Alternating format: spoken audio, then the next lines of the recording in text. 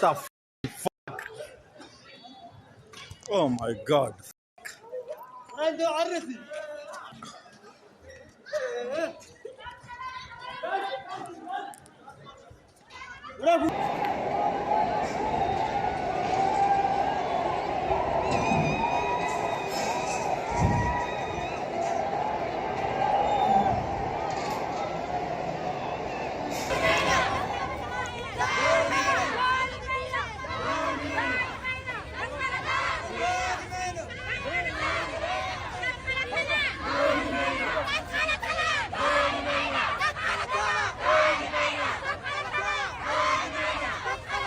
Today we are mourning.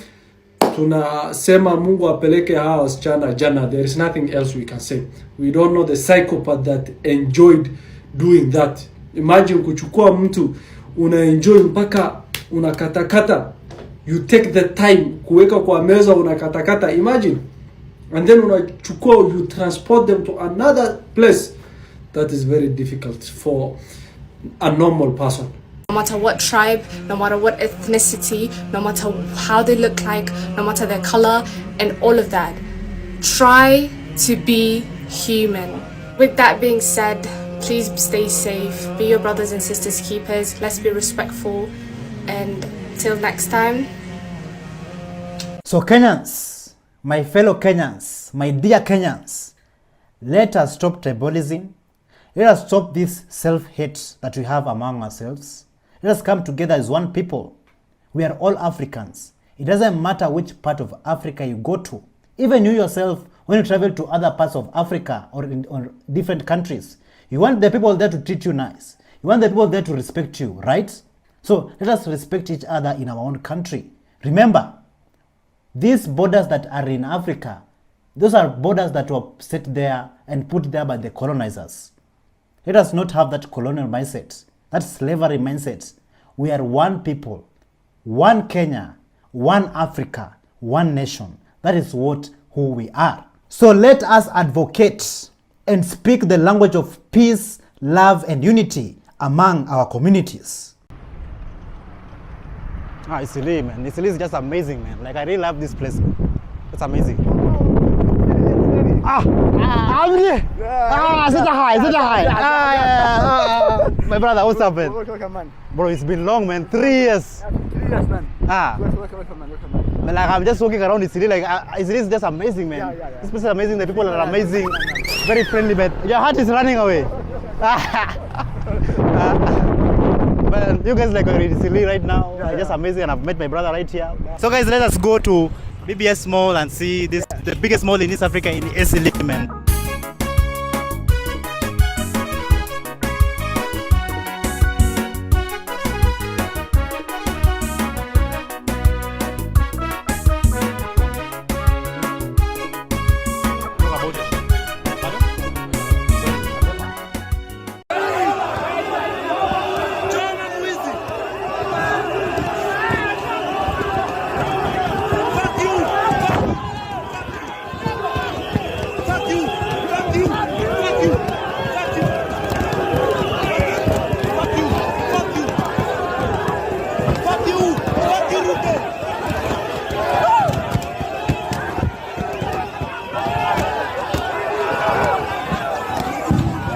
Thank you so much for joining us on today's show. I'm your host, Elvis Derry. See you in the next one. Bye-bye.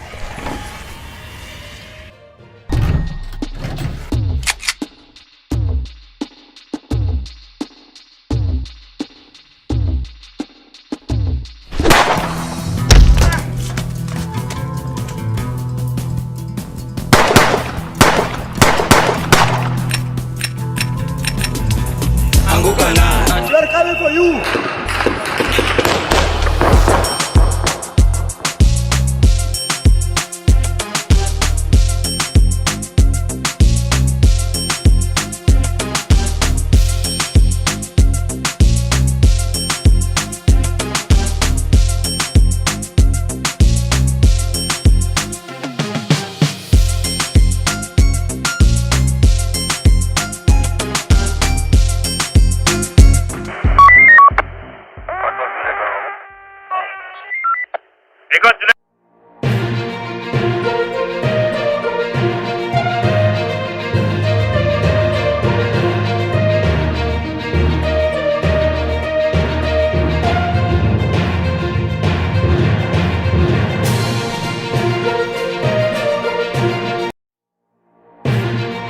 from former IEBC chair Wafula Chebukati passing away. Wafula Chebukati has been officially declared as being no more family. To President Ruto's lies detected. Wanasema hiyo barabara yote ni barabara ya World Bank. Is poverty increasing in Kenya? 40% of Kenyans are now at the level of absolute poverty. Governor Irungu Kangata acquires mobile dialysis truck.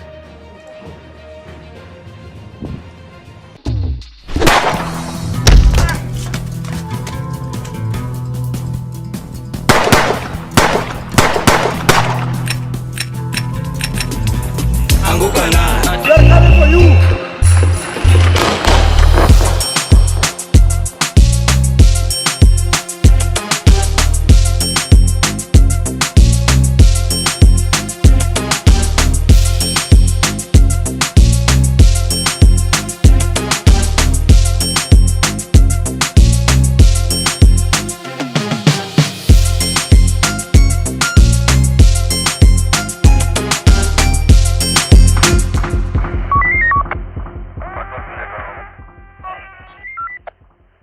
Hello, how are you?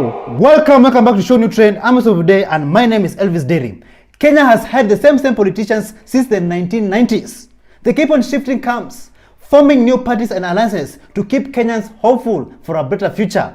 But recently, Kwame Owino from the Institute of Economic Affairs conducted a thorough research revealing the hard truth, revealing the high increase of the level of poverty in Kenya. This is what Cheka Majuis had to say about this. Listen to this.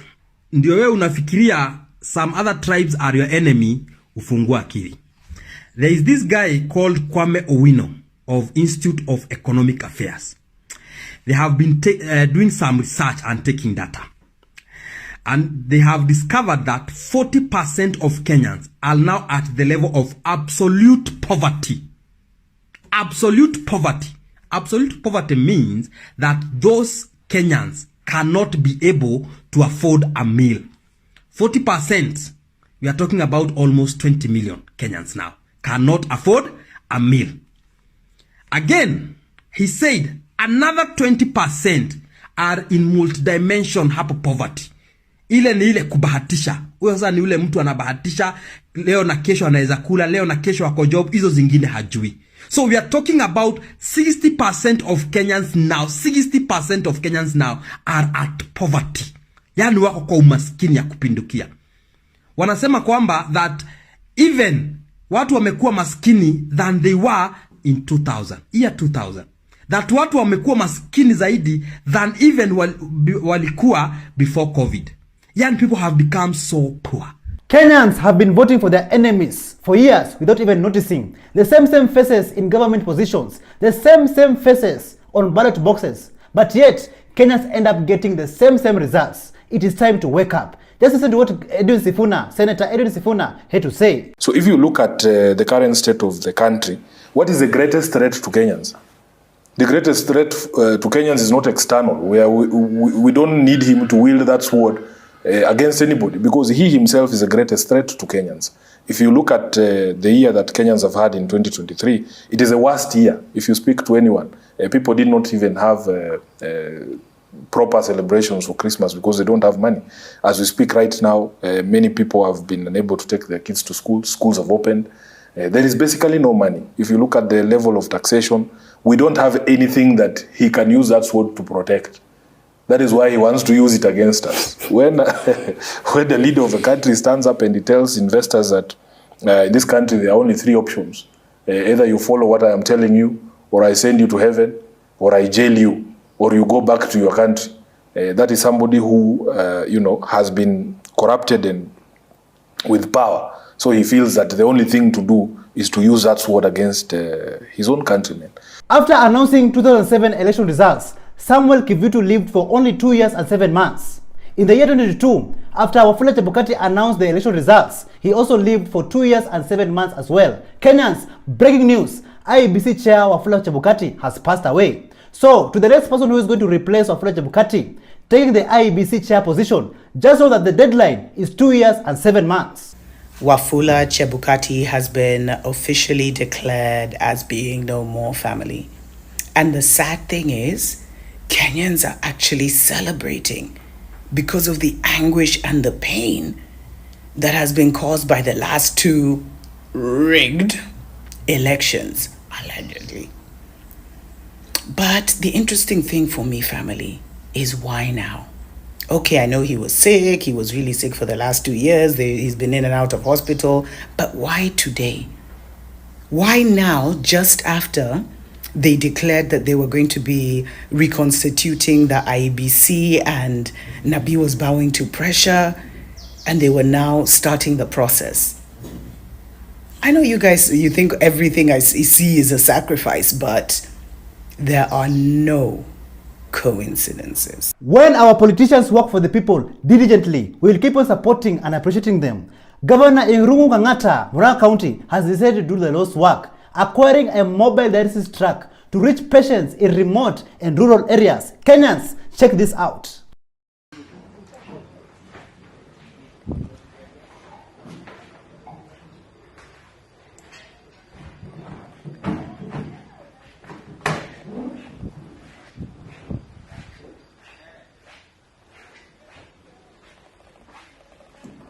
Governor Irungu Kangata says that Kenya has a unique opportunity to transform the society through technology. The investments that need to be done to achieve this is not actually very expensive. Let's listen to this. Yes, I think from where I see it, Kenya has a unique opportunity through which to transform the society generally and public sector generally through technology. I also think the investments that needs to be done to achieve that are not expensive as it sounds. It only requires goodwill. It only requires strategic thinking. I know Kenya has the know-how to do so. It has the right attitude to do so.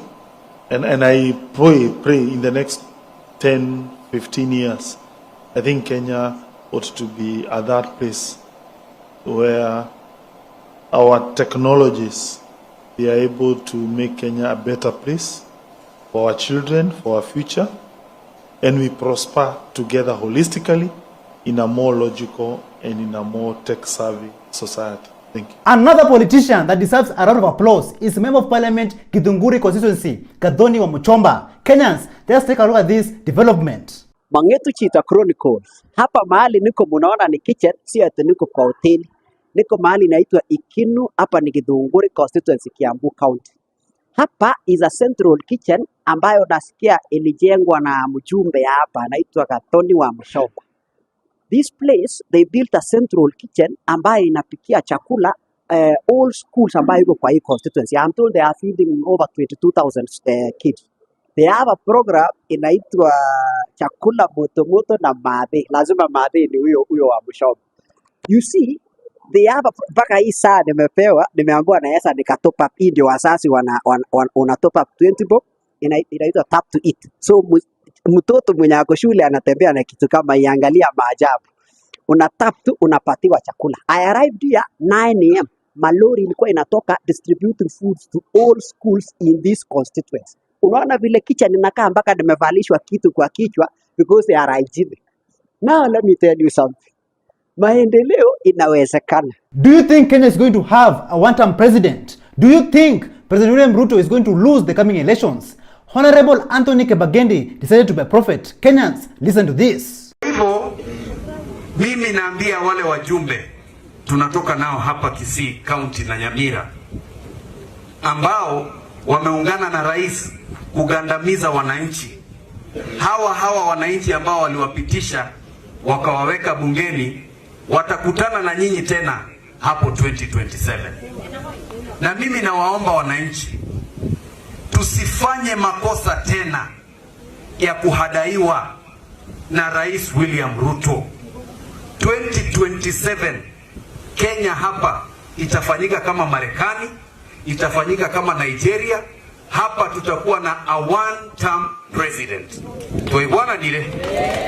Si hata nyinyi mmechoka? Ni wangapi wamesema tunapeleka Ruto nyumbani? Mole tayari? Laki asante sana wacha. Senator Edwin Sifuna has recently attacked Honorable Oscar Sudi, saying that how can President William Ruto hang out with a class 2 dropout, in the process degrading Oscar Sudi to the world? Just listen to this. There is very little that Ruto can do in the intervening period to save his presidency, and he knows it. That is why his allies are speaking the way that he does. That is why he is insulting the public and telling them off every turn he gets. Told us that he has a PhD and nobody should lecture him on anything. I've never seen a PhD who hangs out with class 2 dropouts, because what you do then is that you reduce the average intelligence to at least class 8. If you are just surrounded by, they say birds of a feather flock together. How are you a PhD hanging out with Sudi? After Edwin Sifuna's statement on live TV about Oscar Sudi, Honorable Oscar Sudi being a class 2 dropout, Oscar Sudi got into his feelings and he decided to clap back. It's yani, you insult this one, you rubbish that, the other one. Oh, you know, yani, you. So let me. Can you go and ask people or ask your friends if and ask them to tell you the truth? They will. When news spread that Honorable Oscar Sudi is clapping back, the people did not hesitate to support and defend Edwin Sifuna, Senator Edwin Sifuna. Just listen to how the people, the comrades, were injecting at bunge la mwananchi. Oscar Sudi ametusi Edwin Sifuna ambaye ni Secretary General wa ODM. Akamutusi stupid, sijui nini, ati Sifuna hana IQ yenye inaweza toshana na yake, honestly. Ati Sifuna hana IQ yenye inaweza toshana na Oscar Sudi. Oscar Sudi anaelewa maana ya IQ, yani in full. Does Oscar Sudi know how to calculate IQ? Anajua.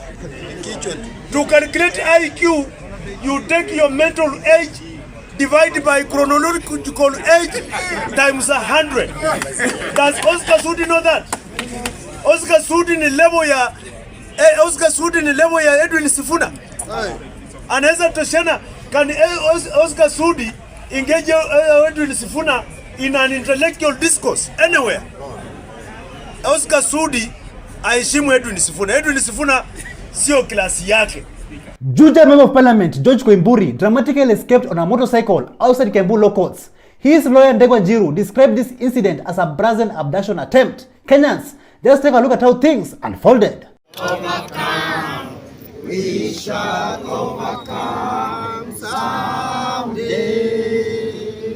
Deep in our heart, we believe we shall overcome.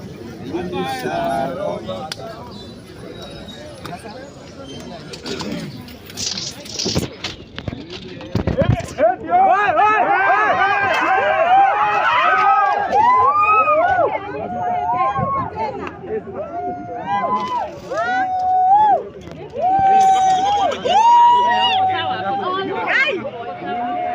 Kenyans, do you remember this? Ndio barabara itoke Mandera, ikuje Ramo, ikuje Gari, ikuje Elwak, ikuje Kobo, ikuje pale Kotulo, ikuje Tarbaj, ipitie hapa Wajia, iende Samatar, itaremuke Modogashe, ifike Isiolo, iende Nairobi, watu wa Northern Kenya wakae kama Wakenya wengine. Did you know it was just a prank by President William Ruto? The Kenya government is taking credit on World Bank funded projects. Listen to this. World Bank is trending at number 3, and World Bank is trending at number 3, reason being Wakenya wanasema kwamba Rais Daktari William Samoei Arap Ruto anapoongelea kuhusiana na barabara ambayo itoke wapi? Isiolo. Iende wapi? Iende Burji. Itoke Burji iende wapi? Iende Koasi wapi? Iteremke wapi? Iteremko kote. Wanasema Samatar. Hiyo barabara yote ni barabara ya World Bank. Okay. World Bank walianza kuitolea hela in 2020. Ndio. Na hiyo barabara tayari imetengewa pesa na World Bank. Okay. So sio barabara ambayo rais anapaswa kuiongelea sana kana kwamba ni yeye ambaye anaishughulikia. Okay. Wameweka paka mapicha kutoka katika mitandao ya World Bank kabisa wa Kenya pale from Washington DC September tarehe ngapi? Tarehe 8 2020. The World Bank of Directors today approved $750 million in International Development Association, financing to improve the movement of people and goods, digital connectivity, and access to social services for over 3.2 million people living in the northern eastern region, where the Isiolo-Mandera Regional Road Corridor traverses. Okay, Samatar. When President William Ruto was confronted, this is how he defended himself. This is serious business. Ndio barabara itoke Mandera, ikuje Ramu, ikuje Gari, ikuje Elwak. The many people who sometimes enjoy me about about this is serious business. I fairly know many places. I would tell you the roads in northern Kenya, the way I would tell you the roads in central Kenya, I would tell you the roads in western Kenya, in many parts of Kenya. And it's because it's my job, you know. This is the job I applied for, to think about the country, to know what to do, where, and to make sure that no part of Kenya is left behind. We are approaching election seasons, Kenyans. Let's not make the same mistakes that we did in previous elections. Vote wisely. Listen to what Michael Joseph said. Kenyans have peculiar habits, you know. Here you have an election, time to register. Yeah. And then on the last day, there's a long lines to register. And then the government announces an extension. And everybody goes home. Wait till the other and last wait till day. the other last day. Come on. Talking more about elections, Cyprian Sekundi posted an opinion poll on his X page. The candidates were William Ruto, Raila Odinga, and a mosquito. And the mosquito won by 70% of the votes. This clearly shows that Kenyans prefer a mosquito to be the president rather than these corrupt individuals in government.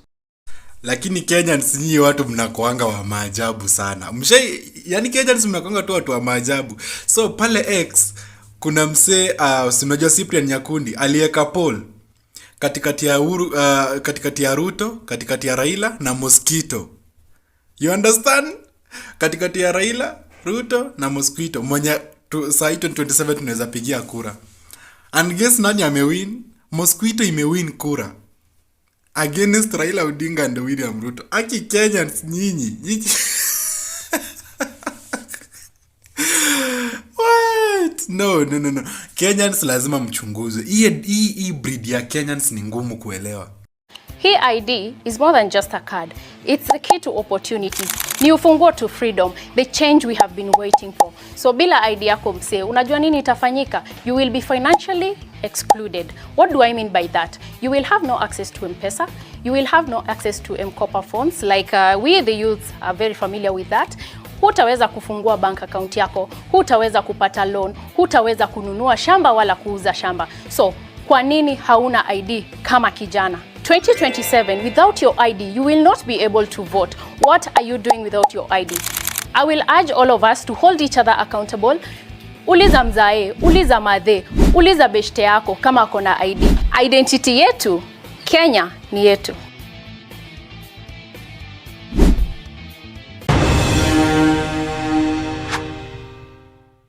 Thank you so much for joining us on today's show. I'm your host, Elvis Derry. See you in the next one. Bye-bye.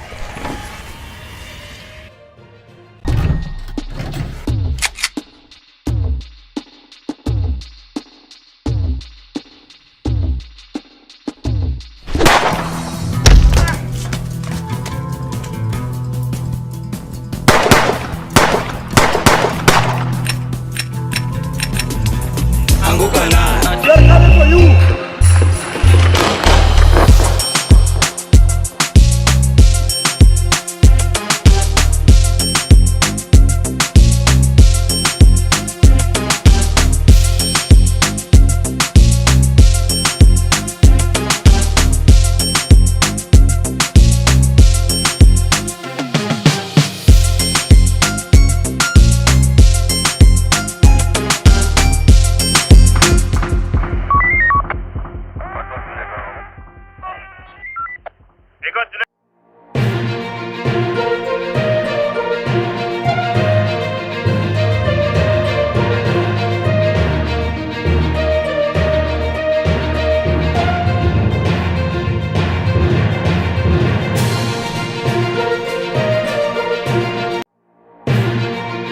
From Moses Kuria facing angry crowd.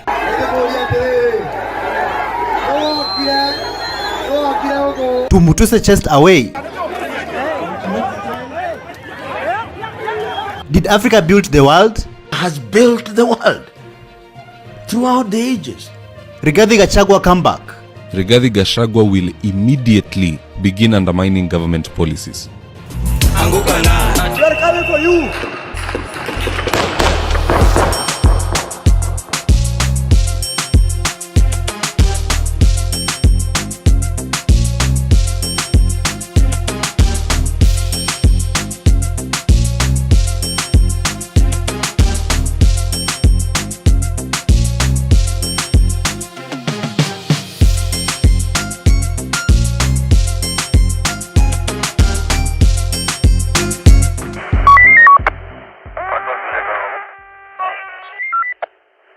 Hello, how are you? Welcome back to ShowNewTrend. I'm your host of today and my name is Elvis Derry.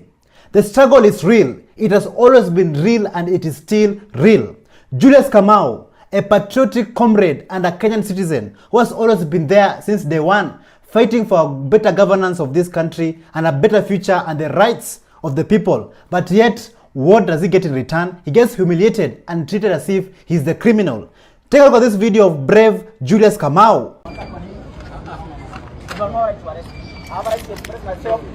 express ourselves is a God-given right and a constitutional right. Kenyans, we must come out and fight for our right to express ourselves. Thomas Sankara said, may my eyes never see, may my feet never take me into a society where half of the people are held in silence. Kenyans, we must refuse to be held in silence by either the police or the government or the rulers in power. We must not be afraid of politicians. Politicians are us and this. And they have stolen our freedom. They have stolen our land. They have stolen our minds. They have stolen our futures. Why people are giving their opinions there? Why am I being denied my right to speak? I've seen other people there give their opinions. If they are right, but you are refusing to listen to me because my speech is so radical. Because this country needs a revolution that will save this nation. Yes, we have the duty to save this nation. People are dying everywhere. My people, we are dying. My God, we are living in a society that gives us nothing but death. I refuse to die. Yes, I refuse to die. I will not die. But I shall live and declare the works of our Lord. For the Lord God has sent his command. Today I say, do not touch my innocence. Do not harm my prophet. I'm ready to die for my people. I am ready to die for the truth. Christ said that the truth shall set you free. And he said that when you are my disciples indeed, and you will know the truth, and the truth shall set you free. As you can see, no matter the obstacles and no matter the amount of arrests Julius Kamau has faced over the years, he's still there on the ground fighting for change, fighting for freedom, and fighting for better governance in this country. I am ready to die for the truth. Christ said that the truth shall set you free. And he said that when you are my disciples indeed. Ladies and gentlemen, we all know that Africa, our motherland, has always been the cradle of mankind since day one. But yet, just look at how Africa is being robbed. Our resources, our wealth is being robbed and being used to build Western countries. Take a look at this video of P.L.O. Lumumba, Professor P.L.O. Lumumba, had to say about Africa. Has built the world throughout the ages. Africa built Europe. Africa built America. Africa built Australia. Africa is building China. All the resources. You go to Europe today and you see the gold, the copper, the electricity, everything. It is from Africa. And that is why they came here and enslaved us. That is why they came here and took our minerals. That is why they are still coming here. Because Africa is the continent that has fed the world. When we talk about the mother continent, we are not simply talking about the mother continent to the extent that she feeds our own children, but she feeds the world. And the world knows that. And the world knows that. That's why she cannot be allowed to be free. And that is why she must wake up. And she can only wake up when her sons and daughters wake up. And we are not saying that when she wakes up, she's not going to feed the world. She will. but she will do so on her own terms and with dignity. But throughout history, Africans have been dehumanized, have been humiliated. So chosen ones, Africans, for how long will you be humiliated? For how long will you be robbed? For how long will you be separated by these colonial borders? For how long? Africa built Europe. Africa built America. Africa built Australia. Africa is building China. All the resources. You go to Europe today and you see the gold, the copper, the electricity, everything. It is from Africa. As we all know, we have a new deputy president, Kithure Kindiki, replacing the former deputy president, Rigathi Gachagua. But since the former deputy president has been impeached, Rigathi Gachagua, do you think that it has created a vacuum, an easy path for Raila Odinga to become the next president or even the next deputy president in the coming elections 2027? Listen to this. Ruto has opened a very big and bad, terrible door. Floodgates of bad things can come. Assume Ruto succeeds in impeaching Gachagua and he appoints a new deputy president. Assume this person is in the person of Raila Odinga. Raila, all his life, all he's wanted was to become a president. He has tried 5 times, correct? Now, what if Raila, once he becomes the deputy president, he incites the entire house to impeach Ruto? Because anything in politics is possible. There are no permanent friends, no permanent enemies. So this is what is going to happen. He uses his billions to buy the MPs the same way Ruto has used millions to buy the MPs to vote against Gachagua. Assume he succeeds. Now Raila, being the deputy president, becomes the president of the republic. Is that a possibility? Yes. The madness that Ruto has opened to the MPs is too much to wish away. This man is under threat and he will live under threat for the length of his service. And talking more about impeachment, a member of the National Assembly by the name of Peter Selassie, he went on and asked the President of Kenya, William Ruto, a very critical question. Why is the development in this country, the gospel project in this country, not being rushed the same way the impeachment of Rigathi Gachagua was given attention and rushed? Listen to what he had to say. Nataka niulize rais wa Kenya, the way tu unakimbiza wabunge wako kufanya mambo ya impeachment ya Gachagua kama ndio kazi ulichaguliwa kufanya. Nataka niulize wabunge wako, bills gapi ambazo mmepitisha katika committee za agriculture na zingine ambazo mtasema mmepitisha na zinafanya kazi kuinua mwananchi wa chini, lakini mnataka kupitisha zile ambazo mko na interest nazo, ambazo mnajua hiyo ndio interest yenu na haiwezi benefit mwananchi wa kawaida. Na hata transition ukiangalia, wamekuja akatoa maneno ya NHIF, wanaleta mambo ya NHIF. There should be a progress, there should be progress. Like ukitoka hii saa hii ukienda NHIF uko nayo haiendi through, unaenda SHA haifanyi kazi, na watu wanataka kutibiwa, mko pale mkatoa UPA ya wanafunzi wetu, watoto wetu walikuwa wanatibiwa. Amukuleta alternative nyingine, mnasema mnatuongoza, mnatupeleka wapi nyinyi watu nauliza? So, do you think this question deserves an Oscar? Tell us in the comments down below. Nataka nauliza wabunge wako, bills gapi ambazo mmepitisha katika committee za agriculture na zingine ambazo mtasema mmepitisha na zinafanya kazi kuinua mwananchi wa chini? During the previous presidential campaigns, you saw William Ruto going from church to church and portraying himself as a saint and a savior to Kenya and Africa, even to the point that he's also advocating for Pan-Africanism. But yet, here in Kenya, people have died. Many people have died and are still dying. People are being abducted under his presidency, under his administration. Listen to what our African brothers had to say about this. Killings, abductions, and bodies being found, dead in rivers. But to our surprise, this was only not just a mock to the people of Kenya, but a mock to God because they held that Bible high. We are saying as the youths of Kenya that we are not going to be led by people who are killing us. We are saying as the youth of Kenya that we refuse to be led by people who are martyring us, people who are butchering us in the streets when we are advocating for good governance. And seemingly, it seems that the president, Mr. Ruto, is not getting us clearly. And therefore, I have an urgent appeal to the First Lady, Mama Rachel, that tonight we believe that you are a very prayerful lady. Tonight, help us communicate to the president, maybe through love, because what kind of force, what kind of chains cannot be broken by the power of love? Look straight into the eyes of Mr. Ruto and tell Ruto that the bloods of the children who are martyred in the streets for no apparent reasons are wailing and crying in the streets. For the blood of the Gen Z youths who are martyred, who are butchered by the police on 25th, are wailing and crying in the street.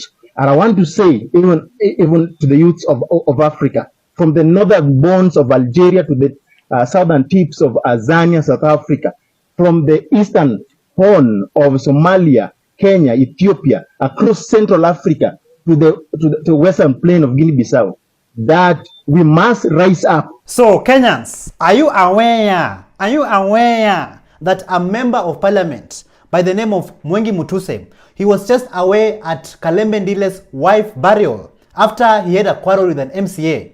So Kenyans, things might be getting hotter, but compose yourselves and watch this video. What is good?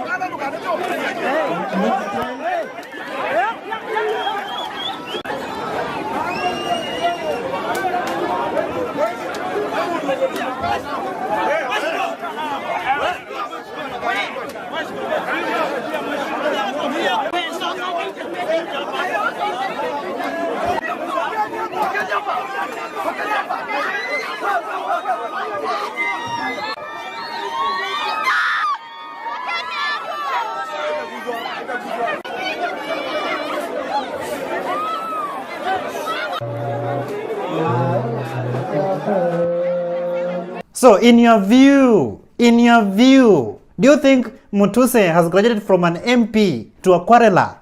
It may be getting hotter, but look at the document, compose yourself and read.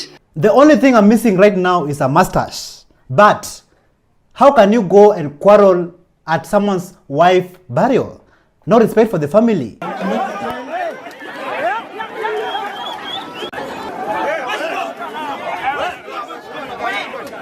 Apart from Mutuse being chased away from Kalembe Ndile's wife burial, take a look at this video of Moses Kuria being chased out of stage from Tony Young's event. Take a look.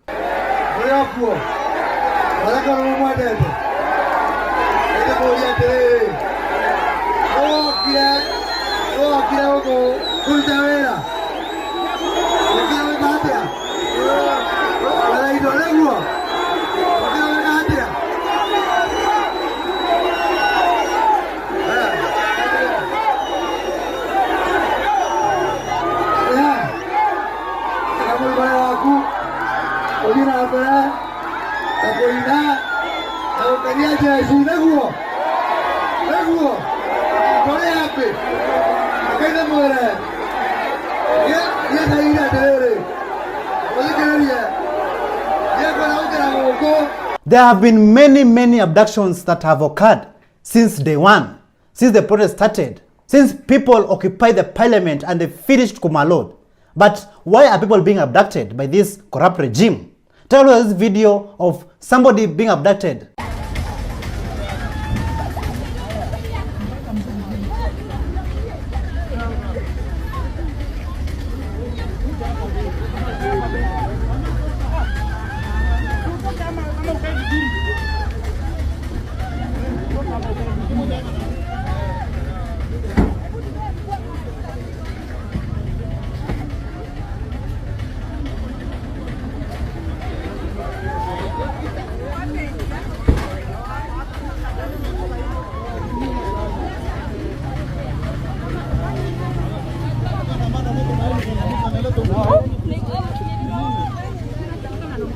I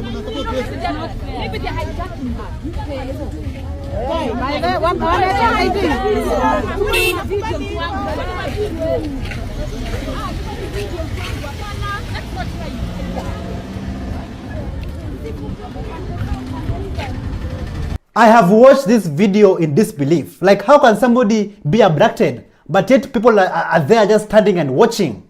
Kenyans, learn to take actions.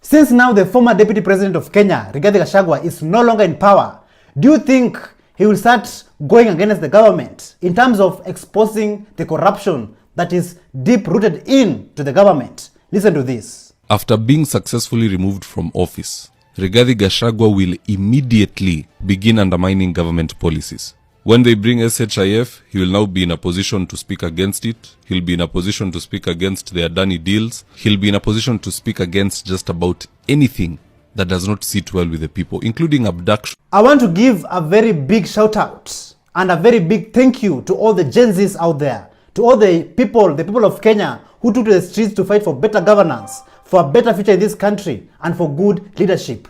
And the former Minister of Justice, Eugene Wamalwa, came out during Mashujaa Day to congratulate and appreciate the Gen Zs. Take a look. Gen Z, we salute you. And as a nation, we owe you a debt of gratitude. Sababu ninyi mmeonyesha ni mashujaa na nyinyi mmeonyesha ni wazalendo. In fact, what you have achieved in 3 weeks has never been achieved in the last 3 decades. You, the Gen Z, have dared where other egos never dared. And today, as we celebrate this hero called Rex, we want you to know, you too are our heroes. You are soared like young eagles above the boundaries of our parochial tribal politics. You have said you want a Kenya that is tribeless. You, as the young eagles, have soared above the boundaries of our regional politics.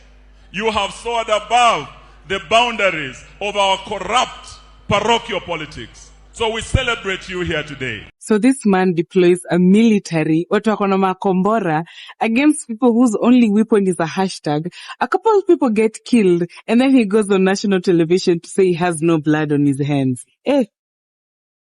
This is some diabolical shit. Alafu utapata delinquents 2027 wakimkampenia tena.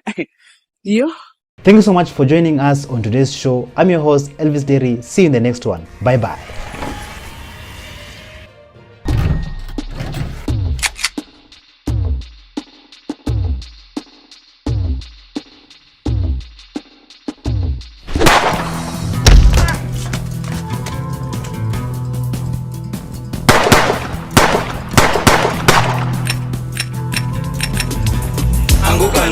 We are coming for you.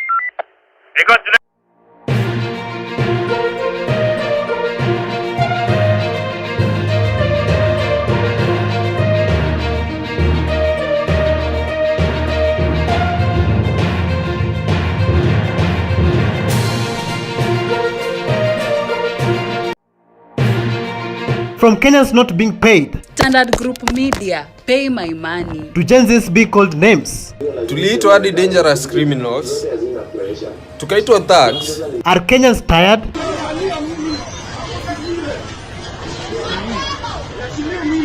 Online scammers on the rise. Did you know you could still pay for something on delivery and still get scammed? We are coming for you.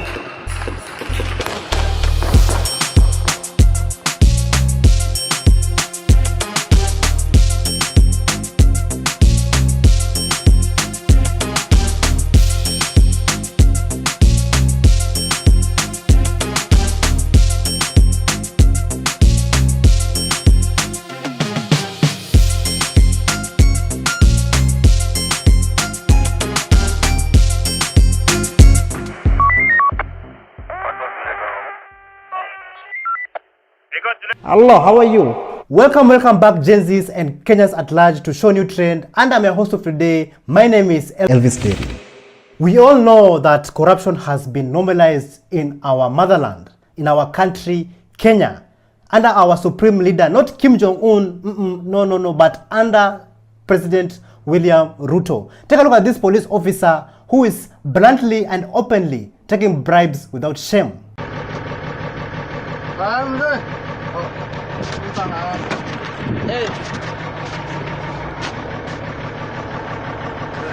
Hiyo tu. Sasa ndio nimepita na gari nyingine. Haina kazi gari siku hizi. Nakuuliza. Nimepita zaidi KCT ile tiba. Ulikuwa na gari nyingine? Haina nyingine. Unaona kanyanga barabara ya serikali bure. Angalia. Angalia mzee. Ndio huko. Sikia kwanza. Sikia nikwambie. None of this corruption will have happened if the men and women in blue who they always protect us day and night will be given their rights and also paid what they rightfully deserve. The Gen Zs went to the street to fight not only for our great nation Kenya, but also for our police officers, but yet our supreme leader decided to call them goons and attack them and also degrade them. Listen to what our fellow Gen Z had to say about this. Tuliitwa hadi dangerous criminals, tukaitwa thugs, wakapea watu wa pikipiki pesa waende wakitupiga kwa barabara, wakapea watu wengine pesa waende wakiloot maduka za watu, ndio iambio ni Gen Zs. Nao saa hii waliamka kufanya maandamano saa 8 za usiku ati soko inaibiwa, sijui gavana mgani anataka sijui kufanya nini kwa soko. Hao wenye walibeba mabana, wacheni wazazi wafanye kazi. This country will be run by you. Who do you think you are, guys? That's what they were saying. That's the message they were communicating. Now they wish Gen Zs were on that protest of today. They wish JKA ndo hiyo. They wish Gen Zs wako huko. Guys, and the Russia ndo hiyo. They wish watoto wako Uganda, Sudan huko, boda huko, human trafficking. During the Gen Z-led protests, you also saw the opposition leaders not only joining the government, but also going to bed and sleeping with the government. Morara Kebaso Sr., a Gen Z who is bringing significant change through civic education, had to say this. Listen. Kumbuka tunaibiwa na kila mtu. Gava plus opposition. So kuna mtu unaweza trust out of all those people. They are all thieves and plunderers. Mimi nashindwa, why does William Ruto steal yet yeye ni president? Because una expect mtu akishakuwa president afai kuwa mwizi.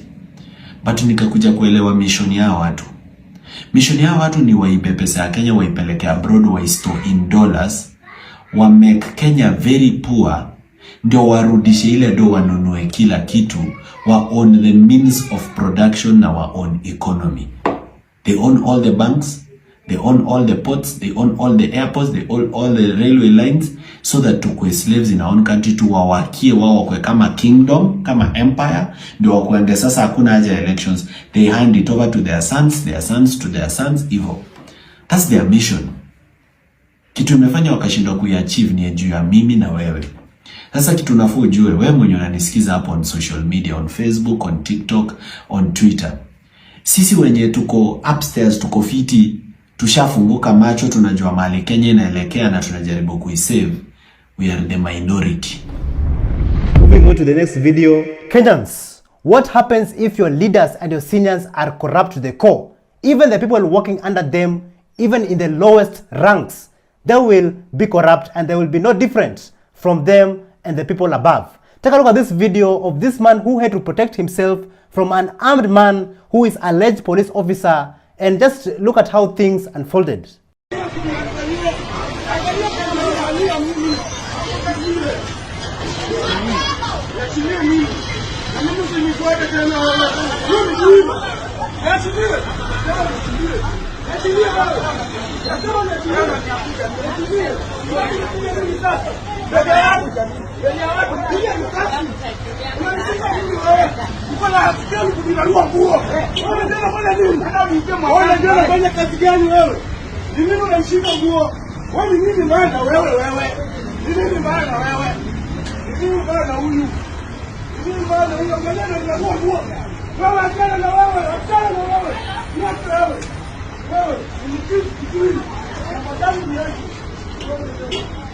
The silence of the Gen Z does not mean that the war is over.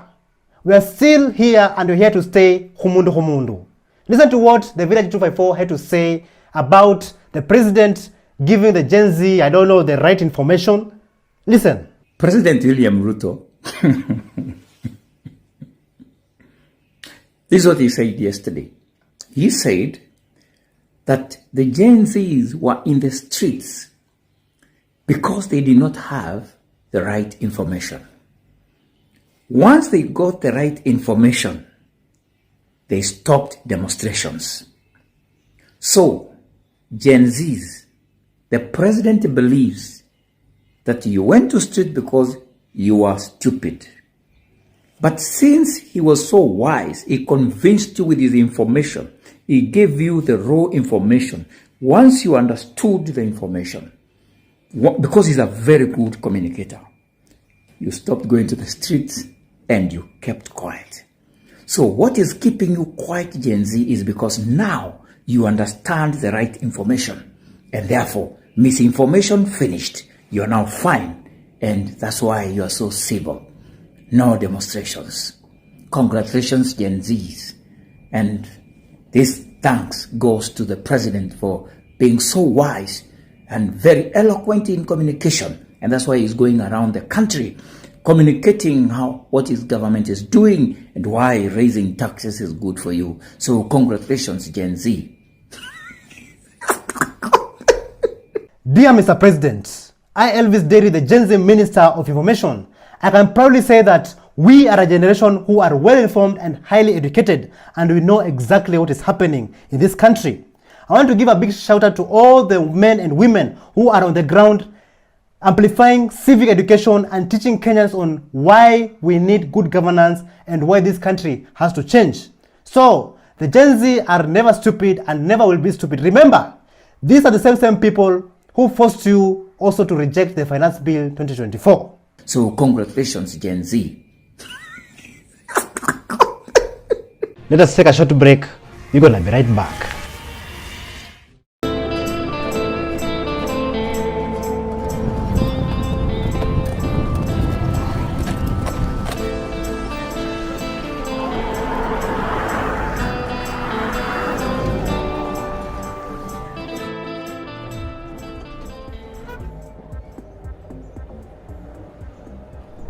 Yeah, but so guys, right at Mwea area, you also have like a different kinds of unique transportation system, man. And I've just seen this amazing, transport system right here at Mwea area, and I would like to give it a try, man. So follow me.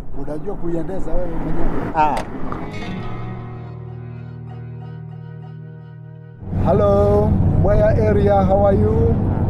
I'm saying hi to you. Yes. So you live around Mwea area? Yes, I live in Mwea, around Mwea area. It's my place. Yes. And I can see like Mwea area is well known for rice. There's plenty of rice in this area. Yes, as per now we are harvesting. We are harvesting rice, and everybody is busy.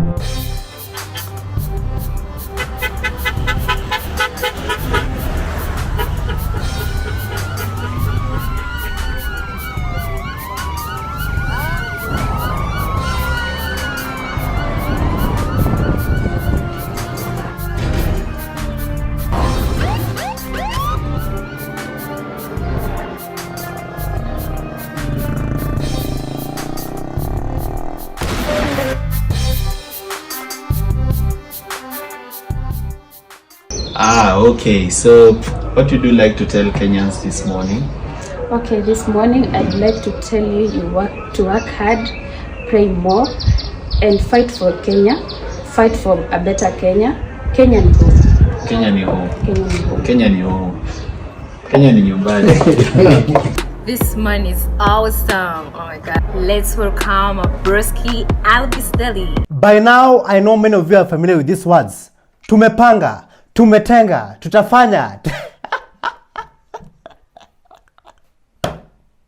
All Kenyans all over the world are familiar with those words. And I want to show you of this video of a Kenyan Gen Z who is enlightening us on how propaganda is being used in Kenyan politics. Najua tunajiuliza mbona politicians wanapenda kusema uongo sana, na it's very sad because mbona mtu mkubwa udanganye na uwezi pigwa. So nikakumbuka kwa Eastern government walisemanga ati propaganda can be used to ascend to power. So inaweza tumika kuinfluence watu, either ikuwe right information ama wrong, watu wanaitumia to ascend into power.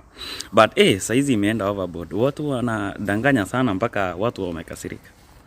Kwa mtaona kwa watu wa Eastern government mkuje mniambie story, labda nimesahau ama nini. But watu wakubwa waache uongo. Uwezi pigwa, hakuna mtu anakupiga. We just held you accountable. The same propaganda in politics has not only been used in this government but also in previous governments, and it has made many generations not to think big about themselves but to think less. Listen to this. Hi Kenyans, I want you to think beyond unga. I want you to think beyond bei ya sukari. In as much as bei ya unga, bei ya sukari imeshuka, I want you to think beyond that. Kwa sababu huku nje hakuna kazi, you understand? Mtoto wako anakuja na kupea civil education, telling you about the government, how it's harassing and killing young men, young people. And you are saying, oh, unga bora imeshuka. Think beyond unga. You are the first people to call your kid, niko na hospitali sina madawa, sina school fees ya mtoto wenyu, sina nini. Think beyond unga, think beyond sukari. Think beyond anything that's revolving around food. In as much as your food imeshuka chini, vijana hawana kazi, vijana wanauawa. Mtoto wako anakupigia simu akiwa university hana chakula. Hiyo chakula yenye unasema imeshuka. Mtoto wako university sai hana hiyo school fees. Mtoto wako sai anarushiwa tear gas, anapigwa na makarau day in day out kwa sababu they don't want a new funding project. So if you don't come out with other parents, then stop thinking beyond unga. Manze? During the beginning of this video, I said this. We all know that corruption has been normalized in our motherland, in our country, Kenya. So if your leaders are corrupt, even the people will be corrupt. Take a look at this video on how online scammers are advancing day by day, thanks to being taught by the corrupt leaders of Kenya. Listen to this. Guys, did you know you could still pay for something on delivery and still get scammed? Now skizeni hapa vile ina happen, huh? For you to understand this, assume kuna wewe, the buyer, is this scammer who is selling stuff online, and there is this real seller. So what happens is, the scammer an advertise product where the buyer unaipenda, for instance furniture, and you order from this scammer. So what the scammer tells you is that you're going to pay for this stuff on delivery. So si utakuwa sure ikifika ndo unalipa. So you go ahead, order. Then this scammer, what he does is contacts a real seller and gives this real seller an order and tells them deliver to this location. Hii location ni wewe enye, ni ile location wewe umepatia huyo scammer. So the product is delivered to you na wewe utacontact ule scammer. Unamwambia mzigo umefika, how can I make this payment? Anakupatia details za payment na unalipa. After ushalipa, anazima simu, and now delivery guy wa the real seller ask you umelipa? Wewe unasema nishalipa, you confirm, na yeye delivery guy ana confirm with the real seller. Hasa hapo ndio kesi inaanzia, because the scammer hajalipa the real seller na ashakuletea product. So the real seller ana demand for his product na wewe uko hapo pia unasema ushalipa. So mko hapo in between, conflict yenye sijui hata inaweza isha lini. Since Ruto got into power, he has been traveling every day to different countries. And the question is he gathering for the storm? Listen to what our Kenyan Gen Z had to say about our shore of flying, lying, and stealing, and also, of course, killing. Listen to this. Ruto is not traveling abroad because he likes flying. Our shore for flying, lying, stealing, and killing. No. He's traveling because he is gathering for the storm that is about to be the kind of dictatorship that we are going to experience under this guy. He is locking in. So Ruto received an achievement award that was given to him as the most accountable, transparent, and there was a third thing, president. They called him everything that we know he's not, and they know he's not. Why Ruto is being given all of these things is to manufacture the kind of consent that is needed for him to run a dictatorship. So Kenyans, he's been traveling to countries like Germany. He's been with the Israelis. And can you see the things that he's given back?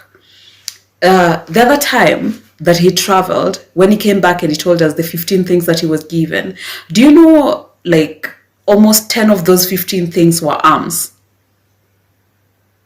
They were arms. They were given a truck. That is not for the army, it's for the police. He's militarizing the police because the police will be the people who are here every day, hunting us down, beating us up for any kind of dissent against this man. I don't even think we're going to get to the 2027 elections. It's only fools who oppress their fellow citizens, because at the end of the day, we are still being oppressed under the same corrupt regime. We are tribeless, leaderless, and fearless. And I'm happy how Kenyans are coming out and actually speaking out not only about the corrupt government, but also corrupt companies who are taking advantage and not paying their workers properly. Listen to this video about Standard Media Group. Hizi kampuni unafanya kazi alafu ikifika time ya kulipa, mbona tunasumbuana? Standard Group Media, pay my money. Nilipeni. Why are you guys making us suffer? Your excuse has always been, hatuna pesa. Isi ni 1.5 billion mna receive hapo mkismile. Ziko wapi zangu? Mtaanza kusema pesa kidogo tunasumbuana, ni kidogo but ni zangu, I worked for that. Mnyonge lakini haki yake mpe. I want my money. Pay me what you owe me. First of all, let me just say, I don't like drama. You will never find me in drama social media. But I've been pushed. I could be minding my business, just sipping wine and sitting somewhere. But you guys are pushing me. It's either you pay us, ama juu tuko wengi sana, you owe us. Tuungane wote twende tuandamane Standard Group Media na Duve, tulale huko hadi mtulipe. We will occupy that standard. Pay us our money, Standard. So to the Standard Media Group, if you are watching this video, we are the Gen Zs, we are going to occupy that place if you don't pay our sister and not pay the people who are working there. And let me tell you, you will not believe. You will not believe. Standard Group Media, pay my money. Nilipeni. Why are you guys making us suffer? Your excuse has always been, hatuna pesa.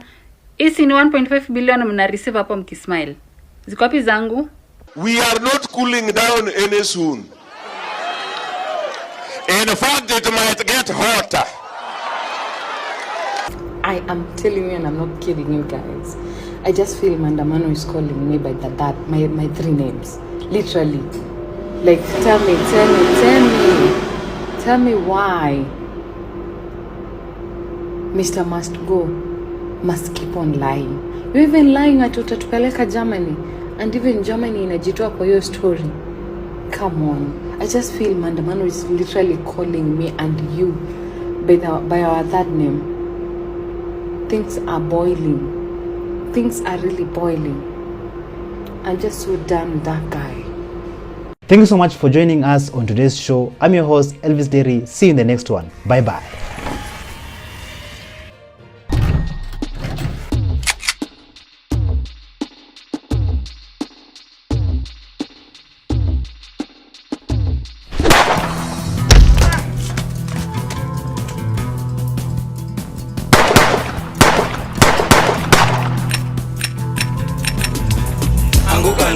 They're coming for you.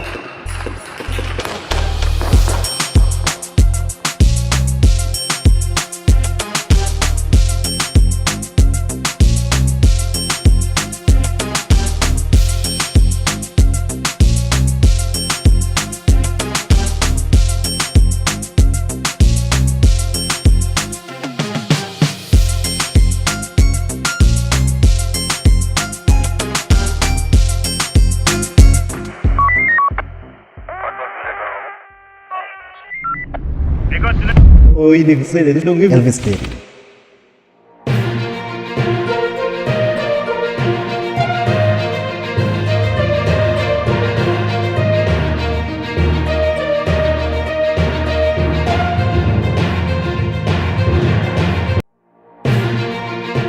From largest diamond found in Botswana. What?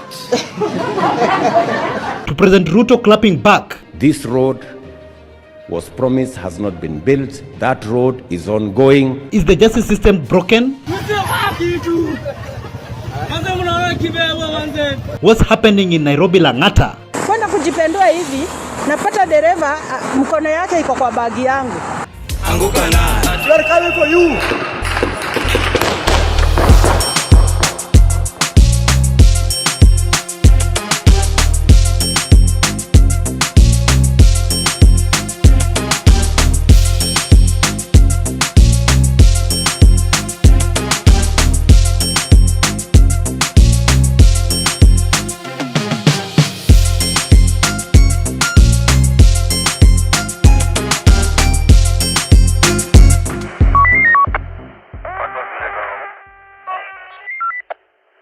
Hello, how are you? Welcome back to ShowNewTrend. I'm your host of today and my name is Elvis Dairy. After Mora Kebaso went to Isiolo County to reveal to us ghost projects, the level 5 hospital about the mortuary, and also the Isiolo County government headquarters that was allocated millions, but yet there was nothing to show about it. Even the stadium in Isiolo, Morara Kebaso went to reveal to us these ghost projects, but the Isiolo County government officials decided to clap back. And this is what they say to say. Take a look. There is no money that is lost in this stadium. Ukiangalia vile tumeenda around, this construction should even have costed over 500 million. But so far, we have only paid to that one, and the contract to that 1 million, and the contract sum is 345. The enemy of this government has been going around circulating the wrong information concerning the stadium. That at the same stadium, there is corruption in the construction. We are doing our work professionally. The governor is very particular and very concerned about this stadium and for the best interest of the Isiolo people and the youth of this county. So, to the county government of Isiolo, how can you prove to us that Morara Kebaso was lying? But yet, even in your own county, the county government headquarters, which was allocated 870 million, has not yet been finished. The money has been stolen. Let us just speak the truth, right? So, how can you prove to us that Morara was lying? You are the one who is lying. And you're trying to cover up for your own mistakes. We Kenyans, when you go there to Isiolo, when we see what we see there, when we see the ghost projects, it's quite different from what you are saying. You should be ashamed of yourself. The enemy of this government has been going around circulating the wrong information concerning the stadium.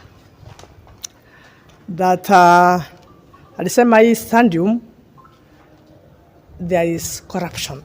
Not only the officials of the Isiolo County government decided to lie to us and cover up for their mistakes and clapping back to Morara Kebaso, even the President of Kenya, President Ruto, decided to clap back, and this is what he had to say. So that conversation as to this road was promised, has not been built. That road is ongoing, but slowly that road is going on well. That conversation about issues, development in our country is a very, very positive conversation. It is the conversation that I always wanted Kenya to have. Not a conversation about our ethnicities or our differences in religion or other sectarian interest. I am very proud that we are having, as a country, the right conversation.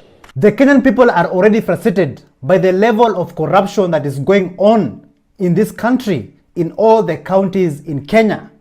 Even Prophetess Ayo decided to come and prophesize to the Kenyans, and this is what she had to say about the state funerals that is coming in this country. Listen to this. I am Prophetess Ayo, and I'm bringing you a special message, a package on how Kenya will undergo shortly the state funerals that await. The first state officer will enter the comfort of his office with zeal and energy to do his work, but shortly after he is seated, the author of the oxygen in the nostril will disconnect it and he will be pronounced dead then and there, seated on his chair. The second officer will be up and about on his duties, going about, but he will be airborne in the aircraft. But that aircraft will crash, and everyone and everything inside it will be reduced to ashes. Nothing will be found. The third officer will be in the comfort of his own home, in the comfort of his own bed, sleeping, but he will not see the light of the day. The author of oxygen will cut it off. Him and his sibling, because how much he has defiled himself with the idols. The idol will sip his blood, he will be pronounced dead in the morning. The essence of this is nothing happened before God reveals to his messengers, I am your messenger. And the purpose of this is to prepare you that after the state funeral, where will you go? Hell? Heaven? The decision is yours to make, because I'd already called you to come for repentance, and I've already also given you opportunity to appeal. The world is prepared and Kenyans be prepared. So Kenyans, what happens when your leaders are corrupt? When there's too much corruption in this country? When there's no development, no job opportunities, nothing is going on in this country. Even the people themselves, they'll become corrupt and find other ways to survive. Just watch and listen of this story of how this lady in Langata Road, how she was robbed while she was going back home. Listen to this. Mtu wote ako Langata Road mjiadhari sana. Kuna Nissan iko na dereva na kondakta wake na iko na mademu wawili. Mmepanda hiyo gari hapo mbele, nikakaa hapo mbele. Huyo kondakta anafungua mlango, ananiambia angalia hiyo mlango yako inafunguka. Akaniambia tufunge hiyo mlango. Hebu chukua simu yako unimulikie. Nikachukua simu yangu. Kuchukua simu yangu nikamumulikia. Kumumulikia akaniambia hebu weka hiyo simu hapo chini, ushikilie mlango na mikono yote mbili tufunge. Tumeng'ang'ana kufunga hiyo mlango, tukang'ang'ana kufungua hiyo mlango haifungiki. Sasa kidogo mimi nikasikia roho imekataa kufanya Kenya ananiambia. Kwenda kujipendua hivi, napata dereva mkono yake iko kwa bagi yangu. Nikashuka. Sasa venye nimeshuka kidogo sasa huyu kondakta wake ananishout. We chukua hii nini mlango juu nikufungia ama uanguke na huko chini. Nikamwambia we hebu achana na hii mlango juu mimi nimekaa hapa, wachana nayo mimi nitaenda hivyo. Sasa kwenda hivyo nikaharakisha kuchukua simu yangu. Dereva naye alikuwa ameharakisha kunyorosha mkono yake mahali nilikuwa nimeweka simu. Lakini bahati mzuri ama mbaya, mimi nikachukua haraka, nikachukua simu yangu. Kuchukua simu yangu, sasa venye tunaenda kidogo hivi, huyo kondakta akasimamisha hiyo nini? Akasimamisha gari akaniambia, hebu shuka hapa. Na mahali wameniweka, by the way, ni usiku saa hii. Saa hii ni usiku, hata mkiangalia niko kwa barabara, si unaona? Niko kwa barabara, wameniweka hapa Langata primary hapo. Hapo ndio wamenishukishia. Mjiadhari na hiyo gari saa hii bado inazunguka inaenda. Hata mimi nimesimama hapa naongoja gari nione kama nitapata gari ya kunipeleka home. Hao watu ni waizi. Venye roho yangu imekatana nikashtuka. Alafu nikaharakisha kuchukua simu yangu na yeye dereva alikuwa anaharakisha kuchukua simu yangu. Imagine wameniambia nishuke kwa hiyo gari. Nikashuka. Baadaye wameendelea na safari. But nimemark number plate yao. Nimemark hiyo number plate ya hiyo gari. The level of corruption in this country, even the citizens are not spared by it. And let me tell you guys, ladies and gentlemen, I've also experienced the same thing that this lady has experienced. And let me just explain to you guys in Swahili.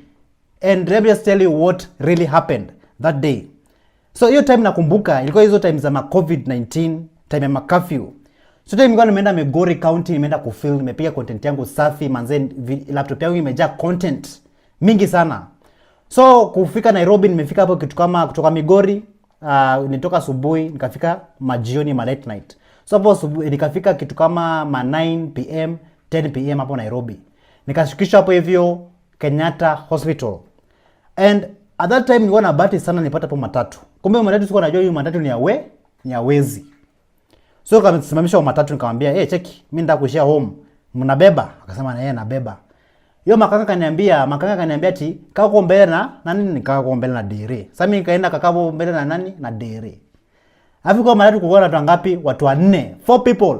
Kulikuwa na driver, kulikuwa na tumbaba za mekapo kando yangu, makanga, alafu kulikuwa na dem mmoja amewekwa nyuma kabisa. So mimi kunyanga ndani kiasi makanga ananiambia huyu makanga amekaa nyuma yangu. Kwa hiyo kiteka makanga na amekaa nyuma yangu ananiambia ati wewe kijana bana, hii kama mlango wako iko na shida, hebu jaribu kuifunga. So mimi najaribu kufunga mlango.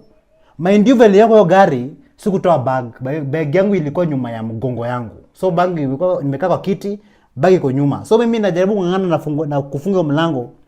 Kumbe at the same time, majambazi, wezi, sasa kusema vitu mbaya hapa hivi. Ng'ombe wanafungua bag yangu, wanatoa laptop yangu, MacBook Pro. Like hiyo laptop niling'ang'ana sana kuibuy. That was my first MacBook Pro ever. But wakanibia. So mimi ng'ombe na ng'ang'ana kufunga mlango. Kumbe bag yangu inafunguliwa na tolewa bag. Rafiki sasa ananiambia ati wakasimamisha gari, wakaniambia ati shuka kiasi, tunataka kuangalia mlango kwanza kuna shida gani. So mimi nikashuka. Mimi kushuka tu hivi tu. No sooner had I done kushuka kwa hiyo gari, waka speed off wakaenda na laptop yangu. So mimi natembea na shangaa, mbona watu wameenda? Kwani wamechizi nini? Mimi kufanya hivi bag yangu na shangaa, mbona hii bag iko light hivi? Kufanya tu hivi kuipendua kutoka mgongo kuangalia kufungua ndani. Na wala laptop yangu imeenda MacBook Pro. My first MacBook Pro niling'ang'ana na suti yangu, jasho yangu, machozi yangu, damu yangu kubai. Ndio imeenda na majambazi wa Nairobi. Like I was so disappointed. Kama ningepata mawe hapo karibu, wallahi ningetupa mawe kwa hiyo gari na ipasue hizo vioo. So nawaambia like the level of thievery, tagari, uwizi yenye imejaa Nairobi, thanks to kufundishwa na our corrupt politicians, imejaa sana. Kenyans, where are we heading to as a country? This is so sad. Watu ni waizi. Venye roho yangu imekatana nikashtuka. Alafu nikaharakisha kuchukua simu yangu na yeye dereva alikuwa anaharakisha kuchukua simu yangu. Imagine wameniambia nishuke kwa hiyo gari. A few days ago, Senator Onyonka went to JKUAT University and he decided to inject, and just opening the people's eyes and showing the Kenyans and the students that how rich this country is and the potential we have as a country. Listen to what Senator Onyonka had to say about this. Kenya has enough money to provide free health, free education, free water. When President Kibaki took over, his revenue in this country, which he collected, was 710 billion shillings his second year. By his third year, when he was going to his second term, by the time he was having the coalition government, he was at 1.3 trillion. That is revenue he collected. Uhuru Kenyatta came, he picked from where Kibaki left, he pushed the money to about 2.7, 2.5 trillion, then he got out. But what Uhuru did, he made sure we've borrowed 7 trillion shillings in 10 years. And that is where our money is going to pay the debts. My argument is very simple. We have enough money. You don't have to tax anybody. Change what we are doing, because we are doing it badly. We are doing it. The system has deliberately been broken so that you cannot understand what they are talking about. Last point. Kenya is a capitalistic system that encourages and allows corruption to thrive. Our universities, which used to be the echelons of excellence and intellectual capacity, has becoming the trading markets where degrees are sold, where food can be provided for, where the people who are lecturing are the ones who supply food and equipment and stuff to the university. I mean, these things, you know them. Senator, excuse me. So my argument, Sammy, is just hold on, Senator. We reduce and stop the corruption. We rebudget the money and make sure 200-300 billion goes to taking all these university students and secondary school students for free. To be honest, I will support Senator Onyonka in this. Let us reduce the corruption, because the level of corruption in this country is on a different level. It is on a high level that, man, it has to reduce. Let us take a short break. We're gonna be right back.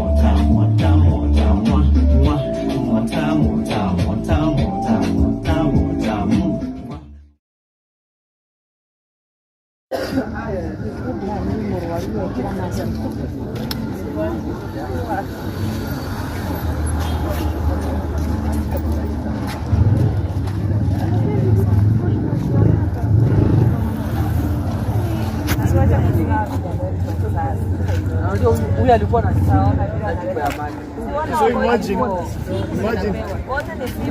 kama risasi alafu president anasema This man is awesome. Oh my god. Let's welcome Broski Albis Deli. Mbere North Member of Parliament Geoffrey Ruku Kiringa. He's always on TV every day talking about controversial bills. But yet if you go to his constituency, it speaks something different. This is crazy. Just take a look. Our ward. This is a very dangerous bridge. This bridge reminds me of a bridge ilikuwa ya Kie.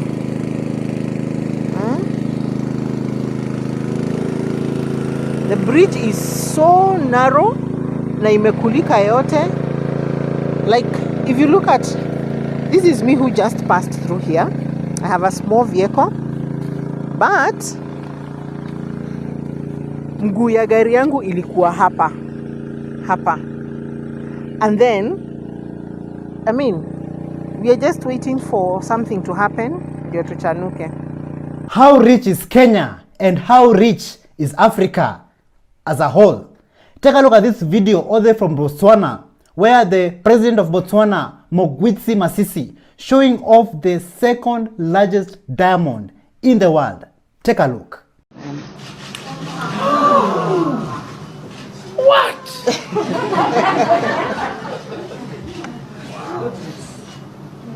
When this material is not in, these stones will be coming closer to these in terms of the color. I see. All right. Yes. Oh, you just want my face hidden, eh? It's the largest stone recovered in the world through a processing plant. So it's the second and largest in the world because of the Cullinan. So our stones or our diamonds go through a processing plant. It was recovered in the mega diamond recovery.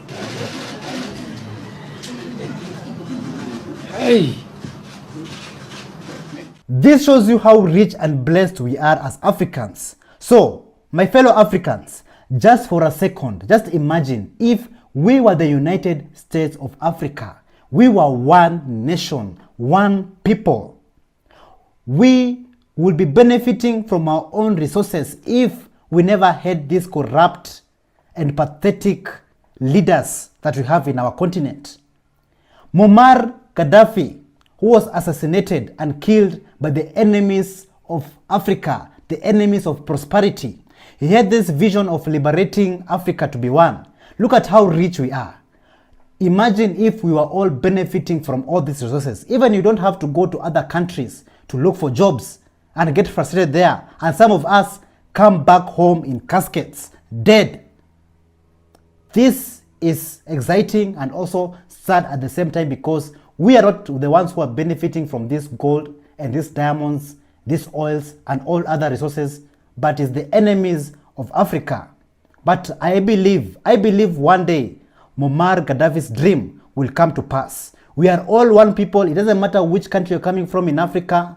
It doesn't matter what language you speak. It doesn't matter what tribe or what food or your belief. It doesn't matter your religion. We are all one people. And I personally, Elvis Derry, I advocate for the liberation of Africa. And that time, it will come. It is just around the corner. What?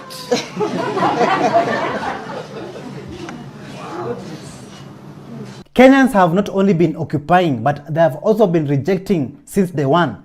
Take a look at this video of this man who went to work, but in a construction site, but he wore a UDA. That is President Ruto's party. He went with this shirt, but the people there were not amused, and they asked him to remove that shirt. Take a look. Unakuja aje huku na t-shirt ya UDA? Toa hiyo kitu bana. Hiyo kitu toa man. Hapana man, hapana hiyo kitu toa. Man toa hiyo kitu man. Ama mutoke huku. Bana. Ya man toa hiyo kitu. Toa hiyo kitu tukachoe man. Asiyo hata nayo ni utoe tuchome hii tunachoma leo man. Hatukuwa ati tuanze nini hapa. Man toa hiyo kitu man.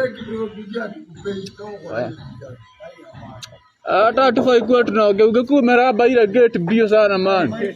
Hapana. Do you guys remember of this video of this JSS teacher who was being frustrated? I'm telling you, you cannot join the staff room. Can you give me the chair, one? Jaten. Ango mila record. Give me the chair. Just try to do anything. Ango mila record. I do it, one. Whether you are using the phone or what. Wherever you guy. No, don't push me. Don't push me. This is the same situation to many other GSS teachers who are still suffering under this corrupt regime. 18.7 billion was allocated to them, but currently is nowhere to be seen. This is what Morara Kebaso Senior, Inject Party leader, had to say about this. Papa le Président de la Officer Day promised JSS teachers, 46,000 of them, that he has set aside 18.7 billion to hire them on permanent basis. To date, JSS teachers have not been hired on permanent basis. They are still being paid a stipend of 17,000. And this useless Teacher Service Commission does not understand that it is an independent institution under the Constitution. How does a minister walk around with the TSC letters in a funeral? Alitoa wapi? Then that same useless TSC is the one that is firing 742 teachers. JSS teachers, 742. Ati juu walienda kudemand for better pay. I want to assure this government that their days are numbered. Mukifika 2027, ni bahati. Mukifika 2027 ni bahati. Me, I'm here. Niko hapa ndani ya msitu. I'm looking for illegal mining. Kuna illegal mining inaendelea huko ndani ya msitu. Since the protest started, young youths in this country, the Gen Zs, they have been targeted. Some of them have died, abducted, and some of them have missed since today. Take a look at this video of how this young Gen Z was being mistreated, mishandled, and how he was being arrested by these officers. Take a look.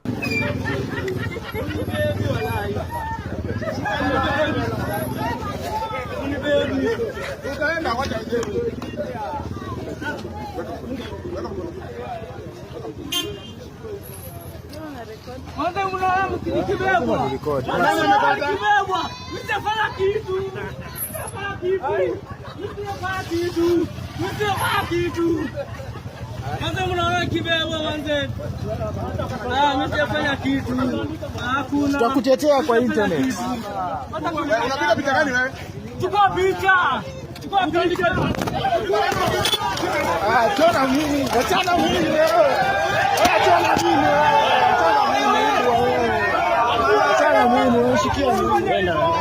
Unashikia nini wewe?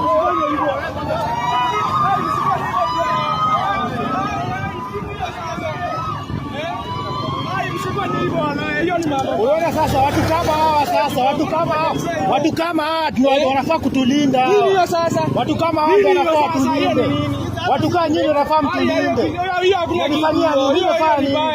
Si right yangu. Si right yangu kurecord. This is really insane. Every day when I wake up in the morning, the first question I ask myself, where are we heading towards a country? Because the things I see happening in this country is just unbelievable. So if you have the right answer of where are we heading towards a country, tell us in the comments down below. My name is Elvis Derry, this is ShowNewTrend, and see you guys in the next episode. Tutakutetea kwa internet. Unapiga picha gani wewe? Chukua picha. Achana mimi wewe. Achana mimi wewe. Achana mimi wewe, shikia mimi.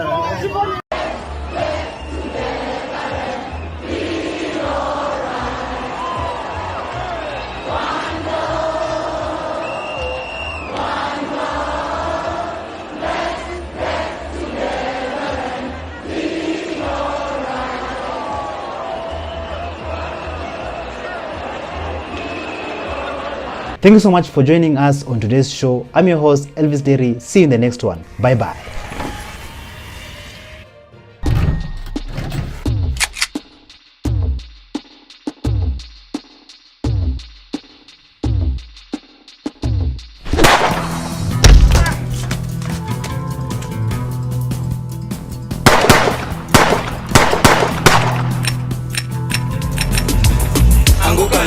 We are coming for you.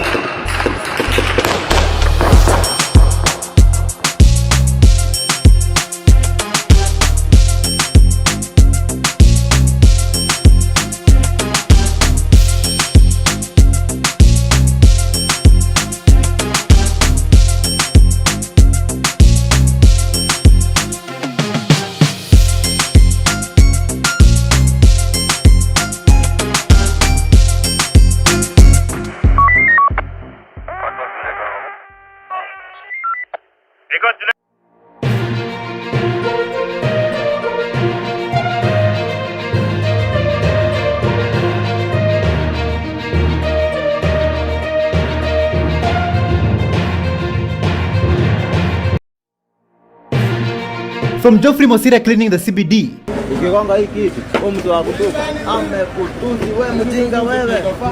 To students injecting.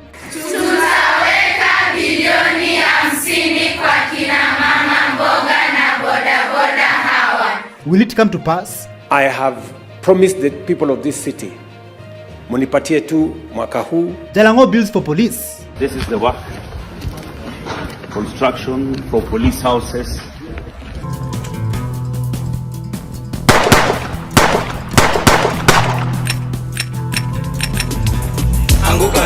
We are coming for you.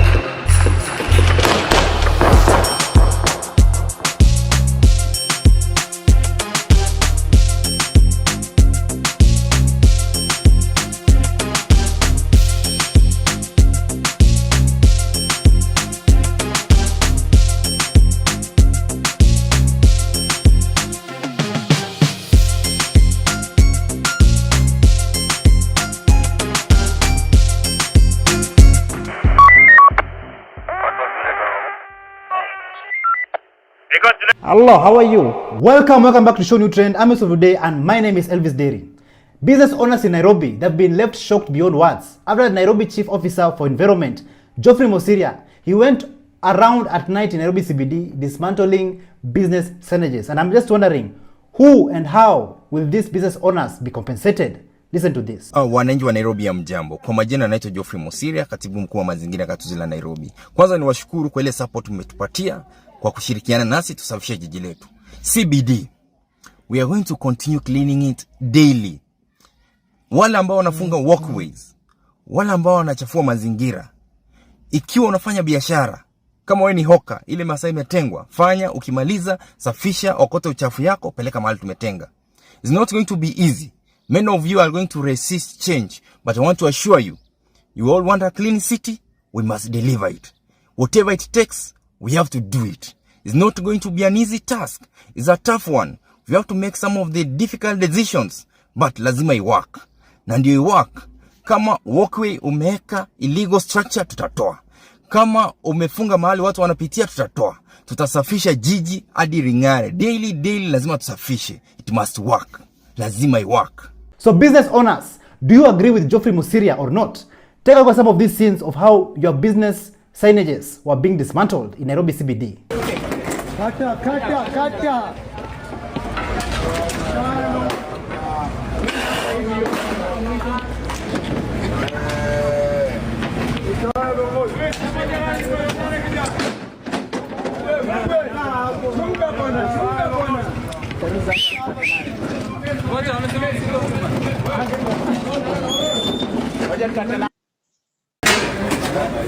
Hizi vitu zinaumiza wa Kenya.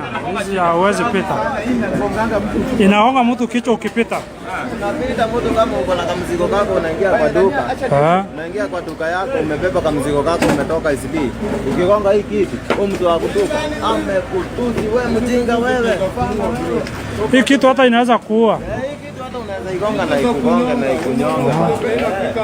After Geoffrey Musiria and his team removed business signages in CBD, this is how now Nairobi CBD looks like. Take a look. Mambo ni live Nairobi, Kenya. Kiangazia huku Kanjo jana usiku wameamua kung'oa billboards zenye zilikuwa zimehangiwa hapa nje. Ukiangazia hapa ni Moi Avenue, nataka uone venye huku juu kulikuwa kumehangiwa hizo billboards, lakini tukiangazia ni kwamba Kanjo imeng'oa zile billboards. Ukiangalia hii ni billboard ilikuwa hapa, hii ni moja ilikuwa hapo, lakini wamefikia kung'oa lile billboard. Hatujui ni kweli kwamba hawa watu hawakuwa wanalipa ushuru ama walikuwa wanalipa, lakini tusemezane tu, ni kweli hawa watu hawakuwa wanalipa ushuru. Tukiangazia pia unaona hapa ni kung'oa yote walikuwa wanang'oa. Naona mambo ni live kabisa. Hapa ni Moi Avenue. Ukiangazia pia hapa ni Galitos. Naona venye Galitos waling'oa hizo zote wametoa zote. Mambo ni live kabisa. Even hawkers, they were never left behind. They went on to protest and occupy City Hall after they were ordered not to operate in the streets. Take a look.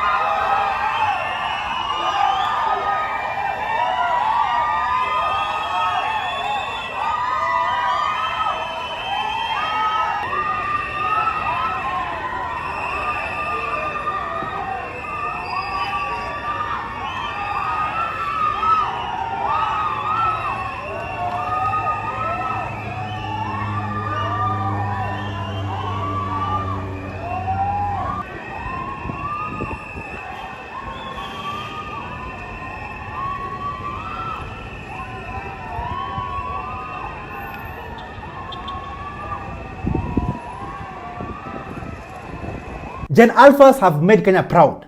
Like they went on to show the world that they also understand what is really happening in this country. They understand the politics that is taking place. Just take a look at this video of Gen Alphas injecting. Tutaweka bilioni 50 kwa kina mama mboga na boda boda hawa. Tutawatoa kwa CRD na Fuliza. Kila mwananchi atatunukiwa deni la Hustler Fund bila interest. Ama namna gani? Wangapi wanakubaliana nami? Kwa ishara ya mikono. Kumbe nyinyi ni wa Bwana namna hiyo. Soma swali la kwanza. Tambua aina ya sajili na uthibitishe. Haya, swali la pili. Fafanua sifa 8 za sajili hii. After Gen Alphas finished injecting, UDA offices in Trans Nzoia County were occupied. And how were they occupied? Just take a look.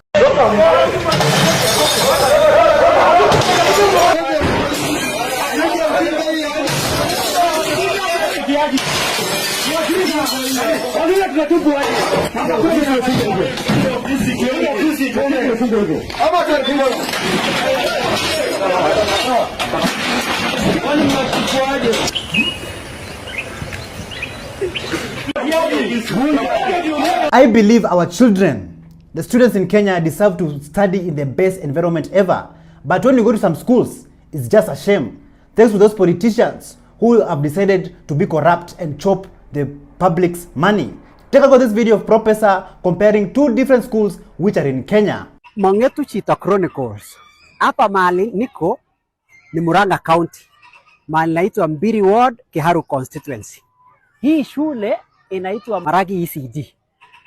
Hii ni ECD imejengwa na MCA wa hapa anaitwa Ben Ruiru na gavana nani Irungu Kang'ata. Wacha sasa nikuonyeshe shule inaitwa Gabuswa ECD bado kama hii. Iko Bomet County, Kibreres Ward. Gavana ni Ilare Barchok, MCA anaitwa Livondo. Ndio niambie hii ECD imejengwa hapa na hii ECD ingine hii iko Bomet County. What is the difference? Kwa nini ikuwe namna hii? Hapa ni classroom. Unaona hizi ni viti watoto wanakalia. And this is an ECD like the other ECD that is in my home. Hakuna tofauti. It is the same country, lakini pesa wanapatiwa wote. Munaona vile shule hii ni ECD lakini ikipelekwa kwetu Bomet County hii inaweza kwa university. So nikatoka hapa Maragi nikaenda another one that is not so far inaitwa Upendo ECD. Bado tu ni ECD nasikia inajengwa na MCA. Now angalia ile facilities watoto wako nayo hapa. Look at the classrooms, angalia vile wanacheza hapa. Look at the facilities they have na ukompare na hii yangu ya Kibreres Ward ambayo MCA wake anaitwa Livondo. Hapa mahali niko Murang'a County Mbiri Ward, nimeulizia hapa nikaambiwa MCA anaitwa Ruiru Miako. Sijui kama nimeisema kwa juu ni jina ya Kikuyu. Now tell me, between these two, because these politicians usually call themselves honorables, between huyu wa hapa Mbiri Ward anaitwa Ruiru Miako na huyu wangu Livondo wa Kibreres Ward, who deserves to be called a honorable member? Because hawa wanasiasa wanajiita honorable. Be the judge na uniambia. Na ujue bado niko kwa ward, sijaingia kwa mashule ya constituency. Sijaingia hata yenye imejengwa na Didinyoro. Hii bado niko tu kwa MCA.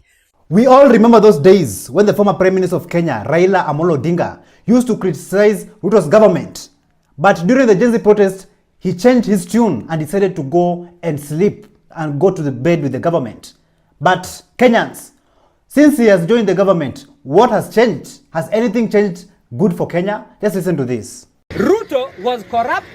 We were told by Raila Amolo Odinga. Ruto was a thief. We were told by Raila Amolo Odinga. Ruto was not fit for presidency. We were told by Raila Amolo Odinga. What has changed?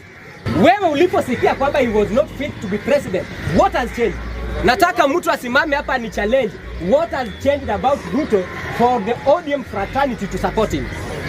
That is what I'm waiting for. But if nothing has changed for sure, for fact, and you are supporting Ruto because Raila supported him, there is something wrong with your brain.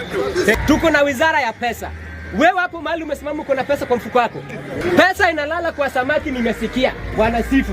Wewe uko na pesa? I want to tell you for a fact. Hii kura inaokuja, jipigie wewe mwenyewe. Ikiwa kwamba utapiga kura kwa ajili ya kabila lako, kwa ajili ya chama, nitawauliza swali. Wewe ambao umeishi hapa Mombasa for the last 15 years, uongozi wa Mombasa imekweko ya ODM. Imekufaidi nini? When you are voting on party line, tribal line, ni nini yako iko hapo? Kenyans and Gen Zs have been injecting since day one. And this time round, the pressure is increasing. King William of Netherlands was supposed to come to Kenya for a state visit. But who are Kenyans? Who are they? They decided to send the royal family of Netherlands so many emails, thousands of emails, forcing the King of Netherlands to call a crisis meeting, which later on, I guess they cancelled their trip to Kenya because Kenyans, they injected mercilessly. Let's listen to what Dr. Mumbi Seraki had to say about this. So, King William of Netherlands has called a crisis meeting after receiving thousands and thousands and thousands of emails from concerned Kenyans asking him to cancel his royal visit to Kenya. Apparently, now Nabi, aka Kaongo, had invited him to come in March, and somehow Kenyans got wind of it. And they emailed the guy saying, why are you coming to visit someone who's abducting us, to visit someone who's taking us out, to visit someone who is killing us? And the emails are so many. I bet it's in like 40, 50,000. Oh my God, Kenyans. What?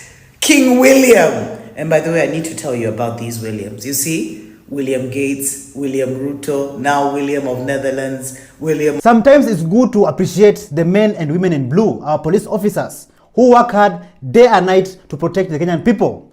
Lang'ata Member of Parliament Felix Oduor, aka Jalas, he has constructed new houses for Lang'ata police officers who are living in very bad conditions before. Take a look. Guys, this is where my officers in Lang'ata live. And as you can see, it is not very habitable where the officers live. So I've also started some work around making sure that the officers get a good place to live. Like this is a room for the officer. All these are rooms for the officer. What I decided, the people taking care of our security cannot live like this. So within the NGCDF kitty, we've started working closely also with the Ministry of Interior, and we've got really big support also from the PS Rayo Molo, who will be coming to launch the project that we're already working on. We are doing more than 15 new houses that will take care of everyone here, and the first part of the houses, so we'll be moving from here and we are coming down this side. Now this is what I'm making for my officers now. As you can see, this is the work, construction for police houses. This is funded by the Lang'ata NGCDF. So we already have 1, 2, 3, 4, 5, 6, 7, 8. The first 8 officers will move. They'll move from that and they'll be coming here. So you have your toilet and bathroom there. You have your sink and kitchen here. And you have your room and your bed. That is what we're doing for officers in Lang'ata. In Changamwe, things were boiling hot, Kenyans, after the residents, together with their shirtless airport MCA, stormed Changamwe police station, claiming that a kidnapper who had kidnapped a kid for 3 good days, Kenyans, for 3 days, was being held inside the police station. And the people there, they wanted to send some greetings. Just take a look at how things unfolded. Sasa sisi tumekuja hapa kwa sababu mtoto wetu amepotea, is now 3 weeks. Mwenye ameiba huyo mtoto wako naye hapa wiki 3, hatujui nini naendelea. Lakini kufika hapa na tumekuja na watu wa KUPPET ambao ndio walimu wanafanya kazi na huyu mzee ambaye ana shida. Kufika hapa polisi wametaka mtabu. Kufika hapa kuna mama hapa, polisi wametaka makubwa. Huyu mama ambaye ametutukana leo. Mimi ni MCA wa Airport Road. Mimi ni MCA wa Airport Road. Mimi ni kiongozi. Currently, the world's technology is more advanced than ever. In this new age and era of AI, things are changing. And people are using AI for business, and others are creating images and videos in just a click of a second. But it seems like this technology has fallen in the wrong hands, the hands of the Kenyans. And let me tell you, Kenyans are using AI to inject, to fight bad governance in the country, and to call out corrupt government officials in the country. And it seems like some politicians are not having a good time with this. They're not loving it, and they're not happy with it. Let's listen to what this man had to say about CS Kipchumba Murkomen not loving the AI technology. Yesterday, Kipchumba Murkomen was threatening the young people who are creating AI images of leaders in coffins. Today, the young people have delivered. They have created an AI image of Murkomen in a very fine gold-coated coffin, filled with gold watches. And I'm asking myself, why is the government engaging in a fight they cannot win? The fight against the young people is a fight this government cannot win. Remember, we are educated, but jobless, hopeless, and broke. Meaning, we spend our time pissing off the people whom we think have stolen the opportunities from us. We spend our time pissing off the people who have stolen the future from us. And it is the political class who we believe have stolen the future from us. So the only thing that this government can do is create opportunities for young people. That's the only way they can win this war. Create jobs for us. Return the money that has been stolen and restore our future. That's the only way this government can win this war. There is no other way. They can threaten the young people as they like, as much as they like, but the young people will enjoy pissing off the government. They can abduct and kill, but believe me, another person will come up and piss off this government more than the person they abducted. So they are not winning this war with the strategy they are using right now. They have to think of another strategy of creating a better Kenya, of building a better Kenya. With this technology, let me tell you, politicians, this is a fight that you cannot win. And if you want to fight back, if you want to fight Kenyans, then this is the answer for you. Take a look at this. The only weapon you can fight Kenyans with is silence. Kaa kimya bubu, ukiongea ndo umewatuma. Haona Sam Seveni aliombiwa Kenya ingelikuwa ni yeye amekuwa kwa casket, angelikuwa shao madauti. Yaani hata baada ya kuongea tu hivi, hata siku 3 hazijaisha akaeka kwa casket. Who are Kenyans? Who are Kenyans? Yaani ukiongea ndo umewatuma. Yaani kitu mimi nazo washauri wa Afrika, mkitaka amani na wa Kenya, kaeni kimya.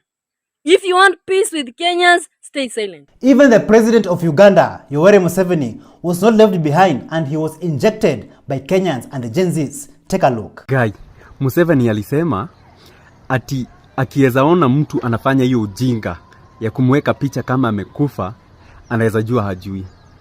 Wakenya hata hawajamgojea hata wiki ishe. Yo. Okay. Wakenya munaogopaga ni nini munaonaga ni serious? Like, ni nini munaogopa nini? At least kitu yenye munaonaga like ni serious, hii kitu inaweza niua. Hata wiki haijaisha. Mumeona hizo picha za Museveni. To be honest, Kenyans are very unique.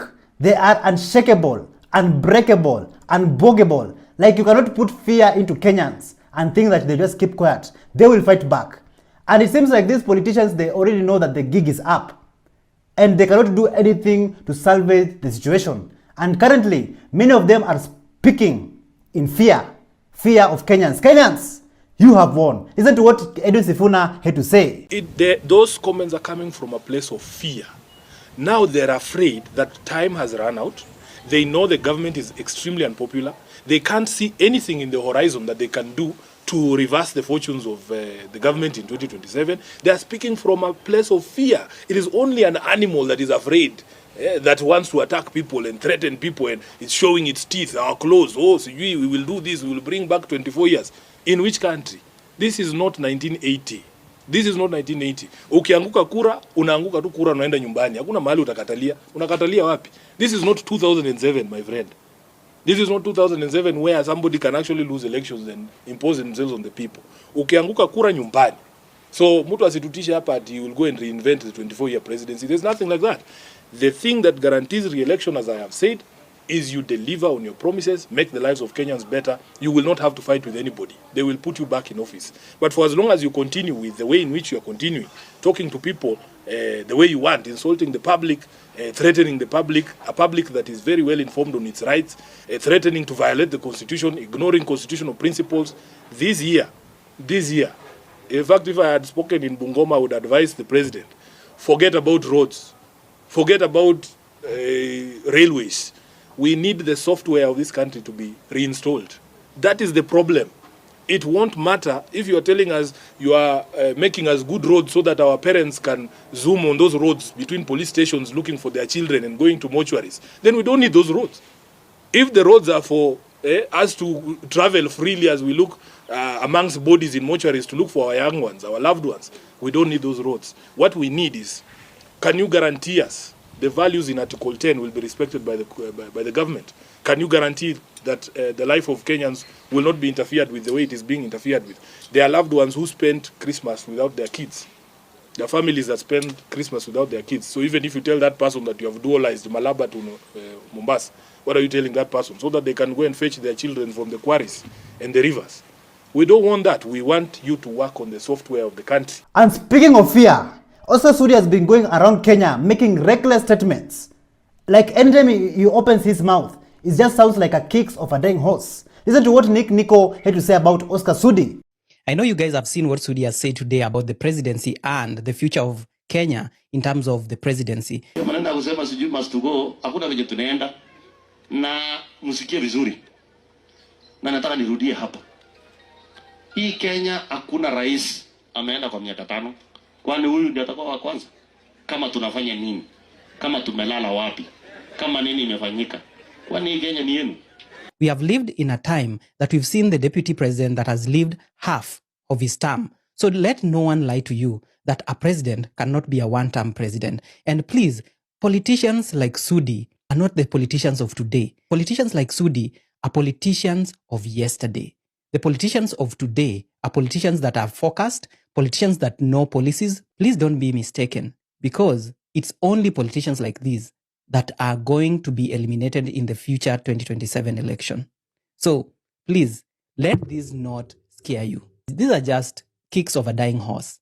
If you see someone saying things like this, manenda kusema sijui must go, hakuna venye tunaenda na msikie vizuri. Na nataka nirudie hapa.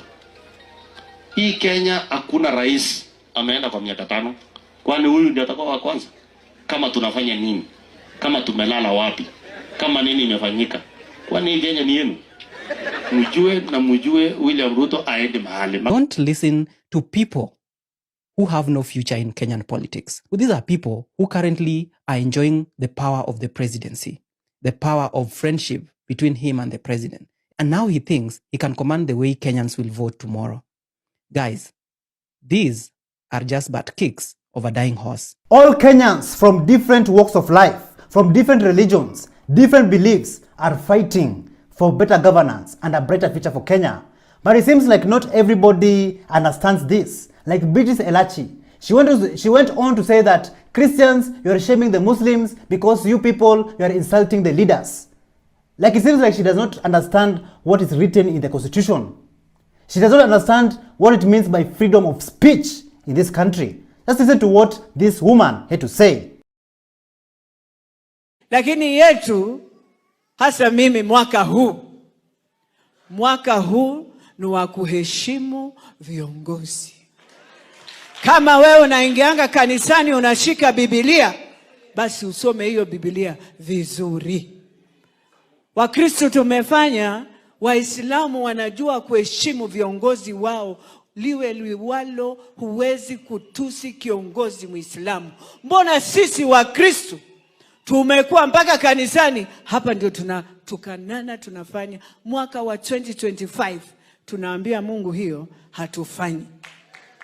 Na lazima tuheshimu venye bishop amesema, Mheshimiwa Rais. Yeye ndio baba yetu. Wewe ukienda Ulaya unajifikiria matusi hii yote tumepeana hapa, wanakuangalia kama nani? Wanashangaa hiyo ni nchi gani tunatoka. Kenyans, it does not matter what religion you believe in. At the end of the day, we are all living in the same country.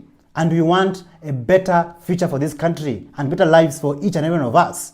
So fighting for better governance, it is not between Muslims and Christians or different religions. This is for all people, the people of Kenya, the citizens of Kenya. The same politicians that Beatrice Elachi she's defending, the same politicians are giving us promises after promises. We will do this, we will do that. But at the end of the day, there's nothing to show for it. Let's take a look at this video. I want to promise the residents of the city of Nairobi that Nairobi will not be left behind. Tutakuwa pamoja na nyinyi. Nairobi hii vile vile tuko na changamoto. Nairobi River hapa, watu hawajui katikati ya mji wa Nairobi iko sewage. Hiyo river imekuwa sludge. Inapitia kwenye estates, inapitia katikati ya mji. I have promised the people of this city, munipatie tu mwaka huu wa 2025 na mwaka ujao, Nairobi River will be clean. Next, kabla ya mwisho wa mwezi huu, we are finalizing the contract so that we can roll out the modernization of Nairobi River, tuweke barabara ya sawasawa, tupanue ile mto, tuhakikisha kwamba kuna mahali pa kuishi, kuna walkways ya wananchi. We will make something you have never seen in Nairobi City. So Kenyans, do you think the promises that the president have made, it will come to pass? Do you think Nairobi River will be cleaned by 2027? Tell us in the comments down below. In the Bible, Hosea 4:6, it clearly says that my people will perish because of lack of knowledge. And a good example is Mount Kenya residents who have been urged to support the Kenya Kwanza regime for development. Like seriously, development? Like how many development projects have been promised to Kenyans, but yet there's nothing to show for it. None of them have come to pass. Just take a look at a good example of Hosea 4:6. Hii ya leo tulikuwa hapa kwa sababu tulikuwa tumekuja kufanya empowerment programs za National Government Affirmative Action Fund, na tumeweza kupatia watu vitu vya biashara. Tumepeana blow dries, tumepeana dryers, tumepeana welding machine, tumeweza kupeana vitu mingi vya biashara. Pia troli zile za barabara na mamvuli, ile form ya bottom up tumeweza kuinulia watu biashara zao. Tumepeana mashini za kunyoa, tumepeana blow dries za kuweza kutengeneza nywele. Zaidi ya yote, tumepeana pesa za vikundi za empowerment. Pesa ambazo ni za National Government Affirmative Action Fund na sio za deni. Wakipatiwa wanaenda wanafanya table banking, wanajisaidia na biashara zao na wanaendeleza maisha yao. Na zaidi ya kwamba wakati wa siasa haujafika, tungojee siasa 2027. Mambo ya mlima tutaongea 2027. For now, waache tuwafanyie kazi. Na nimewaambia pia hata president akija hapa, wamuulize barabara alizotuahidia, wamuulize mambo aliyotuahidia. Mambo haya mengine tutaongea 2027 wakati ambapo tutafika kwa kiwanja, ndio wataamua ni nani alifanya hivi na nani hakufanya hivi, waamue ni nani anafaa. But for now, watu lazima wafanye kazi kwa sababu waliuliza kufanya kazi. Tusaidia kwa accident, hata ukiweza anguka uwezi umia kichwa, uwezi gongwa na nyuma juu kuna reflector, so tumefurahia sana.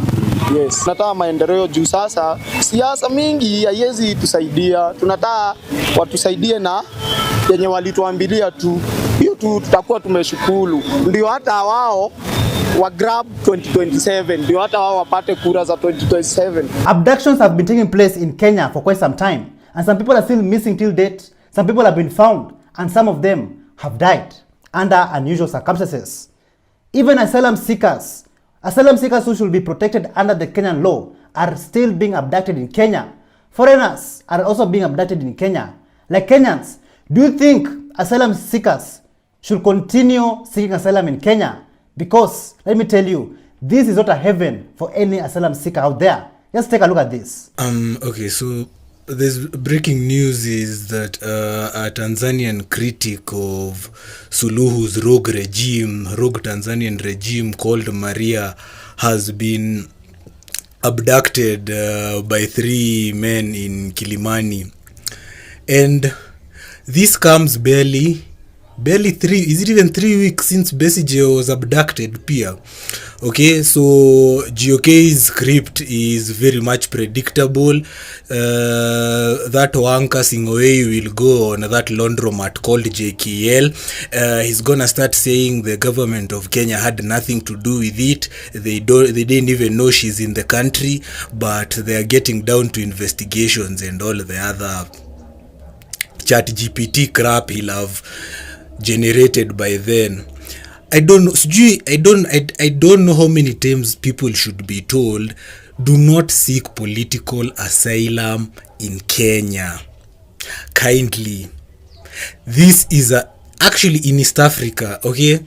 Don't seek asylum. This is a terrorist state that shoots kids in the middle of CBD and chops up others and puts them in sacks. So kindly do not come here looking for any sort of asylum. Okay, asylum huku tulishasema it's offered to warmongers. Kina Salva Kiir. Okay, those are the ones who come and get asylum and run their countries remotely from Karen. Okay, otherwise don't come look. If actually she's one of the lucky ones, at least as she got abducted, she's most likely going to be taken back. Others were not so lucky. Others got shot in Kajiado on the road and they started to say it's a mistaken identity. Okay, take care of yourself. Don't seek political asylum in Kenya. The future generations and the future leaders of this country, the Gen Alphas, are also not left behind. Like these Gen Alphas, they're injecting daily. And let me tell you, the Gen Alphas, they clearly understand the politics and the games that is in this country. And they have also decided to fight for their rights. Just take a look at this video of Gen Alphas injecting. Nataka kulima. Na tulimkataza jana vizuri, leo amekuja na trakta nataka kulima. Akakuwa mkali. Akakuwa mkali. Sasa sisi leo tumekuja tumefukuza hiyo trakta. Tena hiyo trakta na mimi mtu wa trakta tukanyana. Barakeni ya polisi. Na muona chapeni kabisa, hata mfujeni mpaka mguu. Fujeni mpaka mguu.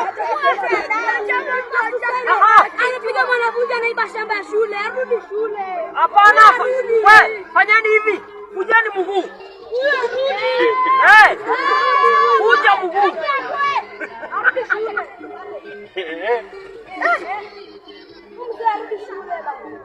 Amazing. Like when you see the young people of Kenya, the Alphas, also injecting like this clearly shows you that the country is headed in the right direction. And nobody, let me tell you, nobody will be taken for granted. In other news, a lady has raised concerns online after she received 1,000 shillings note with a KEMSA stamp in Kangas. So is this fake or is this real? Take a look. Za kwetu Langa, sawa pesa za Kenya zinakaa hivi zimeandikwa World Bank of COVID, whatever. Iko na stamp, it feels right, but yawa. Mtu ni chanu. Let's make my favorite stir-fry pork as we talk about freedom of speech in Kenya. Why in this day and age are we still being wakamwacha akiwa paralyzed. Kasongo mbona wewe songa libala oh yeah. Kasongo mbona wewe.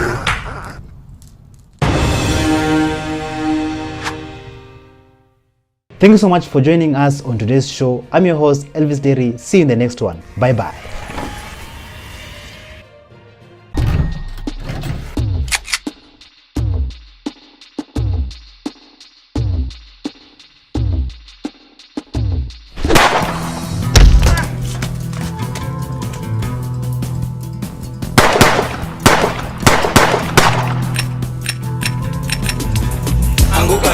They're coming for you.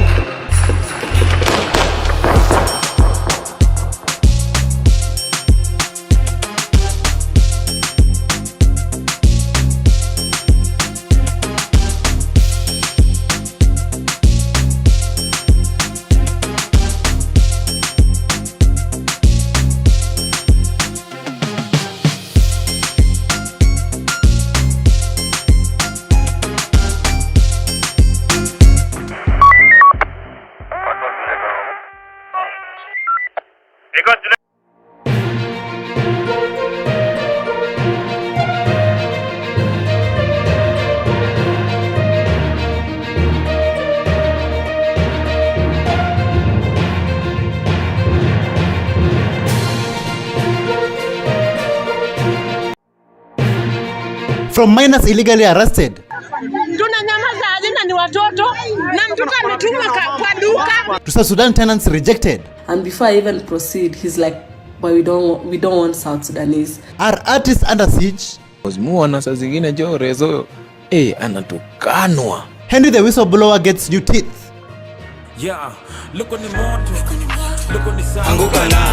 Parliament, we are coming. We are coming for you. We are coming for you.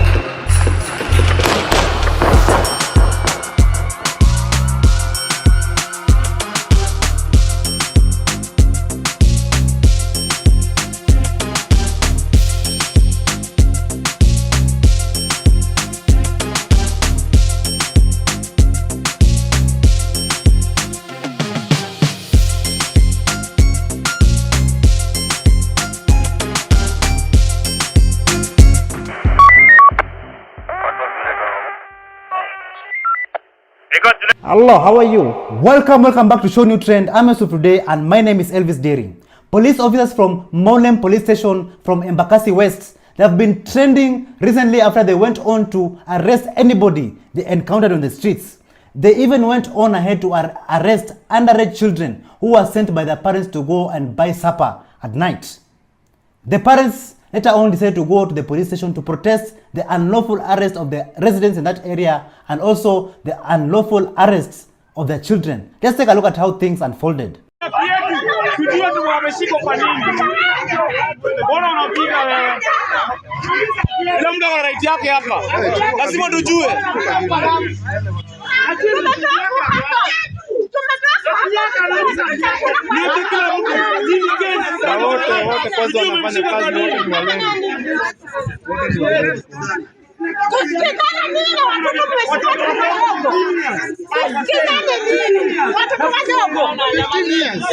Sio poa bwana.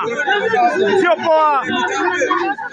Tunanyamaza hazina ni watoto na mtoto ametumwa kwa duka. Kwa duka, imagine kwa duka. Nimetuma mtoto unga. Na nimeacha kuanzia asubuhi wameshinda njaa. Alafu sasa wanachukua mtoto na unga wanafungia ndani.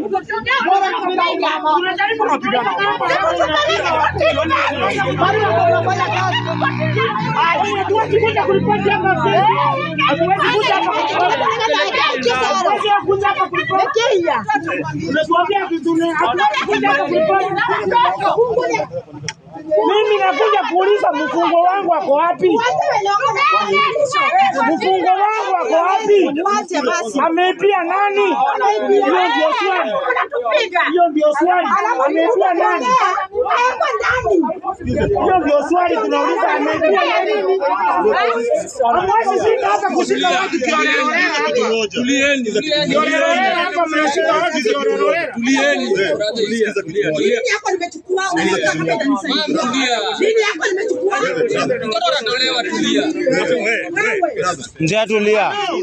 A South Sudanese comrade, she complained that she was denied and rejected from renting an apartment in Kenya. Just listen to her story before I give out my own opinion. I'm so sure I'm not the only South Sudanese who has been told this. So I was going to look for a house. Yeah, I'm a South Sudanese staying in Kenya, yeah. And then there's this beautiful apartment, I went, and before I proceeded to the office, you'll obviously inquire a little from the watchman, yeah. So I asked the watchman if there's a vacant house, and he's like, no, there is no house. And before I even proceed, he's like, but we don't want South Sudanese. Yes, if you can't tell you can either tell from my physical appearance or from my bracelet. I'm always wearing my South Sudanese flag bracelet. So he's like, but we don't want South Sudanese. And we were speaking in Kiswahili, by the way. And I'm like, why? Why would you say that? And then he's like, because you're usually staying 100 people in one house. And I'm like, what? Huh? And that time I'm even like, how do I even defend myself from this? Let me tell you all something.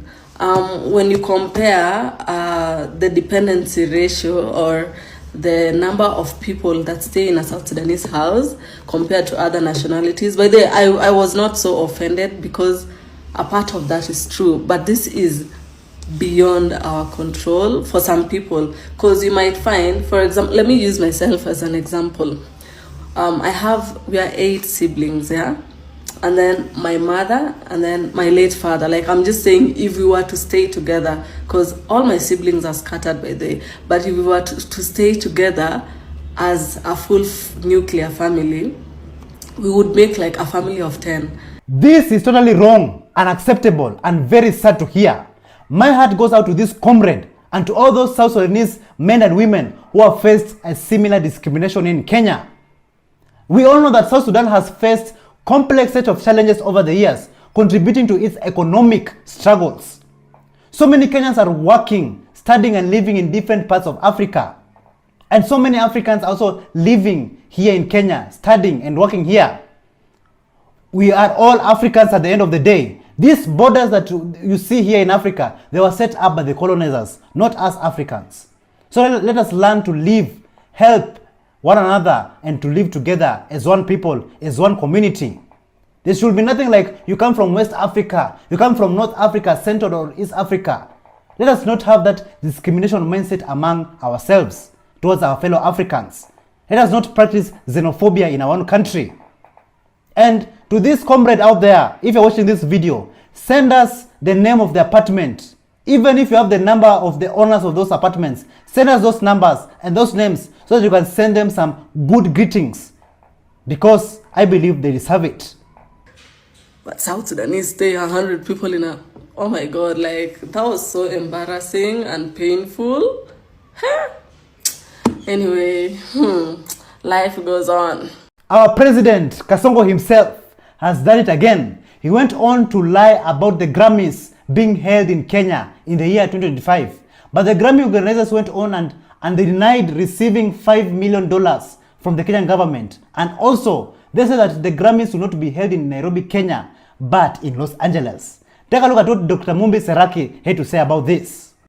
This is for entertainment purposes only. So the guys who organized the Grammys have come out and said that they have not received any money from any foreign government because they are not for-profit organizations, so they can't do that. And they've confirmed that the Grammys of 2025 are going to be held somewhere in Los Angeles, not in Nairobi, Kenya. Imagine, this is so embarrassing. And why lie internationally? At least us guys, we understand you. But now, because these things are making international news.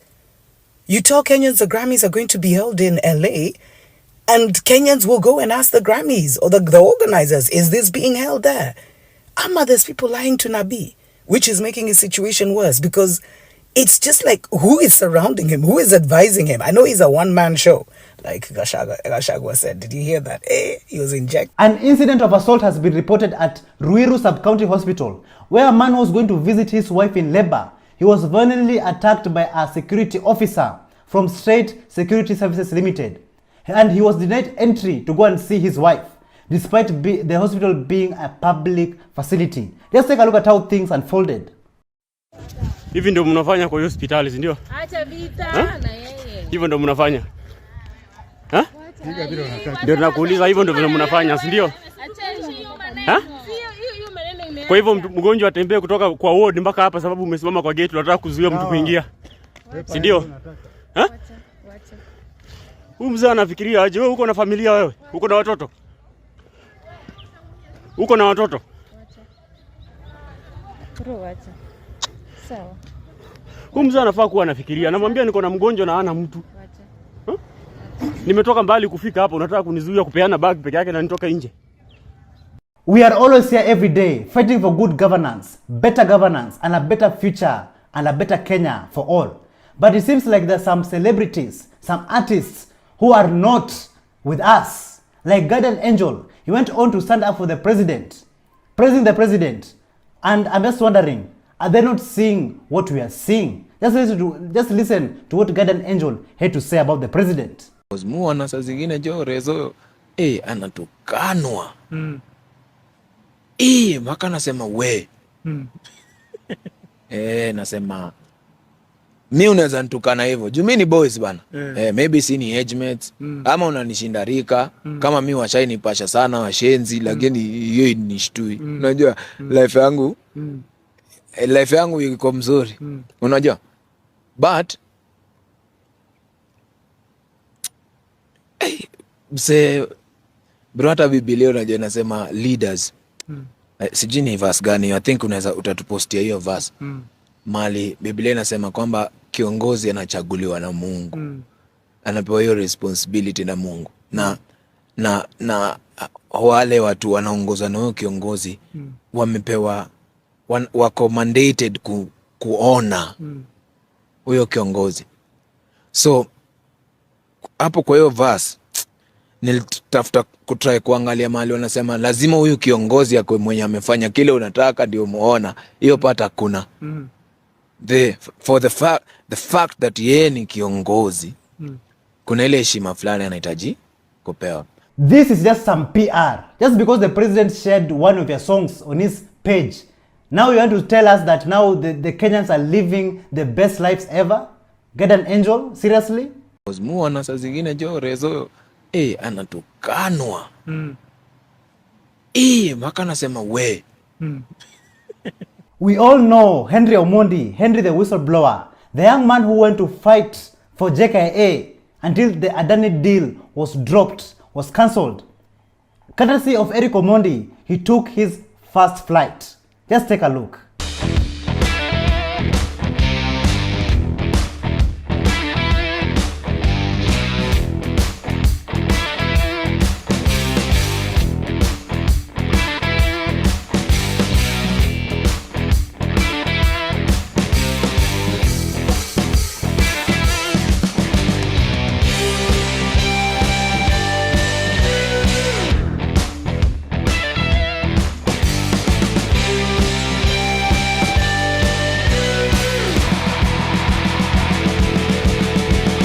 And that's not all. Thanks to Port Florence Dentists, Hospital in Kisumu, St. Stephen's Cathedral SEK, Henry Omondi got his new pair of teeth. Just take a look.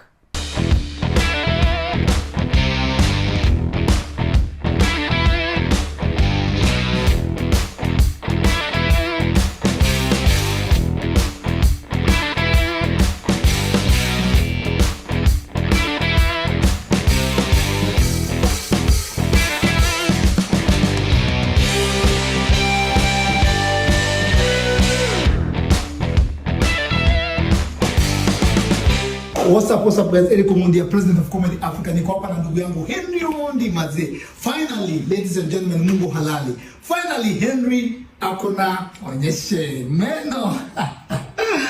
Finally, ndugu yetu amepata meno mazee. Thank you so much St. Stephen's SEK Kisumu. Inaitwaje? Yeah. Port Florence. Thank you very much Port Florence Kisumu, St. Stephen's SEK, St. Stephen's Cathedral SEK. God bless you. Tumepatia ndugu yetu smile. Wapatie tena. Hayelele. Upande.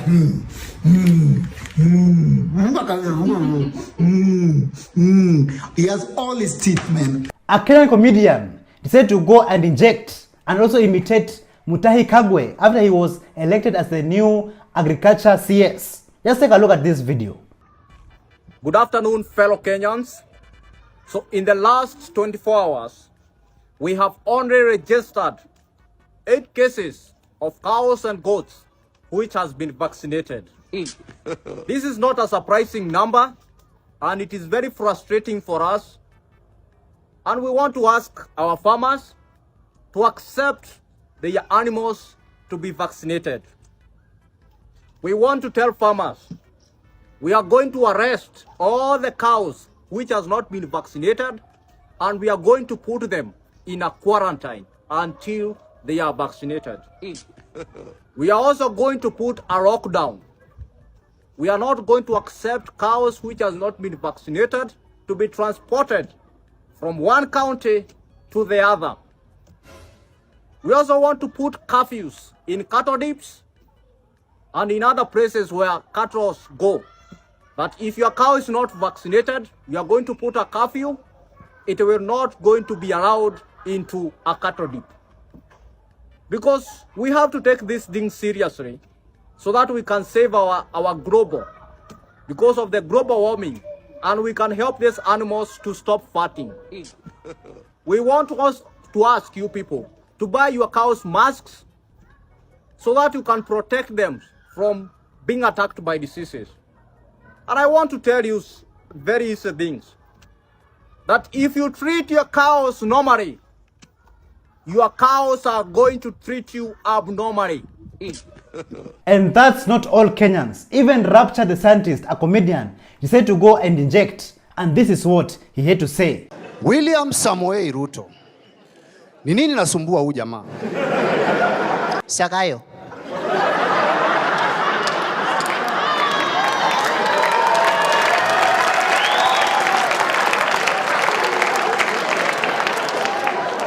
Sakayo. Sugar. William Ruto ni muongo, kila mtu anajua. As in, hii ni fact, kila mtu anajua. William Ruto ameambia Wakenya uongo, but kuna uongo moja ambaye amesema kubwa kuliko uongo zingine zote. Zote. Na hiyo uongo ni ati anapenda Mungu.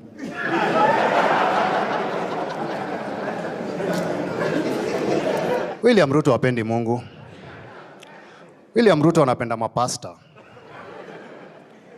Yangalia Charlene Ruto, amekelewa mkono kwa forehead mpaka nywele imeisha.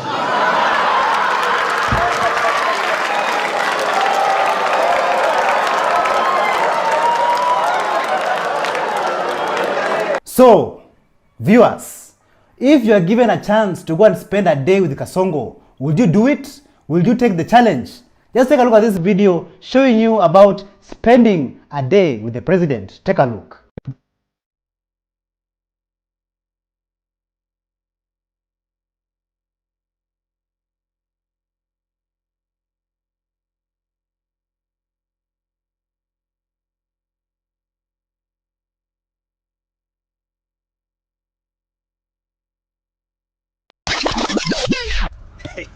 Imetokea aje iko sawa?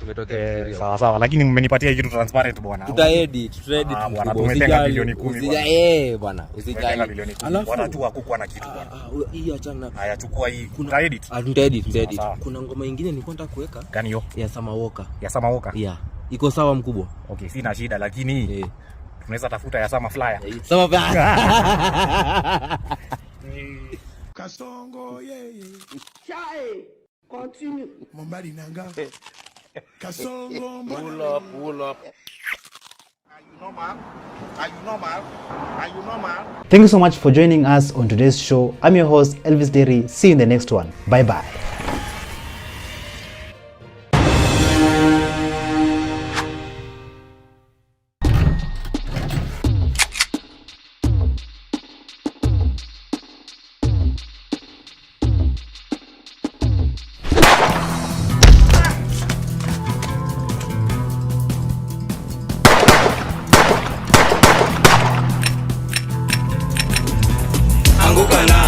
Parliament, we are coming for you.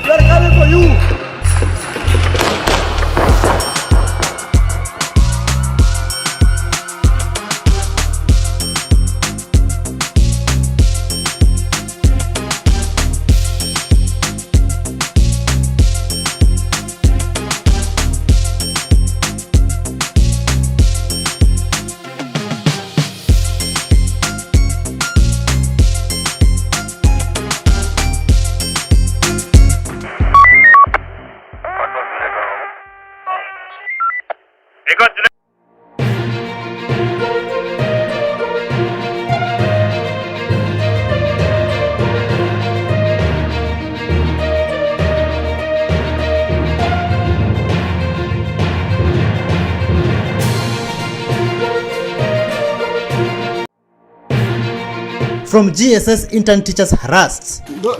Just try to do anything. To Bruce John fighting for justice. Are you a man of integrity? Majegemezo ya madonda. Choreni hizo rieng. Polo Kimani injecting. I've decided to let the government fuck me unlubricantly. We are coming for you.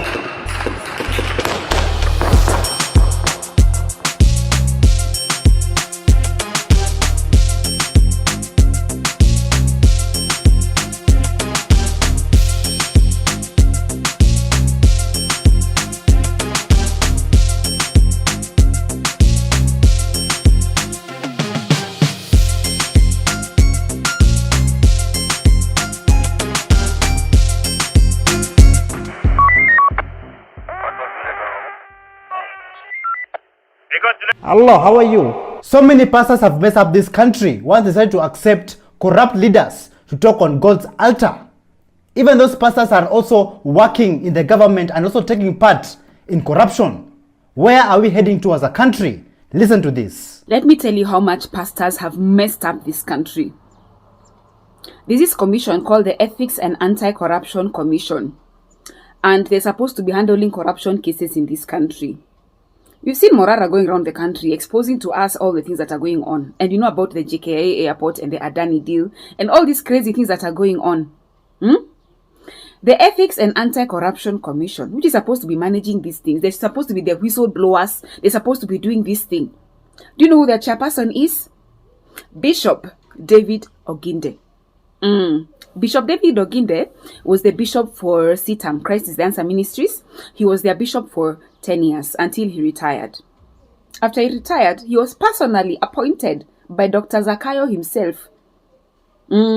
Dr. Corruption personally appointed him to be the head of the EACC.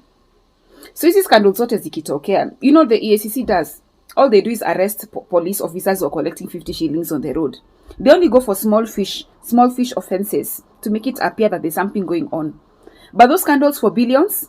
And it's hard to believe that these guys are not actually getting a share of all the corruption money that is going on in this country. Watu wa CITAM mutanichukia, lakini ukweli usemwe. All the monies that are getting lost from our government coffers, the teachers cannot be paid, doctors are on strike, all these things are going on. Do you know who's the head of the EACC?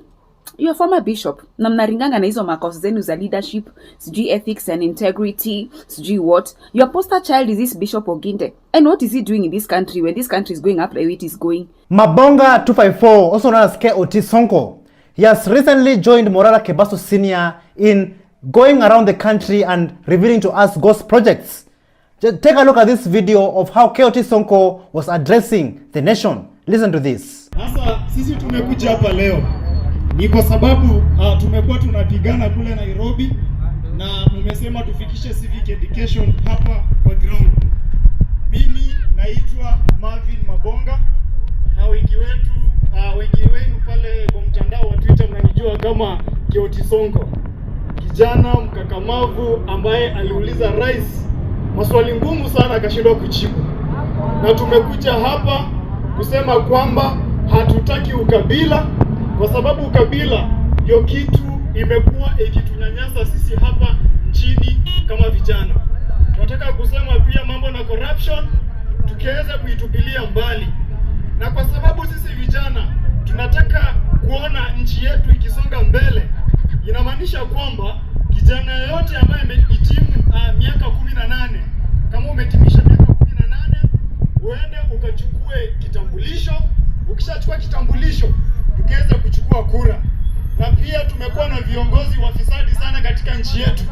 Kuanzia leo tunasema viongozi wafisadi wakaweze kurudi nyumbani. As you can see, KOT Sonko in his real name's Marvin Mabonga. He's preaching the word of tribalism. Let us all end tribalism in this country. We are all one people. And also he's preaching about corruption. Let us end corruption because corruption has been a disease in this country, taking us backwards. And also he's urging the people of Kenya, if you're 18 years and above, take your ID and go register and take your voting card before 2027. Kuanzia leo tunasema viongozi wafisadi wakaweze kurudi nyumbani. As KOT Sonko and his team go around the country revealing to us God's projects and also preaching the word of togetherness, peace and ending tribalism in this country, there are some fools and buffoons who are still primitive and living in the primitive ages. Look at this video of how this GSS intern teacher was being treated.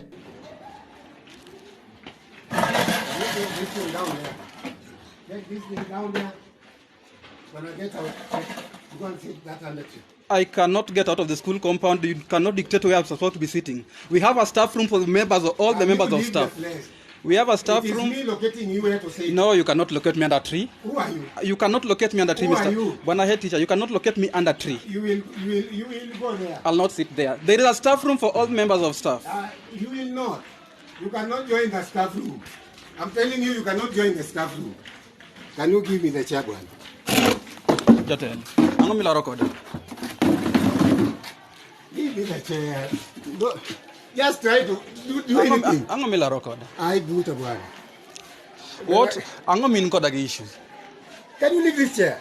I have a right to sit in the staff room. Can you leave the chair? I have a right to sit in the staff room. Mamar school. I'm a member of the school. Whether you are using the phone or what? No, don't push me. Don't push me. That is why we all need to go and register, take our voters card, and also end corruption and end tribalism in this country. This is so sad to watch this video. Whether you are using the phone or what? No, don't push me. I believe many of you are familiar with this story that happened to our brother Bruce John, a Mombasa-based blogger and activist. He was attacked by goons and he was assaulted, inhumanely assaulted, thanks to the governor of Mombasa County, Abdul Swamad Sharif Nasir. But before I talk too much, I just want you guys to hear what Bruce said in this video, which led to his assault. Listen to this. I'll be sending video to audios and messages. Madamu mmemtukana bwanake Mama Zamzam. Mimi namtukana mamake Abdul Swamad. Mama Nasimu, wako kincho. Kwa nini ulituzalia mtoto mwanaharamu kwa hii Mombasa? Mama Nasimu, wako kincho. Take me wherever you want to take me. Mama Nasimu, wako kincho. Ulituzalia mtoto mwanaharamu governor sijui Abdul Swamad. Madamu mmemtukana Thima na mtukana mke wa Abdul Swamad. Mke wa Abdul Swamad ni mashangi. Hayuko na Abdul Swamad. Wanapiga tu picha onekane ati governor yuko na bibi na hana bibi. Mke wa Abdul Swamad ni mbaya. Amestiriwa tu.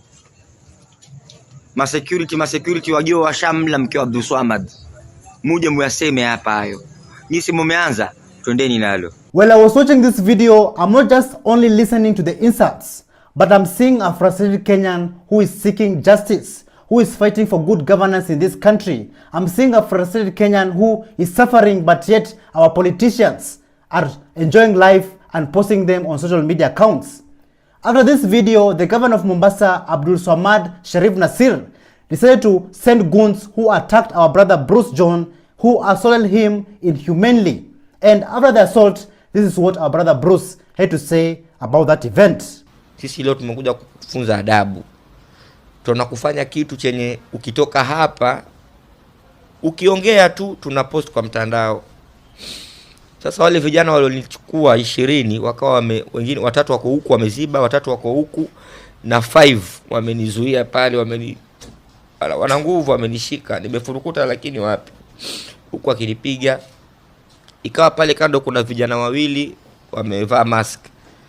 Hao vijana ni wale, kuna hizi gari za kubeba uchafu, hizi za Mombasa County za kubeba uchafu. Wale vijana wenye kupakia yale magunia, wale ma street boys.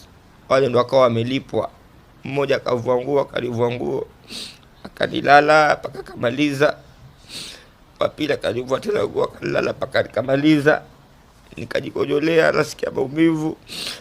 Baadhi ya vijana wanaochukua video ni baadhi ya vijana kutoka Kisauni, Sindimba na Sele ambao walikuwa wanafanya kwa mpaka saizi wanafanya kwa Mombasani yangu. Na washika mpaka mguu, nawaambia jamaa kama kunipiga mshanipiga. Bora bali dhulumu na jili watu walijua. This is very painful to hear. As you can see, our brother Bruce, he suffered. He suffered under the same hands of the people who should have protected him and also listened to his cries. But yet, they decided to send goons to attack him and also to assault him in a very inhumane way. So to you, Governor of Mombasa, Governor Abdul Swamad Sharif Nasir, may you never know peace. You are a shame in this country and are a shame to Islam. You are a cursed man. And to those men, those young men who was paid peanuts by the governor to go and assault our brother Bruce, our brother who is fighting also for their rights, may you never know peace in this country. You are a shame in this country and you don't deserve to be among us. We as a Gen Z, we will never give you our votes.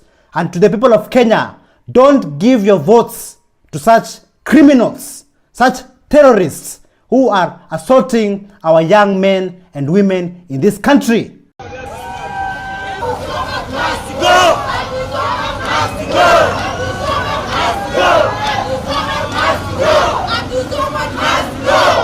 Accusation ni kwamba alicreate content na akataja Governor Abdulswamad na family yake. Na mimi naona it was only fair yeye pengine basi awe subjected to a fair hearing. So amefanywa sodomy na akatupwa kwenye gunia kule Mwakirunge. Yule ni kakangu, yule ni babake mtu, mtoto wa mtu. Sawa, walivyofanya si sawa. Vijana msilale, lale lale, vijana msilale. Bado mapambano. May your bloodline never know peace. You have not only traumatized the Kenyan people, but also you have traumatized your own family members and your own children.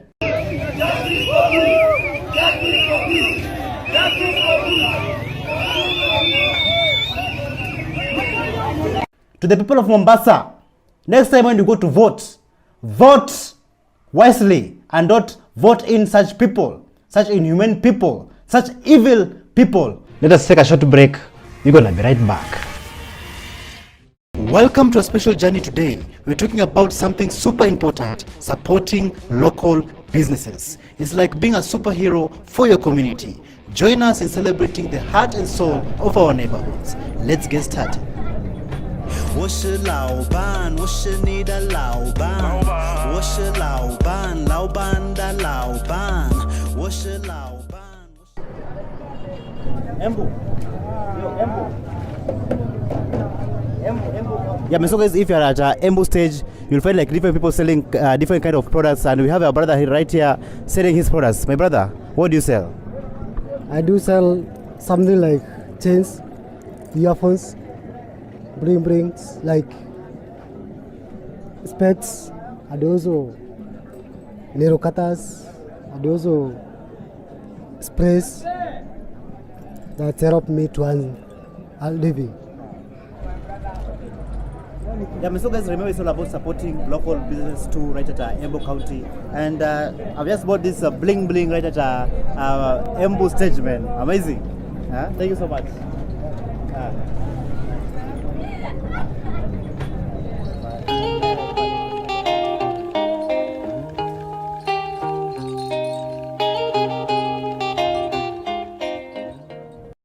Stop it. Video gani?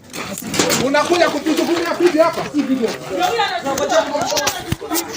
This man is awesome. Oh my god. Let's welcome Broski Albis Deli. A spoken words king and also human rights defender Willie Oweba has been going around the country injecting and also amplifying civic education. Look at how the people are appreciating our brother Willie Oweba.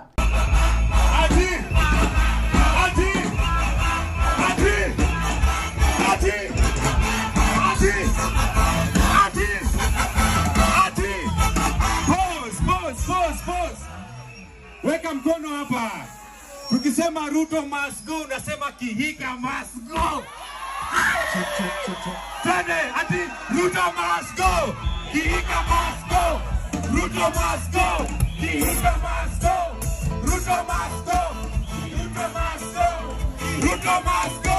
Kihika must go. We all have seen those officers who always take bribes on the roads, also take bribes from matatu conductors and drivers, and if they fail, they end up putting them in police stations and in cells. This man of integrity decided to inject and to warn those kind of officers who are practicing corruption in a daily basis. Listen to this. Zaski hapa. Ni majegemezo ya madonda. Choreni hizo rieng. Asibie bana. Ski madonda bado wanajitafutia bana. Wanajitafutia ngima bana. Dile tu bana ni kuamara bana. Mkuitisha kichele bana jo. Aya bana. Cheki sasa vile kumegadha na kumboka jo. Wewe unataka wapige shughuli gani? Na nikujitafutia bana mtu wangu. Nikutafuta ngima bana hadi kwa bana kukulwe. Kwani jo rada achoreni jo manze madondo wapige shughuli. Si bie magidhe huko bana wanasumbua mama mboga jo ni kubishana na donda bana mtu jo ana shughuli ni kujitafutia na jitafutia. Choreni hizo rieng si best bana. Ni wera bana jo. Wanajitafutia mtu wangu. Kwanza nitaje warekwa. Ama bisti warekwa tunawangam shughuli zenu na mchore madonda cheni kwa sumbua deila. Hiyo kichele mnaitisha deila itatoka. Kwani nyinyi hamna kichele, toshekeni na mshahara yenu. Personally, I've met good officers out there. Officers who have respect. Officers with integrity, good morals, and the list goes on. But of course, there are few bad apples among them. And that's not all. Even the City Council of Nairobi, also known as Kanjos, there are also a few bad apples among them. And just listen and see what they did to our Kenyan brother. Check hivi venye wananifanya. Ndio hii. Angalia venye wananifanya kwanza umse. Waangalie tu. Walai. Ya kuna unanipika tu ati nakwambia nifunge shop yangu. Hakuna. Unanipika tu nimekwambia nifunge shop. Hakuna. Wacha nifunge shop. Wewe pita tu wrong side, mimi si Charlie. Wacha nifunge shop yangu. Walai. Lakini hivi venye mnanimisando lisipoa. Lisipoa. Wewe nipige tu kama unanipiga. Si makende yangu umeshika umefanya. Unaona venye unarudia mpaka trao. Iko sawa. Iko sawa. Since Gen Zs, millennials and all Kenyans took to the streets to fight for good governance and protest against corruption and evil leaders in this country, many lives have been lost along the way. People have been abducted and that is still happening till date. So Metro Booming, also known as Polo Kimani, decided to inject, and this is what he had to say. Listen, each and everyone who was out there on 28th, on 25th, on 99 was there for their own personal reasons. Mwingine ana protest because he's tired every time he visits a government office, he has to pay for bribe for services. Mwingine ana protest juu ni student but akirequest loan ya help before ifike kwa account yake first inapitia kwa account ya politician ndio generate interest wale msiana lalanja. Mwingine ana protest because every time he wants to start a business, carry an hour in his neck. Everybody was there for their own personal reasons. And unfortunately, people have paid the greatest price in this world, which is life. Many lives were lost. So the moment we give you a voice, a platform, to be the one voicing out these demands or wants, na unaleta mambo ujinga to umeibiwa slogan. Who gives a shit about your slogan? This is not some pissing contest. Isiyo kalongolongo bana. This is people fighting against oppression. And some of you seem to have lost sight of what you're actually fighting for. Mkisema ati movement imekufa. You know what that means? Ukisema movement imekufa, it means you have sat down and said, okay, the way things are, I've decided to let the government fund me unlubricantly. What I can say is this: the protest is still on and we will never stop fighting for this country. We will never stop fighting for good governance and we will never stop fighting till justice is served. Thank you so much for joining us on this show of today, Show New Trend. I am Elvis Derry. May God bless you and may God bless Kenya.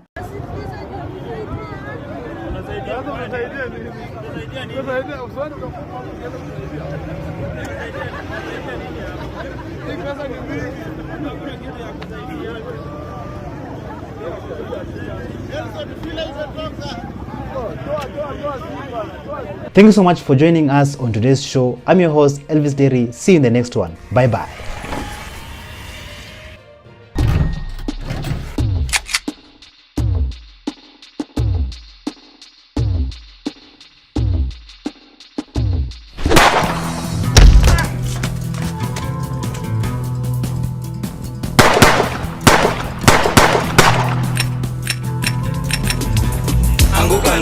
We are coming for you.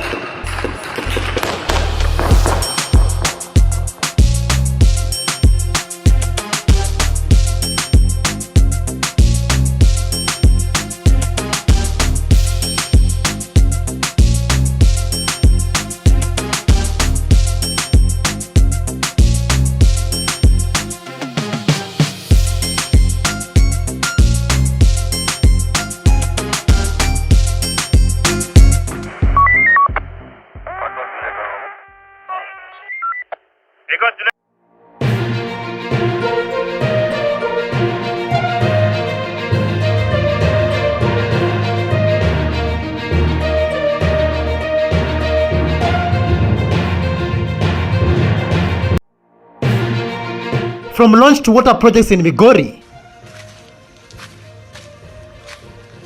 to Morara Kebaso having haters. Nataka kuongea na mtu mmoja ati anaitwa Morara Kebaso. How many ghost projects do we have? This is what I was talking about. High quality Tanzanian airport. Kenya is a crime scene, man. Tunadanganywa. We are being lied to. They are coming for you.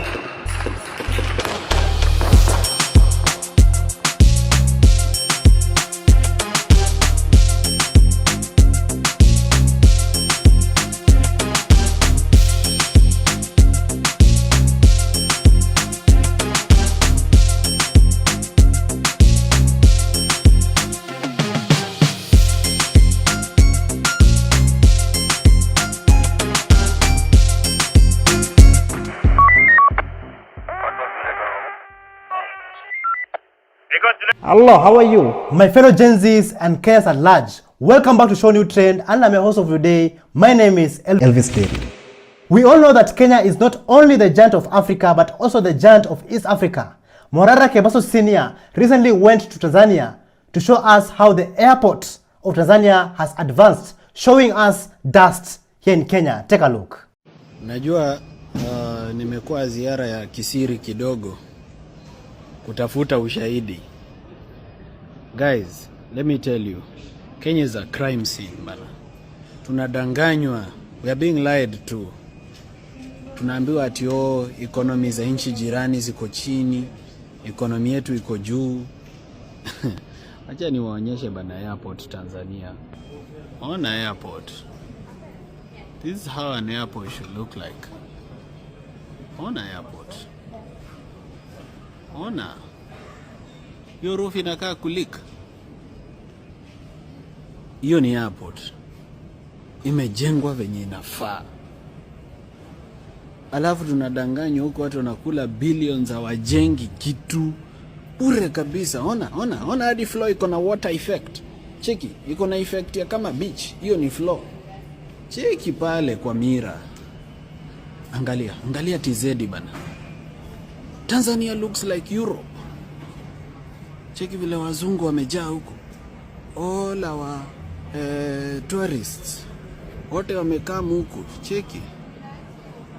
Wote wamehamia huko. Huko inakaa kama Uingereza. Na kila mahali ukienda ni hivyo. Ukienda supermarket ni hivyo. Ukienda everywhere ni hivyo. Wamejaa huko. Wazungu from every single country. Bana hoteli zimejaa, ziko 90% 100% occupancy. Ukikuja after saa 2 hakuna hoteli. Hadi zile mbaya kabisa zimejaa. If it was not for corruption in this country, we would have gotten something better than that.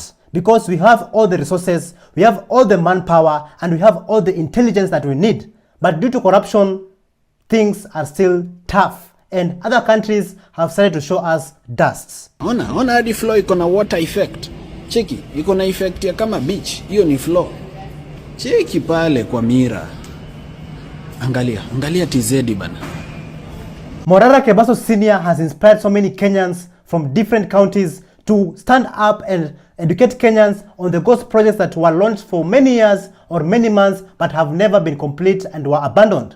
Let's go all the way to Kisumu City, where this student of Morara decided to inject and show guys about these ghost projects. Listen to this. The maxim of development is highly enshrined that it is relayed from the national government and it trickles down to the county government. Welcome to Kisumu County.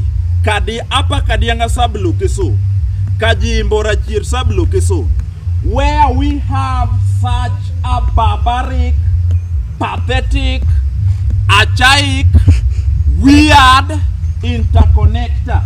And we claim that we have some of the political elites who are well conversant with the software aspects of issues affecting that person at the grassroots level. Now check. This interconnector cannot accelerate locomotion from one point to the other point. Not only Kadianga sub-location was affected by ghost projects, but also in Nyamira County, where this student from Morara decided to inject. Take a look. Watu wa Nyamira mjambo. Leo nimewaleta hapa Sironga. The Fambaya Diaries. Rais Ruto alikuja 2023 kufungua maneno ya industrial park hapa. Unasoma hapa. The groundbreaking ceremony for the Nyamira County Aggregation and the Industrial Park was officially launched by His Excellency William Samoei Ruto, President of the Republic of Kenya and the Commander-in-Chief of the Defense Forces on Friday 25 August 2023. Leo hii sasa nimewaleta muone what's going on hapa kwa ground. Cameraman unaweza kuonyesha kwenda huko. Leo nimewaleta hapa mkione. Onyesha kwenda huko.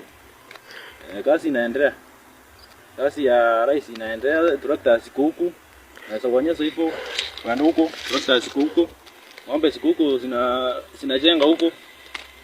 Sasa mimi kitu naambia Ruto, unajua saa hii sasa tumerefuka. Saa hii sasa tuko kwa ground, tunaangalia nini inaendelea. Hii maneno ya kutudanganya haiwezekani. Moving on to the next video, we are clearly looking at a government of deceit.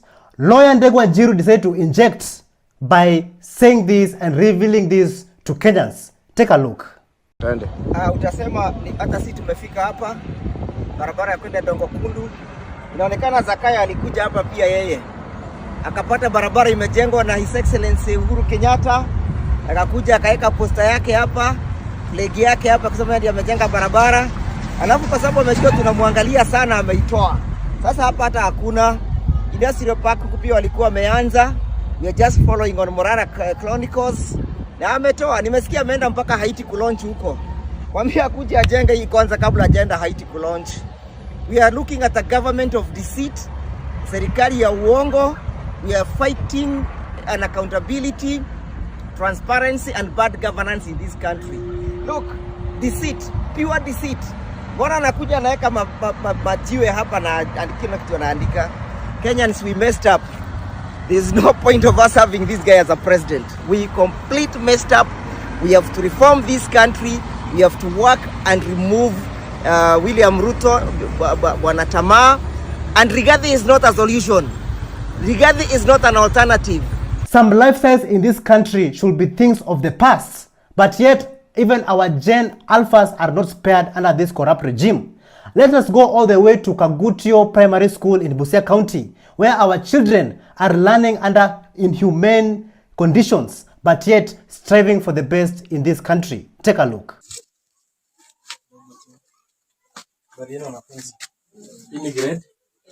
Hii ni grade 8 ndio class yenu. Na wengine wako wapi? Wengine hawako. So members, nataka tu kuambia kuhusu hii shule. Hii shule inaitwa Kagutio, mmesikia sana kwa mitandao, Kagutio.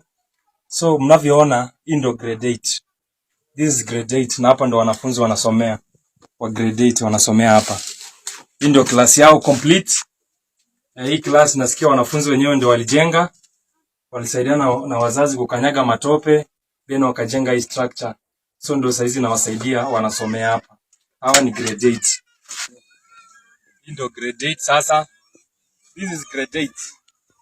This one. No grade 8. This is really sad, man. Like, this is so sad in this country. I have only posted a small portion of this video. Click the link in the description down below to watch the full video. Mvua ikinyesha sijui watasoma aje. So hivyo ndo maisha iko hapa. Grade 7 wanasomea hapa. Hii ni blackboard yao, mnaona? Hii ni board yao, hata mnaona hata imekatika, imepasuka. This is what they use. Let us take a short break. We're gonna be right back. Okay, my name is JT, the bigger figure from California.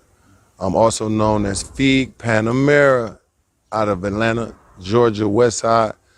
Trapflix started in Atlanta. JT, the bigger figure, started in California. I work with many artists, many producers, many entrepreneurs. Me and Snoop Dogg worked a lot on Trapflix in the early years. The rapper The Game, I discovered him. The producer Zaytoven, I discovered him. I taught Master P the independent marketing blueprint that he used at Priority Records. I also did Kevin Gates' first digital distribution. I did Future, Young Thug, Migos, put them in their first movie called The Independent Game. You can find it on YouTube. And man, I got many accomplishments from the past, but my biggest and newest accomplishment is coming to Africa and to rebrand myself over a continent now, where my people come from.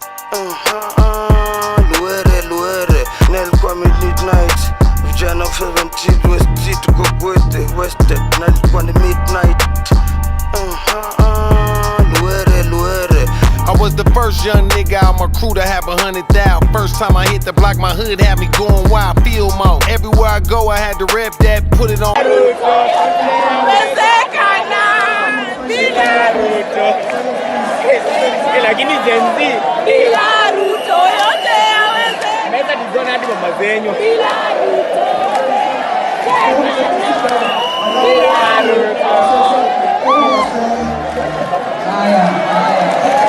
This man is awesome. Oh my god. Let's welcome Brusky Albis Deli. Water is life, they said. Let us go all the way to Migori County, where this water project was never finished. And I'm just wondering, where do the locals get and fetch their water? Take a look.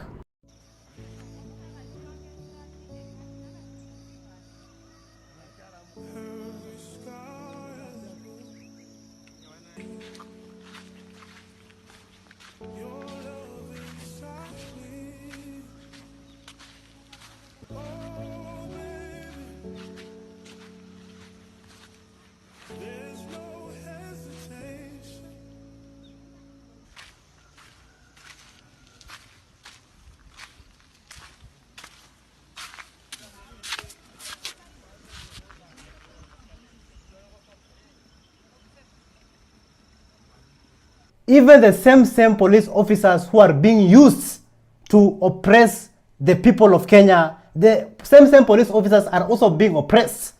Take a look at this police station. Like, if you're a police officer watching this video, tell me in the comments down below what you think about this. Hi, habari watu ya Gilgil.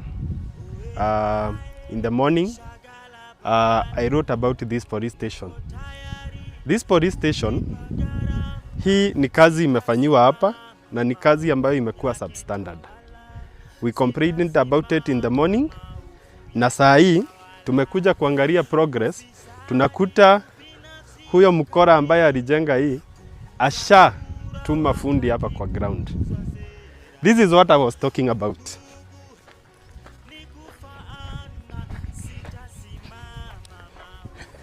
These are the cracks that we were talking about. Hii police station hata haijakomishoniwa, haijaletwa askari yoyote. These are the things that we were talking about. Ukiangalia huku kwote, these are cracks on the wall. This is a police shed. Wacha niache kuita cow shed. This is a police shed. Ni mahali ya kujikinga mvua ya polisi. Because the quality of work that has been done here, it is very poor. We can all clearly agree that Kenya is a crime scene. Even you, police officer who is watching this video, I can see it in your eyes that you agree with me.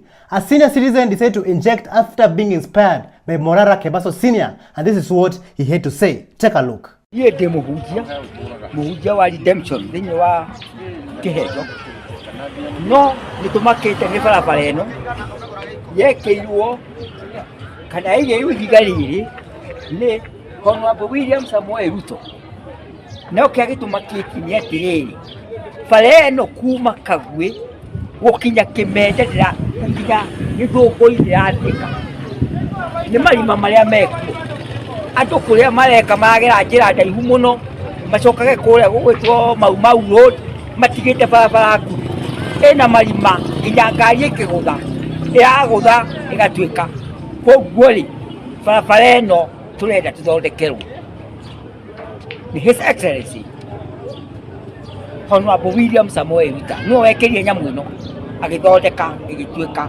ati ikorwo ituike barabara ya nginya githungu acha nitukuya barabara ona atumia matigahota guthie ona andu arwaru matigahota gukinya githungu kana gukinya kiambu koguo Samuel Ruto tuthondekere barabara. I have not understood a single word he has said in this video, but we can all agree that oppression has no language, and we can all see the oppression, the amount of oppression in this video. So if you understand the language and you know what he has said, just write to us in the comments down below for a better and clear understanding.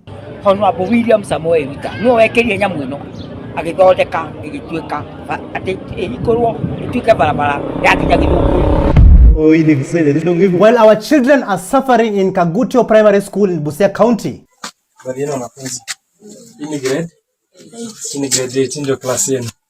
take a look at this video of how other children from different countries are being educated.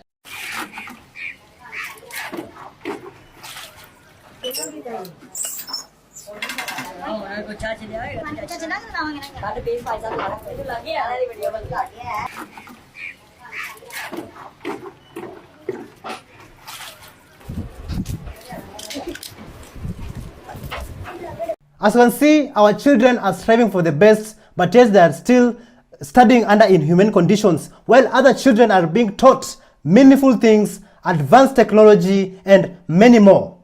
Kenyans, is this the country that we want? So mnavyoona, hii ndo grade 8. This is grade 8 na hapa ndo wanafunzi wanasomea. This is grade 8. This one, no grade 8.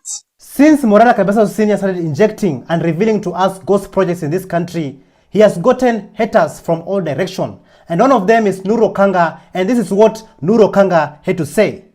Morara ametokea tu hii wakati Genzo alikuwa amepanga maandamano, ikahiti, ikatulia. Maandamano ikatulia.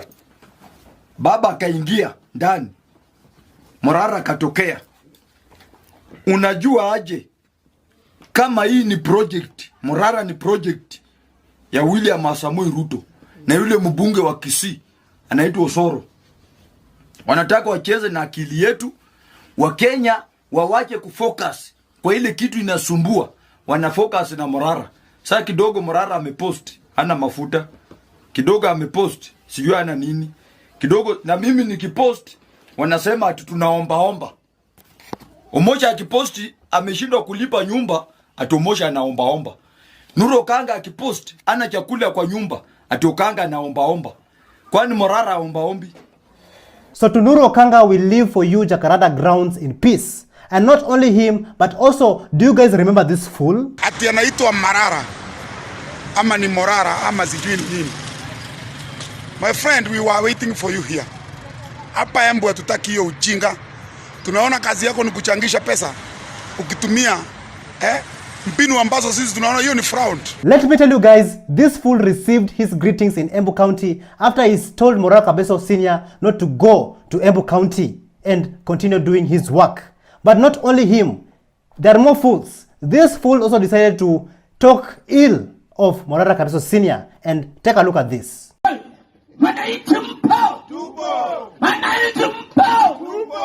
Nataka kuongea na mtu mmoja ati anaitwa Morara Kibasu.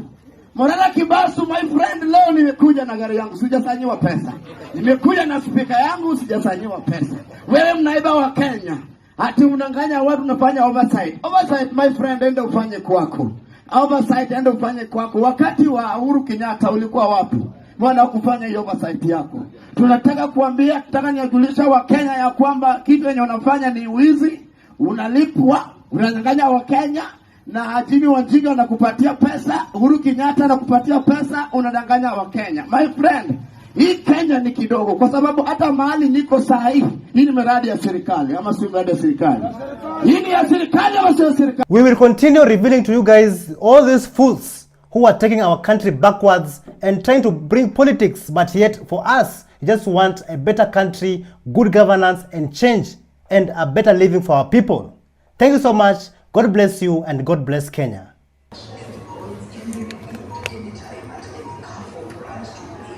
Guys, this is Carrefour, and the packaging of this Mumias sugar was done in 2021.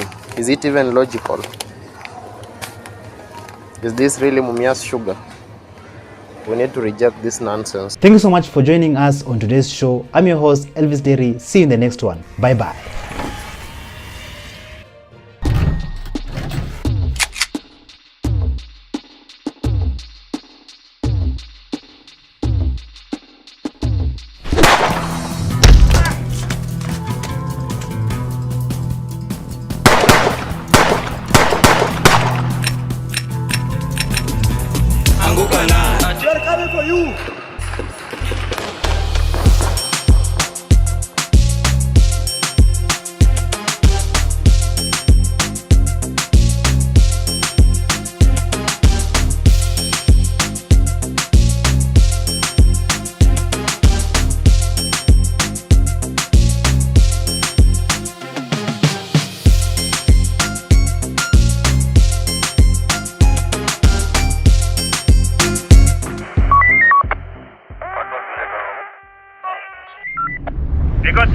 Oh, Elvis Day.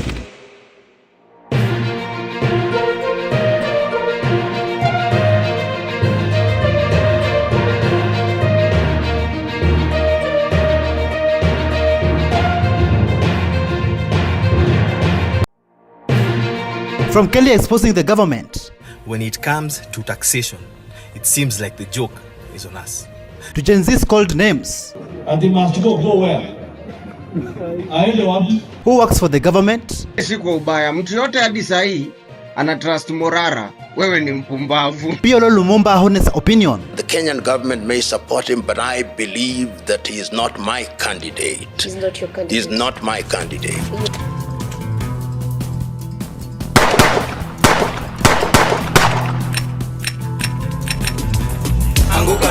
We are coming for you.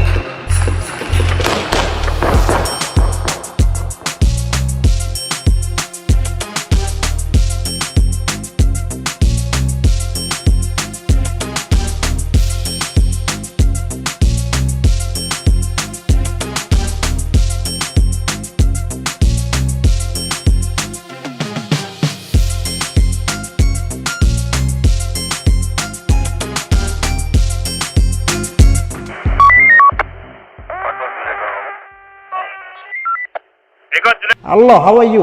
Welcome back to ShowNewTrend. I'm Mr. Today and my name is Elvis Daring. Sometimes even fools can get power. A member of parliament by the name of Julius Kamket, he went on to rant and disrespect the Gen Zs, calling the Gen Zs names like he was trying so hard to be a comedian. But let me tell you, nothing that was coming from his mouth was funny to the Gen Z. Tufunge internet. Hapana, wacha hao watu ambao kazi yao ni kuhangaika kwa kitanda because they are lazy bones.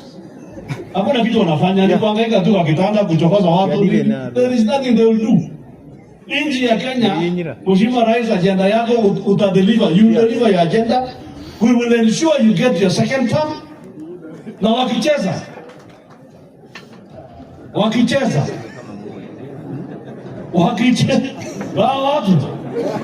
tunaweza amua uendelee kidogo hivi ama namna gani? Kwa sababu wanaletea huyu jamaa kisirani, kwani si huyu rais kama wengine? Ati must go where? Aende wapi? Na tukusema aendi, hata akimaliza hiyo wengine watadu. Maybe, just maybe, he should receive some greetings so that next time he can have a clear understanding on why he should never mess with the Gen Z. This year, 2025, is going to be a tough year. It's going to be a different year for these kind of politicians. Like the pressure is going to increase beyond limit. Listen to what the Villager 254 had to say. Pia Mudavadi alisema the same thing, eh? Sio Joho peke yake. In fact, everybody in Kenya Kwanza, they have been threatening us that they are coming for us. So, but remember we are 56, 57 million Kenyans. Umeona X wewe? X umeona? Do you know, I felt what the same spirit that was there in June 24th, 23rd, anga ilikuwa na build. Na ujue ilianzia 18th. Remember the first demonstrations? By 25th, sisi watu tulikuwa ready. Tulikuwa tumechoka. Are they ready for what Kenyans can do? Wanapangia wa Kenya, lakini wanajua wa Kenya wanawapangia nini? Kenyans, the question of the day is it true that anyone who is working in the government is either lying or buying time?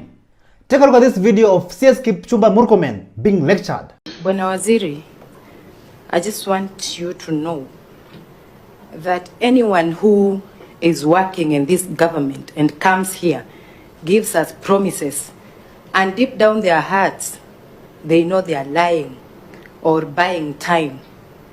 Being a new person in this office, I think we should go with what the PS said and the CEO, or we will impeach them, because we cannot sit here. We go to our villages very excited with all the chiefs and village elders clapping for us.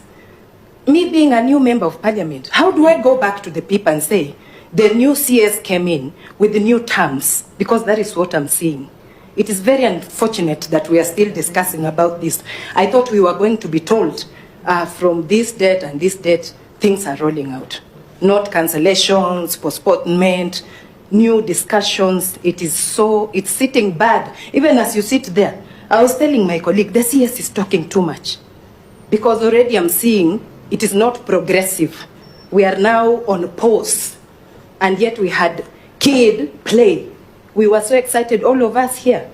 So I don't know what exactly you've been saying. Maybe I'm not understanding because I just blocked. From listening, I blocked my mind. Can somebody talk a language I understand here? Mambo iko karibu kuharibika. Currently, we all know that the former Prime Minister of Kenya, Raila Amolo Odinga, is campaigning for the African Union Commission seat. But Pierre Lumumba had a different view on this. He came out and said that at the age of 80, Raila Amolo Odinga should be writing memoirs, not competing for a secretariat office. He went on and said that his manner of campaigning is inconsistent with the African Union Commission spirit, and he does not consider him as a candidate. Listen to this. First of all, I use the word statesman very differently.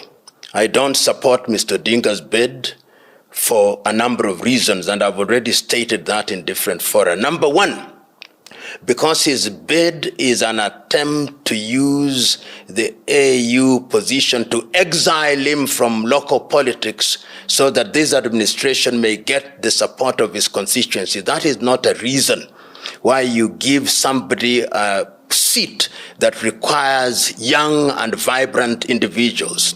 Mr. Odinga is going to be 80 in the month of January.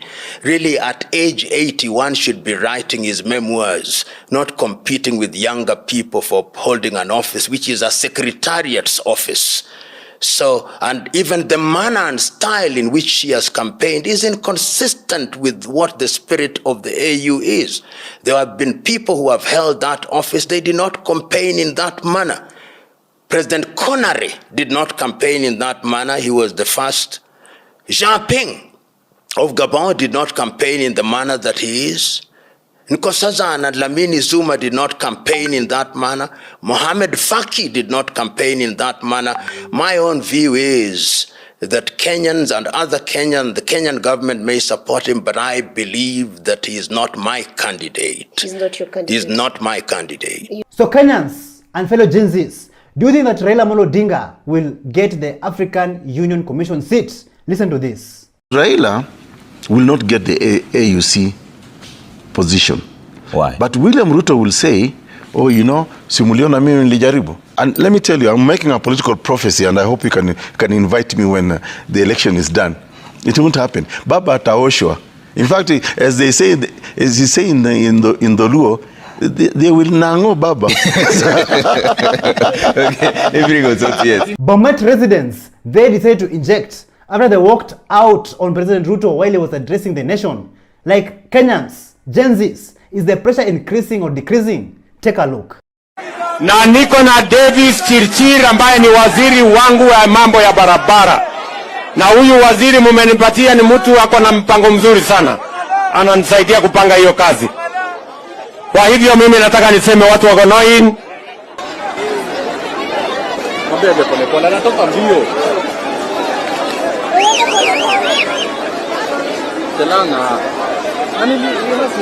Still in Bomet, sources claim that Farouk Kibet slapped a member of parliament by the name of Vincent Mandazi. Later on, the MP went on to release a fearful statement saying that he never provoked Farouk Kibet in any way. Listen to what Dr. Mubi Saraki had to say about this. Imagine Farouk has slapped an MP. As in, okay, at first the story came out that Farouk's aides had slapped this MP for trying to sit on his seat. So now that Farouk's just started trending on X. Next thing, now the MP, he's called Vincent Mandazi. I think he's the MP of Chemalango or something like that. he released a statement and he sounds so afraid, guys. He's like, yo, me, I was just minding my business. Or it's like his office that has released it. So they were like, MP Mandazi was just minding his business and he received a hot slap, literally, from Farouk, but he didn't provoke him in any way. He didn't antagonize him in any way. It's like he's now like fighting for his life or something. He's just trying to tell guys like me, I had nothing wrong. Yo, this guy is out of control.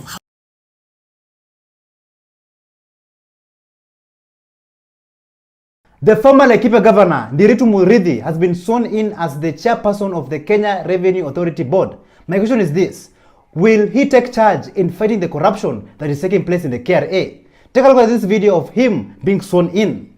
I, Ndiritu Muridhi, having been appointed the chairperson of the Kenya Revenue Authority Board of Directors, do swear that I will be true and faithful to the best of my ability and power in the execution of the trust committed to my charge and the inspection of the service of the Kenya Revenue Authority Board of Directors, and that I shall not acquire, take or receive any fee, gratuity, or reward, whether pecuniary or in any sort, or of any sort, or description whatsoever.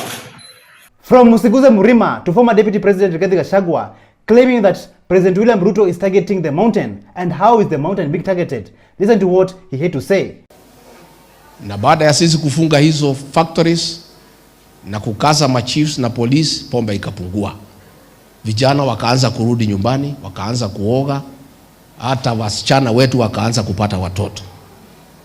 Na tukaanza kuona dalili inarudi. Hasa hapa kwa Mlima Kenya, Nakuru, Laikipia, Nyandarua, pahali tulikuwa tumewezwa sana na hii pombe haramu. Ndio PS wa internal security akaambiwa na rais kwenda fungua hizo makampuni. Na makampuni zisipofunguliwa, zikaambiwa sisipeleke hiyo pombe pahali ingine, silete hapa kwa Mlima Kenya.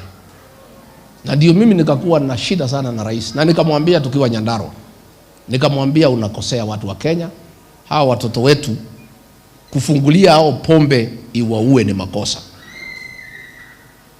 Hiyo pombe ilifunguliwa hizo companies mpaka wa leo.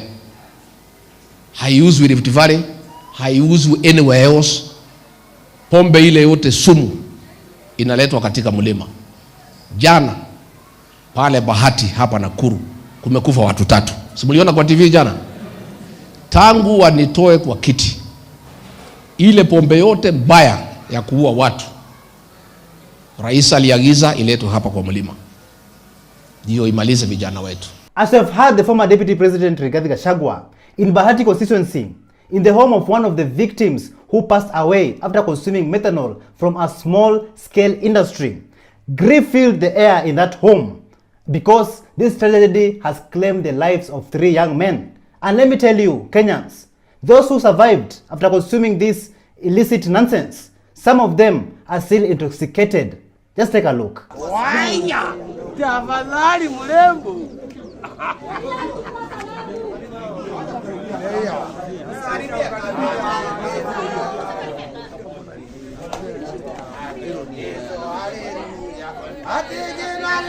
After Rigathi Gachagua's expose, I'm just wondering, how was the former deputy president impeached? Listen to what Usingishu women representative unknowingly exposing on how Rigathi Gachagua was impeached. You know, I'm one of these people, I'm told to speak briefly, I speak briefly. Your Excellency, I'm your loyal foot soldier. When you tell me speak briefly, I speak briefly. If you tell me Gachagua ende nyumbani, Gachagua anaenda nyumbani. So I always follow orders, and I will follow those orders. Whether you call me a psychopath, I don't care. Not my words, but Honorable Okello's words. After he went on to confess to the public that he will support every piece of legislation that will be coming from the government. I want to make it clear that because President Ruto has accepted our experts in his government, I cannot turn around now and defeating his bills that have been brought before me by the same experts that I gave him. So moving forward, so therefore moving forward, I want to support every piece of legislation that will come from government. Whether they call me a psychopath, I don't care. I want to close my eyes and support all the issues that shall be brought forth by the experts that we gave him. And one of them is my sister Dorcas Uduor here, the chief government legal advisor. It seems like some politicians are shapeshifters, are like reptilians. Today they say this and tomorrow they say that. Honorable Simba Arati, he has urged all ODM CSs to work exceptionally in Ruto's government. They should work so well that Ruto is impressed. And remember, there's a time that Ruto was part of ODM. And even Simba Arati went on and said that he's going to support Ruto in the 2027 elections. But Kenyans, wait, hold on. Let me take you a few years back during the 2007 and 2008 post-election violence, while Simba Arati was still the Dagoretti North Member of Parliament. He said that Ruto should come out and apologize to the Kisii community for the deaths and the killings that took place at that time. Listen to this. Sisi kama jamii ya Omo Gusii, naomba Bwana Deputy President, sisi wakati wewe ulikuwa ODM pamoja na baba, mlikuwa watu wawili pamoja. Watu wetu wa Kisii wengi waliuawa kule Rift Valley. Omba msamaha hapa sasa. Omba msamaha kwa watu wetu ambao walikufa kule Rift Valley. Wewe wacha. Still in 2007-2008, Ruto came out and told the people that they should go back to their ancestral land, even if you bought it. Like, I'm just speechless. Listen to this. Who lived where?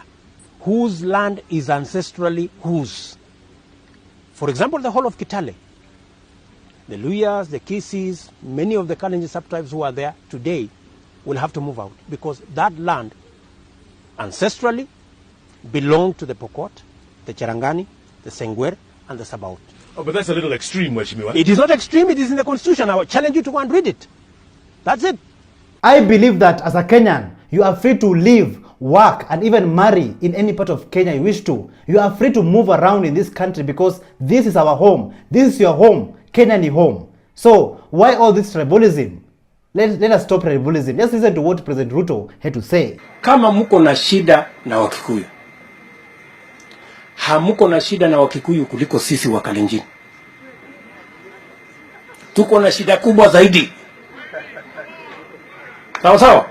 So Kenyans, if I may ask you, what is true patriotism? What does it mean being a patriot in a country? Patriotism is not being loyal to a government and kissing its nyash.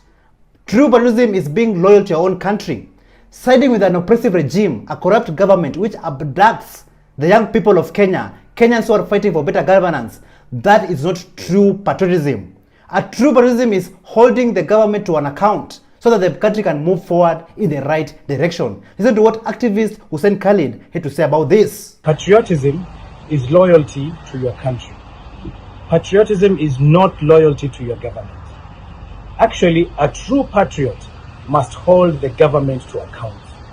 A true patriot must make sure the government delivers on its promises, that the government adheres to the constitution and the laws of the land.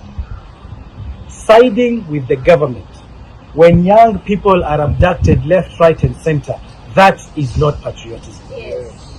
Siding with the government when they refuse to arrest killer cops who are known to everyone, that is not patriotism.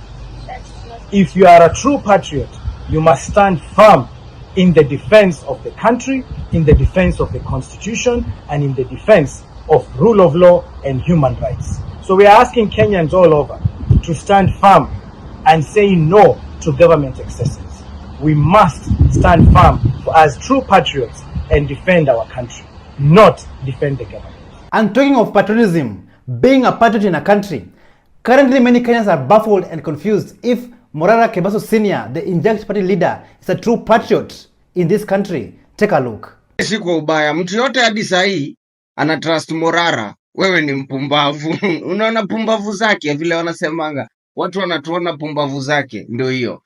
Sawa, mtu yote tu ana trust Morara na anatumia Morara pesa, pumbavu zako. Wacheni niwaambie, Morara amenunua gari mpya 17.5 million. 17.5 million. Na wacheni tuende kwa point. Mimi sina issue, mtu ni mzuri kununua gari ya 17.5 million. Hiyo si point yangu, na mimi hata hiyo si issue yangu. Kwa nini naona Morara anabeba watu wengine mafala, which si mimi. Mimi unajua mimi niliwaambia mimi ni mtown. Na kama umezaliwa town, mimi niko sure watu Morara anagonganga na wanamtumia doni wale watu woshe wale watu huo, na Abel Mutua amesimama na wanaona Abel Mutua ni mfani, ati Abel Mutua ni comedian, stand up comedian, nao ndo Morara anakula do yao. So wacheni tuende kwa point. Morara amenunua gari ya 17.5 million. Haya, kitu inanishangaza na Morara ni kwa Twitter ya Morara amepin, ukienda sasa kwa Twitter yake amepin, I am requesting for your support to fuel. I am requesting your support for fuel. Anything little or more we will appreciate. Thank you in advance. Amewekea paybill, amewekea DNCBA. Bro, unaweza nunua, unajua hiyo 17.5 already ile gari uko nayo unasema gani ya Wakenya. Na hiyo gari unasema gani ya Wakenya ni wewe ndo utumia. Hata hiyo gari kama Wakenya ndo wamenunua. Hii 17.5 million umenunua nayo hiyo gari. Hata kama umenunua na haya purchase, lazima umeweka gari ya 17.5, lazima umeweka zaidi ya mita 8. Hiyo mita 8 mbona ungetumia kufueli gari? So Kenyans, feel free and share your thoughts and views about this. So sasa leo kuna Morara wa serikali. Sasa tufanye kazi. Tunataka amani, sio? Leo nimesema kwa. Hi, how are you? Haya, super. Tafuta see you. Hata nakuja pale kwa promote. Nimekuwa WhatsApp. Kenya is blessed by the most fearless, beautiful and courageous women in Africa. I want to show you a video of a young Gen Z who she stood on the ground and fought for what is right. This is what I call true patriotism. Take a look. Madam, like cross-tone, but we just wanted to tell us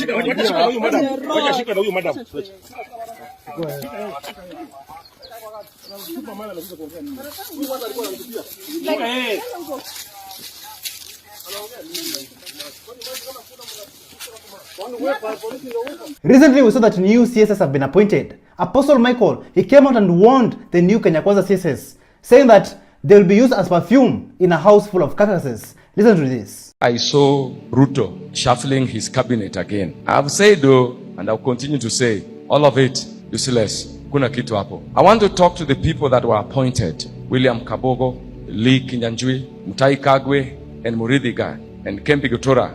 These are honorable men from the mountain. Honorable men. I want to advise you as a prophet to the nations. Don't take those positions.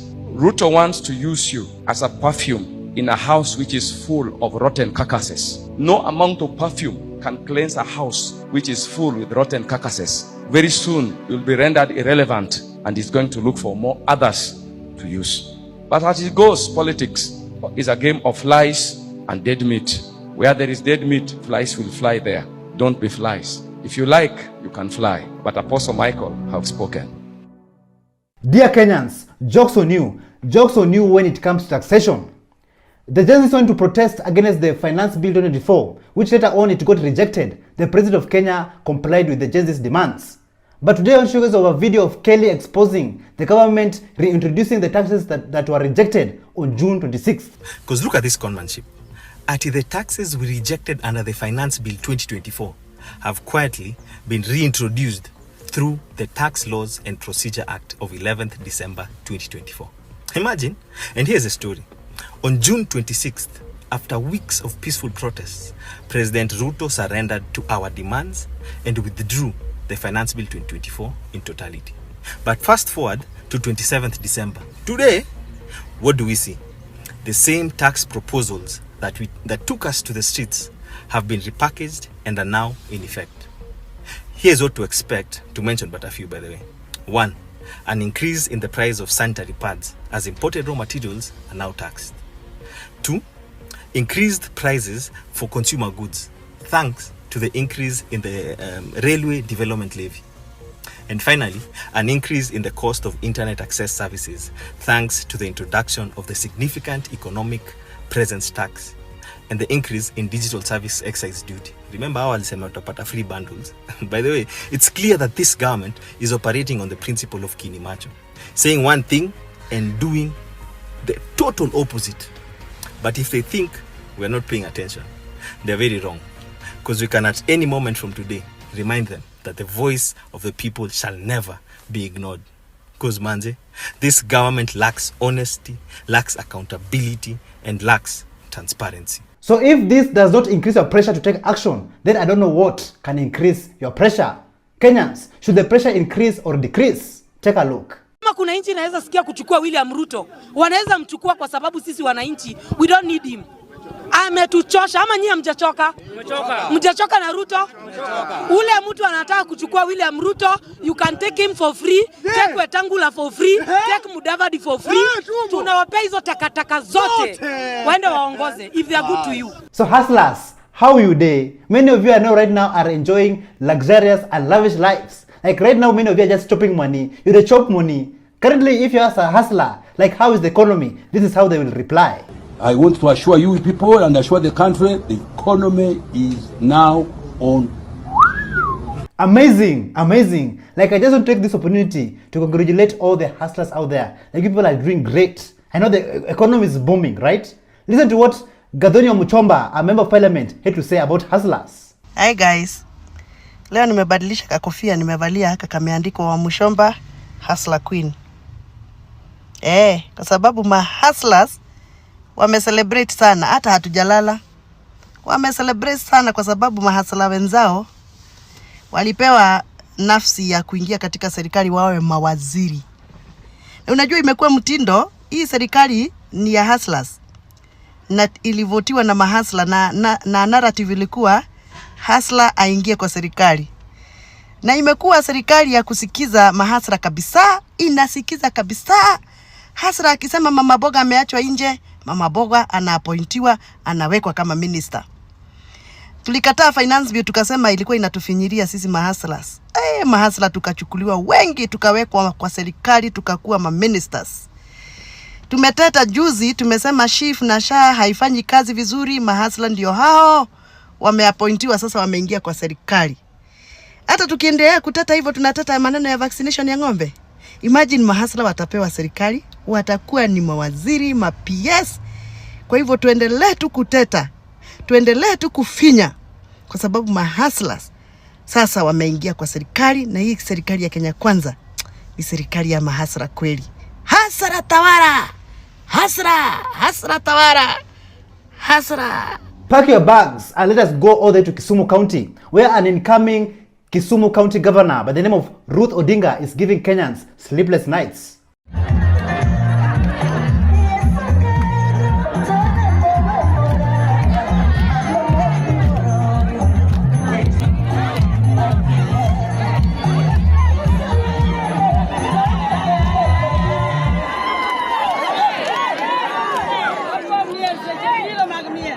It is quite clear that in the coming next elections in 2027, it's going to be heavy.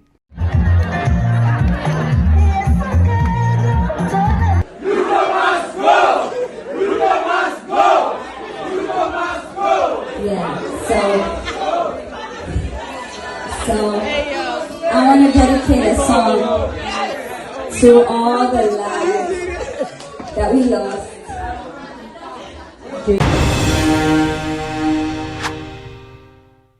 Thank you so much for joining us on today's show. I'm your host, Elvis Derry. See you in the next one. Bye-bye.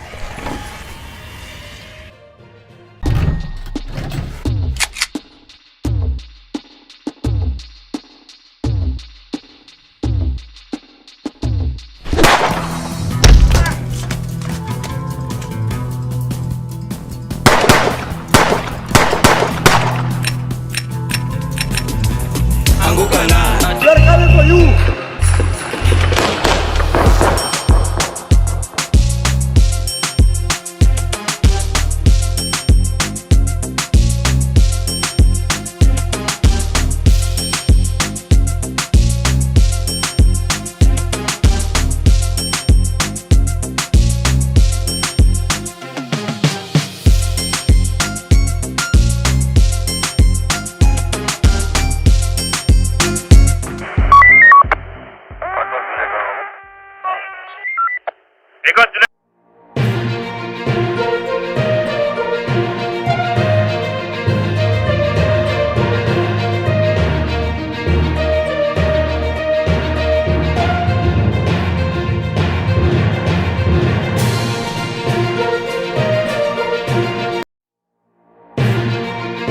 from police officer hand cut off.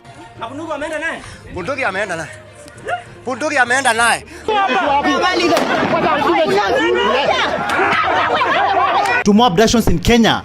Tulitafuta Brian bila jitihada zote tujapata Brian kila mahali, hayuko Bondeni, hayuko Central. What's causing the fires?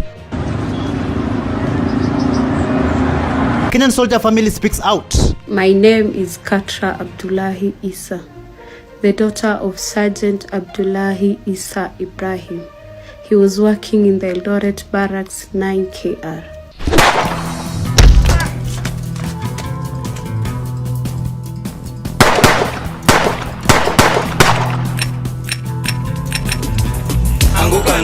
We are coming for you.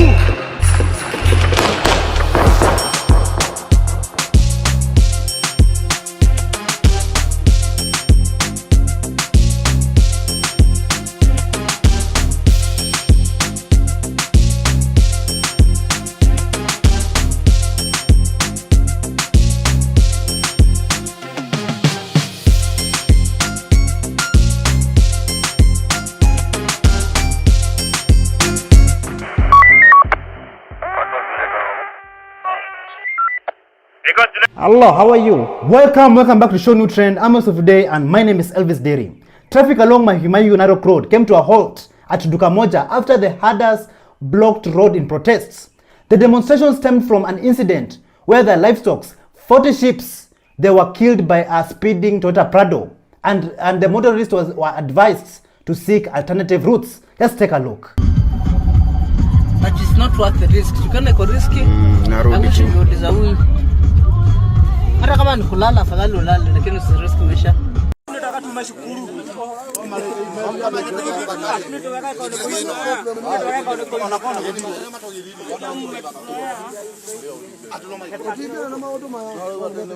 And that's not all. That is just the tip of the iceberg. As time went by, things got more serious, more deadly, more dangerous, where the protesters and the police clashed, even to the point where one police officer lost his arm together with his gun. Just take a look. Msaidie huyu. Kujeni!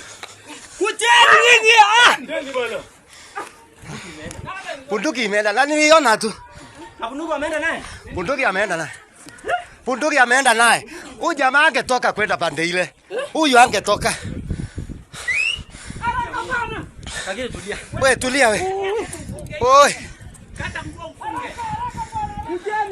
Usiachilie mtu. Huyu jamaa ingizwa gani?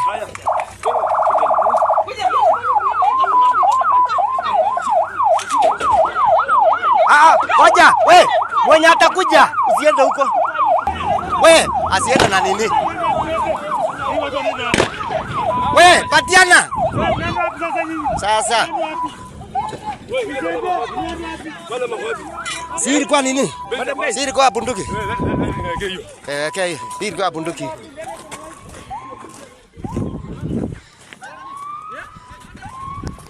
This reminds me of one police officer who lost his arm during the Gen Z protests. There was some resistance. That pin, there was some problem with removing the pin.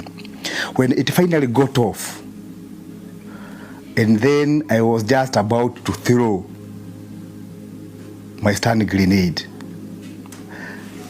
I just saw darkness. Just take a look at some of these scenes, these deadly scenes of what really happened, what really took place during the protests. Iko mahali ya moto. Wale wa light together. Basi mahali ni. Kama kwa bua. Leta hiyo. Sasa hii ni nini jamani?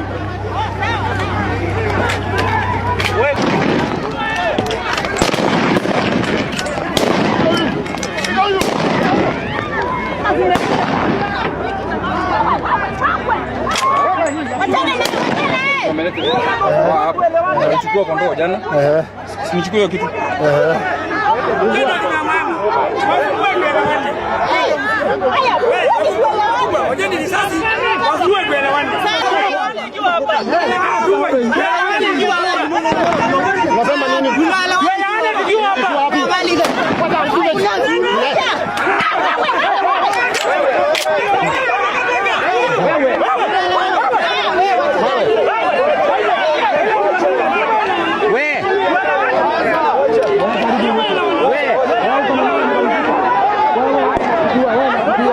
In Nairobi City, Nairobi CBD, one angry woman decided to occupy Ethiopian Airlines offices at Bruce House, Mundimbingu streets, claiming that she had to take matters into her own hands after the company allegedly defrauded her. Just take a look at how things unfolded. Her injecting.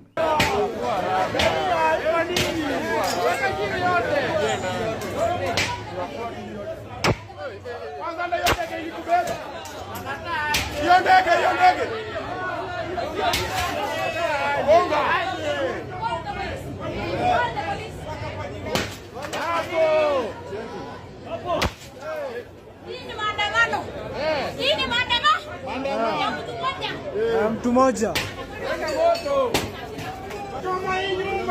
Nani akona kiberiti? Choma hiyo nyumba yote. Choma. Police officer. Nilienda kwa Kenya account yangu ikakuwa freeze, ndege ikafungwa, nikalipa ndege mara ngapi? Mara ngapi? My channel is Kenya Police Injustice Case 5. Kenyans, it seems like abductions has been normalized in this country. Brian Otieno was abducted by Kenya Wildlife Service officers. His wife appealed for her husband's release, the father of her children. And Brian Otieno was last seen with the officers, with the KWS officers. And report says that he was badly beaten by the officers, Kenyans. It seems like currently the Kenya security agencies have adopted to abductions. Like, where are we heading as a country? Are you not tired asking yourself that question all the time? Just listen to what his wife had to say. Naitwa Alvia huko Okelo, mimi ndo mke wake Brian. Tulikuwa tuna Brian asubuhi vizuri na tulikuwa tunapiga stories za kawaida. Mpaka nikamwambia mimi nimechelewa kazi, awache niende kazi. Tukaachana na akaniambia anaenda kazi. Kufika saa 4 nikapigiwa simu, Brian ameonekana amechukuliwa na watu wa KWS na hivyo ndo ameenda. So sisi kwa akili yetu tulikuwa tumekaa tukajiambia atapelekwa Bondeni police station kama kawaida. Tulitafuta Brian bila jitihada zote, tujapata Brian kila mahali. Hayuko Bondeni, hayuko Central, hayuko police post zozote, hayuko mortuary, hayuko medical, yani Brian hayuko. Tujui sasa walimpeleka wapi. Now the last people walichukua Brian, walionekana wakichukua Brian ni Game Rangers. Ombi langu kwa wale wanachukua, mimi naweza tu waambia wanipatie baba wa watoto wangu. Jota watoto nyumbani wananiuliza kama kuna mwenye aliniuliza leo akitoka shule nitapata dad, mom. Na Baraka aliniambia nende nimtafutie dad yake. And they are young soul. First born wangu iko 6 years. Wapile iko 2 years 5 months. Despite searching in hospitals, police stations and even morgues, Brian Otieno is still missing, leaving his family and many Kenyans puzzled. The question remains, where is Brian Otieno, and those who are responsible for his disappearance? What kind of action should be taken? Behind this particular disappearance, there are witnesses, there are people who are there when they took him, there are people who saw him after being beaten up, and we are wondering why they had to do what they have done up to this point in time. So we are demanding the immediate release of Brian from the KWS officers.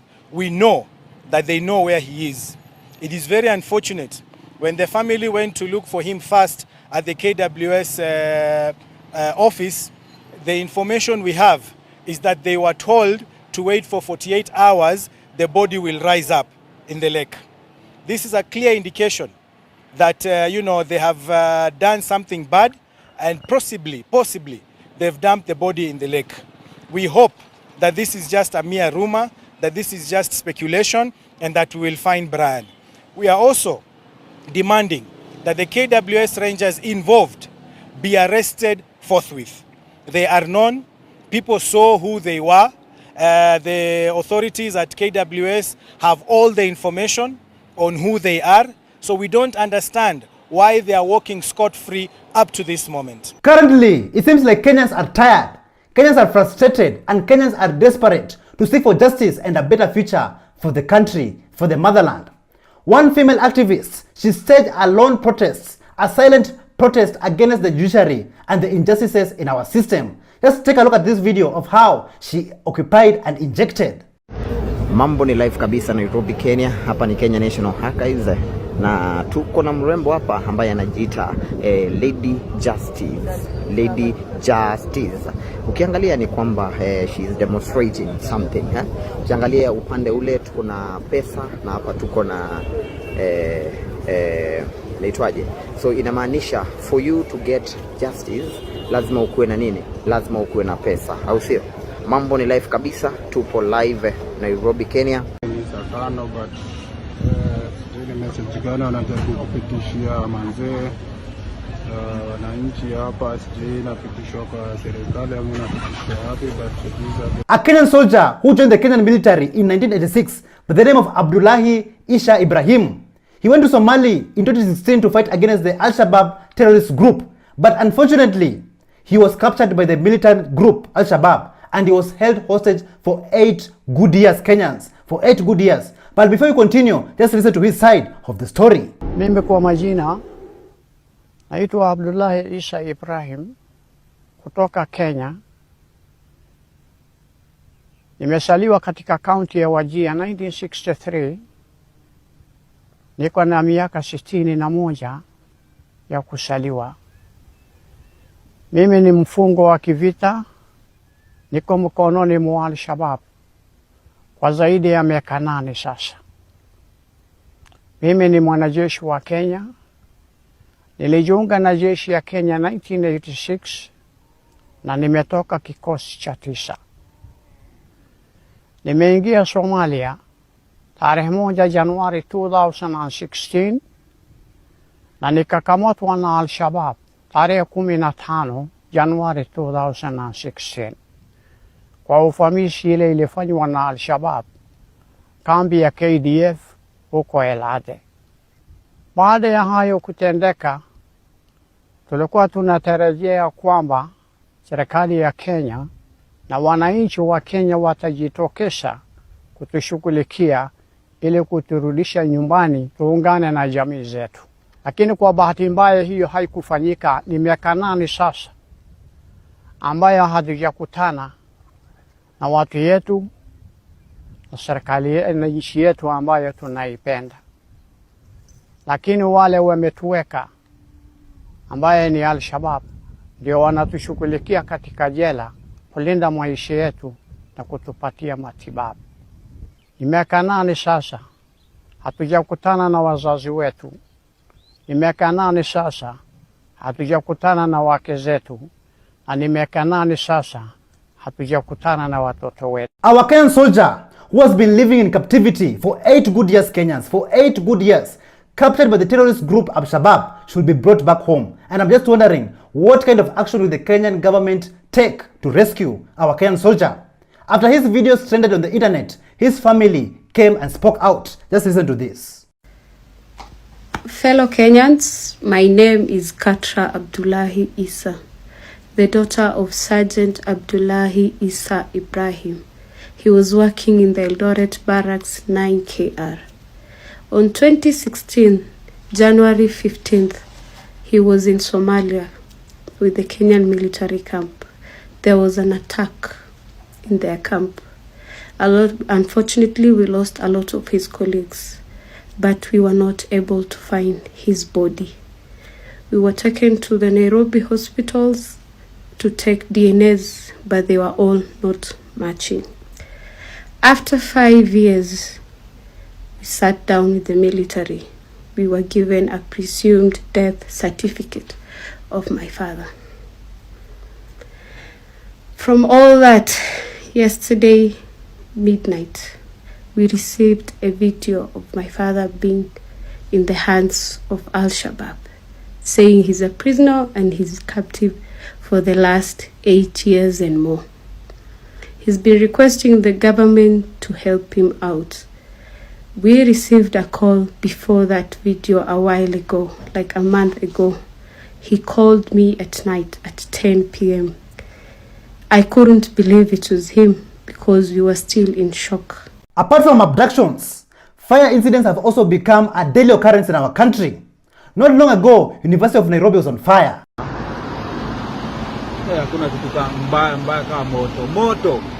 And now, just recently, Moi Girls High School was on fire after a multi-story building was up in flames. But thankfully, all students were evacuated safely and sound.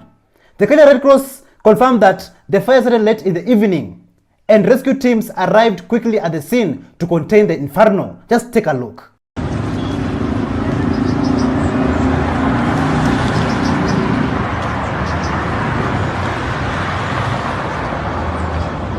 We all know that Moi Girls High School has a history of fire incidents. In 2017, 10 students lost their lives in a dormitory fire. Another fire took place in Isiolo County. Now this is what I call a wildfire, and it raged for 5 good days. Like, is Kenya becoming the new California? Just take a look.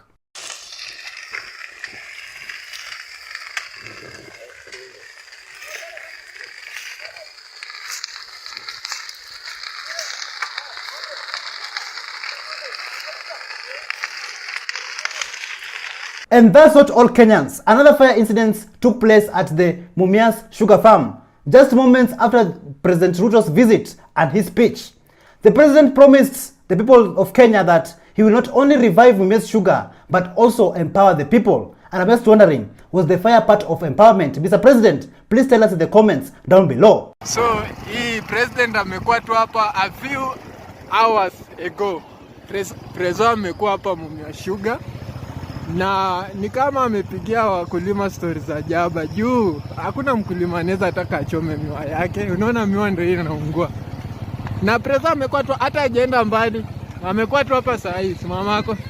Amekuwa tu hapa saa hii ndawa zima moto.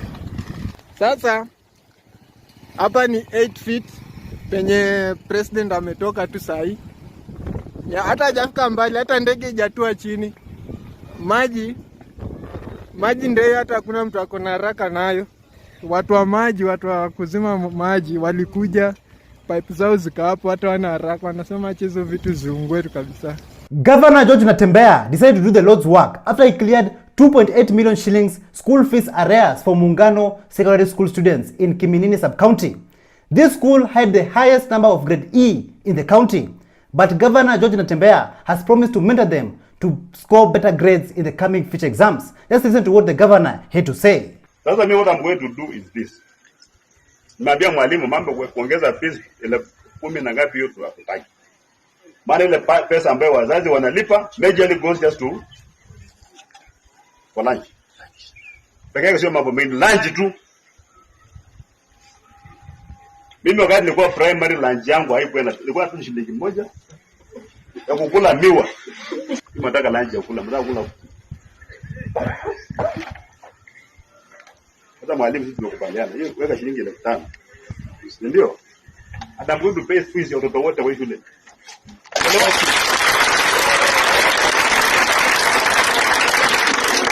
We are going to pay the entire fees. Tunapiga hesabu ya milioni 2 na kitu. 2.7 million. I'm going to pay that money. Na mimi nikilipa fees na ukuji shule. Haki ya Mungu utakutafuta mahali huko mnirudishie pesa yangu.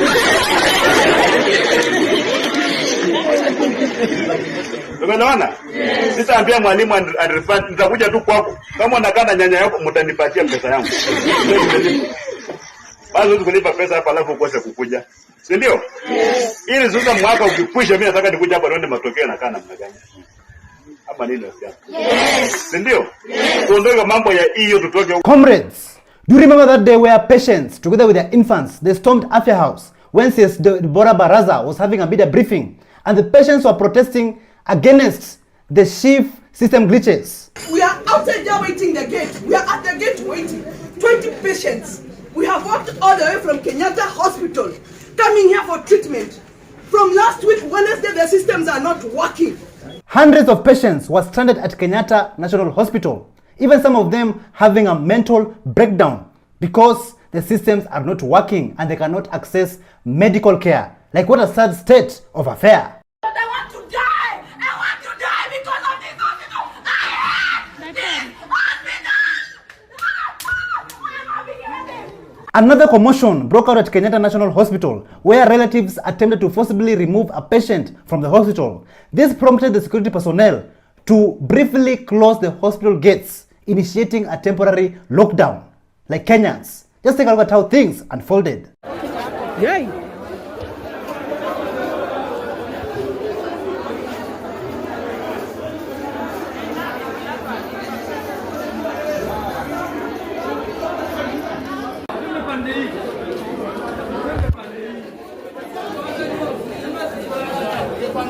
Despite all these incidents of SHIF and SHA system glitches, to the point where even patients are having mental breakdowns, this is the only thing that President William Ruto had to say. Hata wengine ambao mnasikia wanalalamika hapa mambo ya SHA ni kwa sababu leo wanalipa zaidi kuliko vile walikuwa wanalipa. Sasa badala ya kujitetea kusema mimi sitaki kulipa ile mimi nalipa, anaanza kusema raia wamekataa. Raia ulikutana nao wapi wakakataa? Kwanza raia hawa wengi hawana payslip. Nyinyi mko na payslip? Mko na payslip ya kulipa? Si dunia yote hii watu wenye watu wangapi hapa wako na kazi ya kulipwa payslip? Sasa wewe unatetea nani hapa? Wewe unajitetea mwenyewe, wacha kusumbua raia. Sikizeni wangwana, watu ya Kakamega. Sawa sawa. Mumias East Constituency Member of Parliament Peter Salasia, he decided to inject, advising President William Ruto on how to tackle this SHIF and SHA nonsense. Just listen to what Peter Salasia had to say. Mimi nataka Bwana Rais unichukue mimi, nikuwe personal advisor wako, unilipe.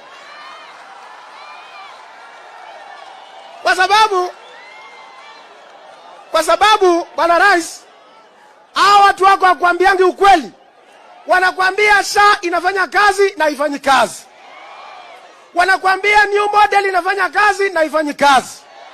Bwana Rais, mimi nataka nikuambia kwamba wewe ni mtu ambaye uko na moyo wa kusaidia nchi ya Kenya. Lakini kuna makatels matapeli wako katika serikali yako ambao hawataki ujue ukweli wa maneno. Mimi najua you are a God sent leader who was sent to come and save this nation. But kuna watu ambao wako hapo katikati wanataka kutumia wewe vibaya ili ya kwamba nchi yetu isonge mbele. Mimi nataka wakati unaingia katika ile kura ambayo nataka kura za civil servant, Bwana Rais, nataka usilete karibu. Kwa sababu hao wakora wamekudanganya ukafinya payslip ya Mkenya. And that's why you see Kenyans are bitter with you, Mheshimiwa Rais. Mimi nataka Rais. To be honest, with all these frustrations, pain and suffering that the Kenyan people are facing today, this is the only thing I can tell my people. This is what I urge Kenyans. Kenyans, I want you to know one thing. This one thing you must know. God will not choose your president for you. God has never chosen a president for Kenya. Every time you've been told God chose a president, later you cried. It is these very unscrupulous leaders, useless leaders, wicked leaders who pay prophets. They buy prophets to prophesy they are from God, yet they are not from God. If they were from God, why do you cry after they assume office? God will not choose your president for you. Rise up and choose your president. You are first a Kenyan. The politicians have made you believe that you are first a Luo before you are a Kenyan. You are first a Kalenjin before you are a Kenyan. You are first a Kikuyu before you are a Kenyan. Kenyans can change it. You are first a Kenyan before you are a Luo. You are first a Kenyan before you are a Kikuyu. You are first a Kenyan before you are a Kalenjin. You are first a Kenyan before you are a Kamba. Please, don't see yourself with your tribe. Identify with your country and help heaven take these evil politicians from the leadership of this nation. May God bless Kenya. May God bless Kenyans. Truly Kenyans, God will not choose a president for us, but it is upon Kenyans, it is upon you and I to make the right decision, to vote for the right leaders, not because of tribe, not because of religion, but because of good governance, better and reasonable policies. Where some pastors decide to make sense and enlighten the congregations, some other pastors somewhere else decided to use their brains, their heads as facilities to store shit. Like one pastor, he was given a chance to talk, but he sounded more like an ass kisser. Just listen to this. And as clergy, Mheshimiwa Rais, nataka kusema ya kwamba even we have misbehaved. Wezi kutolea sadaka sisi tukakurudishia. Jaribu unipatie sahi kama nitakurudishia.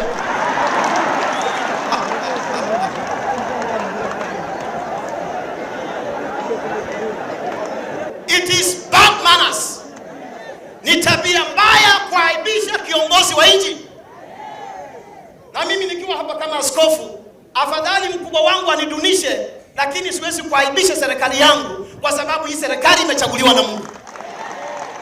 People are contradicting things, Mheshimiwa Rais. Na tungependa kwenda huko. Nataka kusema ya kwamba serikali hii kama imechaguliwa na Mungu, lazima tumpe Mungu nafasi, and let us not use the hindrance, the hardship ambazo ziko mbele yako kama ndio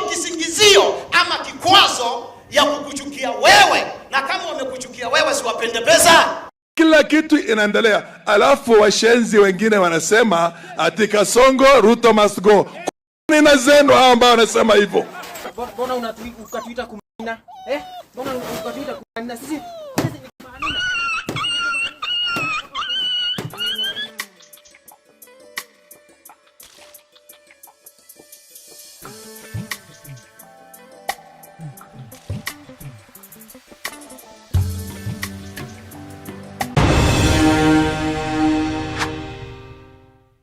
Thank you so much for joining us on today's show. I'm your host, Elvis Derry. See you in the next one. Bye-bye.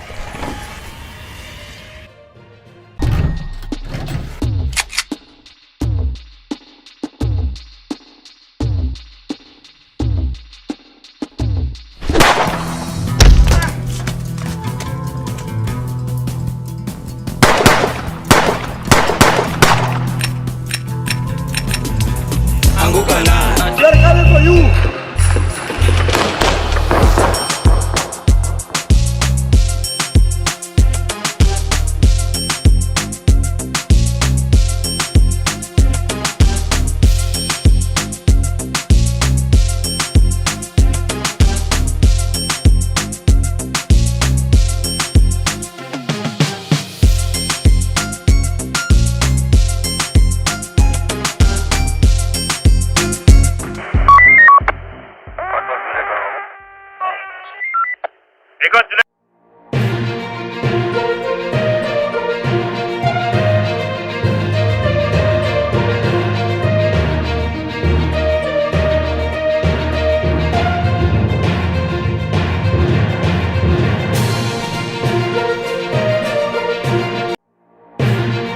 From Morara Kebaso enlightening Kenyans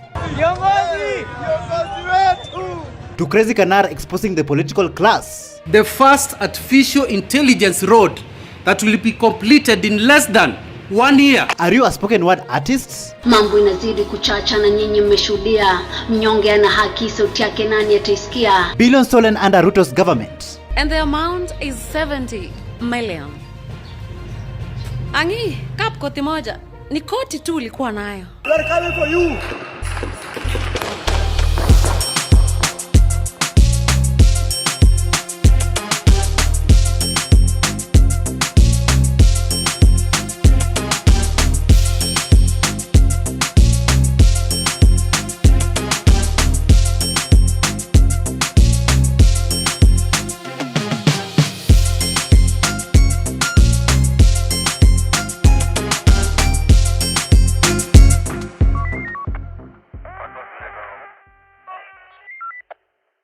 Hello, how are you? Welcome to ShowNewTrend. I'm your host of today and my name is Elvis Derry. A Gen Z by the name of Morara Kebaso has been traveling around Kenya, revealing and enlightening Kenyans about the ghost projects that have been launched by the President of Kenya, William Ruto. Take a look at this video of Morara Kebaso.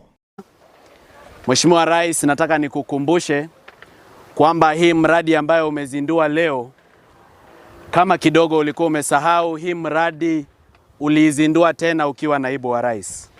Na hii mradi haikuanza na haikuendelea. Lakini tumefurahi umerudi tena ukiwa sasa rais na umeizindua tena kwa mara ya pili. Tunatumai ya kwamba hautakuwa tu unazindua, kwamba wakati huu kwa kweli hii mradi itaweza kuendelea. As you can see in the video, Morara Kebaso, he started with no crowds. But I will show you of this video of where Kenyans are appreciating Morara Kebaso's good work. Take a look.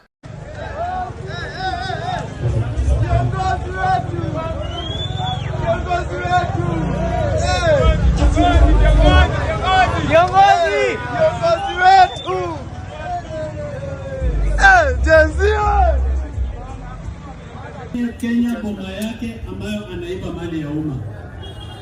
Ameiba sana. Hello. Wow. Haters and stupidity deserve to be buried in the same grave. I'll show you of this man from Embu County who was threatening Morara Kebaso Sr. not to go to Embu County and continue enlightening Kenyans about the ghost projects. Take a look.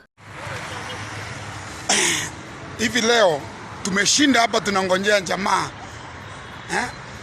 ati anaitwa Marara ama ni Morara ama sijui nini. My friend, we were waiting for you here. Hapa Embu hatutaki hiyo ujinga. Tunaona kazi yako ni kuchangisha pesa ukitumia mbinu ambazo sisi tunaona hiyo ni fraud. Hatutaki kunjua wewe ni wakili ama ni nini. Respect the president. Na sisi kama watu wa Embu, we know what the president is doing here. Anatufanyia kazi, lakini inaonekana wewe kuna secret players wenye ambao wanakulipa pesa. My friend, ndio ukuje uharibu jina. Tumekungojea hapa, bahati yako haukukunja. Na jaribu ukunje, tutakungonjea hata siku hiyo. Tutakungojea tu ukunje hapa tukuone. Wewe mwenye kazi yako ni kungangana na kutukana president wa Kenya, wa Jamhuri ya Kenya. I don't want to comment too much about this man, but all I know is that he deserves greetings. So if you know where he lives and you know his phone number, just comment down below and he will be dealt with accordingly. Ama ni Morara ama sijui nini. My friend, we were waiting for you here. Hapa Embu hatutaki hiyo ujinga. The world and Kenyans at large are aware about what is happening at the Jomo Kenyatta International Airport.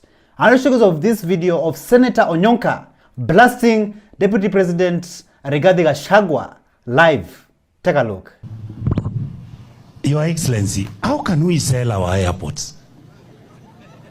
What is it? How can we take 14 airstrips and give them to an Indian company? Nobody knows the agreement and what has been signed. We have 5,000 employees with the Kenya Airports Authority and nobody knows where these people are going to go. It's not okay. Tell the president we have no issue with him. We only have a problem with his policies. Our country needs to be taken care of. We are not taking care of our country. So shout out to Senator Onyonka for blasting Deputy President Gachagua about the airport and the Adani group. Later on Twitter, Morara went and tweeted, and this is what he said. The corrupt Indians are finally here. I don't believe this is happening. Our president who loves Kenya so much is finally giving the airport to Adani group for 30 years, guys. Like for 30 good years. This is unbelievable. It's not okay. Tell the president we have no issue with him. We only have a problem with his policies. Moving on to the next video. Corruption is real in this continent of Africa. I'll show you of this video all the way from Kenya in Shanzu, where this man was detained for challenging a judge. Listen to what he said. It is very unfortunate that I have to be brought into the court cell because I told the magistrate that what the lawyer for the accused was doing is completely unacceptable.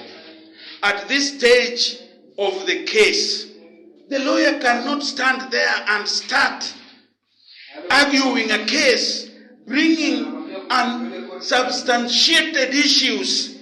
And then when I said no, I'm being brought into the cell. What kind of justice is this? What kind of justice is this? The world must know. I already know this accused has got the capacity to corrupt the whole system. But I told her she will never do it with me. She will never. She tried to do with the police. She was charged today. She will not do it with Gordon Omondi Tete.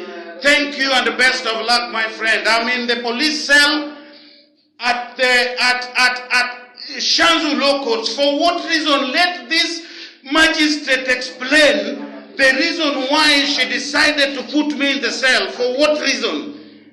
Simply because I've objected to the way that lawyer is making presentation. A popular comedian, actor, and content creator, Crazy Canal, all the way from Kenya, East Africa. He shocked the world by making a video, a comedic video, revealing to how Kenyan and African politicians behave. Take a look. I am proud to announce to you the first artificial intelligence road that will be completed in less than 1 year. The government is setting aside 10 billion for the completion of this project. Thank you. Thank you.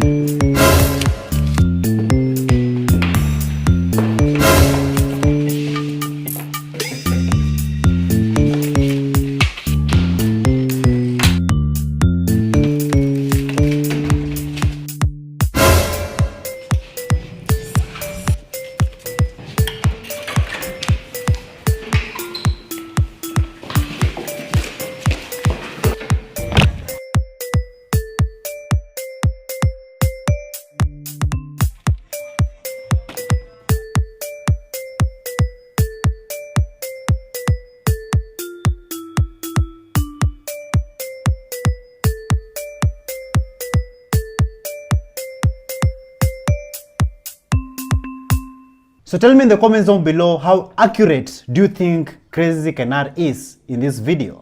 Thank you.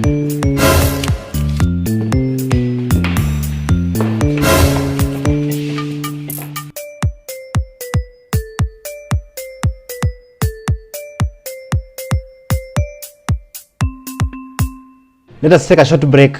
We're gonna be right back. What's up, my good people of this dairy?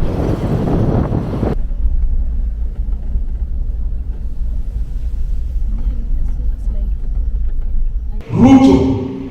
I don't know if President William Ruto means it, because he said so many things and I can't locate him these days, because the things he said during election and the things he's doing now are two different things.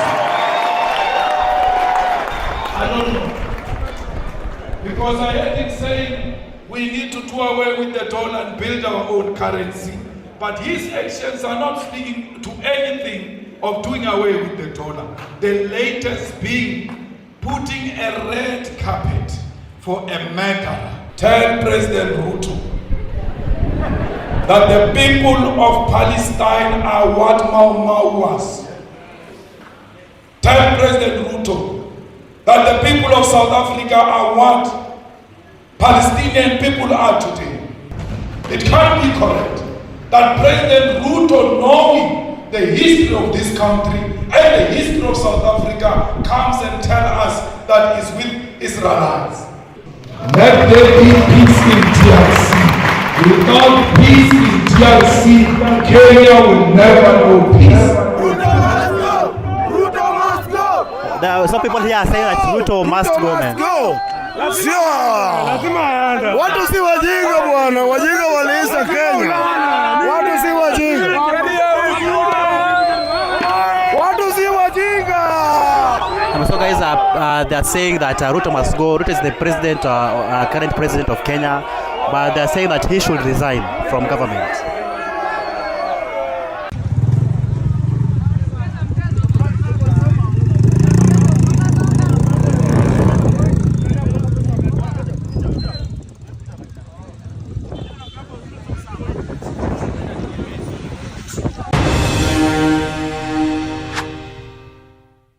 Kenyans, did you know that millions and billions of shillings are being stolen under your noses?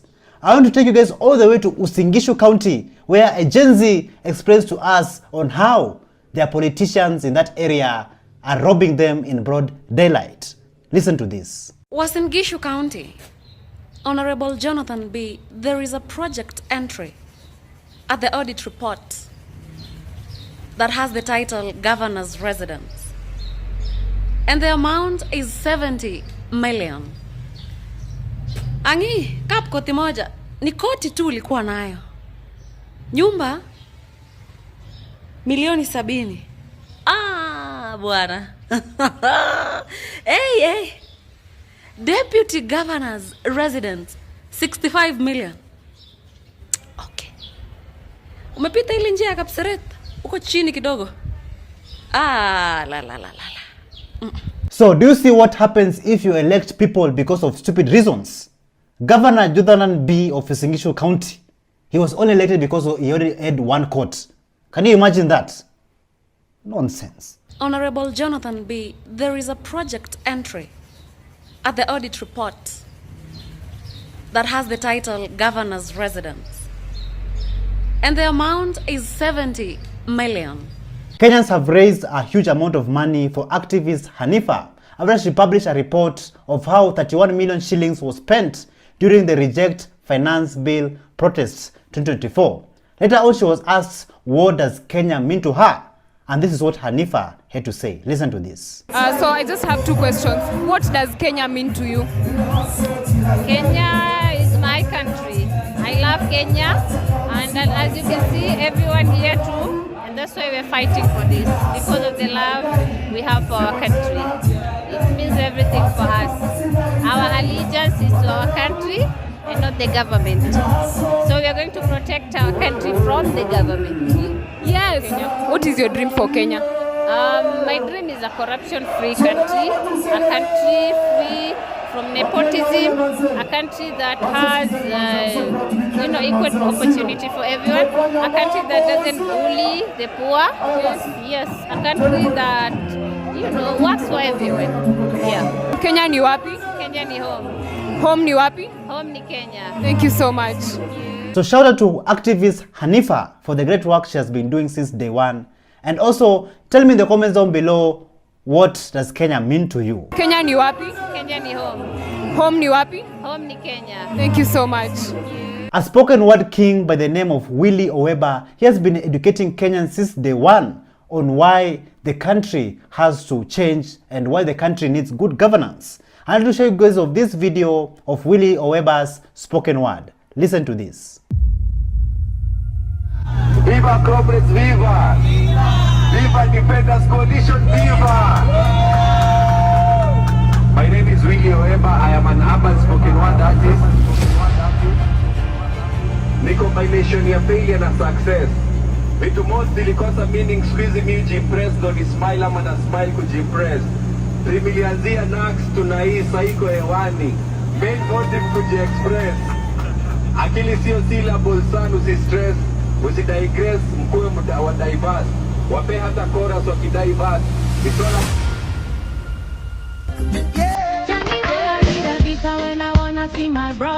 Zakayo afanye nini?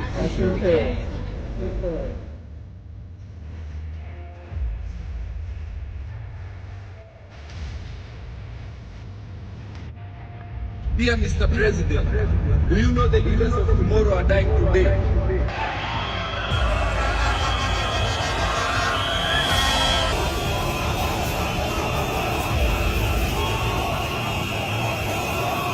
And that's not all, guys. A human rights defender and a spoken word artist by the name of Bennett the Poet also had a message to send to Kenyans and the world at large. Listen to what she had to say. Sovereign power belongs to the people, but it's too unfortunate vile regime ina power kuliko raia ina leader. Nchi inaongozwa kwa giza na tuna Kenya power. Ni innocent people in this country wanazidi kubleed. Freedom of expression squeeze iko limited to zero. Na kuikosoa serikali wanasema umetukana na kutukana. Kana serikali ole wako unatatikana. Singependa kuongelelea ili swala, naogopa maswara, sina lawyer mi, ila nimejaribu kunyamaza ila nafsi haitaki, nikaona nilifanyia haki. Baitha, hizi abductions in a democratic country aswa azileti shangwe. Ningependa sana kuachana na kazi ya wanaharakati ili kujepusha na watu wasiojulikana. Ningependa sana kufanya mziki kawaida kama Nadia Mukami, ila kwangu si rahisi. Hii ni sauti ya mnyonge anayetetea wala hoi wenzake, na sipo atazidi kuathirika. Mambo inazidi kuchacha na nyinyi mmeshuhudia. Mnyonge ana haki, sauti yake nani ataisikia? Risasi pekee ndio hukumu imemkuta kijana asiyekuwa na hatia, na wakiulizwa wanasema ni mistaken identity. Mistaken identity kweli? Kinachonikwaza zaidi ni jinsi bei ya bidhaa imepanda na wapinzani wamenyamaza. Sijui kati ya mtawala na mpinzani nani mwoga hapa. Hivi ni mtawala anayekataa mikutano zifanyike, au ni mpinzani anayekataa kuifanya wakati anajua ni haki yake? Siku hizi uking'ara tu kidogo KRA wako na wanek, hawamini ni bidii na Mungu, wanadhani ni wash. Ashenzi nyinyi. Bidhaa jenzi, peni rais time afanye kazi. Mnataka nchi yetu ibani. Sasa nyinyi mnafanya kazi, uchini endelea kufanya kazi. It is happening, guys. It is happening. It is happening. It is happening. Washajua.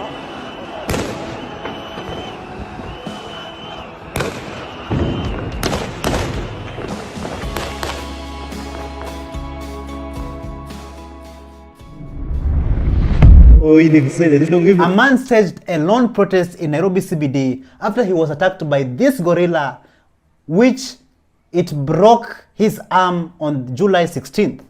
Take a look at this video. Geuza hiyo kitu hivi.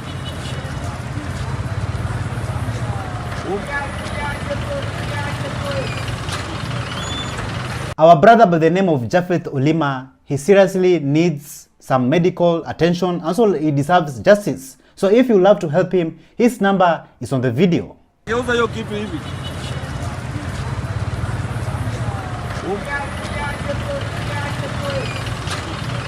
Jacaranda grounds has been giving Kenyans sleepless nights because of this video of the people there deciding that they are not going to support Ruto, neither are they going to support Raila.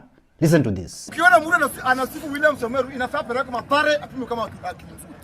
Hiyo ni point umeongea. Mwenye ana support William Someru Ruto inafaa apelekwe mapare apimwe akili kama akili yake ni tamamu.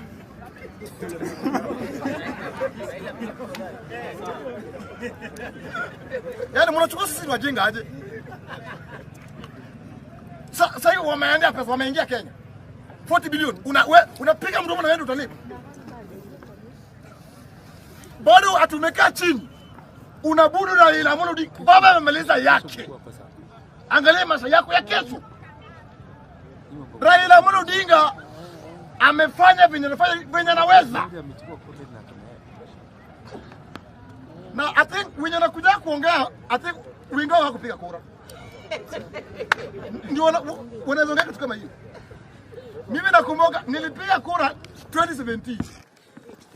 Kidonda ijai haikupona. Nikapiga kura 2022. Kidonda yangu ijapona. Ikaongeza yani ya 2017 ya 2022 ipata.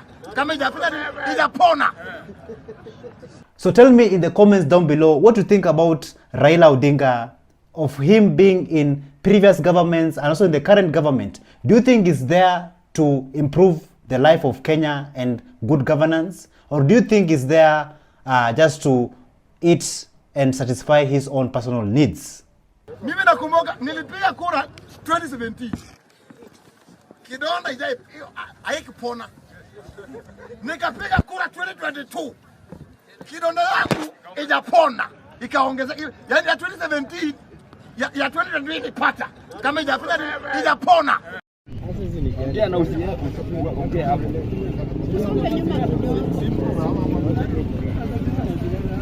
Wewe Ruto wewe ni kubwa wewe.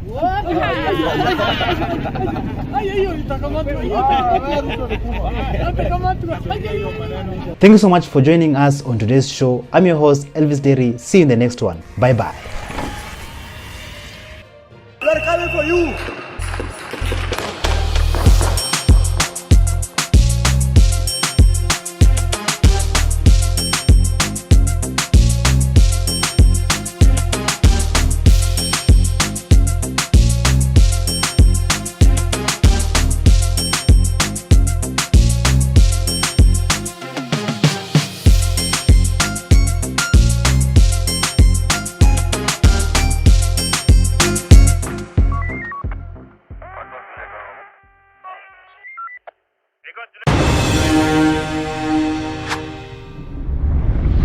Oh, Elvis Derry.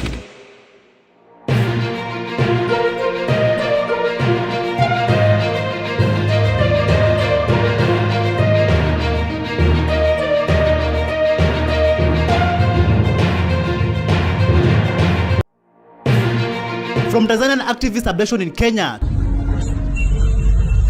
to Nakuru abduction fail. Is Shakur the cop safe? For the past few days, I've been receiving anonymous messages. Pastor Nganga fights back. Jaji ndiye ataamua hii kesi, sio nyinyi mtaamua mkidinap. Ukiona mnaongea hivi mnajua.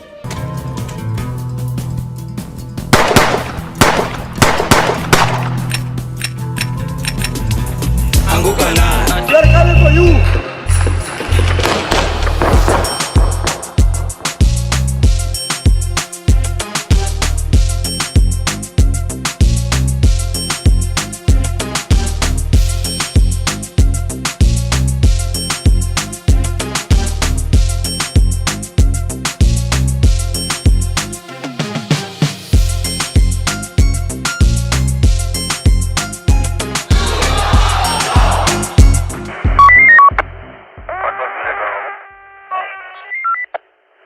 Hello, how are you? Welcome back to ShowNewTrend. I'm of the day and my name is Elvis Derry. Kenyans, the question of the day is, are we really safe in our own country? Like even asylum seekers are being abducted and so many cases of asylum seekers have been taking place in this country. A case has been trending recently of a Tanzanian journalist by the name of Maria Sarungi Tsehai.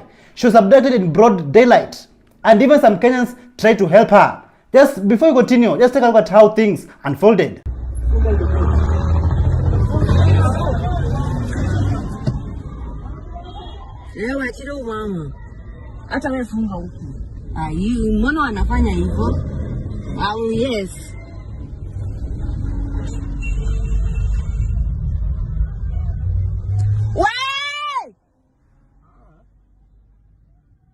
A very big shout out to that city hopper driver who tried to block that car which was being used to abduct the Tanzanian journalist.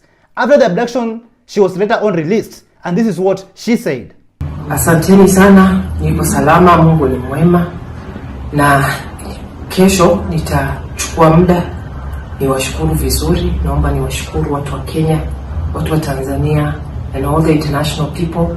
Specific shout out to the people who are the Man Nation, because today I have been sent. Thank you. As you can see, she's clearly shaken after going through all that, being abducted in Kenya. So what really happened? Let's listen to how she narrates her story. I think I answered your question on the asylum and how many people there were 4. So 3 were the ones who got out of the car and were always moving around. There was the driver.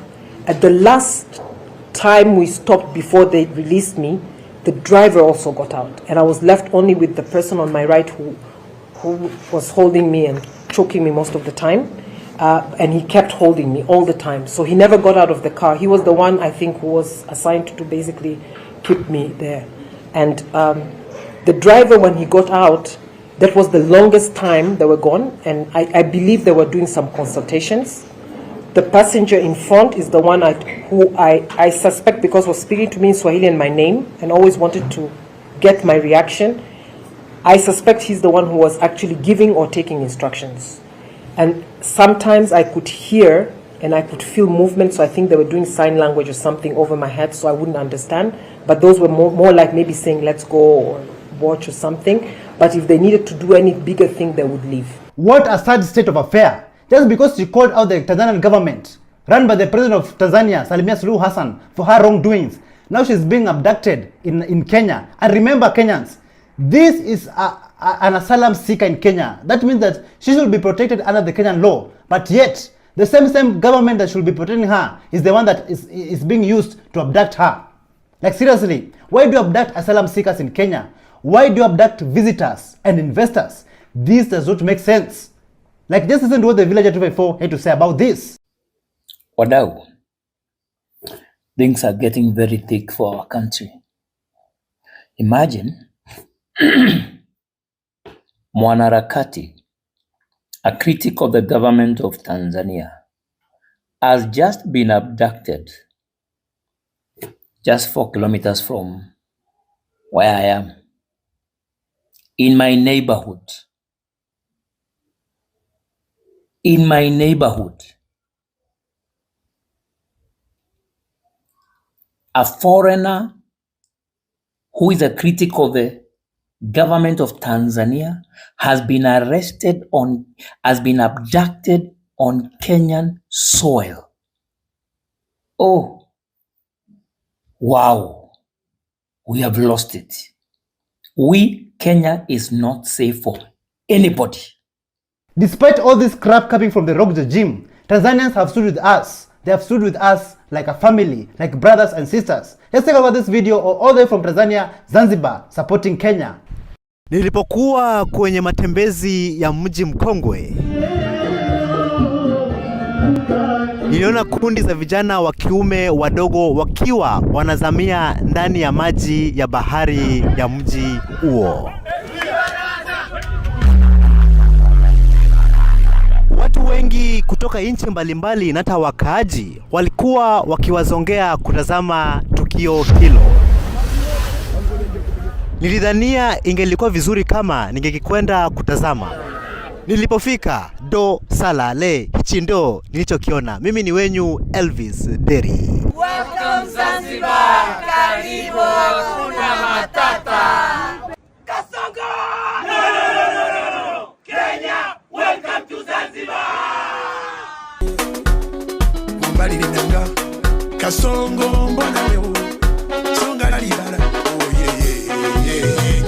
Nakuru, another abduction case unfolded, but this time round it was not successful.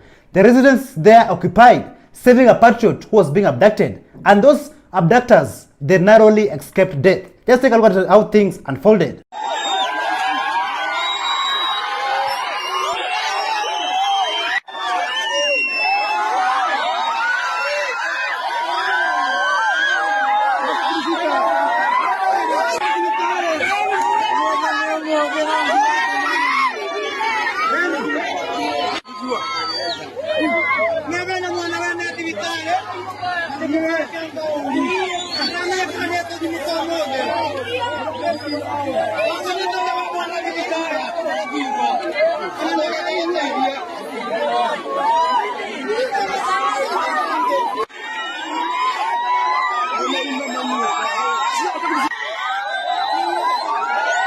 But if you ask yourselves, what really happened during the abductions in Nakuru? Listen to these statements from the locals. Kusikia sisi tukasikia kuna gari. Kufika kwa hapo kwa stage ya Nduthi, gari kapotea. Tukakimbilia gari. Jamaa mmoja wa Nduthi akigonga ukuta ni venye ametolewa bunduki. Akatishwa na yenyewe. Wakaniambia wanataka mchele. So juu niko na nibongo anauza mchele hapo nikawaambia iko. Wakaniambia niwapimie kilo 20. So venye walifika hapo kwa kazi wakanipigia wakaniambia wamefika. Kufika wakanionyesha kande za DCI. Nikawaambia kwanza nipigie bosi wangu simu, wakakataa. Gari kukuja, kuchukua msichana na kumweka kwa mbuti. Sisi kwa watu wa Kiamanyaki tukatoka mbio. Hakufuata gari. Ndio niliamka nikasema siku hizi mtu anaenda kwa hakujulikana. Wameponea kifo kwa kufuata njia mbaya yenye wamekuja kushika mtu naye. Na zile gari wanakuja kushika nazo ni zile zinaandafi watu. Maafisa wa polisi kutoka DCI wamekuja hapa, walikuwa na mtaka mshukiwa mmoja. Kwa hivyo wakaweza kuja kumchukua, lakini kwa vile hawakuwa na gari ambayo inaweza bainika vyema kwamba ni ya polisi, raia walipoona hiyo gari wameweza kuleta shinda na wakaizuilia. Still in Nakuru, where the residents occupied, a patriot was being abducted in broad daylight, Kenyans, in broad daylight. But the residents there resisted and they went on to save this patriot from being abducted. Let's take a look at how things went down.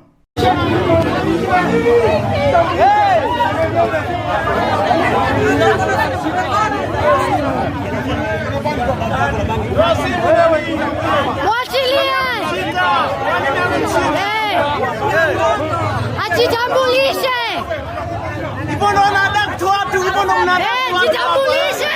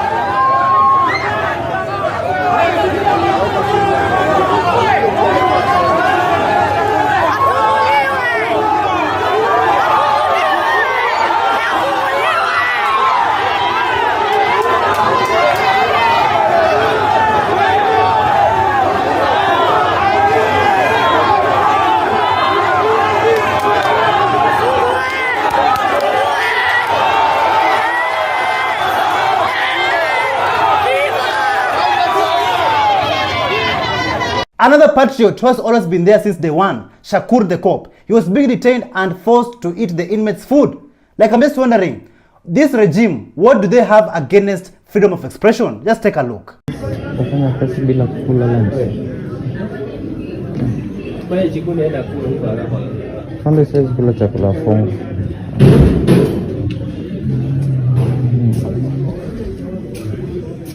This clearly shows you that those officers who are detaining and forcing our brother, our patriot, Shakur the cop, they got orders from above. And even Shakur the cop, he was almost abducted. Just listen to his story. My name is Jackson Kuria. Most of you know me as Cop Shakur or Shakur the Cop. Today, I've survived an attempted abduction. Were it not for my self-defense skills, ningekuwa naongelea stories zingine. For the past few days, I've been receiving anonymous messages, anonymous calls. So amekuwa akinipigia na private number akiniambia vile wataniua, vile I should stop criticizing the government. Yet I'm not even criticizing the government. I'm just speaking the truth. The government is killing people. The government is abducting people. So today I have a message for the government of Kenya. Tomorrow I'll present myself to the police. If you want to arrest me and charge me, do it. But stop coming to me at night na kunifanyia vitu zingine. I know it's the government of Kenya that is trying to do this because the people who are trying to abduct me, they had guns.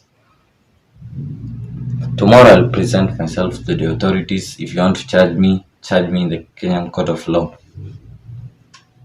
That's my message.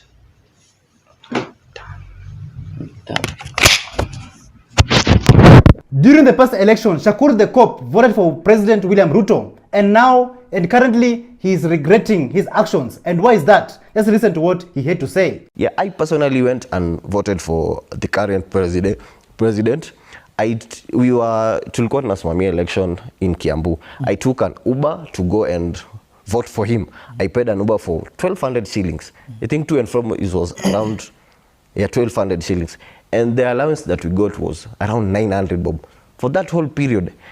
And as a young person, I'm just asking myself a question.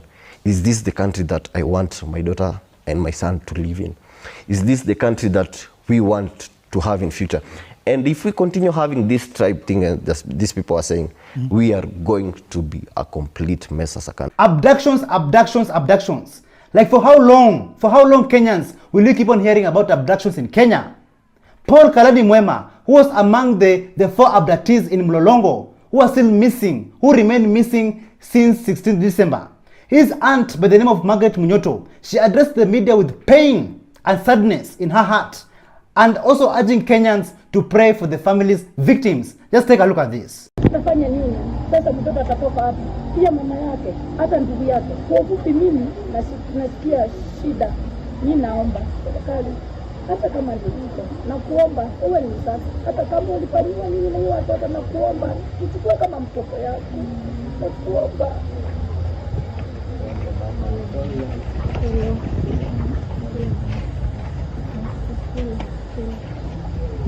Kenya's controversial pastor by the name of Pastor James Ng'ang'a, he went head-on with Oscar Sudi and Kimani Chungwa over the abductions that is taking place in Kenya. Just take a look at how Pastor Ng'ang'a injected. Previously, on keeping up with the Kenya Kwanza government. Sasa wangenipatia hiyo docket hiyo ya usalama siku 3 peke yake.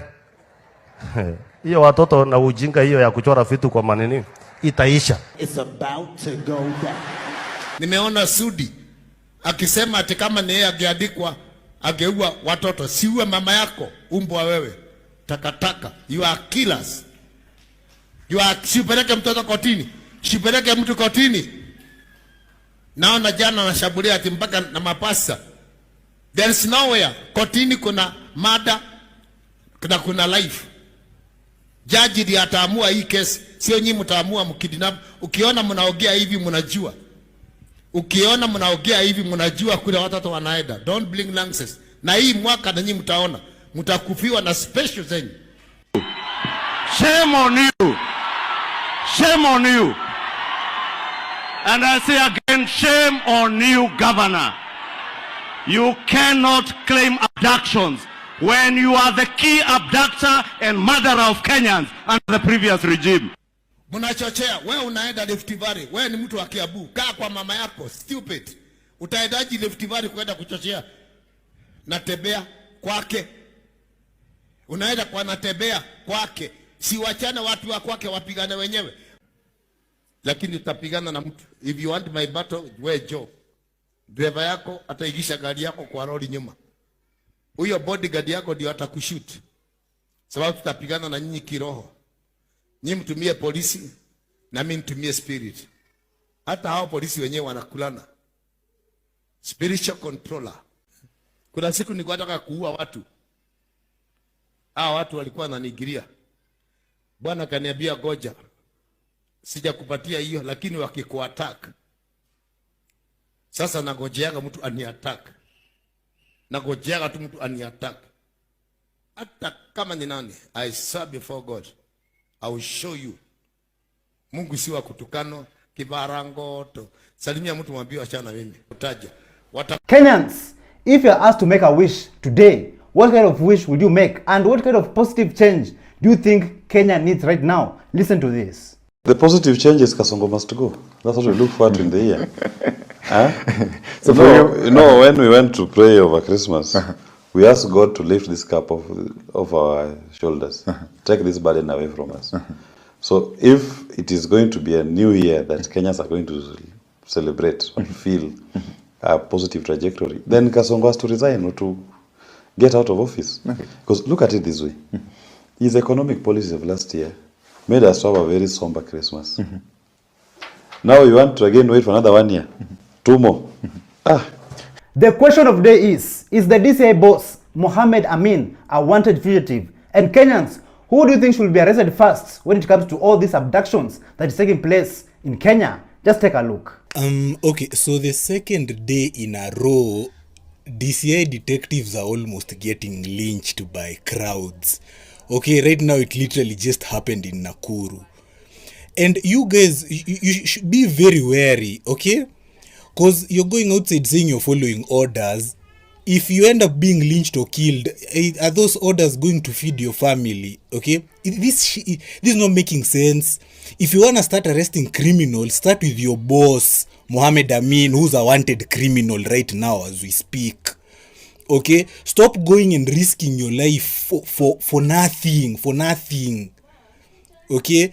If that crowd decides that, it doesn't matter whether you're, because even these people abducting kids, they are still security agents, and some of them are DCI detectives. Okay, if that crowd becomes riled up and they say they are gonna lynch you guys, trust me, there is nothing you and those 12 bullets in your side piece are gonna do. That is a fact, and you know that. In fact, actually shooting one person would mean you're actually gonna get killed even quicker. Okay, so if you wanna arrest criminals, before mfikia our swim swap and all of those funny criminal, go after the ones who are abducting and killing innocent citizens. Like, Kenyans are tired hearing about abductions, killings every day in this country. And people are coming with very creative and different ways on how to deal with these abductors. Just listen to this. Yes, nimeona William Ruto akiwa huko kwao Rift Valley amesema ati wale vijana wanamweka kwa coffin. Sasa atahakikisha kwamba amewaua kwa real. Atahakikisha kwamba amewaua. Na mimi nataka kukuambia William Ruto, labda ukuje wewe mwenyewe uwaue. Lakini ukitumana au mapolisi au ma DCI au ma NIS, tutachoma hiyo magari ya serikali, tutapiga hawa na tutawavunja na hao ndio tutawaua. Na hata wewe ukikuja tutakuua. A president, and let me lecture you, Bwana William Ruto.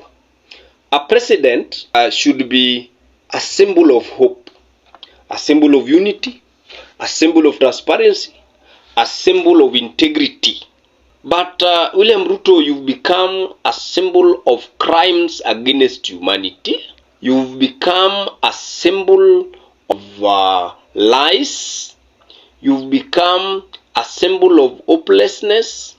You've become mediocre, and you are worse than Moi, Kenyatta, Uhuru, and Kibaki combined. Since Kenya became a republic, we've never had a president who is the second most corrupt in the whole world. It is you, William Ruto. Your time is up. Na sisi hatukuogopi.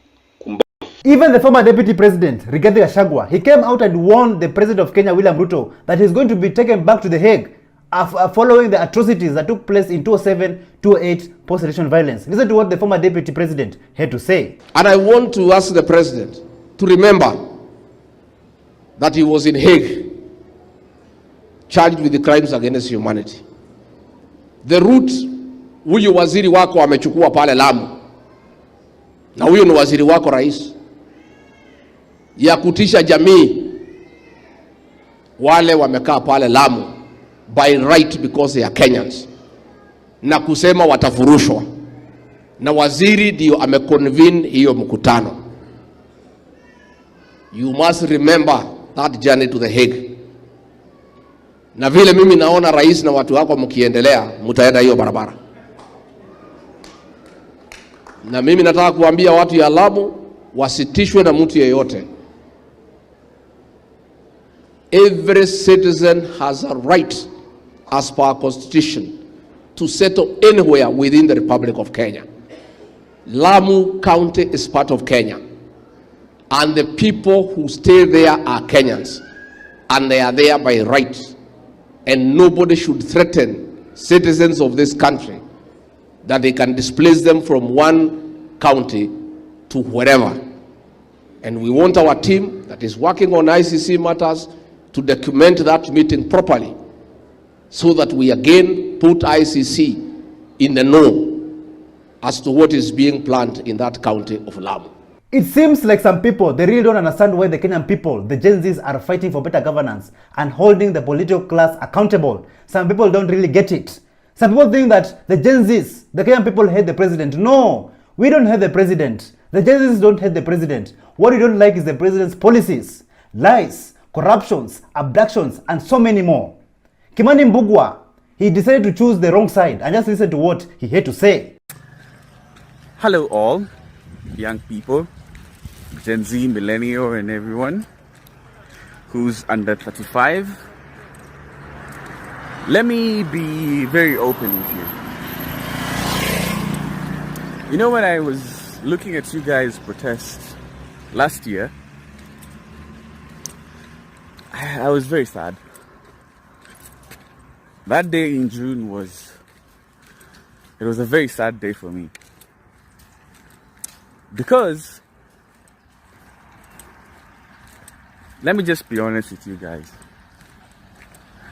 Violence, toxicity, and negativity is not the way to go. Mimi nataka niwasihi tafadhali. Please, respect the president. Respect him. There is a good reason why he is there.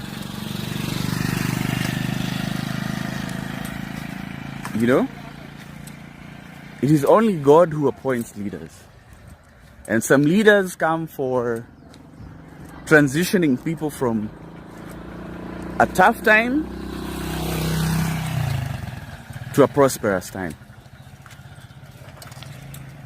And some leaders come within a critical time. Of course, you all know that we are in a very critical time. But insulting the president, making nasty memes about him, that's not the way to go. Why would you want the president to be dead? Why would you celebrate?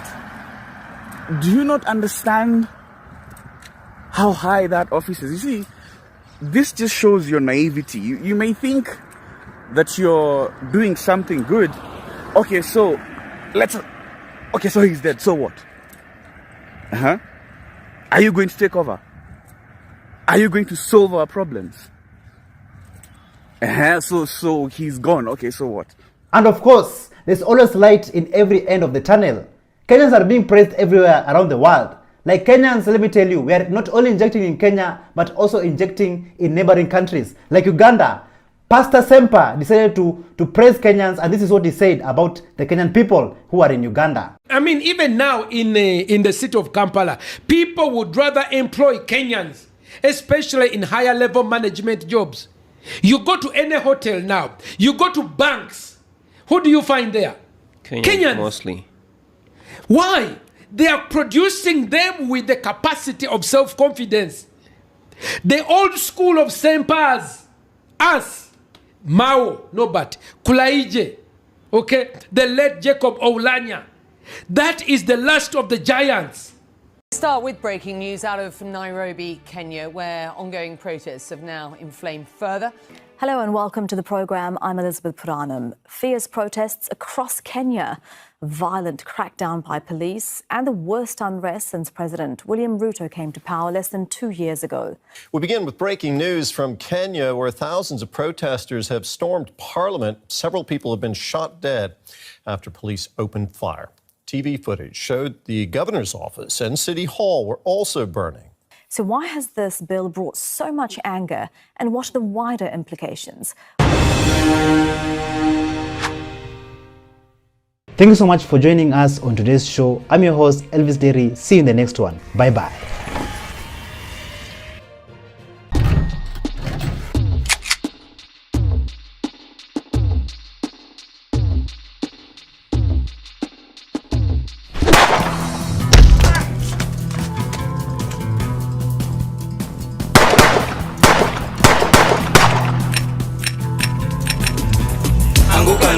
They're coming for you.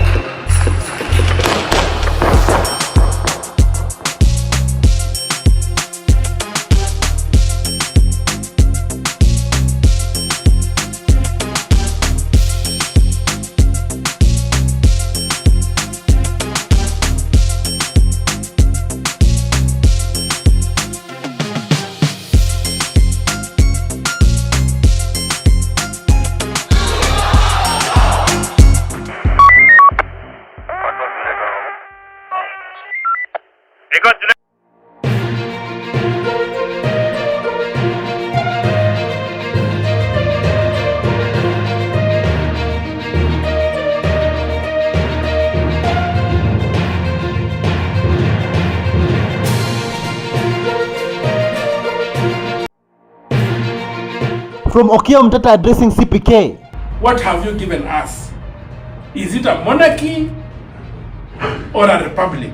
To more identities revealed. Which one of us in here has taken over? Who is next for impeachment in Kenya? Mimi nakwambia wewe ndio next in victim. Why Raila should go home? It is an embarrassment. Raila Odinga ametuaibisha na we are so much surprised. Anguka na. They're coming for you.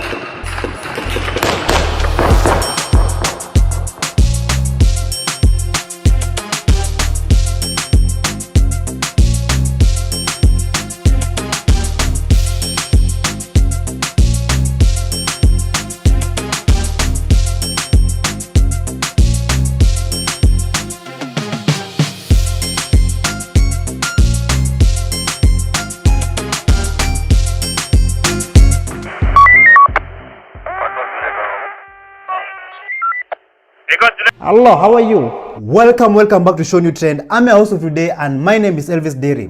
A defiant Isiolo governor by the name of Abdi Ibrahim Guyo. He refused to comply and to appear before the Senate after so many calls for him to appear for questioning. And remember that Governor Guyo has skipped multiple Senate appearances, including before the County Public Accounts Committee and several other key committees, prompting calls for police intervention to enforce compliance. Just look at our leaders. They cannot even comply for simple Senate questioning. Take a look at what he had to say. His Excellency the Governor of Isiolo County, Honorable Abdi Ibrahim Guyo. What is your message to the people of Isiolo? Thank you, Moha. I want to tell the people of Isiolo, you've heard rumors going around social media that the governor has been arrested. There's nothing as such. As governor of County of Isiolo, I'll continue complying with the Senate summons, but I'm not ready to answer to political questions from Senator Fatuma. But anything pertaining the audit query of Auditor General and any institution which is mandated by the Constitution to oversight me, I'll continue submitting them. Thank you, Omar. During the Gen Z revolution, so many churches were so quiet, even though people are being killed in the streets. Young people, Kenyans, were being killed in the streets. But it seems like these days, pastors are tired, churches are tired, preachers are tired, men of God are tired. And just listen to what this preacher had to say about the current regime. Wakati nilipokuwa naangalia Senator proceeding nilifikiria hilo jambo na likanipeleka pia katika neno lingine nilipokuwa na tafakari katika Matthew chapter 7 and verse 2. And this is what is going to happen. Matthew 7 tunasema, for in the same way you judge others, you will be judged. And with the same measure you use, it will be used to you. Unajua hii serikali iliingia katika utawala kwa maombi. Na Mungu ndiye hakimu wa serikali hii. Na kwa sababu wametumia kipimo cha kuhukumu, sasa wameweka kipimo cha kuhukumiwa. Na utaona hukumu ya Mungu. Kwa sababu wamejiwekea kipimo wenyewe. Judgment will be set upon them with the same measure they have used. The same measure will be used upon them. Praise the name of the living God. So the question of today is, has the Gen Z revolution, the Kenyan revolution, reshaped the politics in this country? Has it changed everything? And how we see our politicians and how we see the politics in this country? Just listen to this. And our young generation have led, in my view, what we call the online revolution in this country. This is a generation that, in my view, kicked Uhuru out of Twitter yeah. When he started speaking nonsense and not making sense to their lives. And this is a generation that is doing a revolution against William Ruto in terms of exposing him for his doublespeak. They are keeping him to check. They are calling him out for his mismanagement of our economy. They are documenting. So probably they believe, maybe somebody by design believes that one way to respond to this revolutionary attitude of our young people is to make sure that a majority of them don't have access to education. Right? Then maybe they'll not be able to use these tools that they're using to hold us to account. The crime rate has been increasing every day in Kenya, where people have resorted to stealing in order to survive. This story comes all the way from Kakamega County in Malava, where thieves went to steal. And they stole computers and other things and leaving behind a safe with over 4.3 million Kenya shillings. Like, where are we heading to as a country? Take a look at this.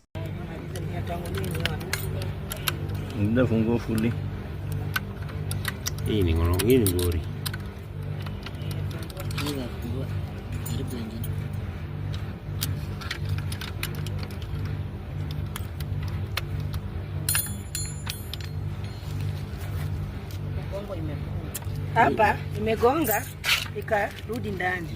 Unaona hapa? Hapa. Unaona hapa? Wamegonga sasa, ukishafungua hizi nini, hii nini imeingia ndani. Sasa haiwezi, ikiachana haifunguki.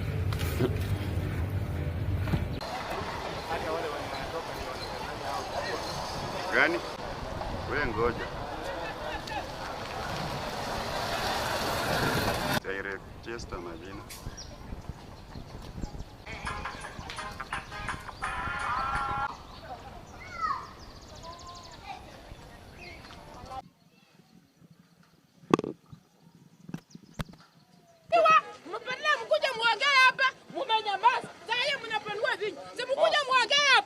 Many Kenyans are very disappointed with Raila Odinga, the former Prime Minister of Kenya, after he went on to support Adani taking over the international airport in Kenya, JKIA.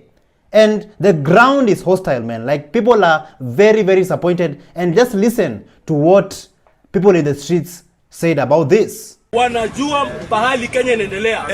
We have disowned one Raila Amolo Odinga. Because Raila Odinga cannot visit a press conference alafu anasema kwamba Adani is okay. That is an embarrassment. Raila Odinga ametuaibisha. Now we are so much surprised that Raila Odinga has not been fighting for the rights of the people of Kenya. He has been fighting for his own rights. Because Adani amechukua our own airport. Adani ameleta kitu to a ship. This ship cannot work anywhere. Adani is taking us our power generation activities. What is so special about this guy that we have so many industrialized people in this country that can run these things, and then one individual, one Indian person is taking all our interest. Moi University has had land disputes over the years, and an MP, a member of parliament, has stolen 13 acres of Moi University land. Just listen to what this politician had to say about what is really happening on the ground. Listen to this. The issue about Moi University is governance.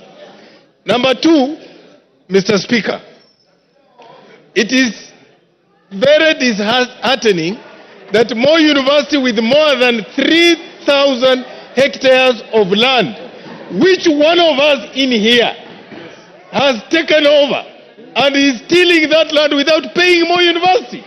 Truth be told. Number three, the assets of Moi University. The senator of Busia County, Okia Omtata, visited the CPK, Communist Party of Kenya, and he went to talk to them and tell them why William Samoei Ruto is a threat to the national project and why the president of Kenya, Ruto, should be removed from power immediately. Just listen to what Okia Omtata had to say. You are cracking your minds to find a formula for making Kenya a viable republic, a nation that could serve everybody. So, after the constitution was passed, he was asked by a group of people, what have you given us? Is it a monarchy or a republic? And he answered, it is a republic if you can keep it.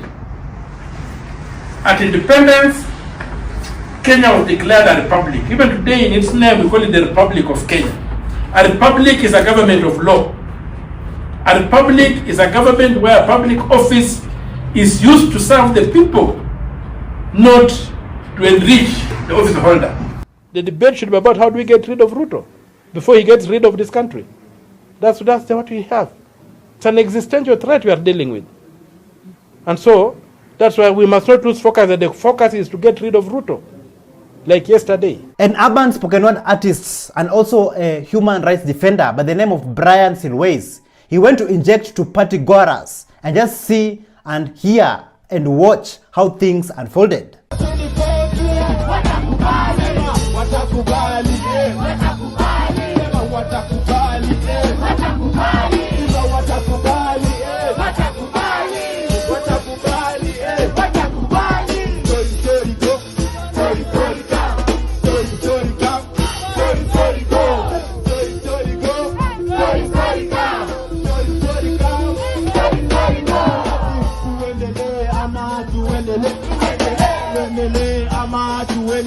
So after Gachagwa's impeachment, the former deputy president of Kenya, so who is next?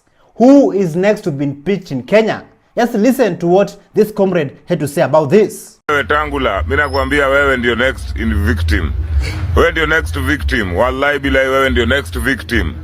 Sasa nimesikia hapo wabunge wa ODM wanajipanga wanataka kuimpeach. Wewe kama speaker unataka kuimpeachiwa waweke utiende ya molo. Yo utaenda. Hata wewe Kimani Chungwa utabadilishwa hapo kama majority leader. Utaenda. Malipo ni hapa Kenya. Tunataka kufinywa kama kiroboto. We all know that Kithure Kindiki has been appointed as the new deputy president of Kenya. But while the Gen Zs were protesting, he had all the power to stop all the bloodshed, all the killings, all the abductions, but he never did. Just listen to this. Another person who was shot outside Parliament has been identified, guys. This is Eric Shieni, who was supposed to graduate from the UN in September with a business administration degree. He had just finished doing his CPA 6. He was living in South Bay with his brother, and his life was cut short. His brother says if you want to contact the family, support them in any way, you can reach them on 0702 281 381 0702 281 381.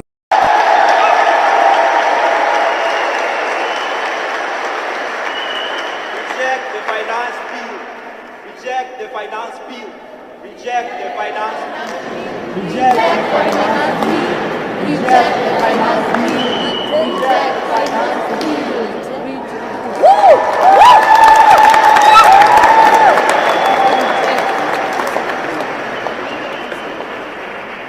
Let's give him a round of applause for expressing himself. Thank you so much for joining us on today's show. I'm your host, Elvis Derry. See you in the next one. Bye-bye.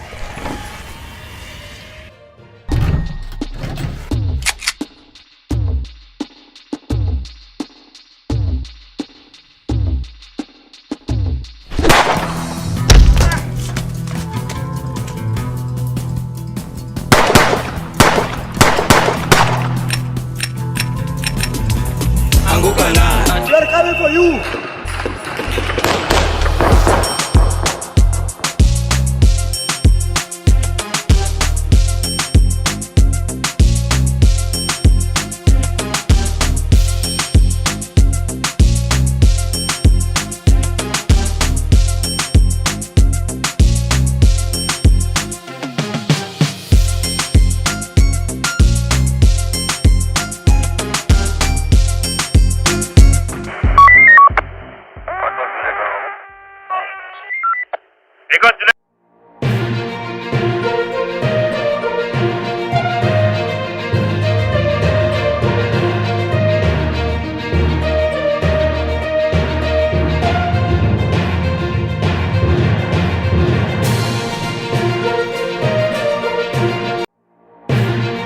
From Billy Mwangi's father seeking justice, Seriously, who took my son and where is my son?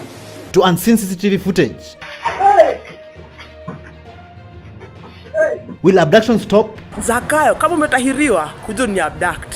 Zakayo, kama umetahiriwa. Larry Madowo takes action. Peter Muteti was abducted while he was at this store on Saturday morning. We are coming for you.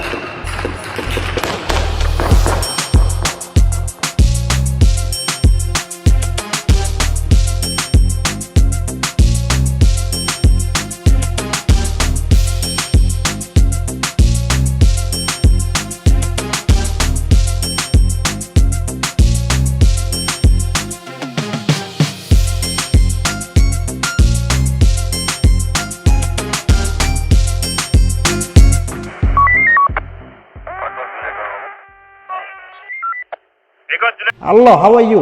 Welcome back to ShowNewTrend. I'm host of today and my name is Elvis Derry. As Kenyans are being traumatized by daily abductions and kidnappings, a well-renowned journalist and a patriot by the name of Larry Madowo, he came back to Kenya after cancelling his vacation to come and report on the mysterious kidnappings and abductions that is taking place. Take a look at this. Peter Muteti was abducted while he was at this store on Saturday morning. He was buying milk and eggs. And a lot of people have been to question the staff there, except the police. The police have not asked them anything. If they claim they don't have them, he was bundled into a car that was parked over here. But here's the interesting thing. The building has 5 different CCTV cameras facing here. There they are. Those are the cameras on every floor of this building. There's a CCTV camera, and the family has not been able to get access to them so far. Currently, so many Kenyans are still missing, and people are asking themselves, where have they been taken to and how are they surviving? A social media influencer by the name of Peter Muteti, who was abducted just outside his apartment in Udhiru. Just take a look at this CCTV footage.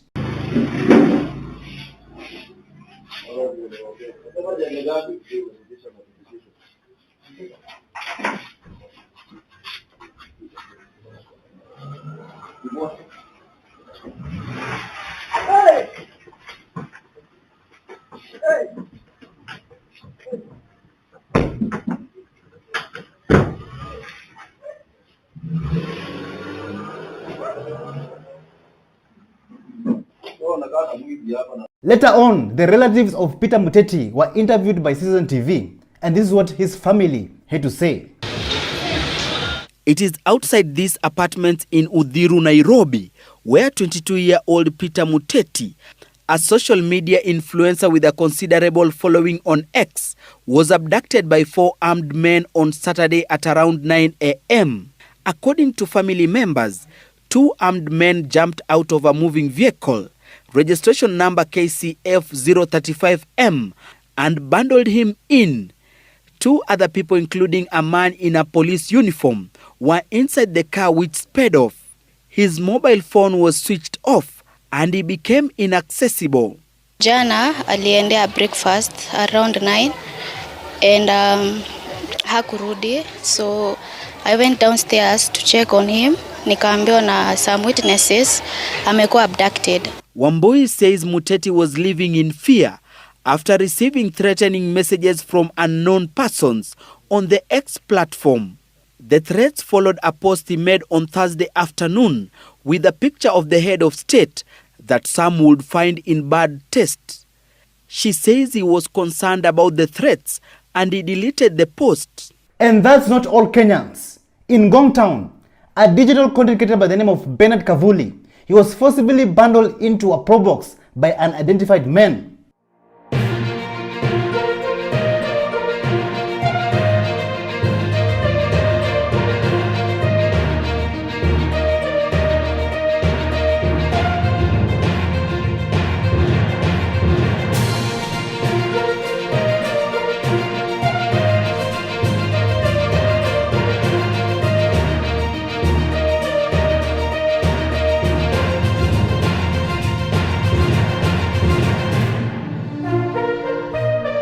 Kibet's sister, Mercy Cherotich, she gave out her statement on Citizen TV after his brother was abducted.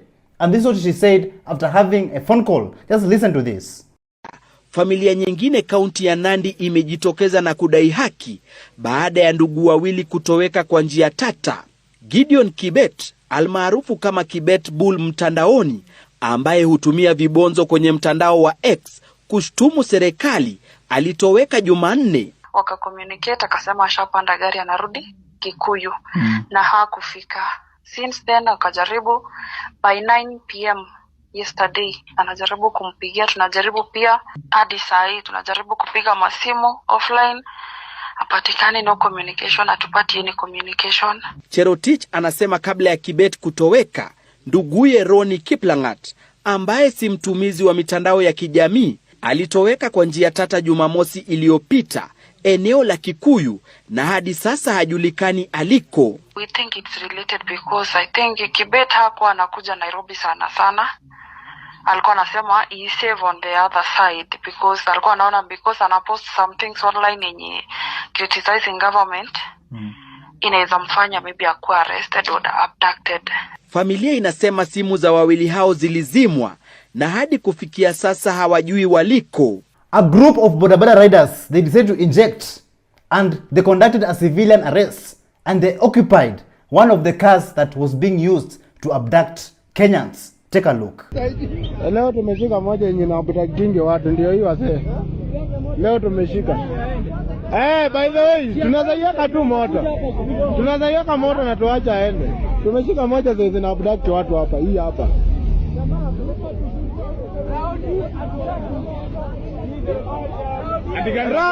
Raundi hii serikali ya huyu jamaa tunaimaliza.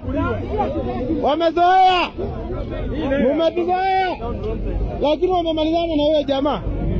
Some sources claim that this picture that you see here, this was taken at Peponi Road. And they claim that the abductees might be in this NIS safe house. And mind you, don't forget that this safe house, this NIS safe house is close to Red Hill Road, where Bob Njagi was found after he was abducted and went missing for several days.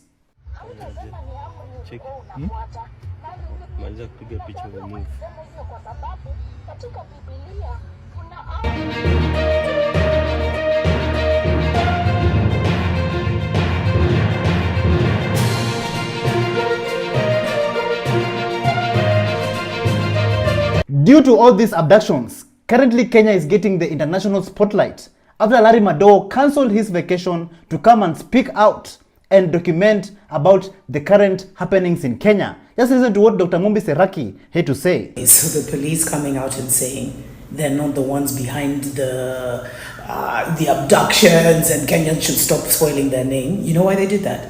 Because of Larry and how much international attention the abductions are getting. Yo, everyone is watching what's happening in Kenya, including the ICC, but these guys don't seem to get it.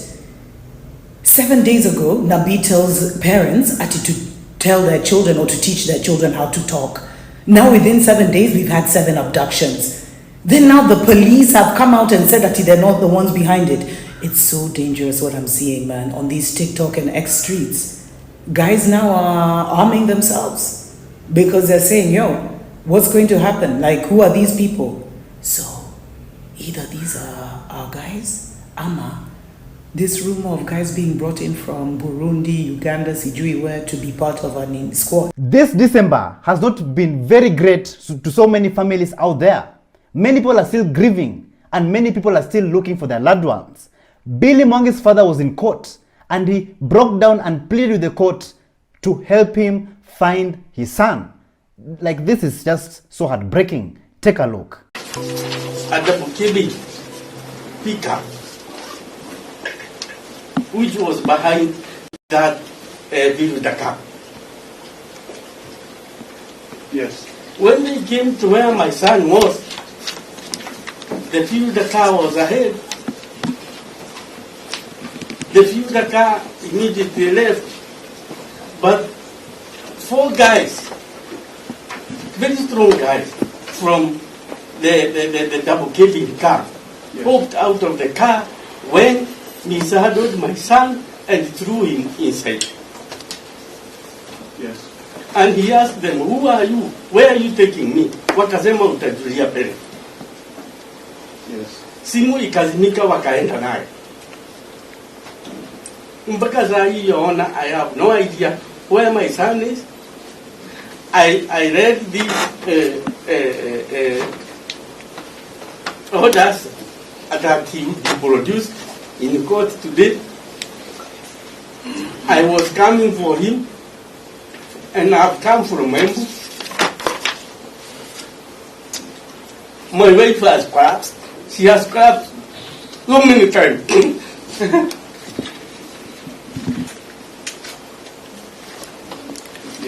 I did not come with her because I cannot be able to handle it. So when I look around the courtyard, I cannot see my son. I thought he is here. Seriously, who took my son and where is my son? It seems like not all politicians are in the same basket. Some politicians have come out and spoke against the illegal and unconstitutional abductions that has been taking place in Kenya. Like a member of parliament by the name of Gitonga Mukunji, he came out and demanded the immediate release of Billy Mwangi, a social media influencer who was abducted in Embu County. Listen to what he had to say. Nataka kusema ni huzuni sana ya kwamba watu wanapotea, hawapatikani, na serikali inajifanya inasaidia lakini haisaidii. Na Embu katika constituency yangu kijana ambaye anaitwa Billy Mwangi amepotea sasa kwa siku 3, na serikali inasema inafanya uchunguzi na bado haijapeana hata jibu ya kusema hii maneno imefanyika hivi. Kwanza kabisa, I want to condemn jinsi ya kutumia what we call extrajudicial ways ya kufanya maneno ya sheria ikae kama haitumiki vizuri. Na I want to say that we expect the organs of law to produce Bill unharmed and alive. If in a way he is produced when he is harmed or he is not alive, we are going to stop everything in Embu. We are going to call demonstrations. We are going to close all government offices because we cannot accept the order of the day of losing our young people. Unity brings a country together and brings a people together. And let me tell you, if the people are united, nothing can stop them and they can bring a huge change in a country. And since right now people are being abducted, if you abduct one person, then the whole country will erupt. The whole country will go into chaos because even the abductions itself, it is now going regional. Bado tuko kwa abductions. Umenotice kitu difference na hii abductions ya this time around. One major difference is this. Kenyans have taken the abductions local. In short, Embu demonstrated because of Billy. Tuko salama, tuko sawa mpaka hapo. Then they have been followed by the Rakanithi. They are also demonstrating. And recently now, the MP or the senator or whoever it is from a politician from Kitui has also demanded the release of Bernard. And their hometown has also demonstrated. They have threatened to close the roads. This is what this government and the abductors did not foresee. They thought by abducting a young person like Bernard, like Muteti, and like Billy, it is only the parents who are going to be crying for their children. They didn't know that this thing is going local and it is going now regional. Despite all these abductions that have been taking place in Kenya, people are still fearless and Kenyans are still injecting every day.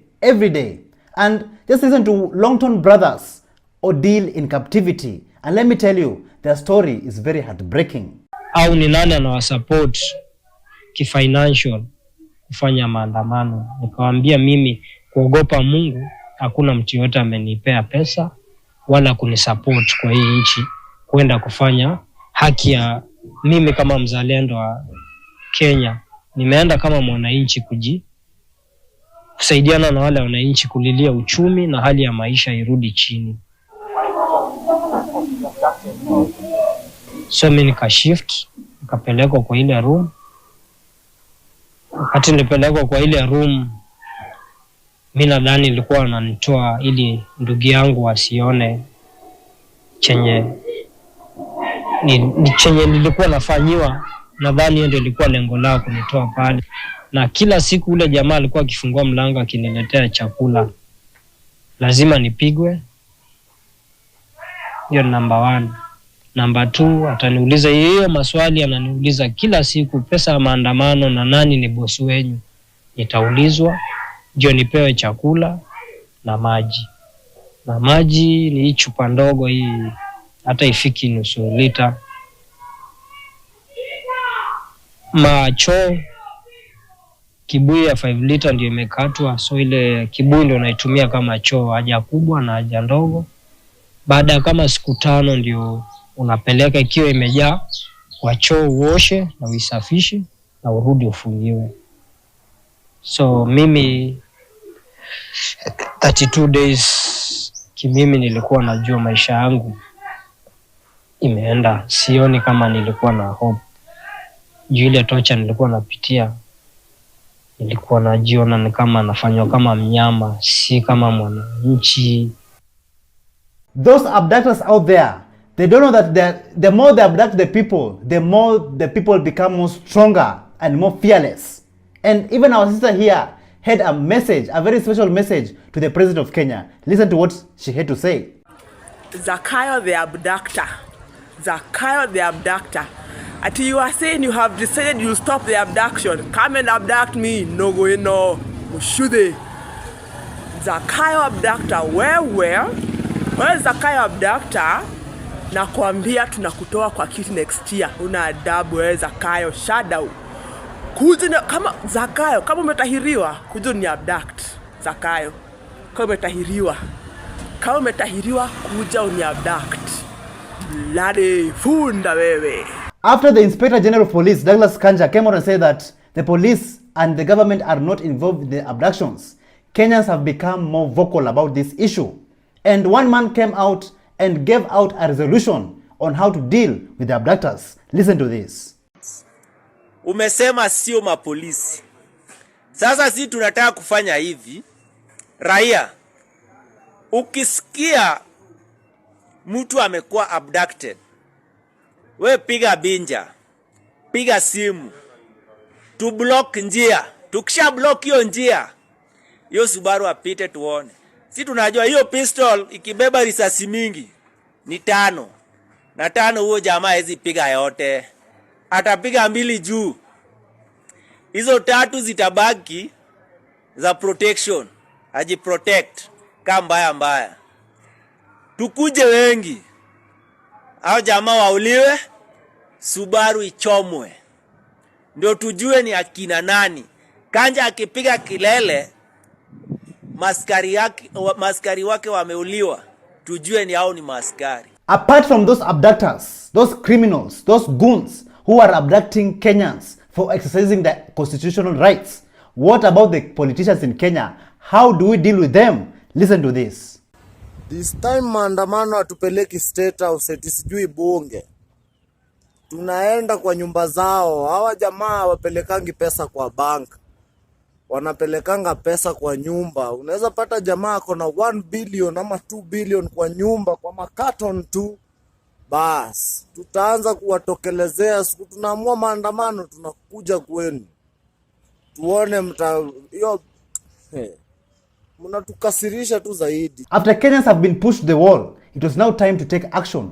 And let me tell you, the people of Kenya, the Gen Zs, the activists, they went to the streets and they took over and they injected properly. Here are some of the scenes that took place during the Monday End Abductions protest in Kenya. Weka katika wimbi la uteketaji nyara kote nchini, wanaharakati hao wamezipa mamlaka husika makataa ya saa 48 wakionya kwamba kushindwa kuchukua hatua kutalazimisha maandamano. We join all patriotic Kenyans in calling for nationwide protests on Monday, the 30th of December 2024 to demand for justice and accountability. Monday, we are going to call for the mother of all protest. It's not only in Nairobi. We are going to call for the protest in all 47 counties. Wanaharakati hao wanaripoti kuwa katika rekodi zao watu 93 wametoweka tangu Juni, huku mwathiriwa wa hivi punde akiwa Kelvin Mudhomi mwenye umri wa miaka 23 ambaye inadaiwa alitekwa nyara eneo la Githurai, Nairobi hapo jana. Nacheki Monday ni Monday. Tafadhali kila msee. Sijui utakuwa wapi. Manze tokea streets. We have a country to fight for. We have a republic to restore. Ndio tumefika tao.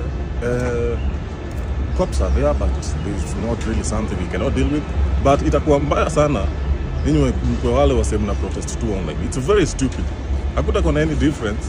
Na nyinyi ati wasema wanakuwa abducted na nyinyi tu mko online mnapiga stories and what. Can you come out here? This is it.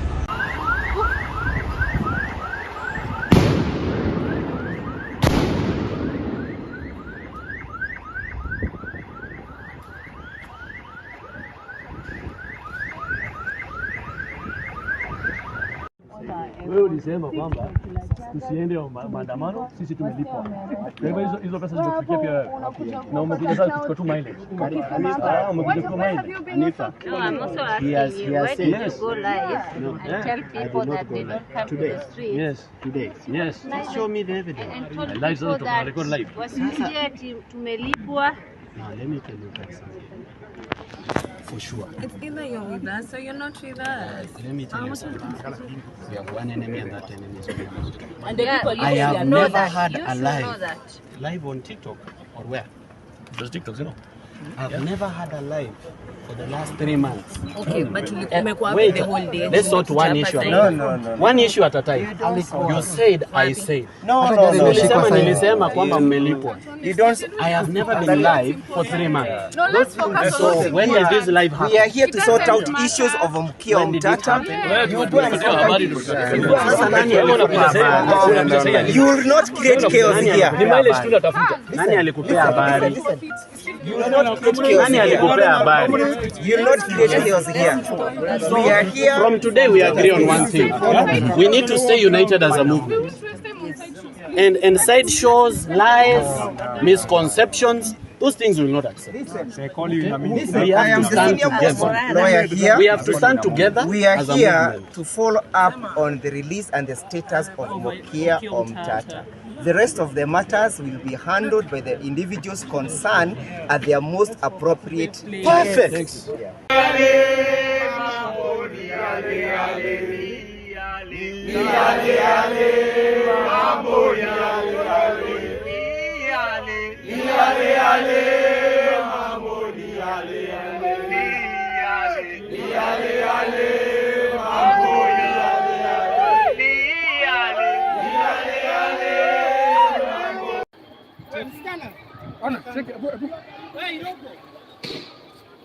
Check.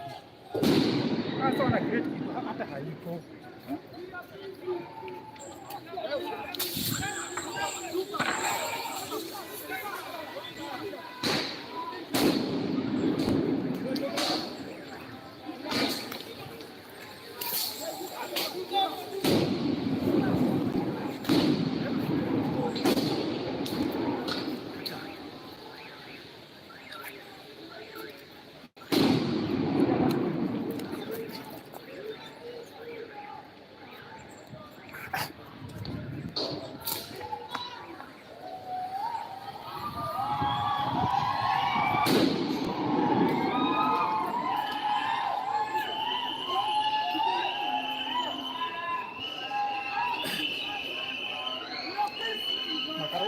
kwani wanatulisha.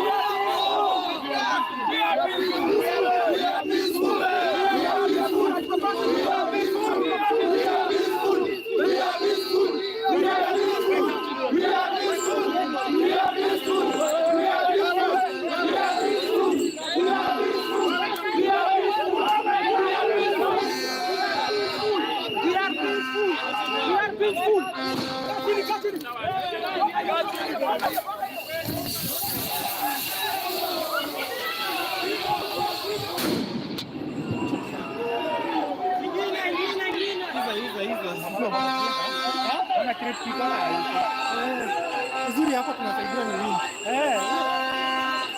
Somali. Tuangalie Somali hapa. We are done.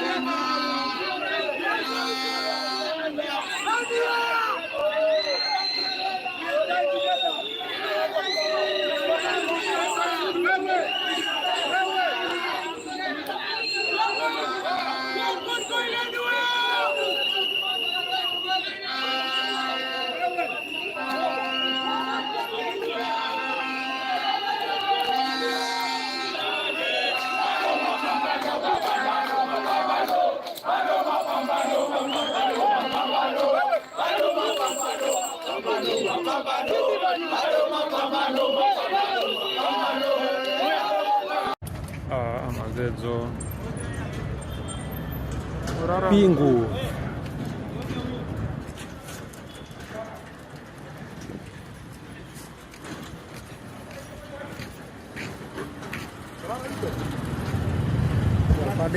Pandai dia. Sasa wewe kuangalia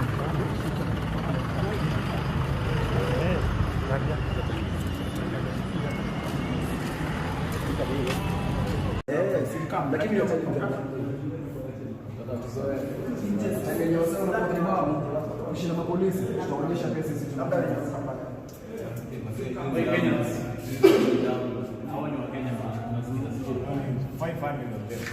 hata wameniacha hadi bila zipu. Na mimi belt yangu. No! Don't move! Don't move! Don't move! We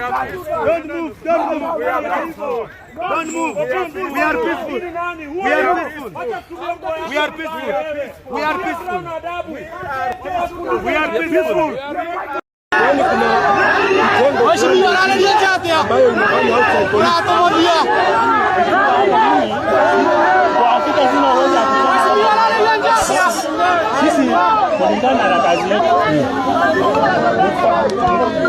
Yeyote amefanya makosa, tunafanya tunaitwa arrest na tukitumia njia ambayo inakubalika. Analetwa hapa, hata utampata pale, lakini sasa hiyo kwa ingine sijui kama kunayo, kwa sababu sina uwezo wa kufuata kama kwa wengine. Mimi wa polisi, mimi nataka kuwaomba kwa unyenyekevu. Mtu ana mtoto, hakuna mtu ambaye tunataka mtu ana nini ambaye ana kijana ambaye anaweza misbehave. Leo tunaongea hivi, familia ya mmoja tunaenda mwana wetu Krismasi, mtoto wetu kiwa haijui mtoto wetu inaweza kuwa tunataka mtoto nini tukio huyo kijana nawe kama sasa mwana nini kwa sababu hayo walishia. Na unajua Wakenya wameanza kuwa watu ambao wanaangalia wanashangaa.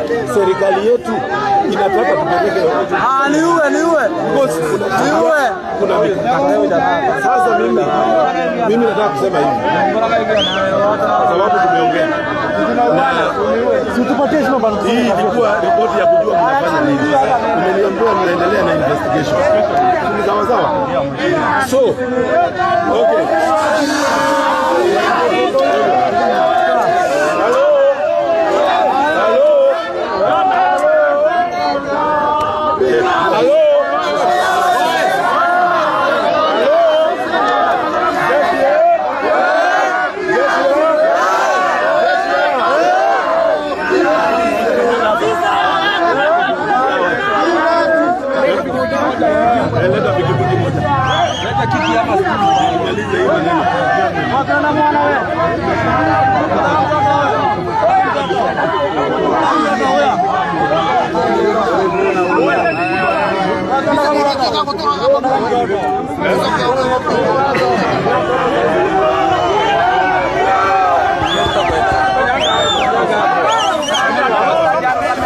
Pita kidogo.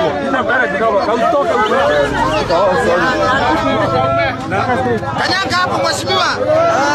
Boss.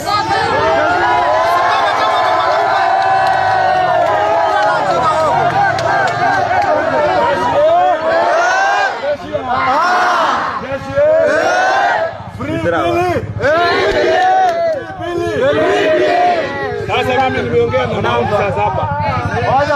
Wameniambia ya kwamba wanaendelea na uchunguzi.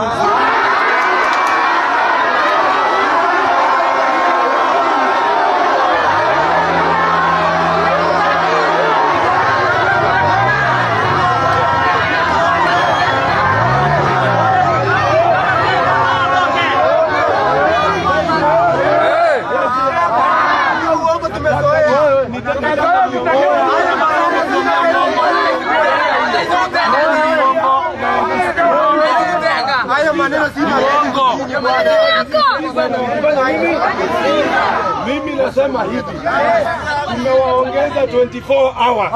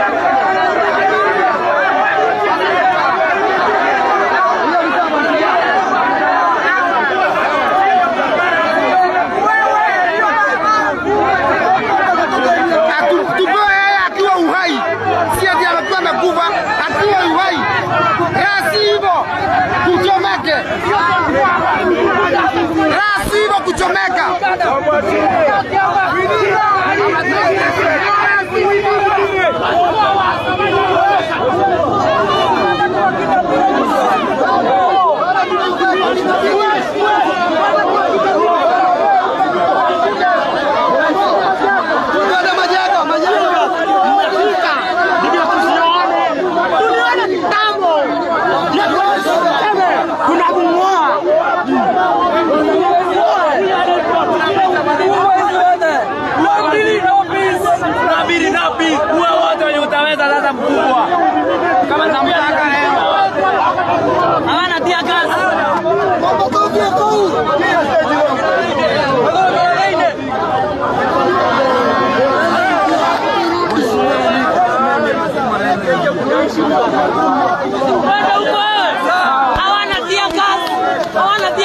ingia ndani. Ingia ndani.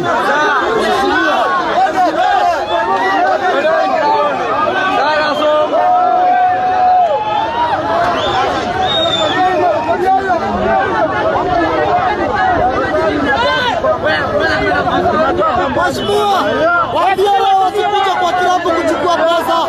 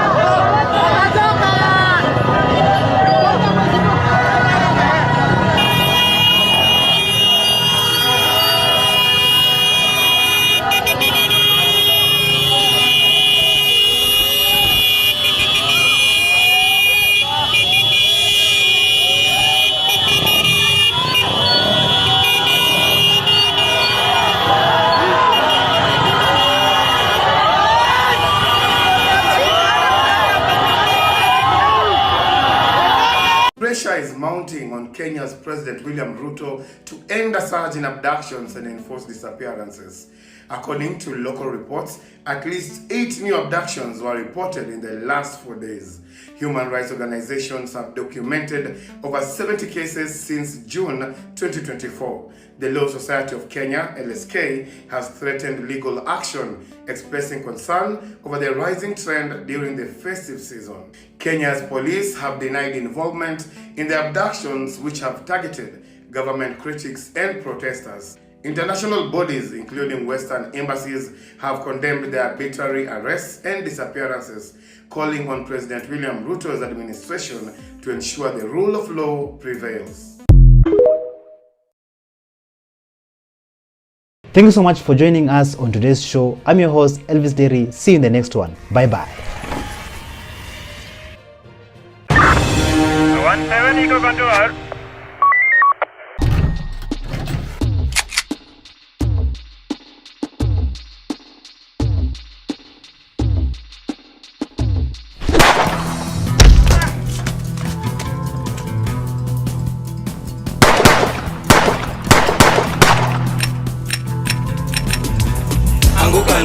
They're coming for you.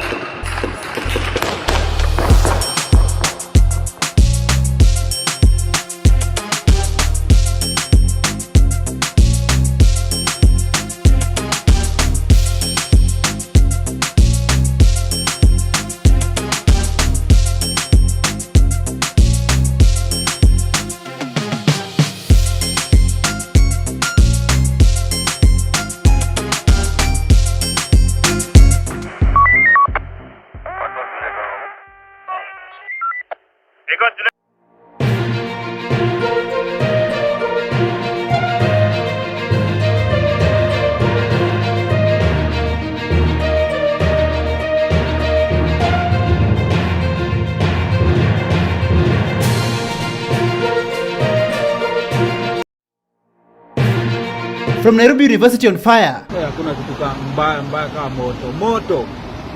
To Sunlight dismantled in Nairobi. Are Kenyans being held hostage? Kenya has been held hostage. So I told you, one of the biggest implementations this New World Order agenda foresees. Avia House occupied. 20 patients. We have walked all the way from Kenyatta Hospital, coming here for treatment.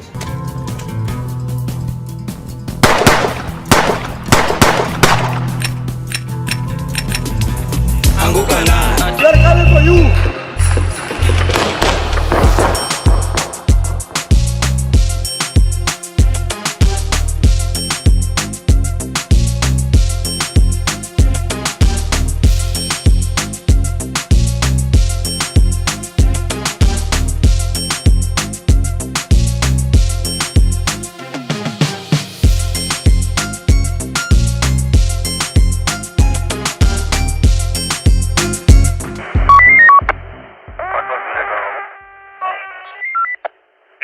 Hello, how are you? Welcome back to ShowNewTrend. I'm Yusuf today, and my name is Elvis Derry. Patients, some of them carrying infants, they stormed Afya House in Nairobi, and they were protesting against the shift system glitches, as hundreds of patients are still stranded. Kenyans are still stranded at Kenyatta National Hospital, and I'm just wondering, what is CS Deborah Baraza doing? Is she really working for the people? Just take a look at how things unfolded. We are outside there waiting the gate. We are at the gate waiting.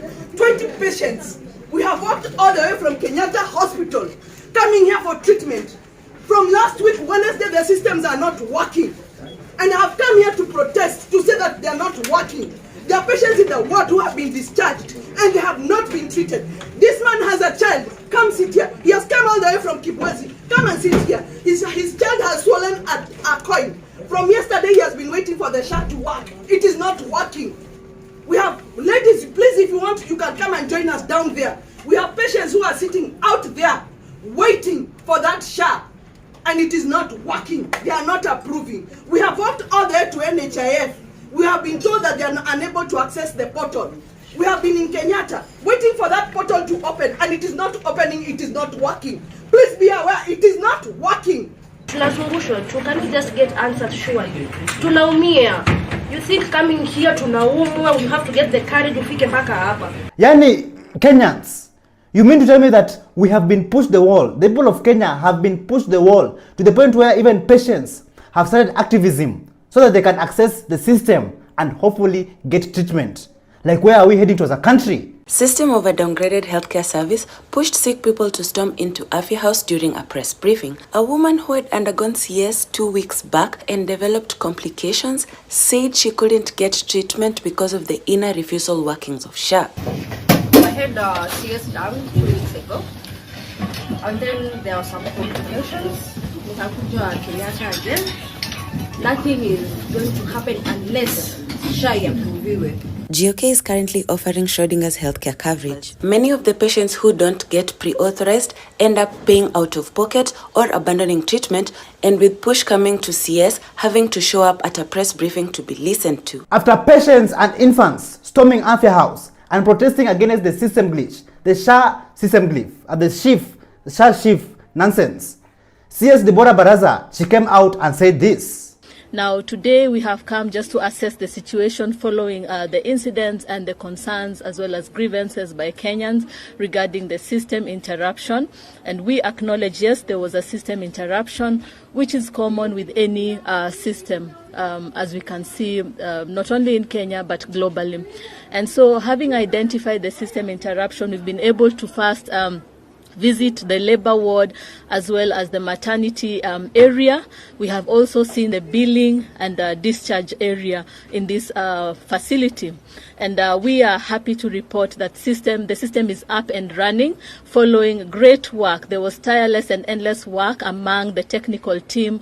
I had instructed them to look at interventions to ensure that we don't have any kind of system interruption, have an alternative in case it do so happens. And we are happy to report to Kenyans that yes, we have an alternative system, and we have experienced and seen that there is no system interruption. The incidents occurred on the 14th and 15th up to 10 a.m. and the backlog has been sorted. Patients have again are receiving seamless services, and I want to assure Kenyans that health services will continue in the National Referral Hospital and other facilities, and will ensure that the services are seamless. Since the protest started, to the point where even the Gen Zs, they stormed the parliament building and set it ablaze, Kenya has gained a lot of international attention. And the question is the international community watching? Are they taking notes? Are they seeing what is happening in the Kenyan politics? Just listen to what Cherina 254 had to say.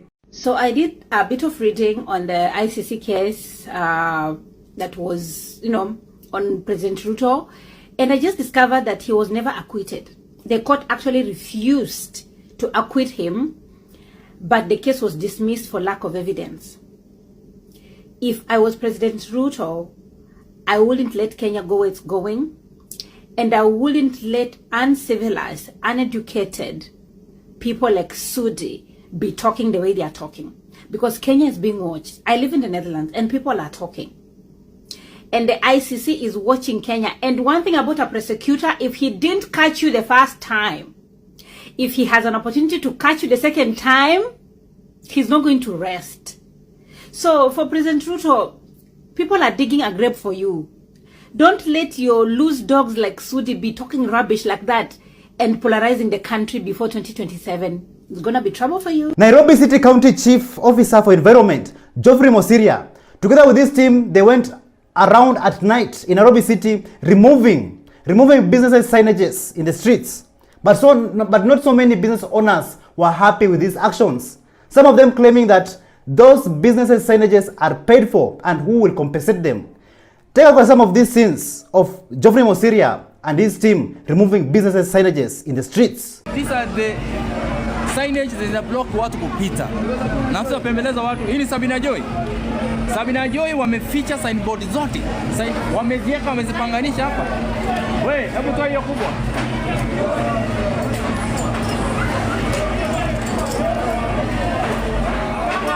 Hapo sawa.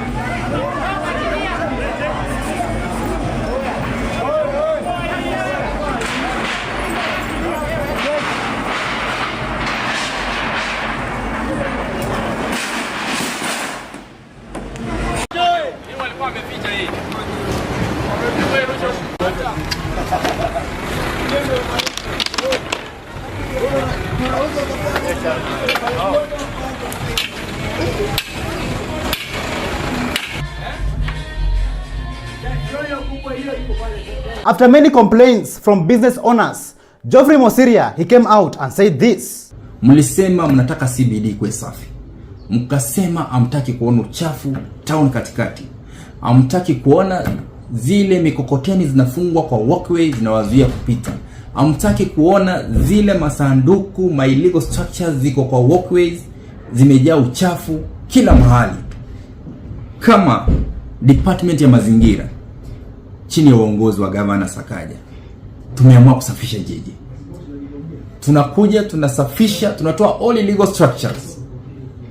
Kuna wengine walikuwa na complain ukitembea town hata some of the signages zimewekwa zinagonga watu vichwa zao. Some of them are illegal. So let me say this. We are going to remove all illegal signages ambazo zinafanya town ya kuwa chafu. Watu wameprint paper signages wameweka kila mahali. Kama mtu kuna duka, kwa mlango wako pale kwa mlango, wekila signage yako vizuri. Haja gani kwa walkway unaweka signage ambayo inafika kwa macho ya watu? Even the CCTV cameras, they cannot capture the movement surrounding. After business signages were removed in the streets in Nairobi CBD, this is how Nairobi City looked like the next day.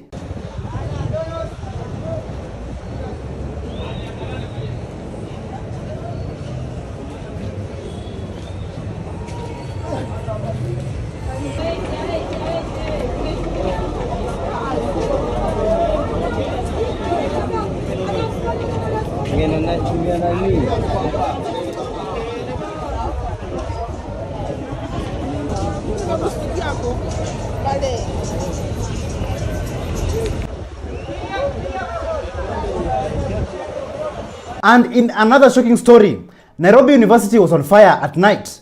And I'm just wondering, and many people are wondering out there, like, what caused this fire? What was the reason for this fire?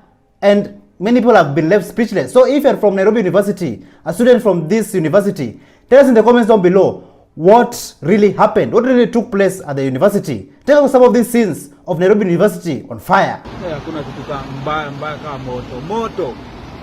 Mimi na yetu moto kaa selo. Ni hadi uniue kuliko moto. Mimi naenda kwa lift kwa chini na ngoja. Moto gas itakuua.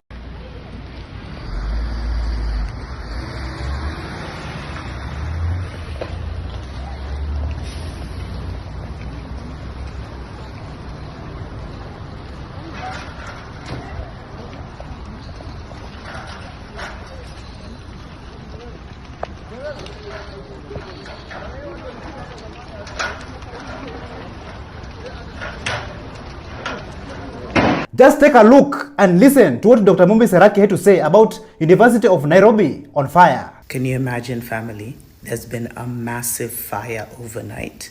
at the University of Nairobi on the eve of the biggest demonstration that was supposed to happen today, where students from all over were going to be protesting against this new financing thing, HELB, whatever it is.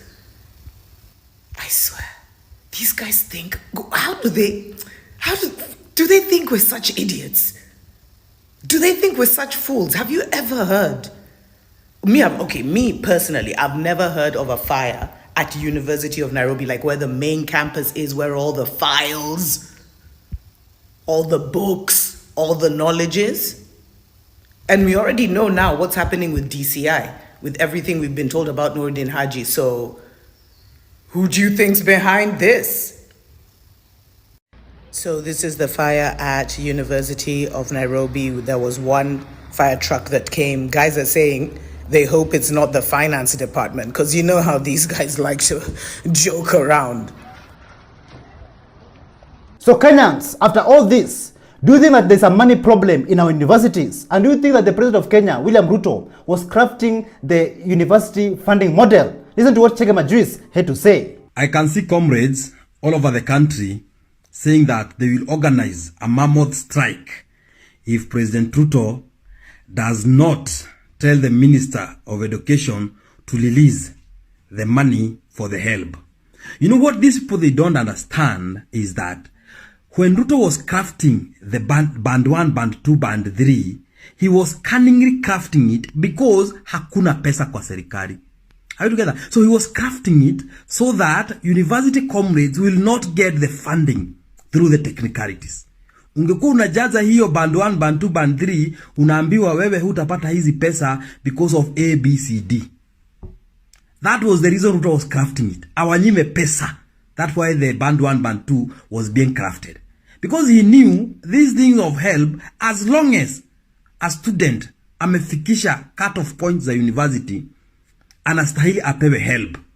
Na kwa sababu Ruto don't want to give out that money, kwenye anapeleka pesa za taifa ndiye anajua. That's why he was crafting the band 1, band 2, band 3, band 4. Now that the court squashed that thing, you are putting Ruto to square zero. Aanze another plan ya ku make sure vile comrades hawatapata pesa zao. Here's a help. And I'm telling comrades, if you don't put pressure, my friend, nyinyi hamtazoma, hizo pesa hazitapatikana, my friend. Munasikia even some ministries, my friend, tissue paper inakosa, tissue paper, my friend.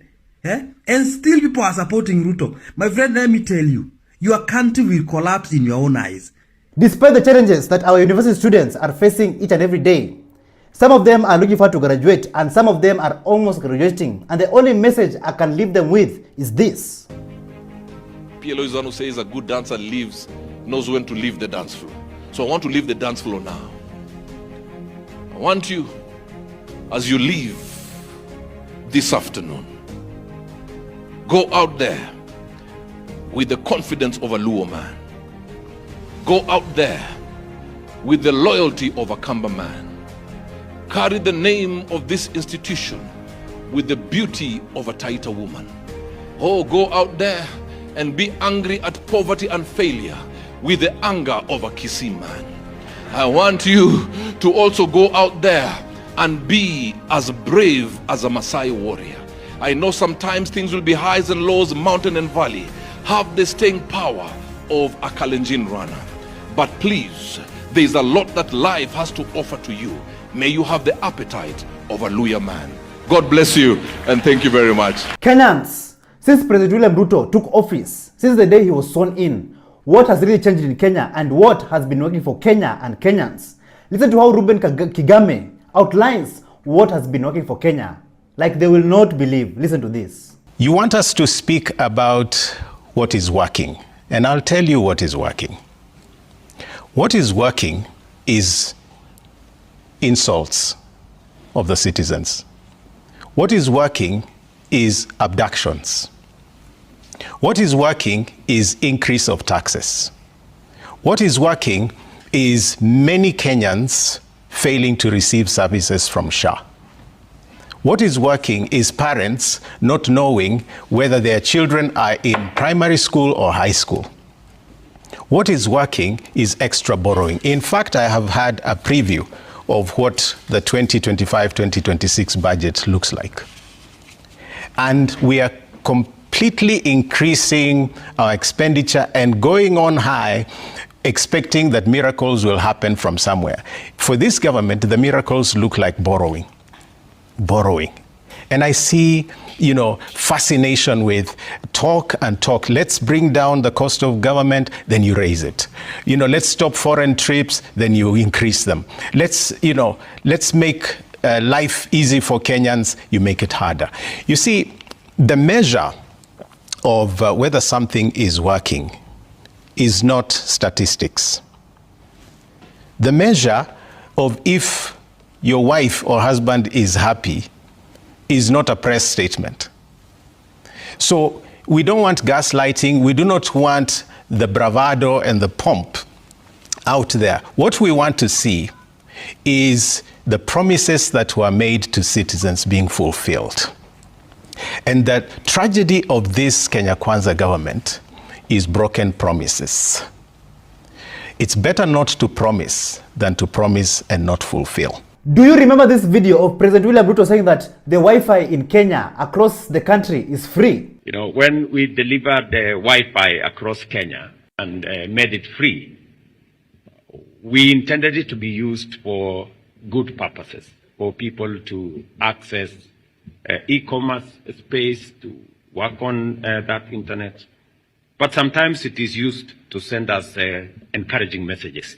I'm just wondering, which are those Kenyans who are using free internet, free Wi-Fi? Please tell us in the comments down below. Because currently, right now, the government is seeking to hike license fees for satellite providers by over 10 times since Starlink entered the local market. Did you know that? Just listen to this. Things might change for satellite communication service providers operating in Kenya, such as the American company Starlink. Here's why. The Kenyan government, through its communications regulator, CA, plans to raise the license fees for the right it gives companies like Starlink. Per new proposals CA published in December, Kenya seeks to review the satellite landing rights, also known as SLR, license it requires companies to obtain in order to land their signal in Kenya. CA seeks to raise the SLR initial license fees from the current $12,500, which is about 1.6 million Kenyan shillings, to 15 million Kenyan shillings. The regulator further wants to introduce an annual operating fee of 4 million shillings, or 0.4% of the company's annual gross turnover, whichever is higher. Stakeholders have until January 23 to submit their comments on the proposals, which CA plans to implement in the 2025-2026 financial year. CA says the review is meant to address and remove certain market entry and operational barriers identified over time. So do you think the internet, the Wi-Fi, will be free or not? Because in the looks of things, this sounds and looks different from what the president said. When we delivered Wi-Fi across Kenya and made it free, we intended it to be used for good purposes, not for sending us some of these messages. Musiniingilie, those are not my words. Those are the words of your president. Amesema the Kenya Kwanza government has delivered Wi-Fi for free across the country. Wewe kama kwenu hakuna Wi-Fi ya huko Kenya. Rudi Kenya. Huku Kenya, we are enjoying free Wi-Fi. Hey, every time you just want to think something positive about your country, they just make it worse. Aki, si mtu ambie tu Ruto anyamaze. Angoje tu 2027 sasa. Juu, we. Free Wi-Fi. This clearly shows you that the economy is being held hostage and is being crushed to deliberately have total control of the masses. Kenya has been held hostage. So I told you, one of the biggest implementations this New World Order agenda foresees is creation of what you call CBDCs, the central bank digital currencies. And for that to happen, the first thing they have to do is to ensure they crash the economies of all these countries. See, it's simple. If I want to build an economy of a country, I only want to do one thing. I have to ensure everyone has money in their pockets. Yeah. Because economies are built by circulation, money in circulation. When I have money and you have money and he has money, we all spend. The government is earning through VAT and all those things. But if you look at the Kenyan situation, all these taxes being brought in. Today, you're told more than 245, 250 international companies have already left Kenya. Yeah. They are moving to Tanzania. Today, from number 1, we are number 5 in terms of GDP growth. Rwanda is leading with 6.9. Number 2 is Uganda, 5.6. South Sudan has a 5.6. Tanzania has a 5.5. We are stuck at 5.0, 5.1. Why? These policies you're talking about. So we as Kenyans have to sober up. And this goes to the leadership. As in, it costs nothing for leaders to decide that building a country is all about baking a bigger cake. So today we have a leadership that is all scrambling for this small piece of cake. What they don't know is that once you bake a bigger cake, you'll even have enough for yourself. Exactly. Yeah. So that is how they're supposed to think. You know? But if you look at the situation and the way these things are being implemented day in, day out, it tells you we're in a very big problem. And the government of the day has been held hostage. And we have to say as is. And that's the reality. To be honest, it is quite clear that Kenyans are tired and they want a change in this country. They want a better future for this country. And one man decided to inject on the streets in public, despite his current situation in life. He understands exactly what is taking place in his home country. Let's listen to this.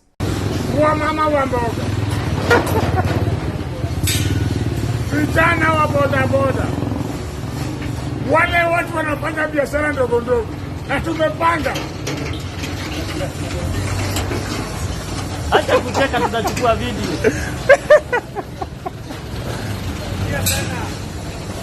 Tumetenga bilioni 52 wa mama wa mboga, vijana wa mkoteni, watu wa bodaboda, wale watu wanafanya biashara ndogo ndogo, na tumepanga na tumeweka mikakati.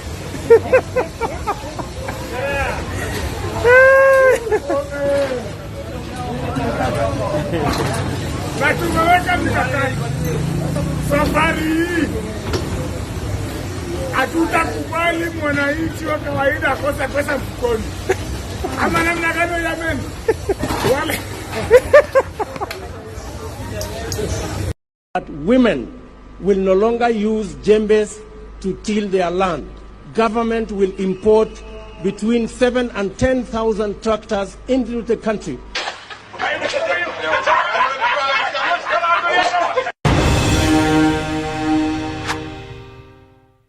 Thank you so much for joining us on today's show. I'm your host, Elvis Derry. See you in the next one. Bye-bye.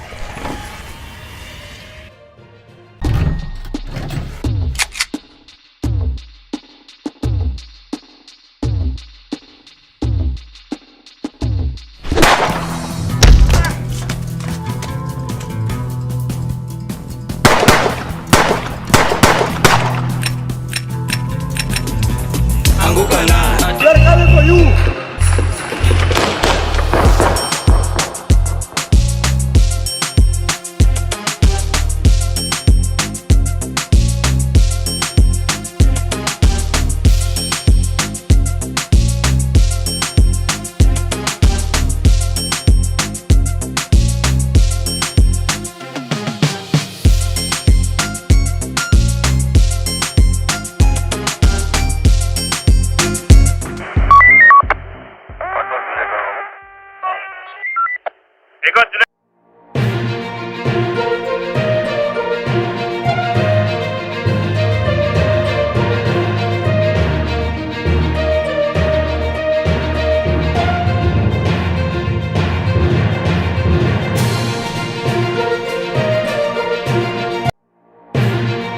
From accidents during Christmas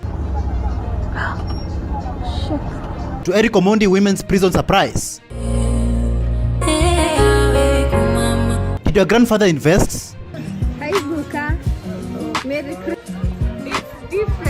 Police officer beaten up. Aya, ona ule amemtandika polisi. The guy just fight the police. We are coming for you.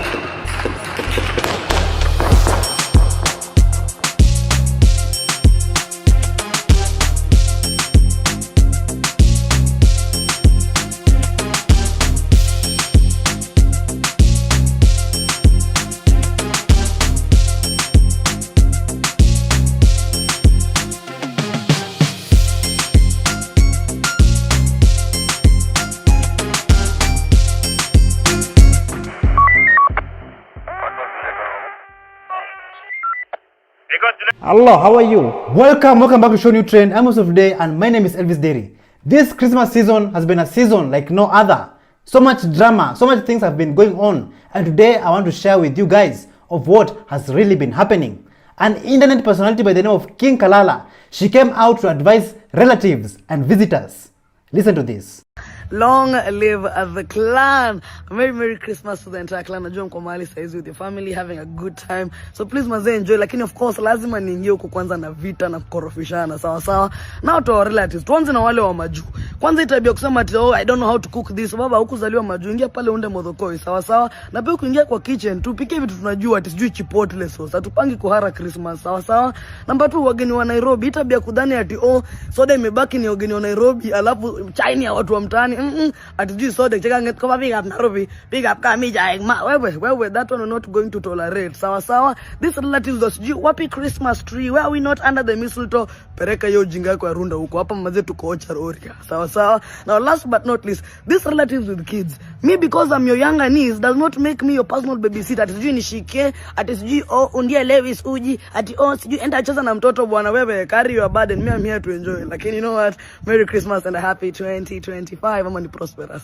In Mombasa, Bamburi, drama was unfolding after one police officer was beaten up after they were trying to go and save a boda boda guy, and even the motorbike was burnt. Guys, the police are being chased away because they don't want the police to save the boda boda guy. Guy, look, see, guys, see. Even the police are running away. Look. The police themselves are running away. They don't. Ona ule amemtandika polisi. The guy just fights the police. Oh my God! Look, guys.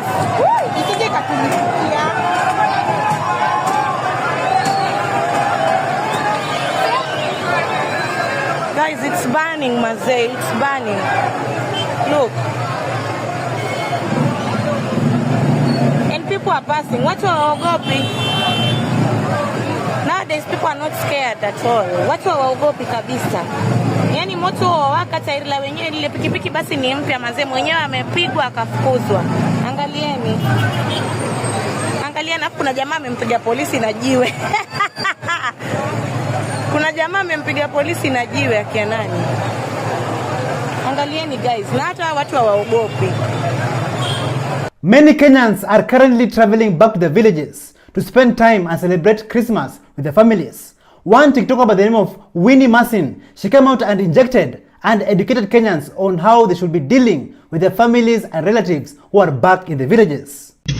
Mimi kwa ushago. Na ushago unajua watu wengi saa hii mtu anakujanga anaona pesa yenye unamtumia upkeep. Si important kama ile mheshimiwa nonsense atakuja ampatie kama 200 kama 500.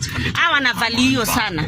So kama unataka civil education huko Ocha, ule anko yako mwenye anakujanga na kuomba kaso 2 hapa, mpatie 50 ama mpatie so. Akianza kukuuliza ni mwambie unaona hii uchumi ya Kasongo hivi ndo kunaenda. Mama yako kani ule ati damu, baba damu, sijui nani damu.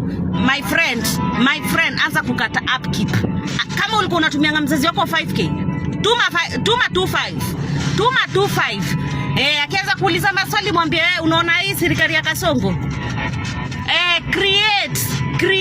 Create hiyo anga. Ndo watu wajue watu wanasafa kivipi. Jue watu wako ushago wajuangi. Mtu wa Nairobi anasafa aji na mataxes. Yeye anataka tu nitumie. Sasa yenye umekuwa ukimtumia, mtumie nusu yenye umekuwa ukimtumia. Ndo waingie in line na sisi. Some politicians wished Kenyans a happy new year, even to the point of having big billboards on the streets, but Kenyans were not pleased with it. Honorable Beth Nyawera, peleka upuzi nyumbani. What is this you have put for us? Beth Nyawera, hata una adabu wewe. What are this? We don't want your Merry Christmas. Shame on yourself. Beth Nyawera, shame on yourself. We don't want your Merry Christmas. Bloody. Nairobi city looked deserted after so many Kenyans went back to their villages to celebrate Christmas with their families. One comedian by the name of Nusru Hassan, she came out and said this. Wara, iko mganga amebaka sisi mafuta magongo wakati amesema kona mtumbu. Habana lambo wara. Iko watu sisi Somalia kiongea kitu kidogo wanatuambia twende jumbani yetu. Kitu kidogo sisi kijangia naambiwa ende jangia upumbafu jumbani yenu. Swali nataka kuuliza nyinyi ni nani ameenda jumbani yao? Nani amewajiwa Nairobi? Wara angalia Nairobi bana iko na mtu. Hakuna mtu hata mmoja. Wara next time mtu na kuambia maneno yataenda jumbani yenu, ambia hii watu wakati wao wameenda ushago kukula jabati na busa. Nani amejiunga Nairobi? Nani amekuwa washman na jungia wao vitu yao? Sasa ni wakati yetu ya kutawala Nairobi wara. Sisi ni watu wa biashara, lazima anafanya vitu yote harash. Kitu unataka niambie mimi ndo nimeshikilia kifungue Nairobi, mimi ndo nimeshikilia. Wara hii parliament, na anataka parliament. Wara Osman tuchukua parliament.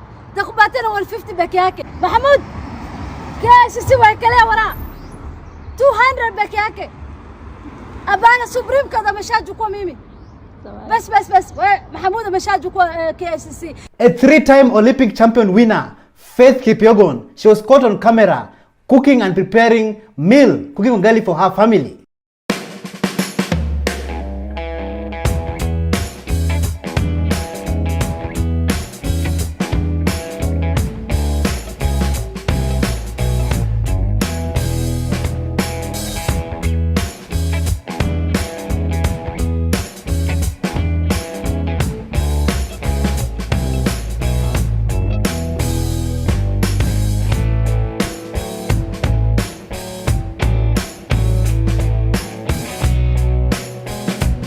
While people are traveling, Modern Coast was caught in a scandal. People booked from Nairobi to Kisumu and others to Kampala, but over 50 people got stuck because the buses were unavailable and the money had already been chopped. The staff even fled the scene. Take a look.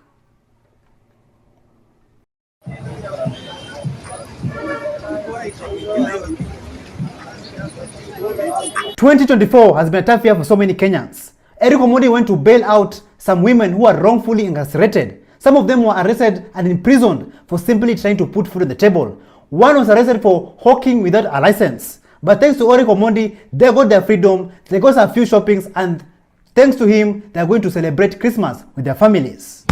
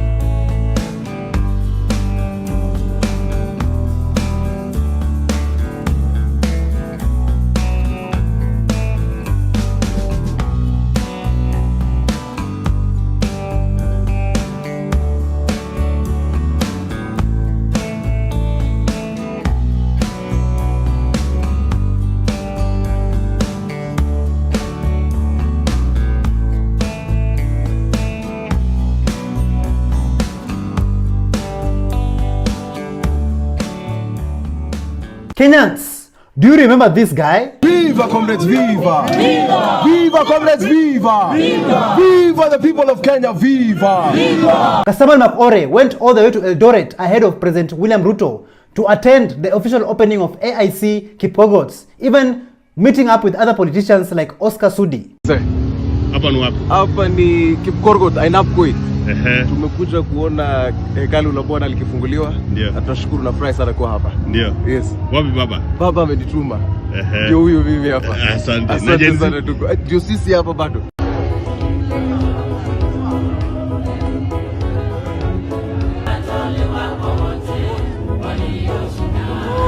But one man by the name of Big Bad Ogre was not pleased with Kassaman Makore's action, and this is what he had to say. Yo, Kasmuel, unaweza enda kukutana na Ruto. Kasmuel, ojana hii, unaweza enda kukutana na Ruto. Alafu umepiga smile kubwa sana. Ni kama kupatia land huko hivyo Soigoi. Kasmuel unakuwa sawa. Yaani zile vitu zote tulikuwa tunapitia Gen Z tunapigania, unajipendekeza. Kamera ikitokea ndio huyo wewe umefika. Kidogo unataka uende mkutano zote, mkutano yote imetokea. Wewe huyo mdomo. Ukijifanya niko na to represent. Sasa hii umepata chance ya kutugeuka uende kwa government, unakimbilia Ruto bro. I hope hizo helicopter unapanda saa hii they are worth it. I hope hizo salamu unasalimia kubwa they are worth it. Because remember, at the end of the day, sisi utagrow up na sisi. Hawa wazazi unajichocha nao, utawaacha nyuma. Unashinda kusema, oh, wazazi wetu wanakupenda, wazazi wetu wanakupenda. Remember mjinga hii, sisi ndio utagrow nao. Sisi ndio tunaenda na wewe umetugeuka. Yako na sisi imeisha. Remember, yako na sisi imeisha, Kasmuel. You are dead to us. How can you go and sleep with the government yenye imekuwa ikituua, ikitutesa, ikitunyanyasa? Unajifanya ni moja wetu, kumbe ulikuwa unatutumia ndio uingie government. Wewe ni fala sana na wewe ni umbwa sana. Na wewe yako imeisha. In this festive season, Kenyans have been traveling day and night. But some of them are not lucky in arriving to their destination.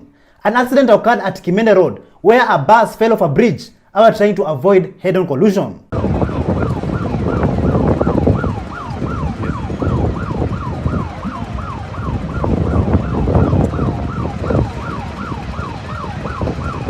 And that's not all. Another accident occurred which later on turned into a fight.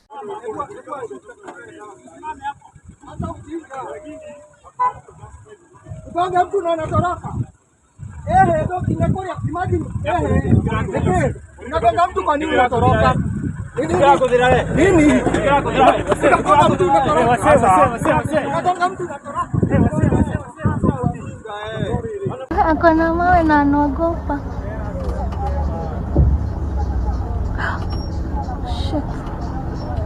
Mawe imeanguka sasa, katembee. Nini anashinda akivuta huko nyuma? Even the SGR was not left behind during this Christmas and festive season. After it was upgraded with the SGR premium coach, making your travels more luxurious, having a better experience. Let's take a look at this review.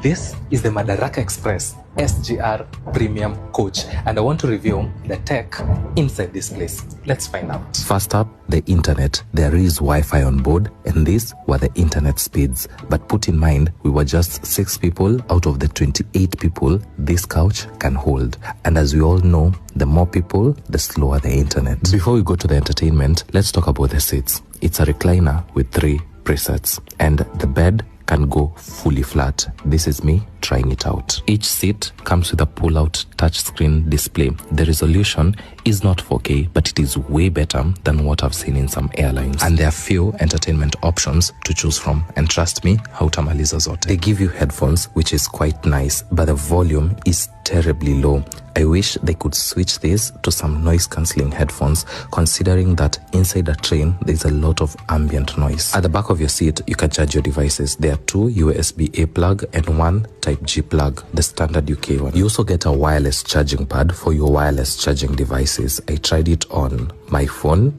it worked. I tried it on earbuds, it worked. And I also tried it on my Apple Watch, but it didn't. I mean, this is a different technology, it's understandable. You also get an adjustable reading lights with 2 levels of brightness if you're into those kind of things. Pro tip, if you're going to Mombasa, sit on seat number 26, and here's the reason why. Your view is not blocked, but on the other side, it's a bit weird. You're seated facing one direction, but the window is on another direction. I don't know if that even makes sense. But on seat number 26, you get a perfect view of outside and your screen at the same time. Also be cautious of other seats that don't have a view. But again, these seats can rotate. So wanaweza wakazungusha na upate hiyo seat number 26, it's the one without a view. But I'm sure if you're going from Nairobi to Mombasa, it's okay. But going back, wanaweza tu wakazungusha hiyo kiti na ukose view. There's food on board. I honestly don't know how to review food, but it was just sweet. The customer service is amazing. We had 1 stop at Voi, and since it's the premium class, it's the last wagon, you get a view of outside from the back. This is how the amenities look like. They are clean. And the question of the day is, can your grandpa even? Just take a look at this family where they went to visit their grandfather, and let me tell you, the grandfather has built an amazing home for them. Yup.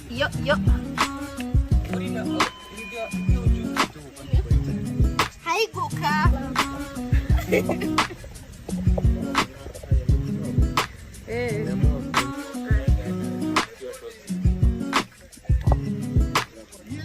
Hi, Guka. Merry Christmas.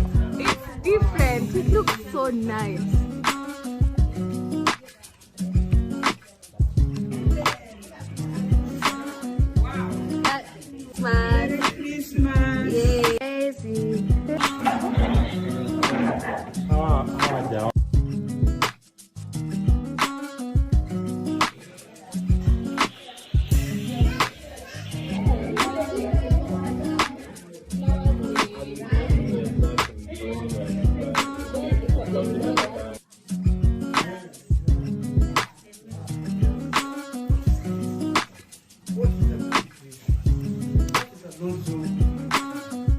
And in that case, I will leave you guys with some of the footages and videos showing you guys on what has been happening in December and what has been taking place in this Christmas and festive season. Starting off with Kasipul, just show you guys how Kasipul behaves around people who have money. Take a look. Salimia Mama Samia Suluhu. Mwambie nampenda sana. Nashukuru sana ndugu yangu. Na wewe ndo Simba, East and Central Africa. Wengine ni bure. Tokeni Simba toka ingie. Tokeni Simba bana. Tokeni Simba.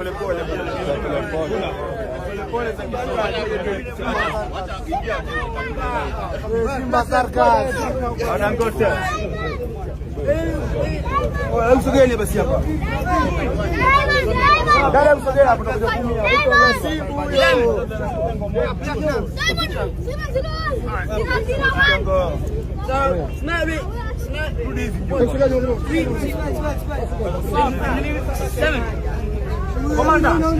Komanda hiyo basi hiyo.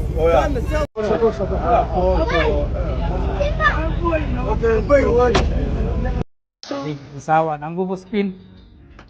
Unaona ukipata nini wewe? Kamagara. Kama atapata kamagara. Ndio hiyo. Ndio hiyo.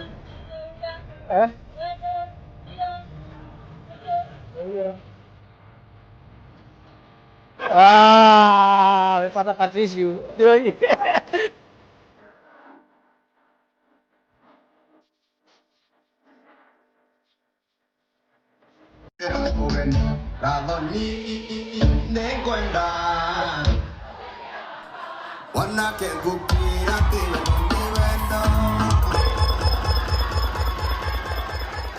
He has the taste, definitely has the skill.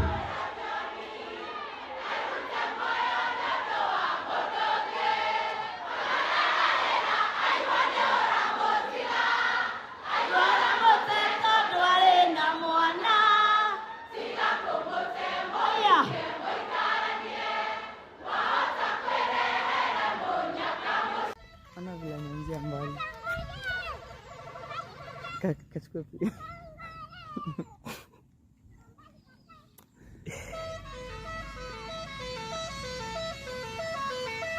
Ano, kaya local kami.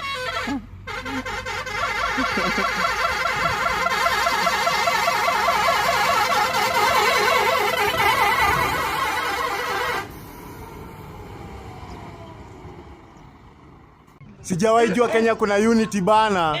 Until nikaona hiyo video ya majamu wanacheza futa bana. Kulikuwa na jam Nairobi Nakuru highway.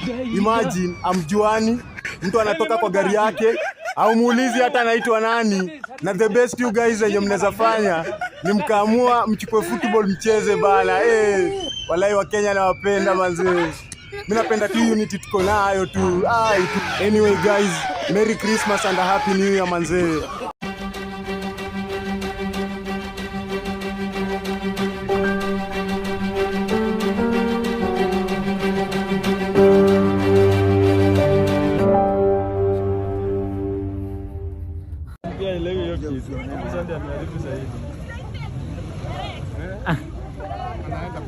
Angekuja pole pole. Huyu ni mwoga. Hii ni lakini 4 wheel. Hapana, hii ni 4 wheel pole pole. Ni 4 wheel, ni 4 wheel. Hii inaenda pole pole, inakuja hivi. Wanasemanga gari iko na nguvu. Baada ya kufunga anafunga brake. Iende tu. Wanasema gari iko na nguvu. Welcome to Kenya. Welcome to Kenya where we have no. Acha tuone hiyo nguvu iko. Kenya. Penye amefika. Sawa. Nini? Builder.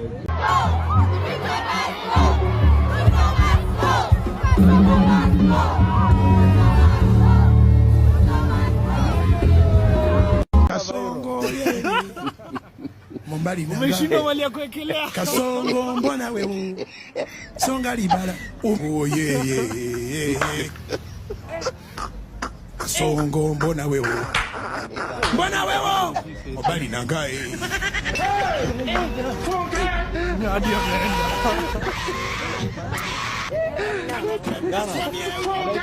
Angalia mama ya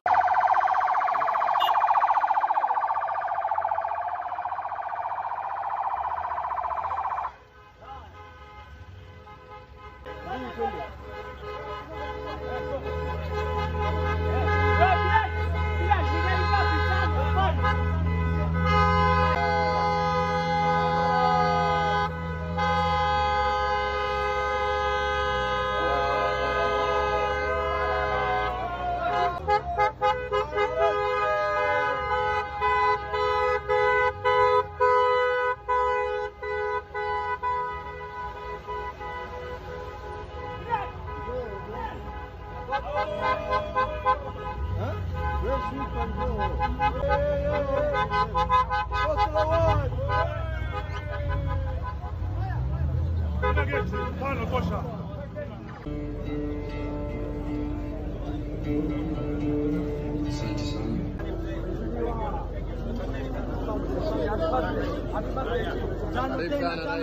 sana. Ithina ithuĩ tũrĩ kũu wĩ mũtitũ, ona thakame tũgĩitwo inyuĩ mwarĩ o toro, ona ithamĩrio tũgĩtwarwo mwarĩ o mũciĩ, nokĩo mwaremwo nĩ gũthikĩrĩra mũtĩmũ. Ciũngũrũ iria nene no ciambe cirĩe nyeki, thamaki iria nini nĩ thiru iria-inĩ, mbera yamerire.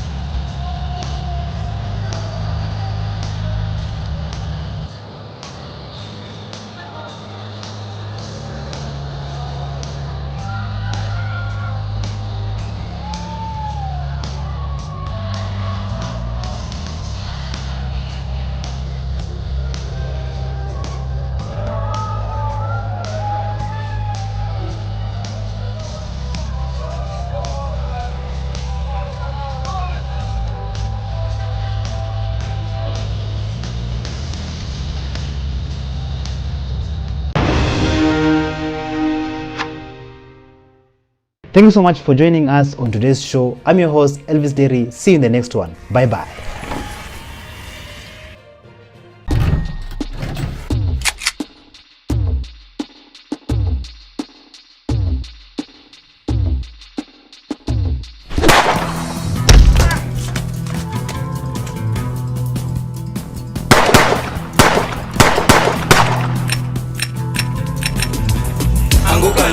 We are coming for you.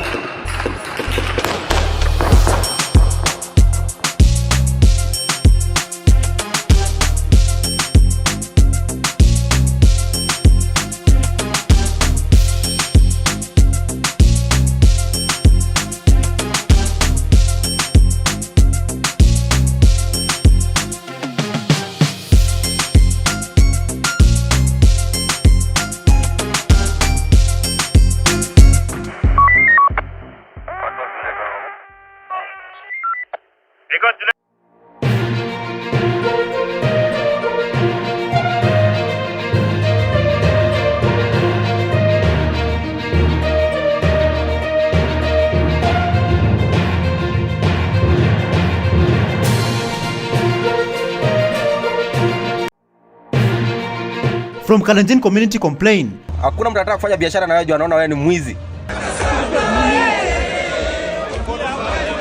To why Gen Zs are feared. We know that the government is scared, dead scared by the Gen Zs. Is Kenya's economy great? And Your Excellency, because the economy has improved, it is doing well. Magical Moha's strong message. If not for corruption, the money collected from the tourism industry alone can run this country for the next 100 years without even taxing your own citizens.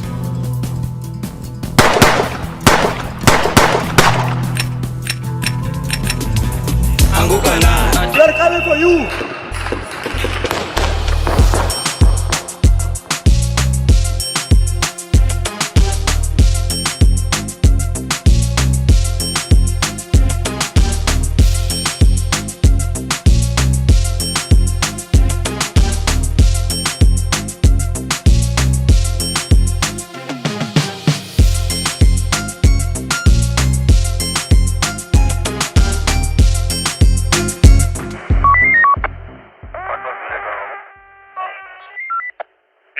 Hello, how are you?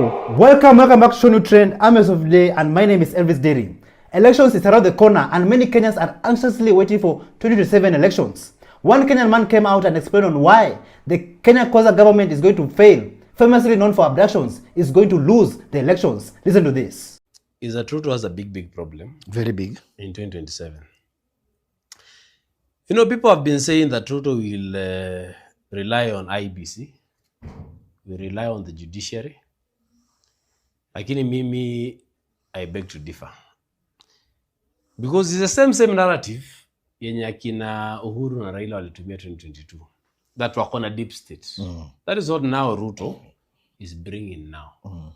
Right? Number 2, he 2027 Ruto hata bribe IBC na judiciary. It's like when you go into a boxing match.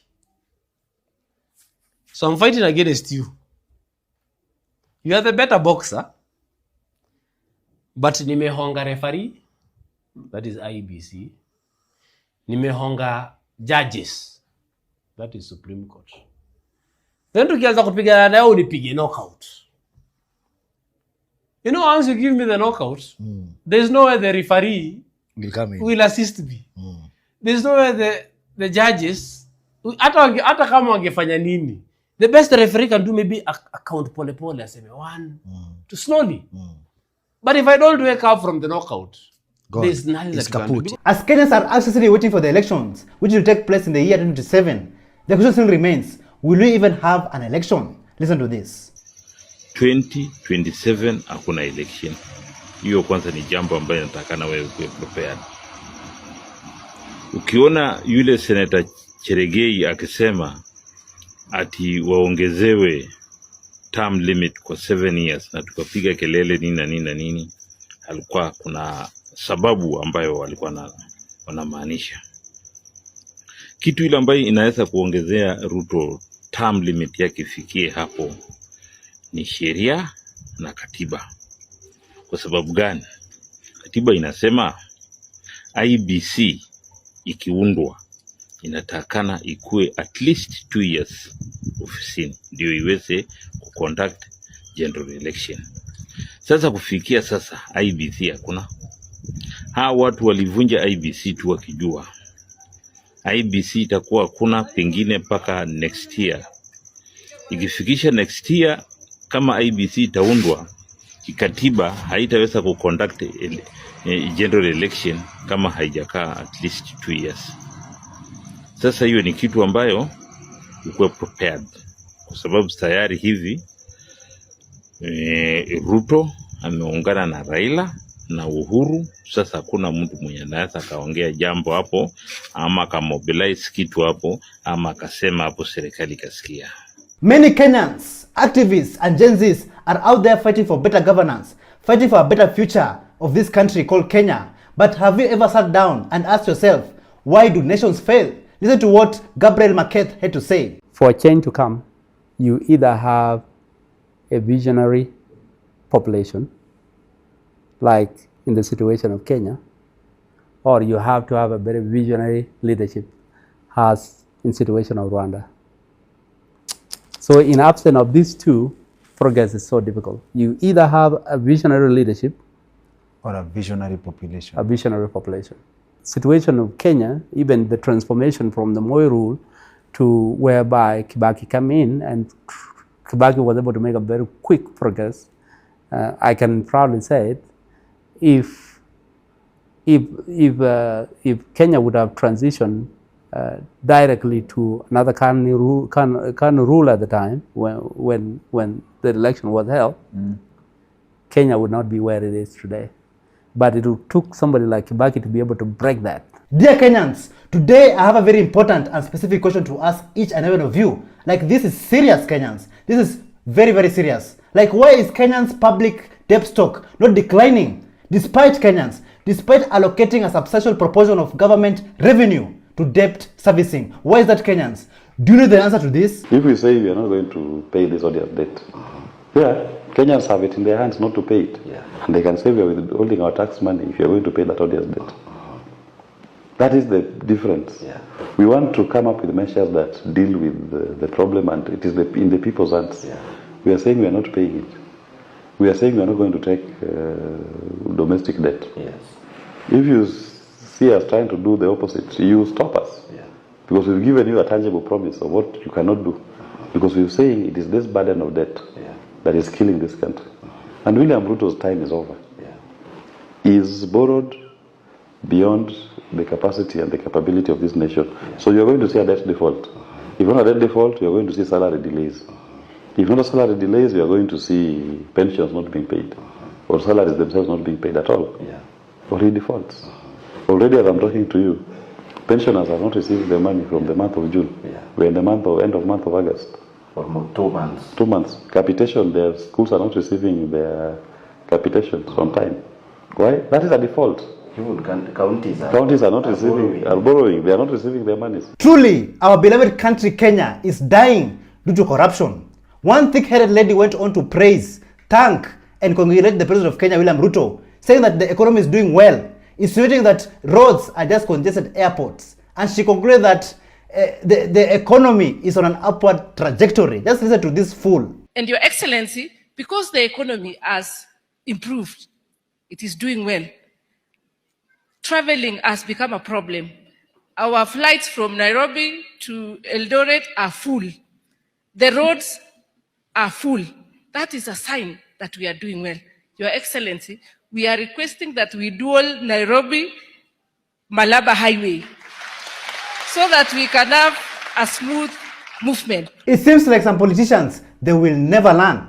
Like some of them still believe that the Gen Zs were paid to go on the streets. They were paid to occupy the parliament. One of them, a politician by the name of Musalia Mudavadi. Just listen to what he had to say. From where you're seated, do you think it was politically instigated for those young people to go to the extent which they did?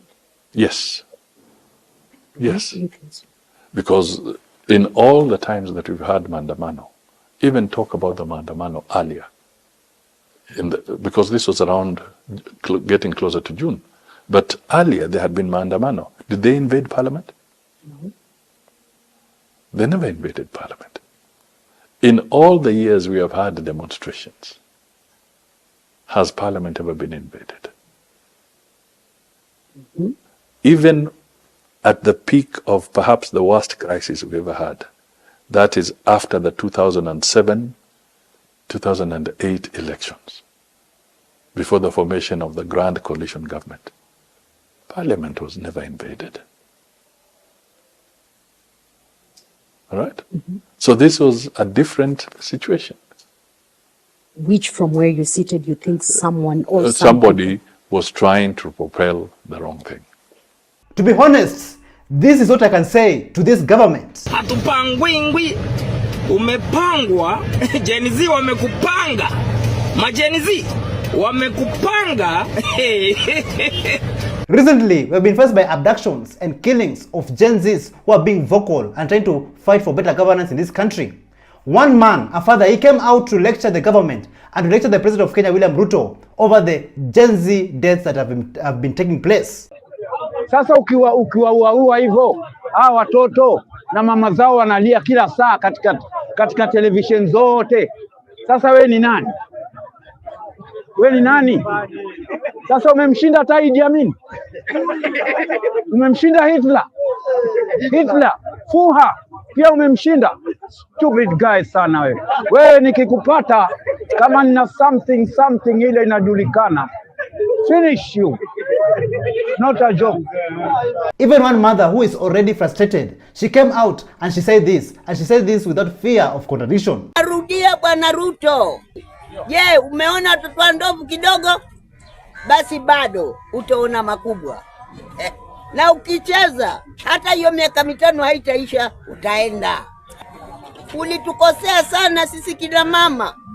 Ulitutia huzuni nyingi. Sasa Waswahili walisema malipo ni duniani. Hata upande ushuke utakwenda. Currently, the political class is shivering and trembling after Kenyans and the Gen Zs declare that they are going to take back what rightfully belongs to them. Listen to this. Wamebabaika kwa sababu tumesema tutaendea pesa imeibiwa na zile madeni walichukua hazikufanya kazi kutoka 1963. Wamebabaika, tutachukua mali yao. Halo, sijui kama mkorada. Adui zetu wameingia kwa kona moja wote. Na thanks to Mr. Lice amewaweka pamoja. Sasa at least ana maadui wote wakiwa pamoja. Hakuna mwenye atajifanya ako na sisi na Wakenya. Kwa sababu maadui wako kwa kona moja. wamekuwa wanoma pia. Mnafaa mjue, kama hatutatumia akili, kama hatutashikana kama Wakenya, tuache kusema eti mimi ni mkabila. Vita ya watu wamegawanyishwa, hatuwezi shinda. Wao wameshashikana, ndo maana huyo Jaden ameshikana na Baba Fua, wakakuja pia na Mr. Lice. Wameshikana wote pamoja, wale maadui wamekuwa wakipigana for the last 10 years ama 20. Kama hatutashana kama Wakenya, Mkisii, Mkamba, Mjaluo, Mkikuyu, Mluya, Wakenya wote tukuje pamoja, iko shida. Hapa mbele mutaitana ndugu yangu. The President of Kenya, President William Ruto, is from the Kalenjin community, and due to his actions, the Kalenjin people, our brothers and sisters from the Kalenjin community, have been affected. Their lives have been affected. And how have they been affected? Just take a look. Sasa kwa Mkale ni ngumu. Sasa hata kufanya biashara na mtu ni hard sana. The moment unataja una bargain kitu kidogo, unasema sasa una bargain na serikali ni yenu. Unashindwa, kwani serikali inakusaidia na nini? Sasa hata kuangelesha msichana the moment anajua wewe ni Mkale, anaona uaminiki. Hakuna mtu anataka kufanya biashara na wewe, anaona wewe ni mwizi. Unaenda kuomba kazi, mtu akufanya interview anakukumbusha ati Ruto si akona kampuni nyingi, so enda ujaribu kazi huko, unashindwa. Sisi wote tunachukia Ruto. Kwani mlikuwa mgeukia Wakale? Na si wote bana, tuko nini moja. Kama Ruto amewakosea, ametukosea pia sisi. Hakuna siku yenye Ruto ameiba pesa akakuja kutupatia. Hakuna siku yenye Ruto amewadanganya akaambia Wakale ukweli. Wote tunasafa. Do you think Chief Justice Martha Koome will survive the onslaught in 2025 coming from the senior bar? Because, to be honest, her position as the Kenya's Chief Justice is untenable. So do you think she should resign now to save the judiciary's image? Because, to be honest, a country cannot survive a corrupt judicial system. Just take a look. I think it's the beginning of a long journey that we want to undertake as both the senior bar and, former chairman of the Law Society. We have started the first step, to say that there's a problem in the justice sector. We are using the issue of title just as an example. I mean, it could apply to another case. It could apply to children's case. It could apply to a commercial matter. But I think Kenyans relate more to the issue of a title, and that's why we are giving it as an example. And I think the other thing we're saying is that let us collect this data of all this malfeasance, all this corruption, all this. Once we have this data, the next logical steps, I think, we will share with Kenyans on how we'll move forward. But this is a baby step we are taking today, and I think this is the foundation that we recognize as former chairman of Law Society and lawyers who have practiced, for so many years, that we are at a critical juncture. I mean, there is a big problem facing our judiciary. I mean, there is impunity, there is corruption, all these issues. A TikToker by the name of Pedro Skill 021, he came out and urged the former Prime Minister of Kenya, Raila Amolo Odinga, to withdraw his ODM members from the current government. Raila Amolo Odinga, that tough statement you have given to Kenya Kwanza government against the abduction of young Kenyan youths who are frustrated with Kenya Kwanza government is very welcome, but it's not enough. You must also withdraw your members of ODM from the cabinet. You are the one who seconded those members to government, to the cabinet, after the Gen Zs were just very close to sending Kenya Kwanza government home. You saved them. And now you're telling us that this government is primitive. You told us in 2022 that this government is illegitimate and they must go home. But when the Gen Zs started protesting for the finance bill 2024, you saved them. You saved the government. We know that the government is scared, dead scared by the Gen Zs. The Gen Zs have a brain, but this government is scared of brains. So Raila Amolo Odinga, the only way we can take you very seriously that really this government is primitive, as you say, which I actually acknowledge that is primitive, is for you to withdraw your members of ODM from the cabinet. That's the only way we can save Kenya. Because Ruto is so scared by young people just because they are opposing his government and his policies. But Ruto opposed Uhuru's policies for 4 straight years, picking young people from the streets and taking them to undisclosed places. It's worrying. So if this really happens and Raila Amolo Odinga withdraws his ODM members from the current government, who will come and save President William Ruto? Listen to this. to the butcher of Sugoi, William Ruto, nothing will save you. Not a retired dying president. Not skunks like Mbadi. Not corrupt COVID-19 billionaires like Kagwe. Not drug dealers like Hassan Joho and Kabogo. Not corrupt leaders like Liki Nyanjui. Not a retired conman called Raila Odinga. Not surrogates and illiterates like Farouk Kibet and Oscar Sudi. Not the likes of useless idiots called MPs will save you. Kenyans have said no. No to corruption. No to incompetency. No to mass abductions. No to illegitimacy. William Samuel Ruto, you either resign or we will topple you up altogether. Viva! A true patriot will hold the government accountable because a true patriot loves the country and they want to see the country moving forward. So to all those politicians out there, to our president, it is also good to be criticized. It's also good to be corrected by the people of Kenya. Yani William Ruto mmeshindwa kuongoza nchi. Unakuja kupigana na vijana hapa nje. Nani alikwambia ukiwa kiongozi hauwezi tukanwa na watu? Nani alikwambia ukiwa kiongozi hata kuwe mzuri aje hautakuwa na maadui wako?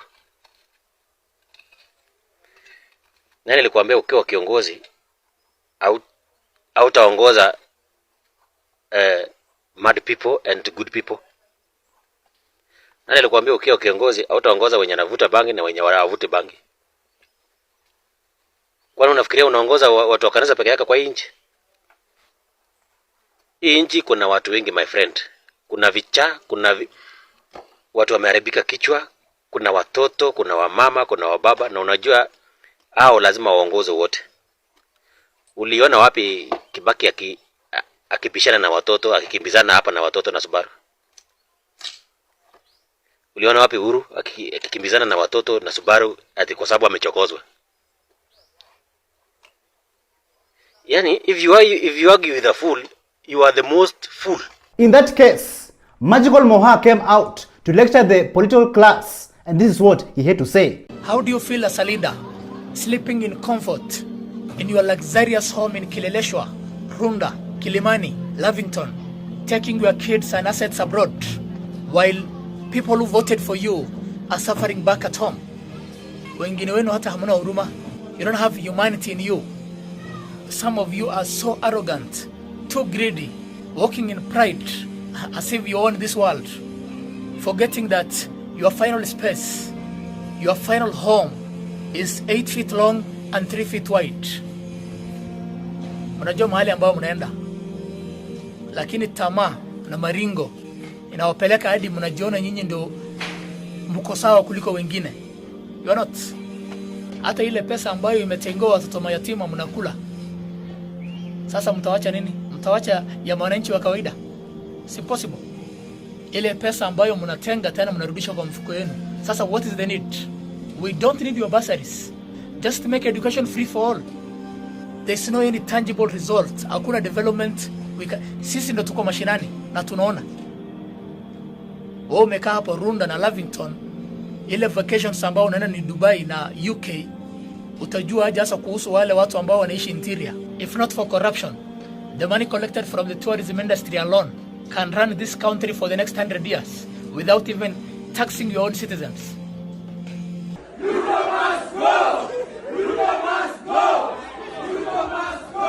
Yeah, so I want to dedicate a song to all the lives that we lost.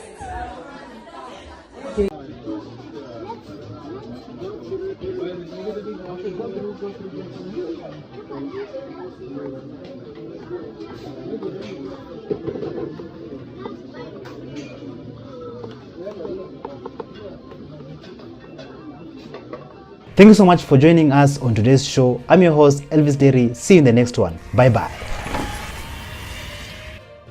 170 go control.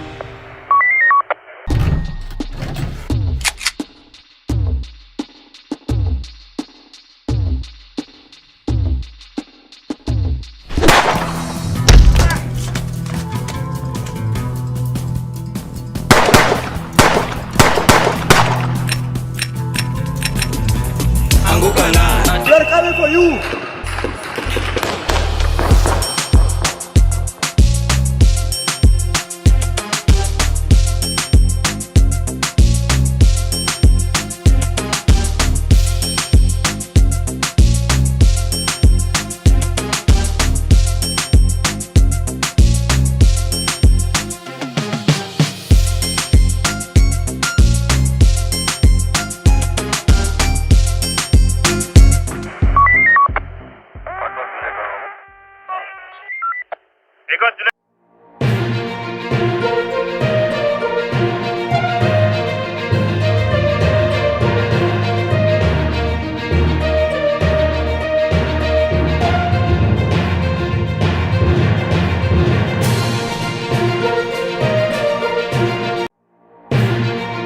From farmers being charged. Another bill has been presented in Parliament, the Horticulture Crop Authority Bill. To pastors and opposition leaders put on blast. Sasa ile sisi tunaenda kudemonstrate, hamuko anywhere. Do you trust the leaders in power? Gachagua anataka munagawana nusu nusu. That is the only fight they're having. Say no to sympathy votes. Raundi hakuna kitu kama sympathy vote. Hakuna. They're coming for you.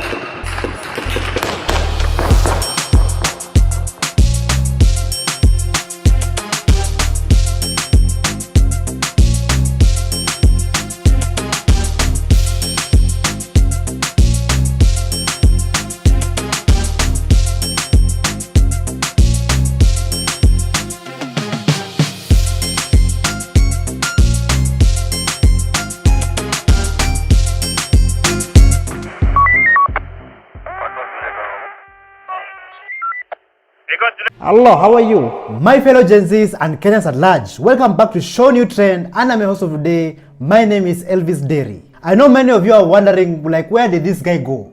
But in short words, this is how my week looked like.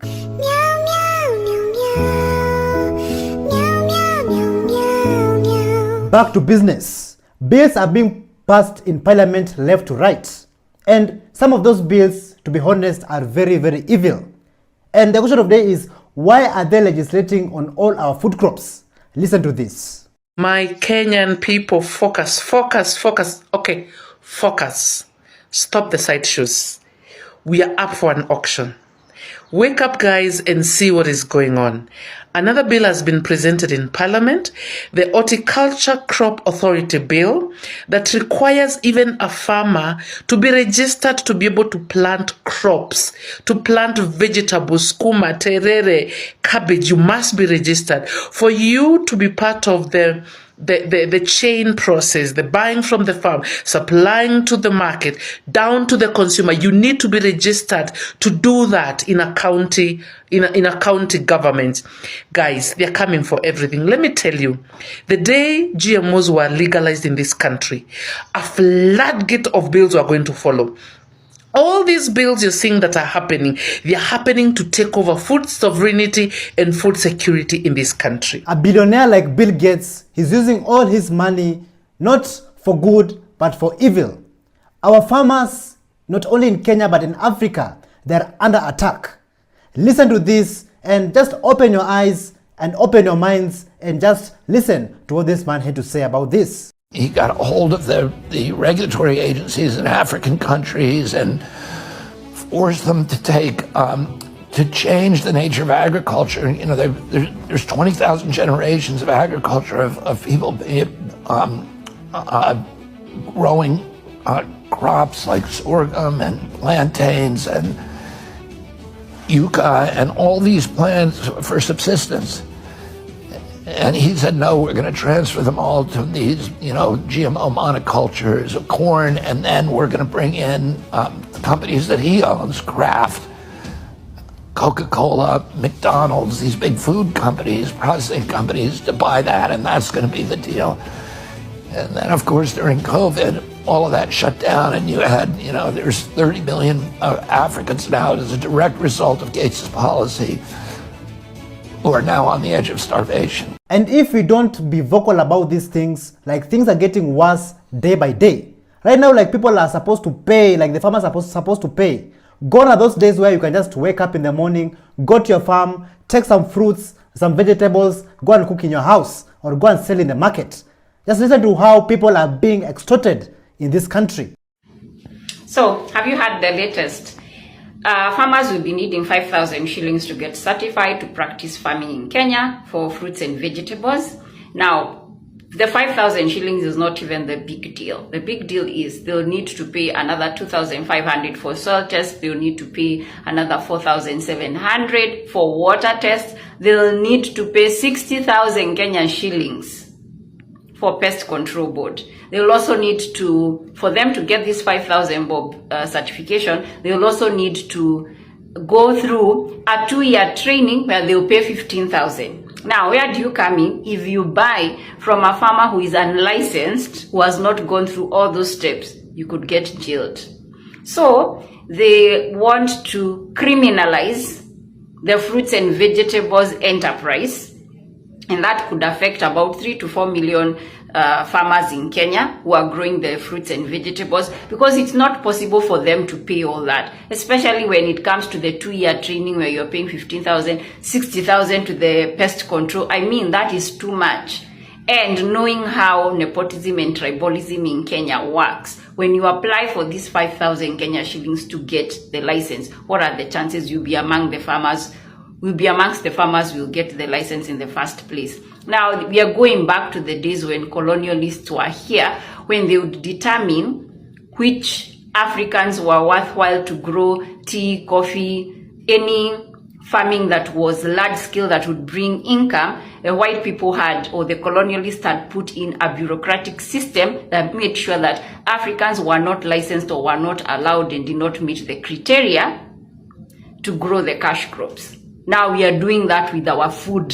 Not only our farmers are under threat, even the same lands that they are using to plant our foods here in Kenya are also under threat. Listen to what Martha Karua had to say about our lands in Kenya. Cases of land grabbing are also on the rise, with both private and public land being targeted. The state appears to be under the control and capture of corruption cartels. That is why currently everybody in Kenya are very vocal about Ruto must go and Gachagua must go. Listen to what our brother here had to say about these two individuals who are in power. Adani Airport, he can be taking 250 billion, yeye anachukua maybe 200 billion, then anapea Gachagua maybe 1 billion. Hapana, Gachagua anataka kama munauza Adani, because both are equal, hapo munajua venye nasema, both are equal, bad guys. Kama munauza Adani Airport 250 billion, Gachagua anataka munagawana nusu. That is the only fight they're having. The formula of sharing the route. That's the only problem they're having with Gachagua. And even Ruto knows that even if he comes 2027 back, he will not have a comfortable time again with Gachagua. Because kama watauza KICC, wauze maybe 38 billion. Gachagua anataka 19 billion, Naruto achukue 19 billion. Naruto does not want that. There's a guy in Jacaranda, akiongea, alisema, mufanye mistake kidogo hivi, murudishe Ruto 2027, mutakuwa. And that is the plan. Nini nawaambia 2027 Ruto akipita, na anajua ni tamu yake ya mwisho, atatuchinja sisi wote. Kenyans, do you see where tribal votes and sympathy votes take this country to? It is taking us straight to the gutter. And it's time to say no and let us vote with wisdom and understanding. So listen to this. Raundi hakuna kitu kama sympathy vote. Hakuna. Munakumbuka 2018 mkikuja hapa mkisema nyinyi munajua kuhaso ni kusema nini? Munajua venye mtu anaunguaka na jua akiuza, munajua venye mtu ananyesheagwa, munajua venye mtu anahangaika akihaso. Tukafikiria tumechagua wetu mwenye anajua shida.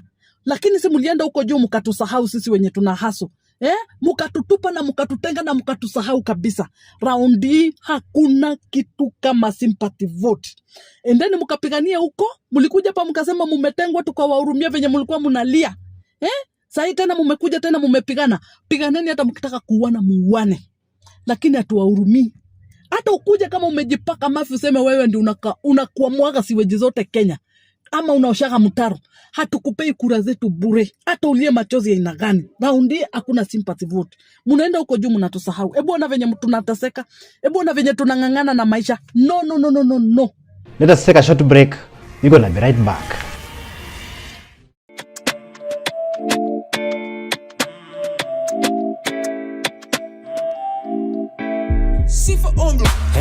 很久以前我姐妹来以为牛孩，朋友我告诉你，那时候我真的好帅。然后我就问她美女，你今天怎么样？然后她告诉我，帅哥我爱你怎么办？我就笑，然后我加她的微信，她给我她的手机扫描她的微信。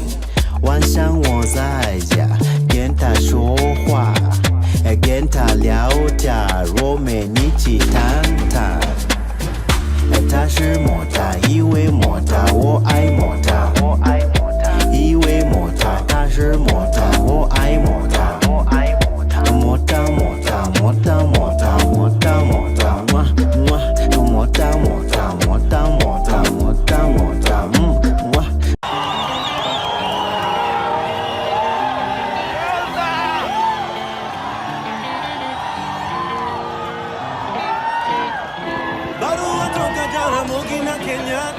Wanauliza kama Kenya kuko sawa, nikawajibu Kenya tuko na disaster, watoto wetu wanazidi kuzikana, na Tomboya ameshika tama, alituacha kama angali kijana. This man is awesome. Oh my god. Let's welcome Broski Alvis Deli. Our Kenyan farmers are being punished by this corrupt regime, even though they strive every day from morning till evening on their farms. But yet their efforts and hard work are not being appreciated. Listen to what the Village 254 had to say about how our farmers are being oppressed. By the way, something is very wrong with our country. Can you imagine? They will charge farmers almost 10,000 to give them license to farm fruit and vegetables. They will charge farmers 60,000 to get license or permit for pest control. You're being punished to eradicate pests. Why are you punishing people providing food for this nation? What's happening, by the way, in our farming industry? Because from yesterday, we've been talking about this over legislation of farmers and farming and seeds and everything, animals and so on and so forth. What's happening? I can tell you what is happening. Globalists. And it's only globalists who want to control. They've been controlling business for the longest. Now they have gone down to the farmers. Who has done all this? President William Ruto. He has sold our country, its soul and everything else, to the globalists. Not only our farmers, our foods and also our lands is being attacked. Even the affordable housing that Kenyans are being promised every day are also not in safe hands. Listen to this and just listen to what this woman had to say. Hapa ni nyumba ya affordable housing opposite Kariako. Nimekuja kuchunguza ni akina nani waliuziwa kabla ya nyumba kukamilika. Nimepata report hii nyumba imeuziwa. The majority people are able people, rich people. And the houses were made for middle class and lower. And now I'm here to record of what is happening. Wakenya wanatoswa levies za housing. Hawajapata any unit, but kupitia uchunguzi wangu Park Road iliusiwa Matachiri, na hii ya opposite Kariako imeusiwa Matachiri. And this is the report I've gotten through my investigation. Serikali inafaa isimamishe wale wote walilipa pesa warudishiwe, ili Mkenya wa kawaida yule alikuwa ametoswa levies apewe unit. That is my report. During the protest, so many people lost their lives and others even got damaged severely. And later on, you saw like some pastors and some bishops, they went to State House to meet the president. And those same people, they never demanded justice for our people. Listen to what our brother had to say about some pastors who are not walking in God's light. Listen to this. Kenyan pastors, unaona vile mmenyamaza hivyo? Nyamaza, mnyamaze kabisa. Unaona vile mmepotea hivyo? Potea na mpotee kabisa. Hataki kuwaona tena, hataki kusikia anything from you people. Nyinyi ni mafala na nyinyi ni wajinga namba moja mmekuwa mnatumesi hiyo Kenya. Sasa ile sisi tunaenda kudemonstrate, hamukuwa anywhere. Tukakuja tukapiga kelele, hamukuwa anywhere. Then after that, nyinyi mkaenda State House mkapewa pesa, mkakula, mkajifanya sijui ndo mnaongea na president, sijui mnaongea on our behalf of which hatukuwatuma, mkapewa mabahasha za brown, mkarudi kwa makanisa yenu, mnakula mapesa zenu huko, mnakula sadaka ya wenyewe, mnakula mabibi za watu. Saizi mmenyamaza. When wa Kenya wanaumia. You people are nowhere right now. And then sile tutarudi kudemonstrate tena. Sile tutachukua sheria mkononi sisi wenyewe tuanze kutafuta hawa politicians. Ndo mtaanza kutokea, mwanze kusema don't pay evil with evil. Wewe, saizi tumeamua tumefika place ni tunaenda kupay evil with evil. Saizi mtu akituibia tunaenda kwake, tunachukua chenye alituibia na tunanyang'anya yake yenye alikuwa nayo. Hapo ndo mali tunaenda saizi. Saizi hakuna ile story tulikuwa tunaambiwa ati sijui kipigwa kofi huku hivi tunapeana huku pia pigwe kofi huku. Haya hapana, tumepita hiyo place saizi. Saizi ukinipiga kofi na kupiga ngumi, ukinipiga ngumi na kupiga fimbo. Saizi ndo tumefikia hapo kama wa Kenya. Because hizi ma stories zenye mapastors mlikuwa mnatuambia stories za kijinga. Na watu walikuwa wanatumia hiyo kitu kutu control na kuteka advantage on us. So Mr. President, instead of inviting those pastors and bishops who they think they have wisdom but they don't have, invite Kenyans who are suffering, Kenyans who are facing the same problems every day. Invite them. Those are the people who will open your mind and show you what is really happening on the ground. Like our brother here had to say this, had a message to send to the president. Listen to this. Mimi nataka kuambia Ruto kitu moja. Mimi naweza kuwa personal advisor wake. Sitaki pesa, sitaki gari, nataka tu unisikie. Nataka nikufunze kuna kitu inaitwa frequency. Frequency ni intentions, thoughts na feelings zako uko nazo. Na whatever frequency unapatia raia, hiyo bado ndio itakurudia. Kila mtu anaona wewe ni ignorant. Kila mtu anaona uko na deaf ear. Ile frequency yenye wewe uko nayo ni frequency yenye uliintroduce na watu wako majuu. Invitation za majuu, wewe ukienda hizo ofisi au unajua ni nini unaintroduciwa kwa hayo. Unanipata? So, wewe unafaa kufanya hivi, unafaa kurudi home kama ni Sigoi. Enda kwanza hata ujaribu ile kitu yenye hujaifanya. Enda utoe viatu uingie kwa maji ya nyumbani, uoge na maji ya mtoni, jaribu hata kama utakunywa changa kidogo ya huko, ndio at least ifungue kitu fulani yenye umefungwa. Either way, ile kitu yenye tunakuambia ni ati tunataka urealign na ile frequency ya watu wenye uko connected nao. Connected with your family, connected with your country. Na zile vitu zote zenye ulifanya, maliza, ulitumia jina ya God. God akaona hapana, ukijana wangu anafanya kitu poa sana kwa sababu anatumia jina yangu na anataka kwenda kusaidia watu wangu. Along the way alichanganyikiwa. Amesahau alikuwa anauzaga kuku pale mile 9, kidogo akajenga kanyumba Sigoi, saizi yako State House. Nini imehappen hapo katikati? Unanipata? So ile kitu yenye tunajaribu kusema ni ati hakuna kitu yenye, hakuna makosa yote jenzi wako nayo. Jenzi wanakuonyesha hawa ni last born wa God, hawa ni watu wenye wamelelewa na Google na net, na hawa ni watu wanataka kukuonyesha in the next generation yenye ina come. Hatutaki kusikia ati mimi ndazaliwa, alafu unasikia ati mimi niko na deni ya kulipa na nalipa deni ya pesa yenye mimi mwenyewe sina. Okay. Unanigeta? Nimeshukuru sana ndugu yangu. Yeah. So guys, thank you so much for joining us on this show today, and may God bless you and may God bless our amazing country, Kenya. See you guys on the next episode. ShowNewTrend, Elvis Dairy. Bye bye.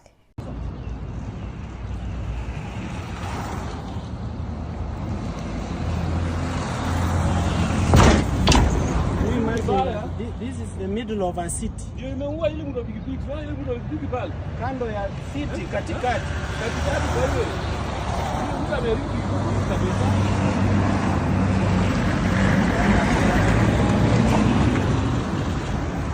Thank you so much for joining us on today's show. I'm your host, Elvis Dairy. See you in the next one. Bye bye.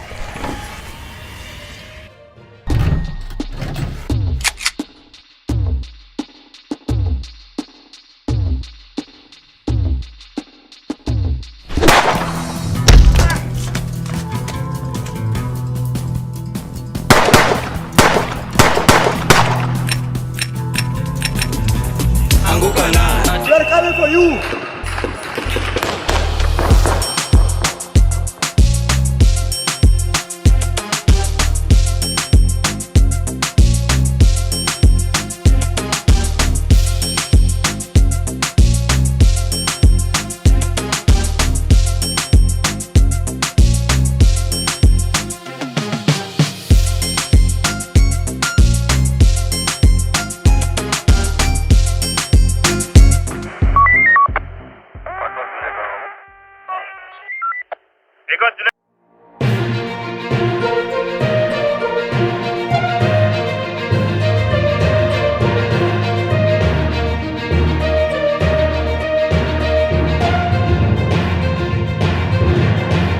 The problem is not the citizens of Kenya. The problem is the leadership.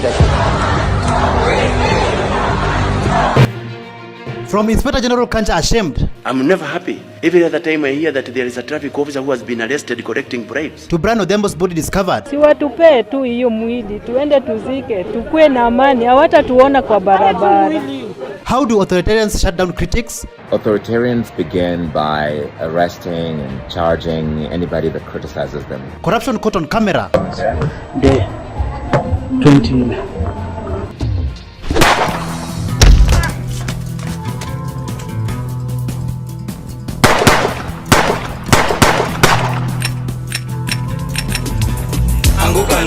We are coming for you.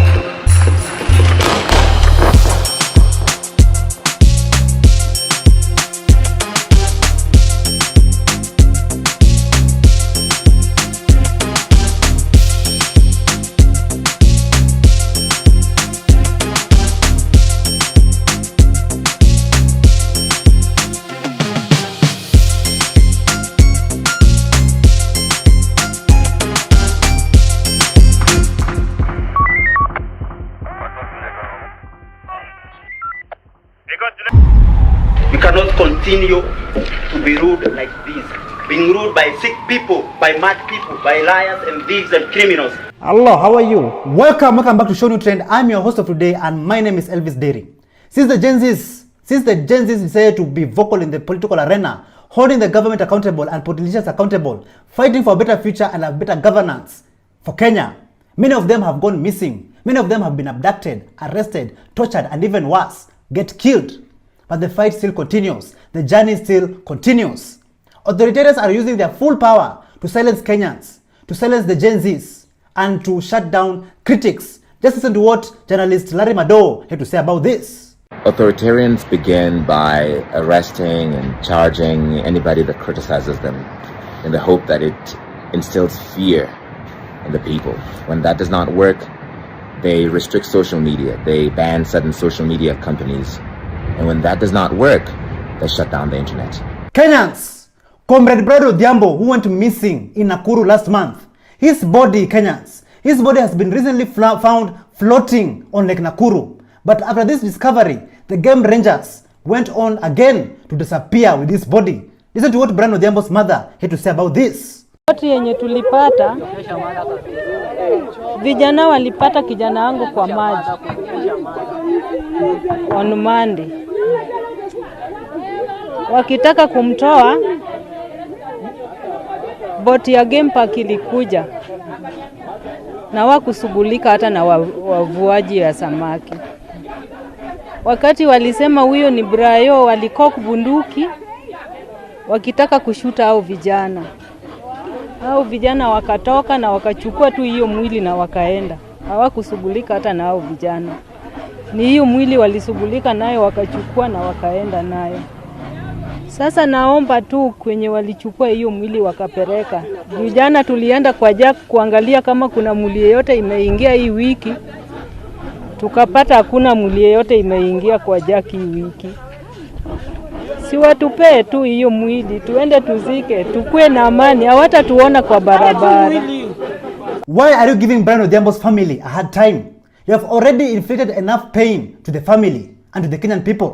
Enough is enough. I'm just wondering, where is justice when you need it the most? So kuna kijana alijitokeza jana, ametoka huku hivi Ronda, akakuja akatuambia kuna mwili ilipatikana kwa maji na ilikuwa kwa gunia, but waliona mguu. Na wali suspect ni Brayo kwa sababu they immediately waliona wamechukua hii mwili. Kitu yenye hao watu walifanya, walikuwa kubunduki na wakashoot juu. Hawa game rangers walikuwa wawili. Na vijana wangeweza kufanya anything kwa sababu pia walikuwa wawili. So ile by the time walikuwa wanataka kubeba waitoe nje ya maji, ikape nao hao walikuwa shafika na boat. So sisi tunashindwa je, hii mwili yuko kwa Jack? Hii mwili hayuko mahali popote kwenye sisi tunaweza itrace. Simu kama ukweli walipata mwili, si hawa KWS wangetoa tukuje tujue aje mwili ni ya nani, ama wangepeleka kwa Jack twende tutafute tujue ni wa wapi. Lakini sasa kama mwili ilionekana, walichukua mwili wakapeleka wapi? Acheni kutusumbua, wacheni kutusumbua, kindly tupeni Brayo. Is this the future that the Kenya government promised the people of Kenya during campaigns? Injustices after injustices taking place every day. And I'm just wondering, where will the Kenyan people run to when they need help? Where will the Kenyan people run to when they're in trouble? Where will the Kenyan people seek refuge? And for how long will we keep on losing our people, losing our children, losing our brothers and sisters, our mothers, the young people of Kenya, the future of Kenya? Like seriously, Kenyans, it is time to take action. Listen to what We Don't Have a Country here to say about Brian Odhiambo's case. Okay, so Brian Odhiambo's body was found last night floating in Lake Nakuru. And once the KWS Rangers knew that his friends had discovered his body, they came cocking guns and forcefully took the body away, okay? There's something that I wanted to reiterate to the state or to the political class in general or to the rogue colonial state. Mkiwa online, you know, when you're reading funny Kasongo tweets or you're seeing funny TikToks of people making fun of Jambazi and his rogue terrorist regime, mnaonanga hizo vitu mnakuwa like hii ni kelele, or plus even those tweets and TikToks, they are, most of them or most of these popular people on social media, 99% of them, they are all politically correct, okay? They won't tell you the way we are going to drag you out on the streets and put your heads on pikes. Okay, they'll just be saying, oh, sijui, oh, Maraga, sijui, Matata, sijui, 2027, sijui, the way Babu Owino, sijui, is sucking whose cock, Sakaja, sijui. You know, there's this echo chamber of media where media always wants to control the narrative, always wants to show, you know, things are going well. Let me remind you something. On June 25th, and even during other protests, those people you see on the streets, Akina Sisi, we are not usually laughing with you people. We are not usually making funny tweets, oh, sijui endorsing bogus state presidential bids and all that crap. Once we're on the streets for the second and final wave, it's gonna be bad. It's gonna be getting dragged out on the streets and choppers flying out of the country. Apart from the abductions, unlawful arrests, and murder that is taking place in the land of Kenya, another serious crime is taking place under our noses, Kenyans. In Masai land, forced marriages of young girls is going on. Just take a look at this.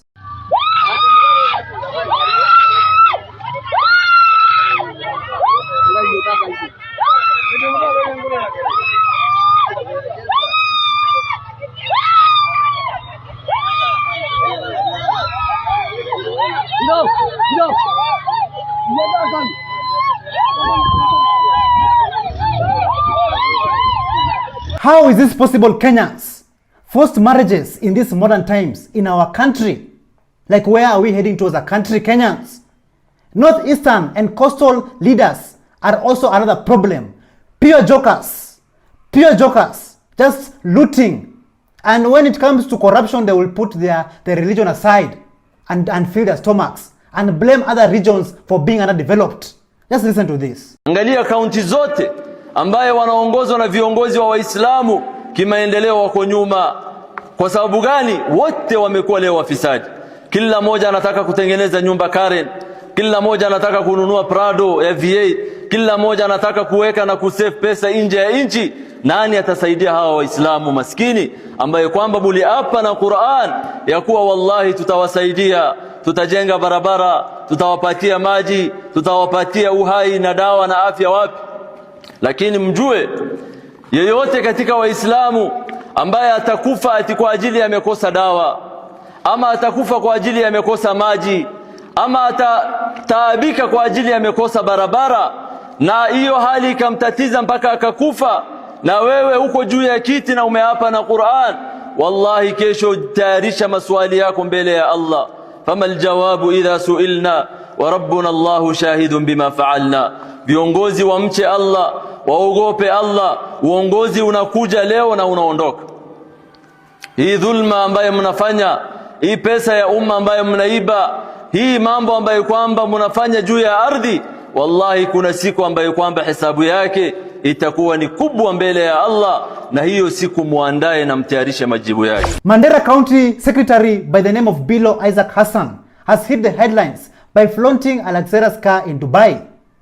Despite receiving 12 billion annually Mandera people are still dying of hunger and thirst. Kenyans, just take a look at how your taxpayers' money is being wasted.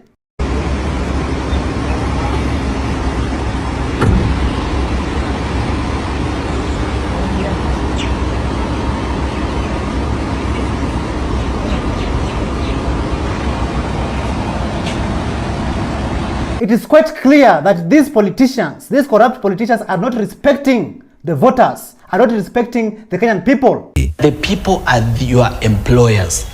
They are the ones who make you popular. The money you have, you drive public money. You live on public money. You are popular because of public money. So please, respect the Kenyan people. Do not betray them. Even the Inspector General of Police, Douglas Kanja, is ashamed of the amount of corruption that is taking place in Kenya, to the point where even his own children are holding him accountable. Recently, I've seen on social media and on the news, traffic police officers have been arrested for taking bribes from motorists. Just listen to what Douglas Kanja, Inspector General, had to say. I'm never happy. Every other time I hear that there is a traffic officer who has been arrested collecting bribes out there. Hata nyinyi mnasikia kabaya. Sifurahi mtoto wangu akiniambia, "Ai, umeona hiyo video nimekutumia?" You know. And you see, hawa watoto wananitumia as a matter of urgency. Hey, it's not fair. See, it's not very fair when you see that daddy, umeona hii, unajua hii watu hii wanasema wanaokota pesa walete huko juu. Sasa huko juu waga ni wapi? Former police officer turned activist Shakur the Cop, he talked about what is done to police officers who defy unlawful orders. How police officers are recruited without undergoing psychological assessments. Kenyans, did you know that some police officers out there are holding and carrying guns every day, but they are mentally incapacitated? These are some of the issues that needs to be addressed. Listen to this. Sema like nilikuwa na pass message ya makarau wa respect lawful orders. Unajua a cop has a right to decline unlawful order. If me, for example, if I'm told to go and kill someone that I know is innocent, I'm not supposed to do that. I'm supposed to say no. Why do you think some of these people made this decision to actually take the lives of young people who are just holding a placard and a bottle of water trying to speak? Yeah, maybe I think maybe kuna wase chuni trigger happy. They think like life ni kama video game. So unapata mse maybe anafurahia, maybe amepewa order, unlawful order. Yeah, vitu kama hizo, alafu maybe unapata maybe, but me according to me, like when tulikuwa tunatrainiwa, si kuona place wali test mse brain yake, unaona. So na feel pia unaweza pata tu umepea mse kichwa mbaya bunduki, so yeye ana shoot tu kama ana play video game. Yeah. I'm talking more about police officers. Machakos governor by the name of Vinya Ndeti, she's using police officers to silence her critics. A millionaire revolutionist by the name of Felix Mambo has fallen for this. He was arrested for holding the governor accountable. Just take a look at this. Vinya Ndeti, maamua takuwa nipeleka koti kila mwezi juu kuambia unaiba, unatesa watu wa Machakos. Tunataka nisi mbali, majenzi utapatana wao. Na hiyo tuachi. Wewe viatu twende. Since when did holding the government accountable and holding politicians accountable, criticizing them for the wrongdoings and the corruption that is happening in this country be wrong? Since when, Kenyans? The Deputy President Kithure Kindiki, he went on to say that government critics should be fair. Just listen to this. Na mimi naomba wakosoaji wa serikali, be fair. Be fair. Be fair. Because, you know, Rais Ruto hakusema hii mambo yote atafanya in a day or in a week. He has a 5-year term. So those questions will come at the right time. Lakini also we don't mind you reminding us what we said, because you are helping us achieve our targets. Kwa sababu sasa once we achieve our targets, I wonder what these characters will say. Sababu sasa hii wanasema hii haijaanza, hii haijakamilika, itakamilika. And then you will have no story. I'm just wondering, how can government critics be fair, but when they criticize, they end up being abducted, unlawfully arrested, killed, tortured, and disappearing without a trace. How can they be fair? Mr. Deputy President Kithure Kindiki, tell us in the comments down below. Mambo ya abductions katika Kenya yetu ya watoto iishe. Na abductions doesn't matter whether you are in Kenya Kwanza or in Azimio or in which party. Mambo ya kushika watoto wetu kwa barabara bila kujua anapelekwa wapi iishe. Japhet Mayore Isaboke, who is Kilgoris Principal Prosecution Counsel, he was caught on live camera Kenyans receiving bribes. Like, it seems like these people, they don't understand why we are fighting for better governance and a better future for this country. They really don't understand. They're still taking part in corruption on a daily basis. Kenyans, everything that is hidden shall come to light. Take a look at this. So thank you. So no, nilitaka huyu madam aliniambia the moment DPP anapeana tunakwambia ni sawa peana. The 20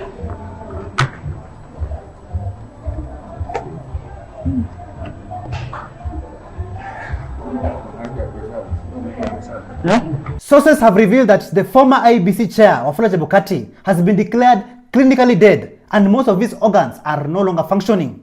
And his family has been asked to make a decision on whether to switch off the life-supporting machines. Listen to what Dr. Bombi Seraki had to say about this. Have you seen what's happened to Wafula Chebukati, where the head of IEBC, they're saying he's either already checked out or he's like on life support.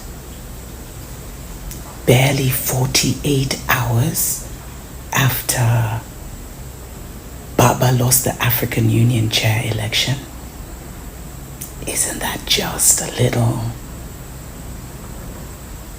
And you know, now with everything that's being revealed about USAID supporting Boko Haram and all these guys, there's also these rumors and allegations going around that the Alphabet Boys are the ones who actually installed Nabi, and that's why even Akina Megi Dearest were defending him literally, even in the face of everything he was doing. We all know that the IEBC, that is the Independent Electoral and Boundaries Commission, has been corrupt, especially during election season. And currently many Kenyans, many young Kenyans, the Gen Zs, want to vote in the coming elections, but they're being frustrated. And how are they being frustrated? Just take a look at this. Nimetoka kwa ofisi za IEBC na wananiambia siwezi kuwa registered as a voter juu hakuna commissioners. Nyie muone kama kuko na shida. Process yenye inafaa kuwa continuous according to Article 82 Clause 1C of the Constitution. Hiyo process haifanyiki sahi. Amuoni kama kuko na shida. Despite them frustrating the Gen Zs, they should know one thing about the Gen Zs. The Gen Zs are fearless, unshakable, unstoppable, unbogable. Like, the Gen Zs are the future. They are already the future of this country. And the Gen Zs have the power to rise their own presidential candidate. Listen to what Anthony Samba had to say. Wana underestimate watu wanaitwa Gen Z. Ndio. Wana underestimate kabisa. Ndio. Tutaona the true character ya Gen Z baada ya IBC commissioners kuselektiwa. So you wanted to seek Gen Z katika Kenya office pale vile? Hakukuwa na Gen Z pale. Pale ni vigogo tu, watu wenye wamekuwa kwa siasa miaka sijui tangu tukue primary school. No, nakuuliza. Tayari is that a formation? Huo ni muungano tayari? Hiyo si information ya watu washabonga. No. Hiyo ni information ya wale status quo. Hivyo ndio itakuwa. Hiyo ni information ya status quo. Kutakuwa na third force. Ndio nakwambia. Hii third force, Gen Z wanaweza toa hata presidential candidate wao. Alright. Na waseme ni Mwashumbe candidate wetu, tunaenda naye mpaka mwisho. Kwa sababu kumbuka yale maneno ambayo Gen Z wali raise hayajakuwa addressed to date. Watu bado ni kama wamewa neglect, wamewa ignore. Wanasema hawa vijana hawana mwelekeo, hawana msingi ya kikabila, hawana political base. Political base yao ni zile ideology ambazo walijaribu kuleta wakati ya protest. Okay. Usijaribu kuunderestimate nguvu ya vijana ambao wako frustrated, hawana kazi. So dear government of Kenya, do not underestimate the power of the Gen Zs. The Gen Zs are here to stay, and the Gen Zs are patiently waiting for 2027 elections. And let me tell you, they are going to drain the swamp.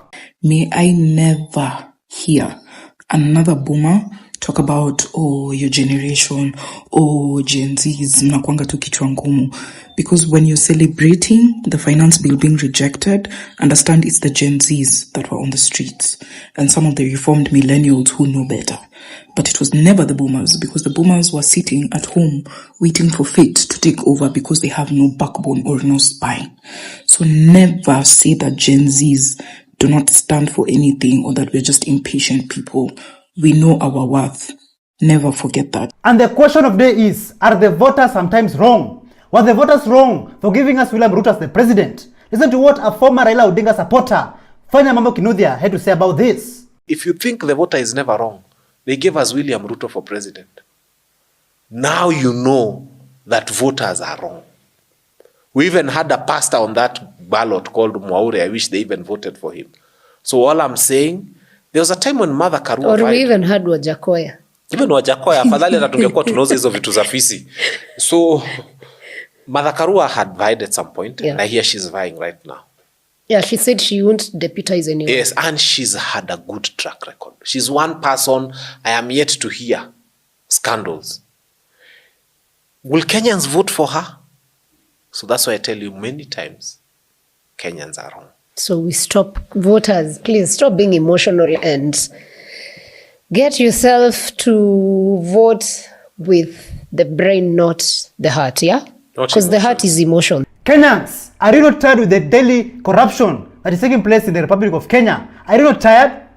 Even banks have had to play some dirty games. Imagine working hard for years, saving money for future investments. Then one day you decide to go and check your bank account balance and you find there's nothing, 0 shillings, and the bank tells you that there is no money. What will you do? Just listen to this. Hiko maajabu inafanyika Kenya. Sijui ni mimi peke yangu ama watu wote. Nilifanya kazi kwa bidii. Nimetafuta pesa yangu. Nimeweka pesa kwa bank. Maajabu, nimeenda kwa bank mara 4. Wananiambia mimi hakuna pesa. At bank hawana cash. Jamani, kunaendelea nini? Tangu nisaliwe sijawahi kusikia bank wamekosa pesa. Juzi ndio nimeenda sasa kutafuta pesa yangu, naambiwa bank hawana pesa. Sitaki kutaja ni benki gani hiyo. Na wameniambia bank hawana pesa. Maajabu si maajabu hiyo. Sijui nipeleke bank kotini, sijui nifanye nini, kwa sababu pesa yangu nilifanya ni jasho yangu nimeweka kwa bank. Ninataka hiyo pesa kutumia, naambiwa bank haina pesa. Sijui nitafanyaje. And that's not all Kenyans. Even some banks have threatened to auction the affordable houses that have already been sold to Kenyans. And I'm just asking myself, is this really affordable housing in Kenya? Just take a look. A local bank has threatened to auction the Pangani affordable housing project, where some Kenyans have already bought units. And you probably have seen a project that is being constructed that is known as Javanji Estate, what used to be county houses there. But the land was later taken over by a developer for purposes of building affordable houses, where construction is currently ongoing. Now, there's a dilemma because once the developer started building the new houses, the title of the 8.9 acre piece of land was transferred to a special purpose vehicle where the developer would own the majority share and the Nairobi County government will get a 20% valuation. The developer was even allowed to take a loan against that piece of land, it's public land, because he needed the money to build the houses, which were then to be sold to Kenyans at a later time. He got a loan from a local bank that was about 1.9 billion. The land was valued at about 1.8 billion. And now the developer has defaulted on that loan. And the Nairobi County government now is claiming that the land which originally belonged to the county was greatly undervalued. That is to say, if you take 1.8 billion by about 8.9 acres, you will say each acre was being valued at about 200 million. These houses were under the affordable housing program by the government, but the bank says if the developer does not pay up, they'll have to auction the entire project to recover their money because the collateral given to them is the title deed of the land. And even if the county is disputing the process, the title is already held as collateral for this piece of land. There are also other issues where there are claims that the developer is already using the piece of land for other activities unrelated to the affordable housing project. To be honest, Kenyans, we cannot continue to be ruled like this by sick people, mad people, liars, thieves, and criminals. Like, enough is enough. Just take a look at how a fearless activist by the name of Julius Kamau injecting. We cannot continue to be ruled like this. Being ruled by sick people, by mad people, by liars and thieves and criminals. These are the people who are in power in Kenya, in Africa. That is the situation we are living in. That is kind of life we are living in. That's why people are dying and nobody cares. Poor people are suffering, nobody cares. So I don't know what's the role of the government. I don't know. I want to know today, what's the role of the government? To protect the people or to kill the people or to make the people suffer? I think we have failed our people. The government has failed, everybody has failed. We have also failed ourselves. I don't know, my concerns will not allow me to keep silent. And at any time, at any moment. I don't know whether this is going to come up anywhere, but we must have this debate. We must have this conversation. We cannot continue living in fear. I see a lot of fear in this country, a lot of fear in the courts. Just yesterday we saw a magistrate who was shot by a police officer. I want to speak, my dear friends. I want to speak because when you try to tell me to keep silent, my heart is burning. You know, it's burning because of this country. Because for 60 years we have been living like we are not human beings, like we are half human beings. We are considered like children of a lesser God. Now, this cannot continue. It cannot continue in any way. We are ruled by a minority that does not care for the interests of the majority. Politicians are liars and thieves. As injustices, crime, and corruption is taking place in the country, your politicians who you voted for are busy having a good time. Take a look at these members of parliament playing in Naivasha.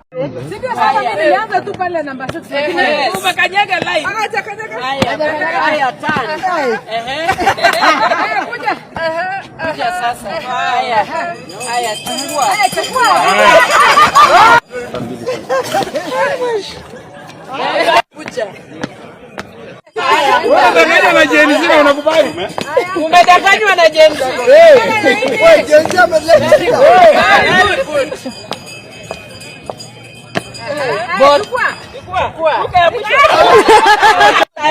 Unaruka hiyo ulikuwa umeweka kitu.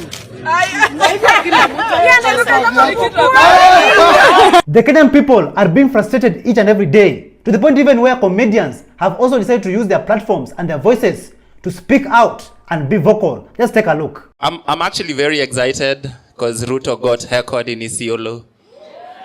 Yeah, that's what's up. Yeah. Do you know how shitty of a person you have to be haircut by people in Isiolo? Like, people in Isiolo still think Kibaki is the president, but they know Ruto must go. Like, how bad can you be as a person? You know, like, what do you know about Isiolo, sir? Exactly, but they know.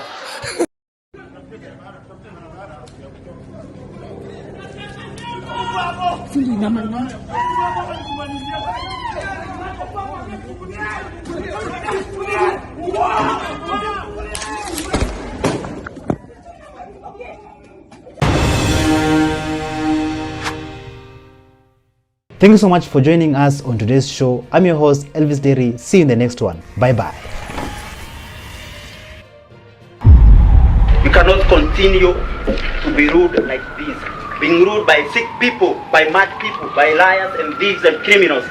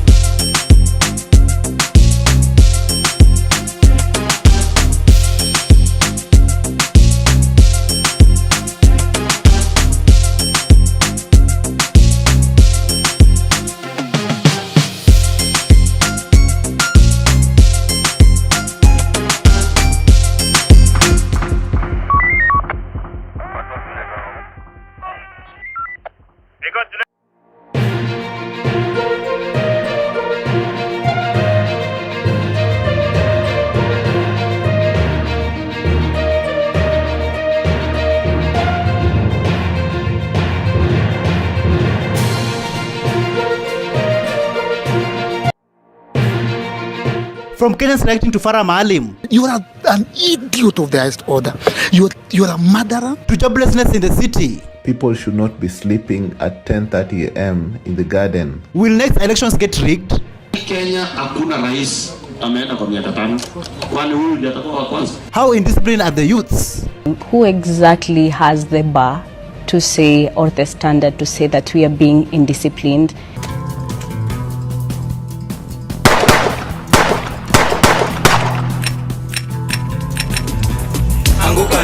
We are coming for you.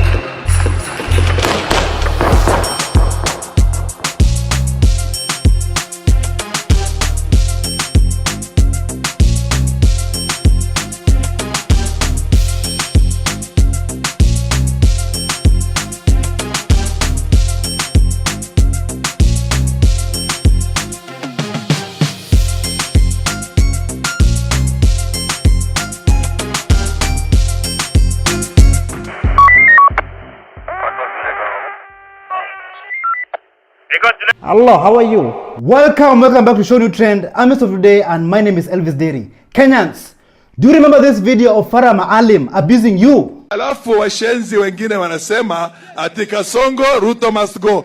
Kwa nini zenu hao ambao wanasema hivyo?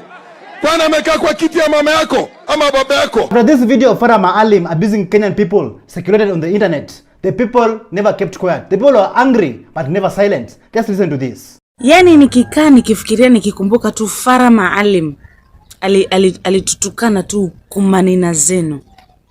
Nasikia tu kumshika hivi Farah Maalim.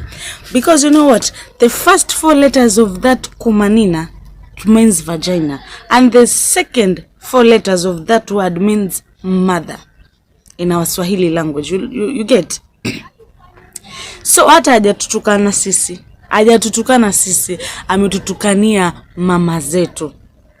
That what Farah Maalim. Yani hivyo ndio Farah Maalim alifanya.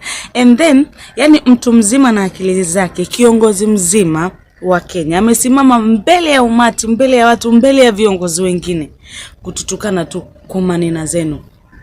Na hakuna kiongozi ambaye ameongelelea hilo swala. Hakuna kiongozi ambaye amesema ni makosa. Hakuna kiongozi yote ambaye amesimama kwenye stage akasema what Farah Maalim did was actually very wrong. Lakini ingekuwa nimefanya mimi Mkenya tu ambaye sina lolote, sina chochote, ama angekuwa amefanya Mkenya mwingine, angekuwa ametafutwa na DCI, angekuwa ametafutwa na polisi, angekuwa ametafutwa na kila mtu, akashikwa akakuwa abducted. Lakini kwa vile ni MP Farah Maalim, nothing has been done. Alafu nyinyi viongozi mnataka sisi tuwaheshimu. Tunawaheshimuje nyinyi ikiwa nyinyi wenyewe hamtuheshimu? Even the former deputy president of Kenya, Rigathi Gachagua, he came and said that the president laughs anytime a politician abuses Kenyans because he's the one who sends them. Let's listen to what Rigathi Gachagua had to say. Wacha nikwambie Mejadong, usikashifu hawa viongozi. Najua mimi nimekaa na rais sana. Mimi namjua. Ukiona hao wajumbe wakitukanana, ukimwangalia anacheka, anakuanga Edi amewatuma. Si mimi namjua? Yeah, I know him. If you check when they are abusing people, wakitukana anatembea kama umemwangalia hapo nyuma, alikuwa anapiga mguu namna hii. Even Eric Omondi, the president of Comedy in Africa and an activist, he came and said this. Farah Maalim, wewe ni fala. Wewe ni fala, una akili. Wananikasirisha, ni mpumbavu. He's stupid. He's an idiot. How can you go to a microphone like this? You are not even a parent. You are not a human being. You are a demon. Hizo vitu happened Rwanda. You are very stupid, Mr. Farah. Wacha nikutukane because you deserve it. You are idiotic. You are nonsensical. You are a murderer. You do not deserve to be a leader. By all means, Farah Maalim. I was shaking. I don't understand how you are still in office. You need to resign. It is going to be very bad for him.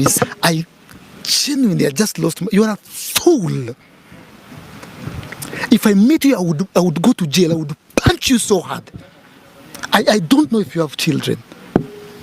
We are all humans, and God. You are an idiot of the highest order. You are a murderer. You. If I were you, I would leave this country for at least 20 years. You are an idiot. And if I meet you, I will beat you.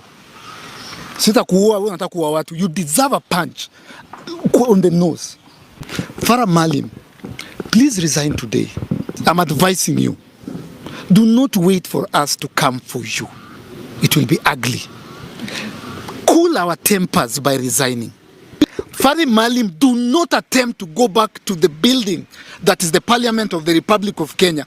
I repeat, Farah Maalim, stay in your house. I dare you to get into your car and attempt, don't even do, to go to the Kenyan Parliament. Try. Even a fellow politician was not happy with Dadaab Member of Parliament, Farah Maalim's statement abusing Kenyans publicly. Let's listen to what this politician had to say. Jana niliona mzee, nilikuwa nasoma nikiwa mtoto mdogo, anaitwa Farah Maalim, akiongea vitu zenye hata zieleweki. Lakini Waswahili wanasema usione mvi kwa kichwa mtu kadhani ni hekima, wajinga pia wanazeeka.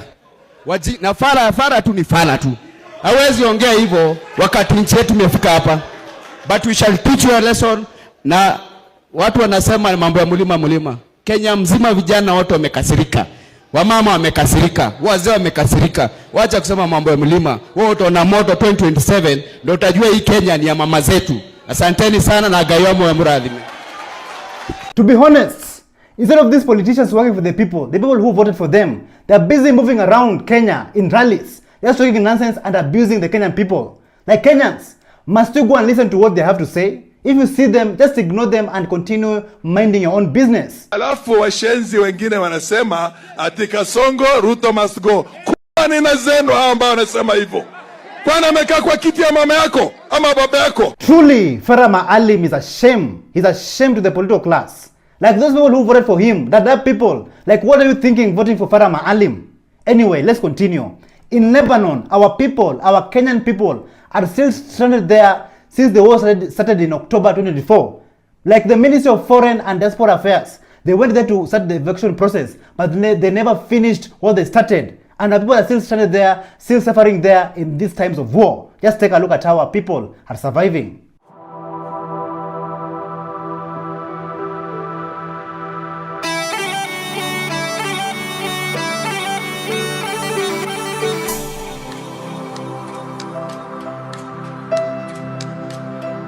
The ministry didn't finish the evacuation process, and our Kenyans, our own people, they're stranded in Lebanon in shelters. There's no work, no money, no communications for 3 good months. And those shelters were opened because of the war, and currently they're being closed down. We are in the year 2025. And where will our people go? Where will our Kenyans live and stay? Will they be sleeping in the streets of Lebanon? Just listen to what Dr. Mambe Serke had to say about how many Kenyans are stuck in Lebanon. Family, 26,000 Kenyans, actually more than 26,000 Kenyans are stranded in Lebanon. And you know, Israel has been ninnying Lebanon like crazy. Even the Lebanese themselves have been trying to leave Lebanon. There's been long queues of cars. Guys have been appealing, the families of those guys have been appealing to the government. The government is silent, they're just joyriding in New York. But no word. They're saying that the embassy, the Kenyan embassy in Lebanon is not helping guys. Is it because these are the Watus? Is it because mainly they're maids and all these things? Why is the government so silent? Anyway, family, I've been talking about this a lot on my YouTube channel. It's time to come home. As we're fixing our country, it's also time to come home because the world's about to get crazy. The number could be even more higher than that. Take a look at some of these videos of how our Kenyans are surviving in Lebanon. Wametulipua. Siwezi toka dadangu mpaka wakuje wanitoe. Hii ndio situation hapa sasa hivi yenye naongea na wewe. Nyumba inaenda chini, mimi niko siwezi toka. Sijui venye nitatoka nje kuna waka moto.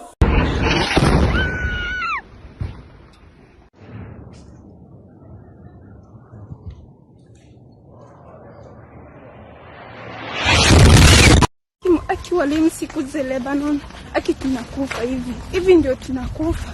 Acha nimeendea bishti yangu. Oh God. Narusha bomu. Aki Mungu tusaidie. Mwadhani, acha niwaonyeshe. Na nimeendea bishti yangu. Wanalia huko. Jesus please God. Please Father please. God, please. Guy, mwadhani, watu wanapiga nduru. Hivi ndio tunakufa. Apart from our people, Kenyans, being stuck in Lebanon, in Kenya, their own country, things are even more worse. It feels more like the government has declared a cold war against its own people. Like yearly, we have influx of graduates, high demand of job opportunities, but there's none. And this has led to our youths, our young people of this country, being depressed, being suicidal, early pregnancies, drug abuse, and so much more. Just take a look at this. I took these videos at Jivanji Gardens at 10:30 a.m. Yes, 10:30 a.m. There's people sleeping in the gardens early morning. Okay? This shows there's something very wrong somewhere. Either it's unemployment or it's homelessness. But either way, people should not be sleeping at 10:30 a.m. in the garden. It's not right. Okay? So, please, can we create a good life for our people? These people deserve jobs, you know. They should be working in factories or businesses or whatever, not sleeping here early morning. This is not right. So please, my people, no one is coming to fix us. Let us fix ourselves. Let us get these people some decent form of employment or something. Let's work hard to make a better country and eventually a better continent. The late president of Kenya, Mwai Kibaki, he never supported sending our people to foreign countries to go and work there, to go and die there, to go and get mistreated there. But he advocated for creating opportunities here in Kenya. Just listen to what he had to say. And as I look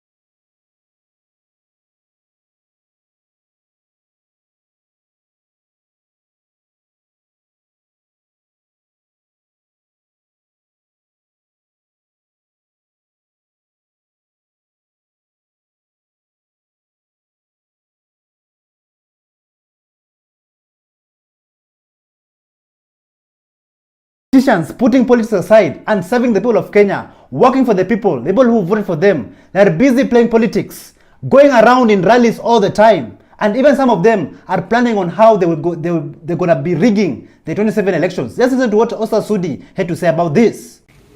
Kenya hakuna rais ameenda kwa miaka 5. Kwani huyu ndiye atakuwa wa kwanza? Kama tunafanya nini?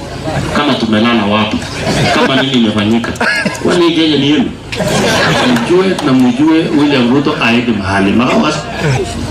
Hapo ndumba nyigura iligi kinyiti. One thing that I love about Kenya right now, currently, is that there's nothing like tribal divisions. Tribalism is something of the past. And currently, Kenyans are more united than ever. They're more patriotic than ever. 2027 elections is going to be hot, and it's just around the corner. And this government, they're very scared of the unity that Kenyans have right now. And they're going to do everything in their power to clinch onto that seat. But the question is, with all this unity that the Kenyan people have, and all this patriotism, will they succeed? Will they manage to run the government again? Listen to what Wood Kano had to say. Nataka kuwatabiria hii na inaenda kufanyika. 2027 January hapo February tutakuwa tunaelekea uchaguzi. Na wanaenda kununua tear gas mingi sana. Wanaenda kununua rubber bullets mingi sana. Hata the real ones watanunua mingi sana. Na wanaenda kununua water cannons mingi sana. Wanaenda kununua gari za polisi, hizi Mariamu, zile lori mingi sana. Wanaenda kununua farasi mingi sana. Wanaenda kununua rungu mingi sana. Wanaenda kununua vitu mingi sana ya kudeal na mwananchi. Wajua kwa nini? Raundi hii Mkenya aende kupangwa kulingana na kabila. Ati sisi kama jamii tunasikiza kingpin wetu anasema nini? No. Na maskini ameamka. 2027 inaenda kudecide. The few watabaki wakinunua belt za 200,000, viatu za 1 million, chopper, mansions, the few. Wale wachache. Alafu wanakuja kuturingia. Mtu amevaa saa ya 1 million, alafu anaongea na kiburi. Tena ndani ya kanisa. For the first time ukiangalia hata kanisa yenyewe inarudisha sadaka. People have woken up. Na wamejua tumeamka. Mpango ya kukatalia kiti, kwanza ile ya juu.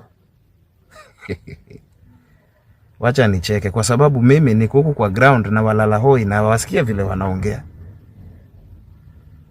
Hii kura inakuja 2027. Whether mtengeze IBC ama mkatai kutengeza. Watu wanaenda nyumbani.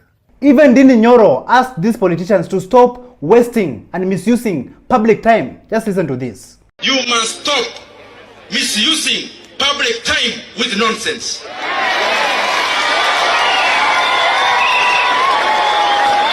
Hawa wananchi wa Kenya sio wajinga. So many corrupt politicians have been exposed with time, and so many ghost projects have also been exposed thanks to the vampire diaries of Marara Kebaso and many other Kenyans who have also taken part in it. So Kenyans, do you think that these corrupt politicians and anybody who has ever worked in the government office and has a history of corruption, do you think that they should be charged and jailed? This is to what Karanja Kibuku had to say. Wazito, the pressure is increasing.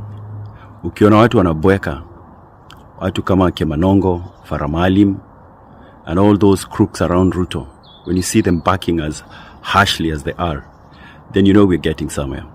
They're backing from a position of fear. Tunashinda. Hawa watu lazima waishie prison.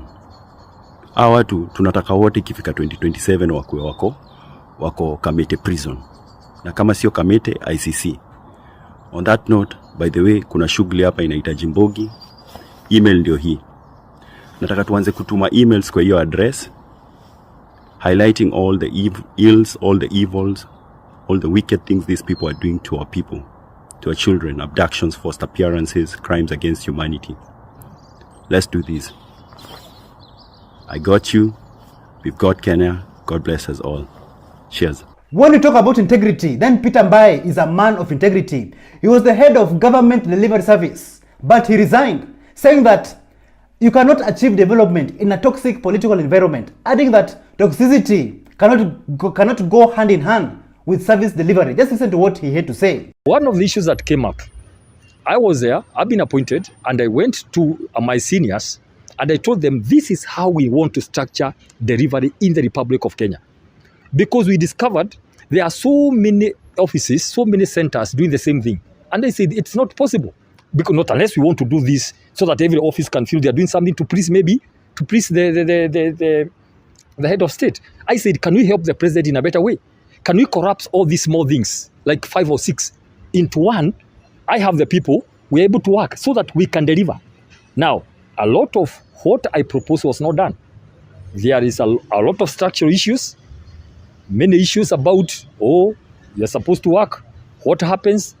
The issue of the working issues and other issues. In short, there's been a lot of frustrations, and I don't want my name. I have a history. I have a record where I've come from for the last 10, 20 years, where I've worked before in my county of Nakuru. What I've done, I don't want to come and mess it here because I got a job. If the work cannot be done, I don't want to be associated, because what will happen, one day somebody will ask me, why didn't you deliver? Then I'll say I had issues. They will ask me, why didn't you say then? Why now? Then something will happen. Everybody will go. It will be said that the guy who is head of GDS is this one. I better speak early today to say, I don't think the kind of how the government tracking delivery work is being done is going to produce the results that we promised Kenyans. That is what I think. George Ruto, who is also the president's son, he owns matatus within Nairobi City. And let me tell you, Kenyans, these matatus are being driven recklessly on our roads, and they are breaking traffic laws. But yet, the people are still boarding these matatus. Why, Kenyans? Why? Like, this can even cost you your own lives because of how they are driving on the roads. Just listen to this. What is wrong with you? Mnapanda manifest kwa nini? Kwa nini mnapea hiyo matatu biz? Mnajua vile ina harass the rest of the PSVs kwa hiyo stage yenu. Mnajua vile inafanyia hao matatu zingine. And then mnakuja mnapanda na hauko sure kama utafika because you can be unaweza jipata uko heaven. Burnt offerings. You can be burnt offerings. And then unaenda unapanda, oh it is the coolest matatu. Guys, please, mnajua ni ya nani? You know whose son? Hizo matatu ni za nani? Zina overtake vile zinajisikia. Hata hazitaki kujua kama the next cars ziko na watu. Hazitaki kujua kama watoto wako anywhere near the roads. Barabara ni yao, inchi ni yao. No, hii inchi ni yetu, it is ours. Si ya mtu, hata mimi si yangu, ni yetu. Kenyans, us, not me, not you, us. So, before Ruto akuje ambia wazazi wetu vile they have done a horrible job in raising us, we are so disrespectful, you have done a horrible job in raising your children. Kenyans, if you ask yourselves, what is the meaning of education? I would say that education is the cornerstone of any nation's progress. But currently, Kenyans, it seems like the government is trying so hard and very determined to sabotage the future generations by crippling the education sector. This is what Honorable Evans Willis Otieno had to say. Today, we have a situation where students who are supposed to be joining grade 9. Grade 9, yes. Nobody even knows where they're supposed to go. Even their results. Even their results is still a problem. Yes. And remember last year in November, the PS Education had said they are putting up 11,000 primary school blocks to accommodate those who are going to join grade 9. Today, there's no classes. No classroom. There's no infrastructure in this case. These people are trying to mess up a generation. Because once you want to kill a country, you don't have to drop a nuclear bomb. You just mess up its education system. Then you'll have killed that entire generation. Because when those people grow up, they will not have learned. They will be zombies. So these people are just really committing an economic genocide on the people of Kenya. They're killing the entire nation of Kenya when you mess up the education system. And we must call out the Ministry of Education. If they are not ready for CBC, they should own up and do the right thing. But we cannot have a situation where our kids are exposed to an uncertain learning environment. We have to call them out and demand better for our kids. Sometimes in politics, betrayal is always constant. It's no different from saying that kugongewa ni constant. Brian Weke believes that those people who are surrounding the President William Ruto, those are the first people that will send him back home in the coming elections 2027. This is what Brian Weke had to say. William Ruto akifanya saa hiyo opinion poll ya ukweli. Watu wa mdomo mbaya kama Kimani Ichung'wah. Kimani Ichung'wah amekosea mheshimiwa rais. Kura ya Central imeenda. Sasa mahali William Ruto anaweza saidika ni Nyanza, Western, Coast, Ukambani na Northeastern. Saa hii tena umetuma Kimani Ichung'wah akatukane Waluya kwao. Bram Mololo. Sasa unasaidika ama usaidiki? Naona watu wengine kama huyu Kamket. Atanasema ati watu wakicheza William Ruto ataka 24 years. Unajua sometimes I ask myself, hao watu ni kujenga wanajenga ama ni kubomoa wanabomoa? Mheshimiwa Rais anafaa jipige msasa. Ajiulize hao watu ambao wanamfuata. Are they with me ama wanamharibia? Kweli. Bram Mololo. Because Kenyans mambo yao ni simple sana. William Ruto has to pesa mfukoni, tax breaks umesema, jobs, mausami barabara. Ni kazi rahisi sana Bram Mololo. Saa hii wameongeza bei ya school fee. Ya ma university. Ukiangalia ile mimi nyakati ya Uhuru Kenyatta, nilikwambia mtoto wangu anafanya law hapa Catholic University. Nalipa 30,000. Anko yangu mtoto wake anafanya mechanical engineering hapa TUK. Analipa 90,000. Na asije kwa bande ngapi? Na hii pesa ambayo ameongeza lecturers hawalipwi. Sasa lecturers wanasema hii funding model ambayo iko na hii ya kulipa school fee na nini, na sisi hatulipwi. Bram Mololo, inaenda wapi? Waziri Mr. William Samoei Ruto, abandon hii project ya kutengeza manyumba. Tengeza manyumba Nairobi, maliza hii maslam. Huko kwingine Oshago tuachie, sisi tuko na manyumba zetu, tuko sawa. Currently, we know that the former Prime Minister of Kenya, Raila Amolo Odinga, is fighting to get the AU seat.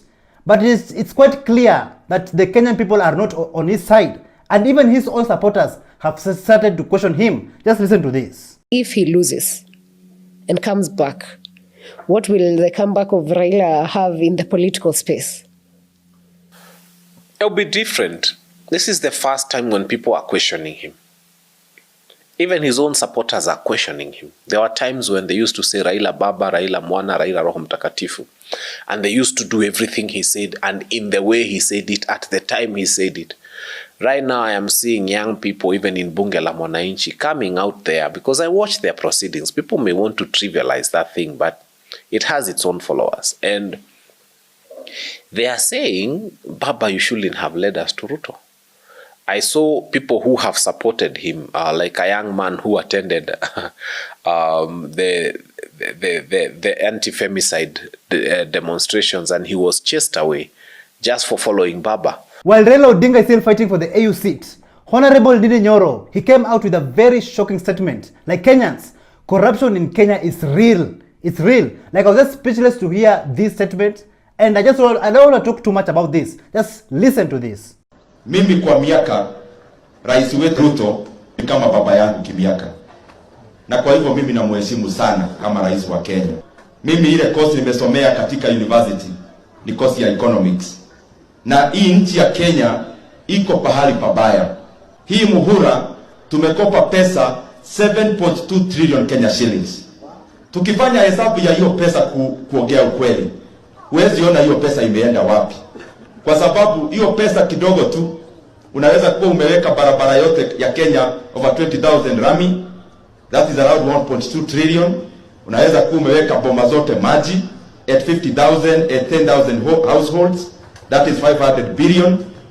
Kuweka stima at 10,000 households at 35,000, that is 350 billion. Ukiongeza zote hata kujenga a level 5 hospital in every constituency, a university of 1 billion in every constituency, hiyo pesa haifiki 3 billion.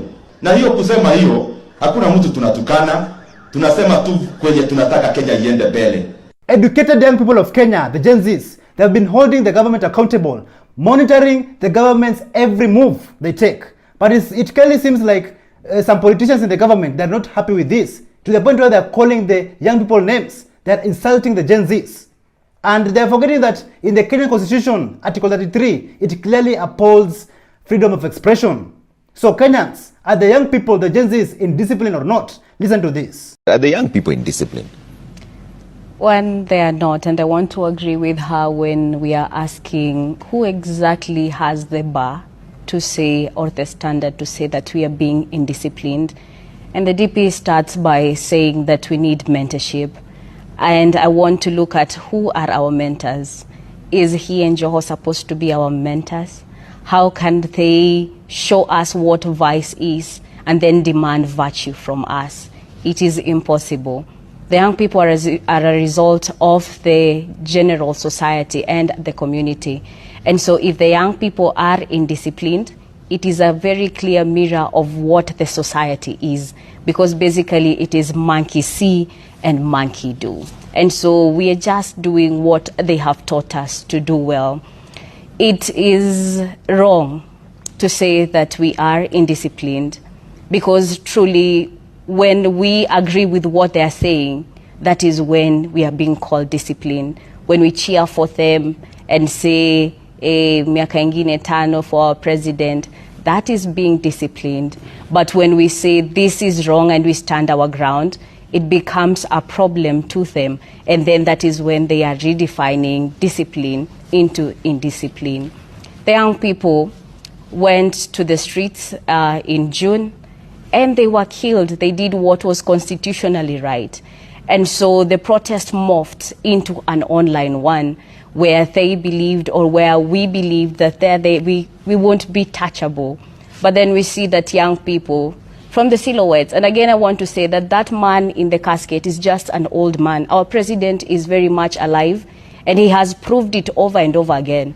And so I don't know why the head of the country is reacting to pictures of an old man in a casket, of silhouettes. How does he know how his shadow looks like? And why is he reacting as the head of the country? It is so uncouth and very unsettling to us. And if we're supposed to follow what is discipline, then we are not ready to be disciplined as the young people. We are very ready to be indisciplined, because this country, if we go the way we are going, we won't have a future for us and our children. And so the government should be ready that we will continue to be indisciplined if that is their definition of indiscipline. Yes, All Trevor. right. That's an interesting perspective coming from the Reverend. Okay, let's. Even the politicians, including the President William Ruto, is pushing the parents to discipline their children, fighting for good governance. But let me tell you, the parents are not taking none of that nonsense. And just take a look at some of these scenes where the parents and the children are having a good time. This is the Kenya we want. We don't want any kind of enmity between our parents. A birthday gift to my dad.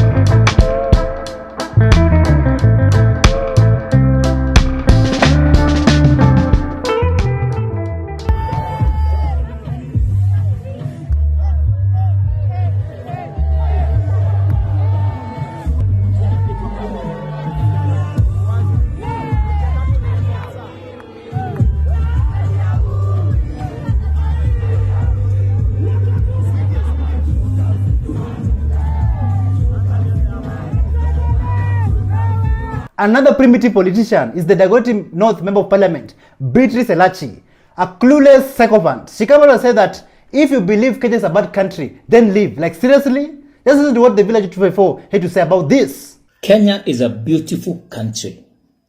Kenya is a good country. A country is as good as its leadership.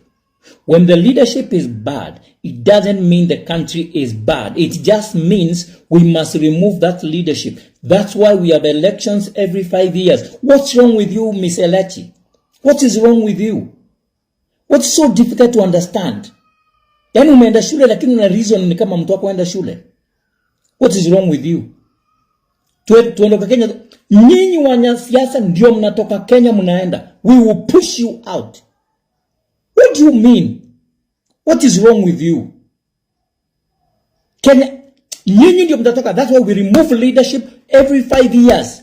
Because when you have a bad leadership, you remove them every 5 years. Get out of this country. Enda mahali unajua. Betrayal in the city. Kasamal Makore. He betrayed the Gen Zs. He betrayed the Kenyan people who are fighting for better governance. During the protests, the people are there to protect him and support him. But he went on and turned his back towards the people. He went to join the other team. But currently it seems like even the other team is not very interested with Kasamal Makore. Like Kasamal Makore found himself in the list, but not in the list that he was expecting. Just listen to this. Kasmola ameona list imetoka ya watu wanapatiwa job na Kasongo, watu wale wamelistiwa. Kasmola kaangalia jina yake kwa hiyo list, Kasmola honi jina yake. Kasmola kapigia Raila na watu wa ODM. Hello baba sioni jina yangu kwa list. Na mulini promise kazi baba. Nilisaliti movement baba. Kasmola, jina yako iko hapo kwa list, angalia vizuri. Jina yako iko hapo Kasmola, angalia vizuri. Kasmola anamwambia, baba sioni niko na hiyo list. Over 20 people, but baba I'm not there. Kasmola, jina yako iko list. Baba list gani? Baba anambia Kasmola, jina yako kwa list ya watu wa kucheza praise and worship kwa status. Unajua Kasmola, you are not a politician, you are an instrumentalist. Sasa wewe uko jina yako kwa list, utakuwa unakuja status kama kuna wageni, unashika keyboard pale, unaimbia Kasongo na watu wageni wimbo za praise and worship na zile ngoma zako. Na Kasmola ukikuja status, make sure umeprintisha CD. Rauza CD. Kasmola anajama anaambia baba nilikimbia ati ile siku ya maandamano. Kasmola alikimbia hadi ile suti yake special. Hata hiyo suti haikuwa yake, alikuwa ameomba anko yake. Vile aliruka pale Nation Center ilinaruka Haga. Kasabal Makore said that he will do anything to get power. But currently, the only power that he will be getting is playing the keyboard for those who are in power.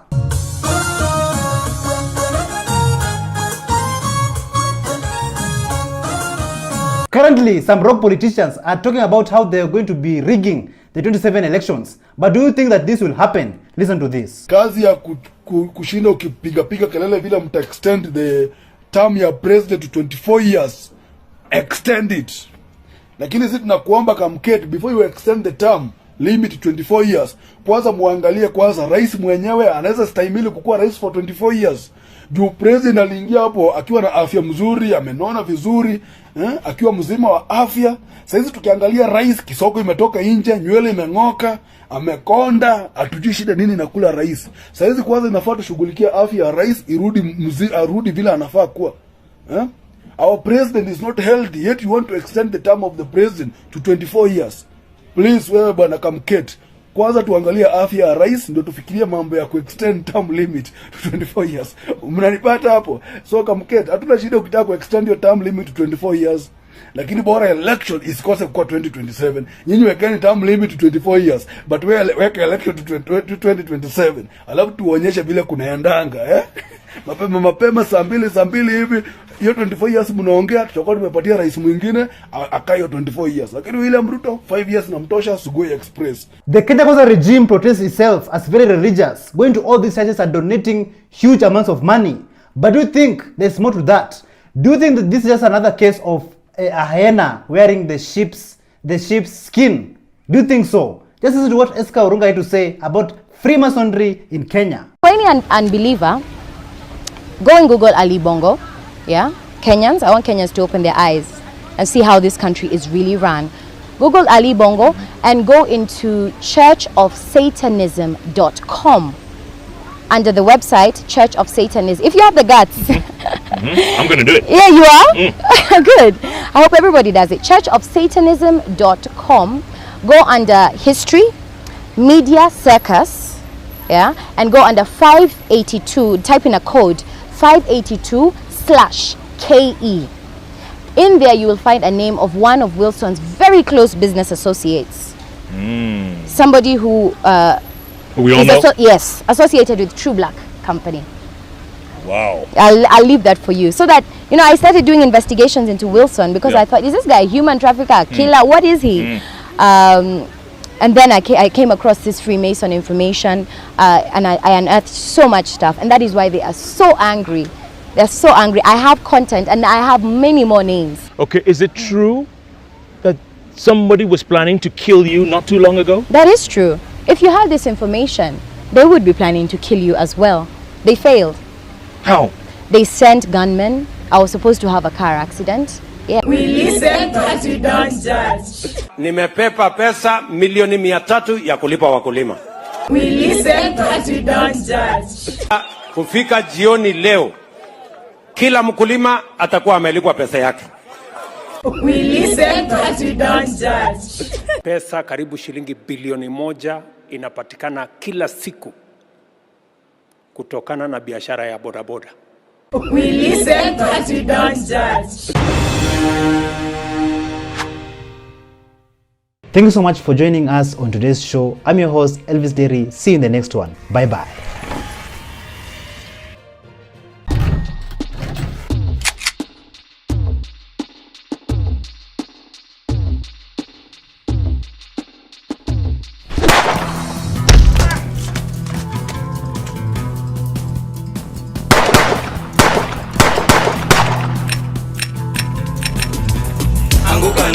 They're coming for you.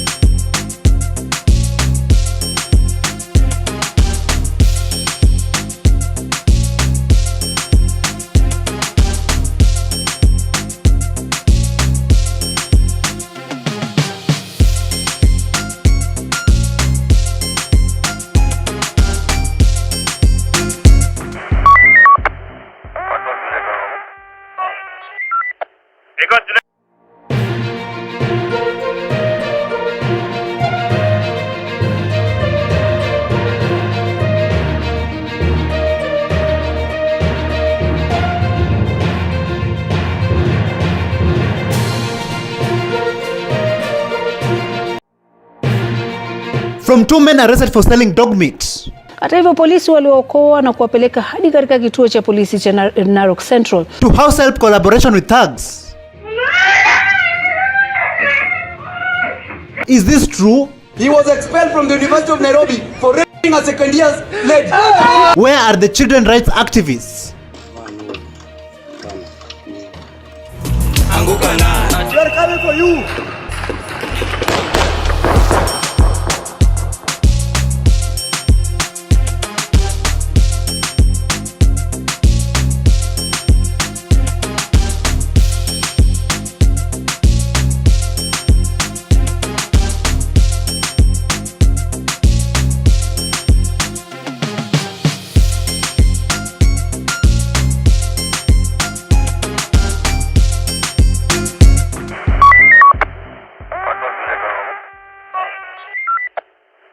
Hello, how are you? Welcome back to ShowNewTrend. I'm your host today and my name is Elvis Derry.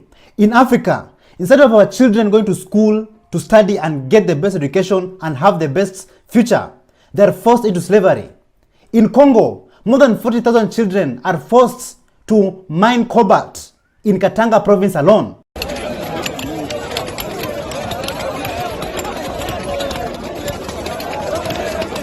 A few days ago in Kenya, in Kakamega County, 2 children, 14 years and 18 years respectively, lost their lives while mining gold.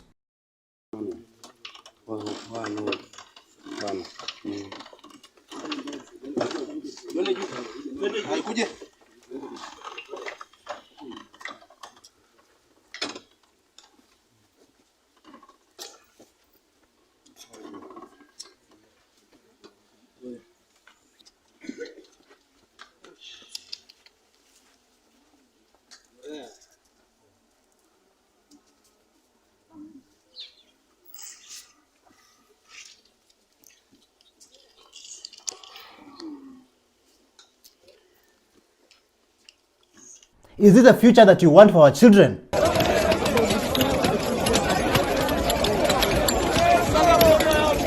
The end of the year is near and so many celebrations will be happening. People will be traveling and this is the time for us to be safe while driving on the roads. Just a few days ago at the Thika Superhighway, 2 people lost their lives after their private car, lost control and rammed into the Ruiru footbridge. Take a look.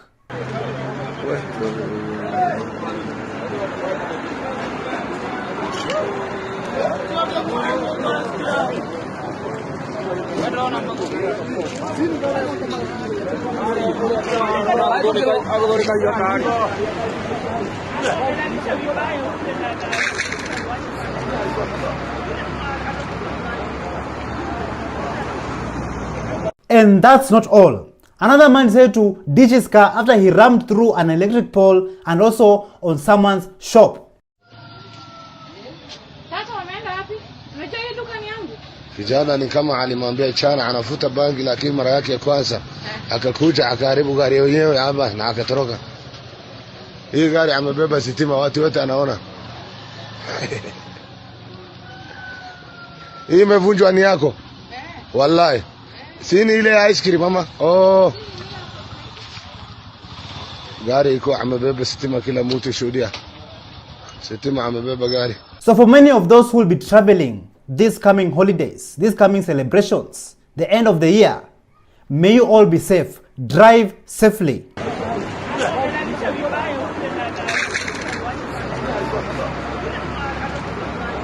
Sometimes when you allow people to come into your house, live in your house, or even work in your house, sometimes you never know the evilness that is hidden in their hearts. Here in Nairobi, a CCTV footage captured where a house help opened the door for a criminal, allowed a criminal, a thug, to enter in the house and rob, and suddenly even attacking the owner of the house. Take a look.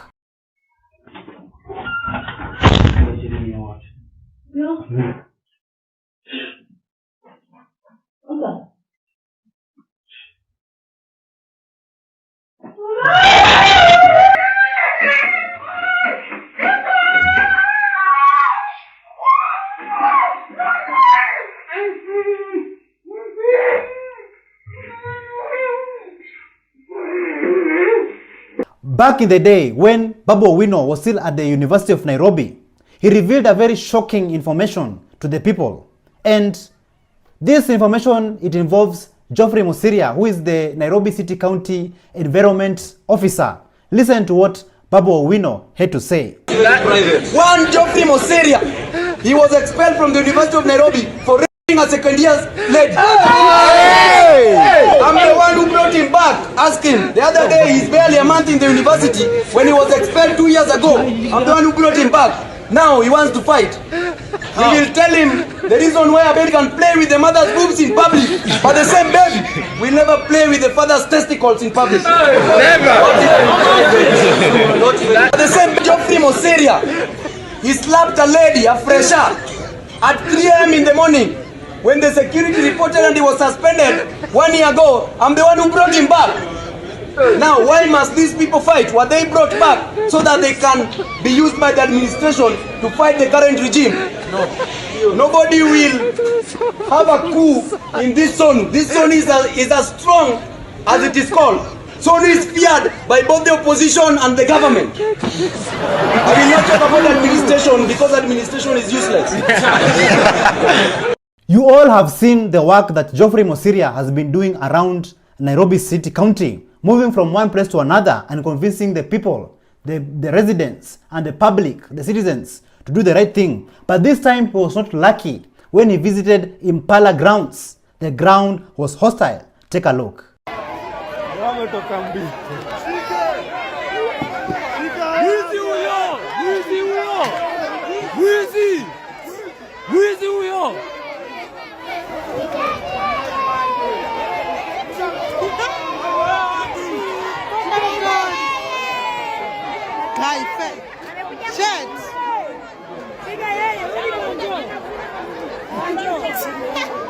I've captured that. So, what really happened? Listen to this. You know, we're just vibing to the music.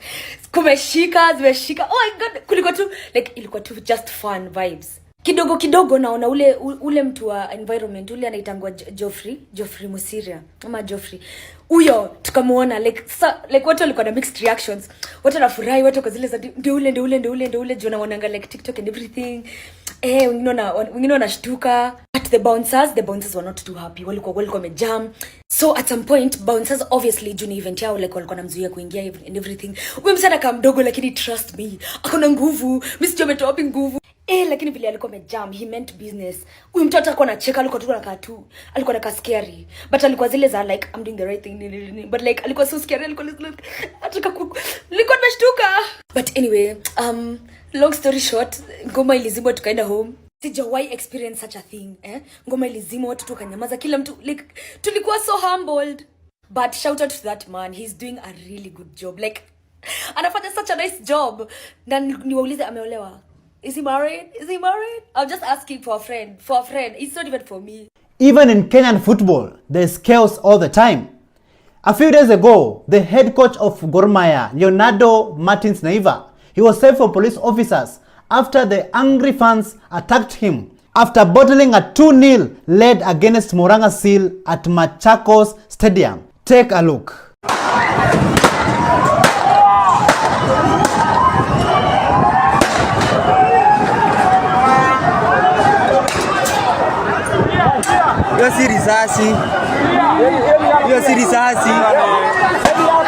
Apart from the chaos that is happening around Kenya, also Kenyans are representing internationally. They are representing worldwide. A Kenyan born by the name of Hulda Momanyi, not Huda, but Hulda Momanyi. She won the Minnesota House of Representatives seat. All right, this is what I'm going to say right here. It is official. We have, for the first time in history, for the first time in Minnesota, for the first time in the United States, Congresswoman Hulda History, DSO, Minnesota. This is the DHA. Come on, people, let me hear your music. Give me that music.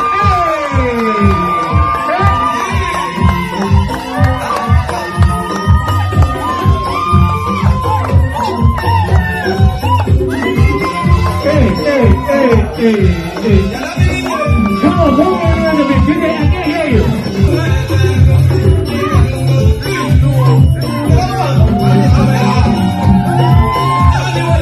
Ladies and gentlemen, the question of the day is, have we been eating dog meat or even cat meat? Like many of you like eating mutura, street foods that have meat inside, but yet you don't know the content that is in that food. 2 men from Narok County, they were arrested for slaughtering dog for their meat. Just take a look. Kwamba watu wawili walinusurika kifo baada ya kufumaniwa na wakazi wa eneo la Total kumradhi, kaunti ya Narok wakiwa na nyama ya mbwa.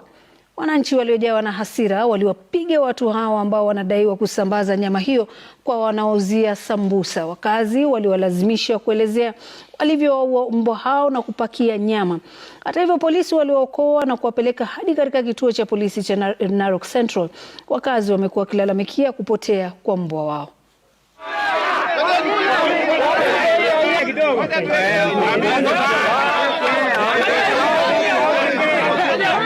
Kila siku bwana tunakula mutura. Kwanza mimi ni customer mkubwa sana. Na anashangaa bwana, hii mbwa ni tamu, ni kama wanaongeza kachumbari, sijui wanaongeza nini. Kila mahali kunauzwa mutura na hata hakuna buchari. Tunashangaa tunakula nyama gani? Mbwa yangu ilipotea. Na niyo kubwa sana ya red, na ilipotea juzi. Kumbe ndio wanakuwa wamekatakata wanatuletea hapa kwa babuchari tunakula. Kama mimi nimekuwa nikikula nyama sana. Nadhani hata jana nimekula hiyo mutura ya hiyo mbwa. Hata sisi wanabiashara wenye wanauza substitute kama omena, samaki, saizi hatuna biashara mzuri kwa sababu hata sisi bei yetu tunapungua because tunajaribu ku catch up na market yao pia. Sasa yenye tumeomba the Kenya Meat Authority tafadhali itilie maanani nyama zenye wanabuchari wanauza na pia waangalie mazingira hizo nyama.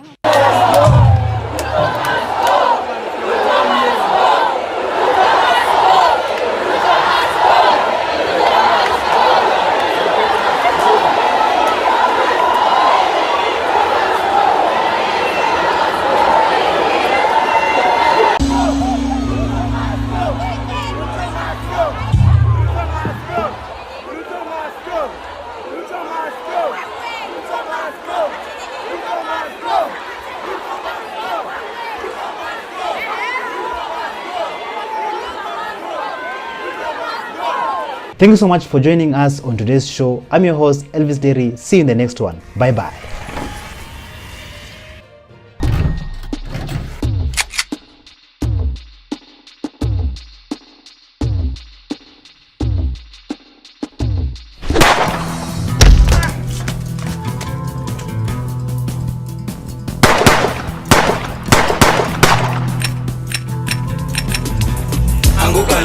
We are coming for you.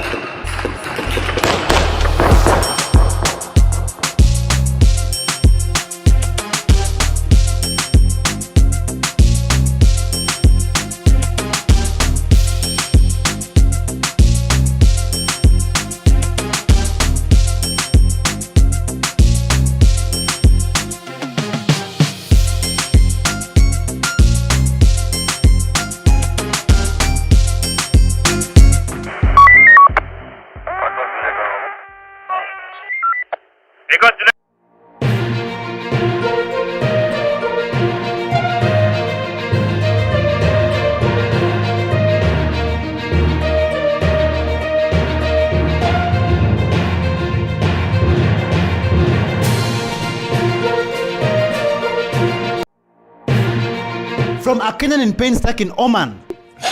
Unisaidie kabisa nirudi nyumbani. Mimi ni mgonjwa. To mass traffic. Sai kumeshikana, nobody, we can't move. Is there job opportunities? What they are doing ni to make sure we beg from them. Unaenda kwa ofisi ya MCA. What's there for business? Kuongea ukweli tumesurvive na neema ya Mungu. Si venye unasemanga ati Anguka na. Parliament, we are coming. We are coming for you. We are coming for you.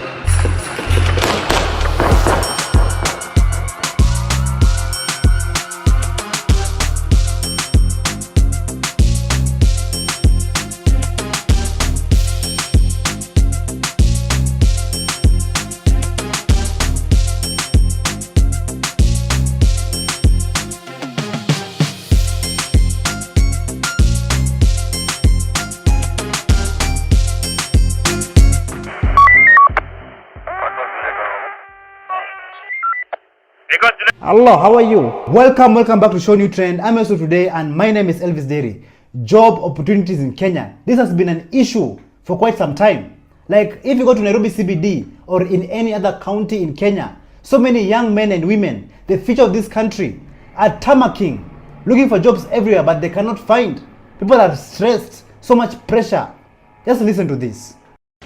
Our government is made in such a way yenye ita make sure the youth remain poor na tukwe tuna depend on them. That's why unapata saizi tunasherekea, tunaongelelea nini kazi mtaani. Hiyo ni pesa ngapi? 5,000 inakusaidia nini? Kusema tu ukweli. Utalipa rent, upeleke mtoto shule usome. My dear, we will continue remaining poor na tutabeg from these people. Najua government yetu iko na pesa na inaweza employ youth, but it's not doing that. Why? Juu kitu employ kila mtu akiwa stable, hatutawategemea. So what they are doing ni ku make sure we beg from them. Unaenda kwa ofisi ya MCA, you beg for 100 shillings, mwingine na beg 10 shillings ndiye aende kukunywa changapa hivi bonde, si ndio? So I feel government yetu inafaa kuacha ku take advantage of people from the informal settlement, mostly Mathare, itu provide jobs.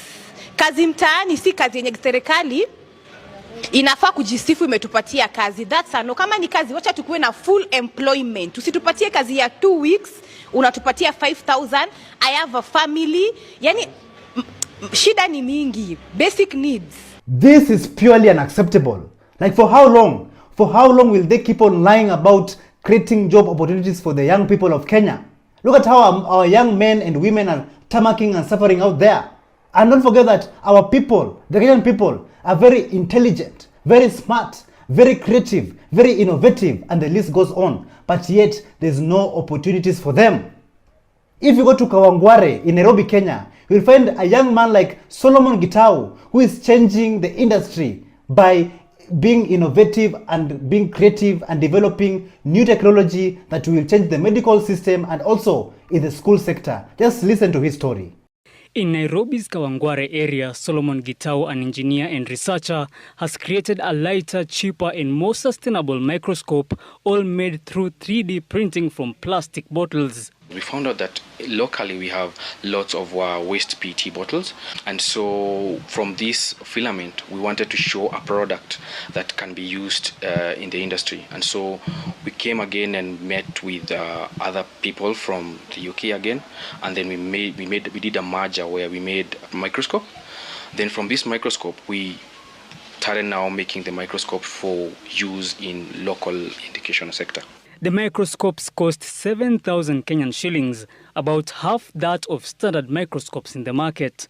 Each microscope is made from 10 recycled plastic bottles. Learners get an added advantage of viewing subjects through a digital screen connected via a USB cable instead of the smaller built-in lenses. Why I chose to use the phone is because I was not thinking about students who are able to access laptops in Nairobi.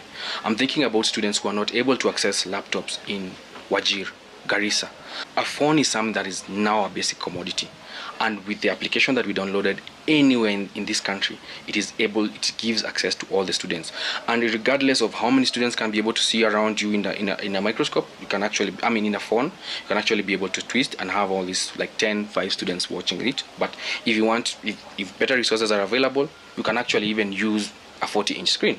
With 3D printing being a fairly new technique in the country, Solomon believes it serves as a great tool for innovators with ideas to produce physical items. 3D printing is a good tool, especially when you want to rapidly test things. It's one of those tools that is going to revolutionize the African industry, right? Because it's a cheap product that anyone can be able to put in their home and develop with it. Having reached only 10 schools with the microscope so far, Solomon's hope is for the tool to one day benefit more Kenyan learners. Kenyan people around the world are anxiously waiting for 2027 elections. And I'm telling you, like, things are getting hotter. But the question is this: is the IEBC, the Independent Electoral and Boundaries Commission, is it independent, or is it a public, not a public, but is it a political investment? Just listen to what Joshua Okaya had to say about this. That's something we need to correct as a nation. How should we do it? Because IEBC, much as it is a body that regulates or rather conducts elections, yeah, it needs to be independent of political parties. But we've made it look like it's an investment. Yeah. All right? It's a political investment. It's a political investment where every political party invests somebody, an individual there. Yeah. You understand? Yeah. So that each political party has a share.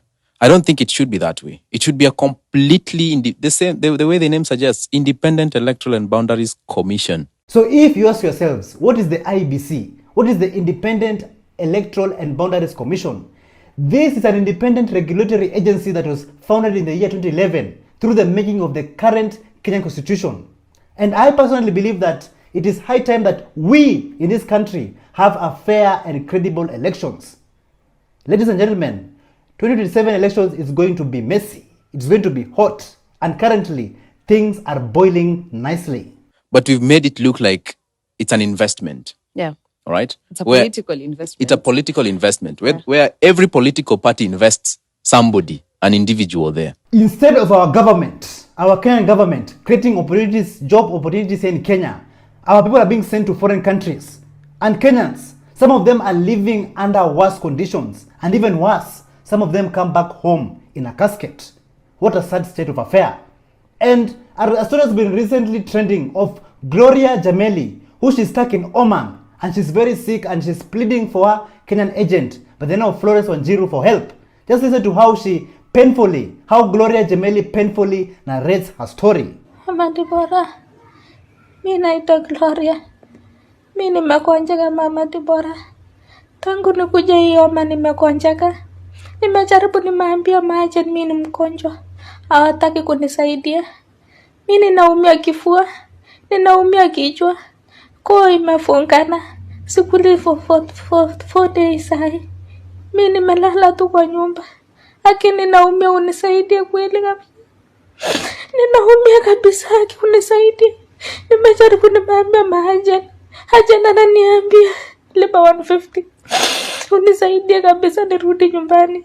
Mi ni mgonjwa kweli, ninaona sitaweza. Nilikuja kutafuta pesa kweli, lakini mwili yangu kweli sitaweza kweli. Sitaweza. Ni mauchungu ndio ninapitia kwa mwili.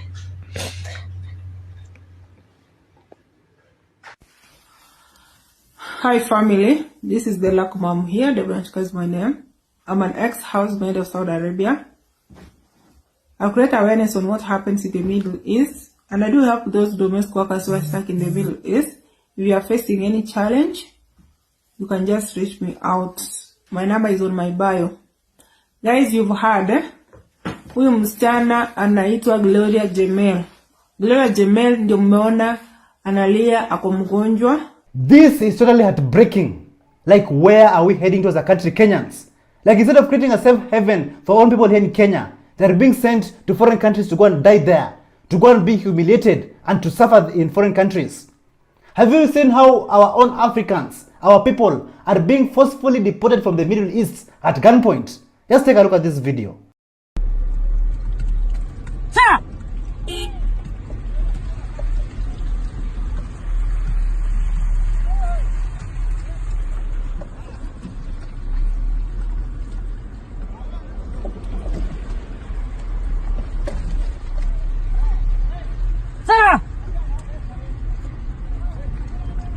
If you go all the way to Kisii town, like it looks like a dumpster in Kisii town CBD, like there's rubbish everywhere, garbage everywhere, and I'm just wondering, how are the voters surviving in such an environment?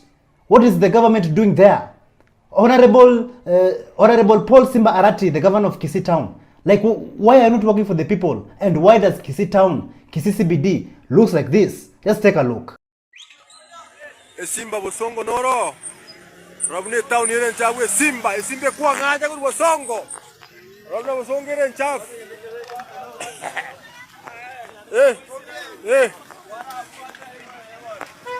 Simba nganya Simba timatia mareke ba motika Robne Bosongo here chafu tata gaki. Aki Bosongo. Aki Simba mareka ako tiketa iweka gaki town inga kirega Simba Arati. Simba gakirora, Simba gakirora, rora, urutayo gokonya Bosongo.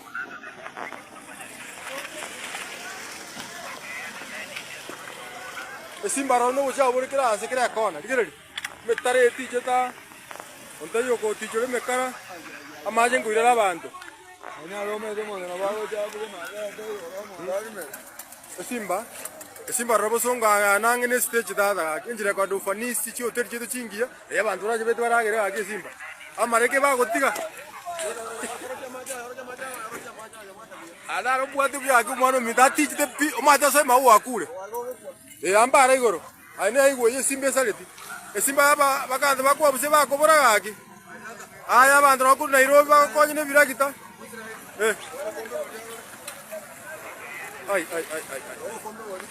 As we fight for good governance, better governance, and a better future for this country, we are always faced with new challenges every day.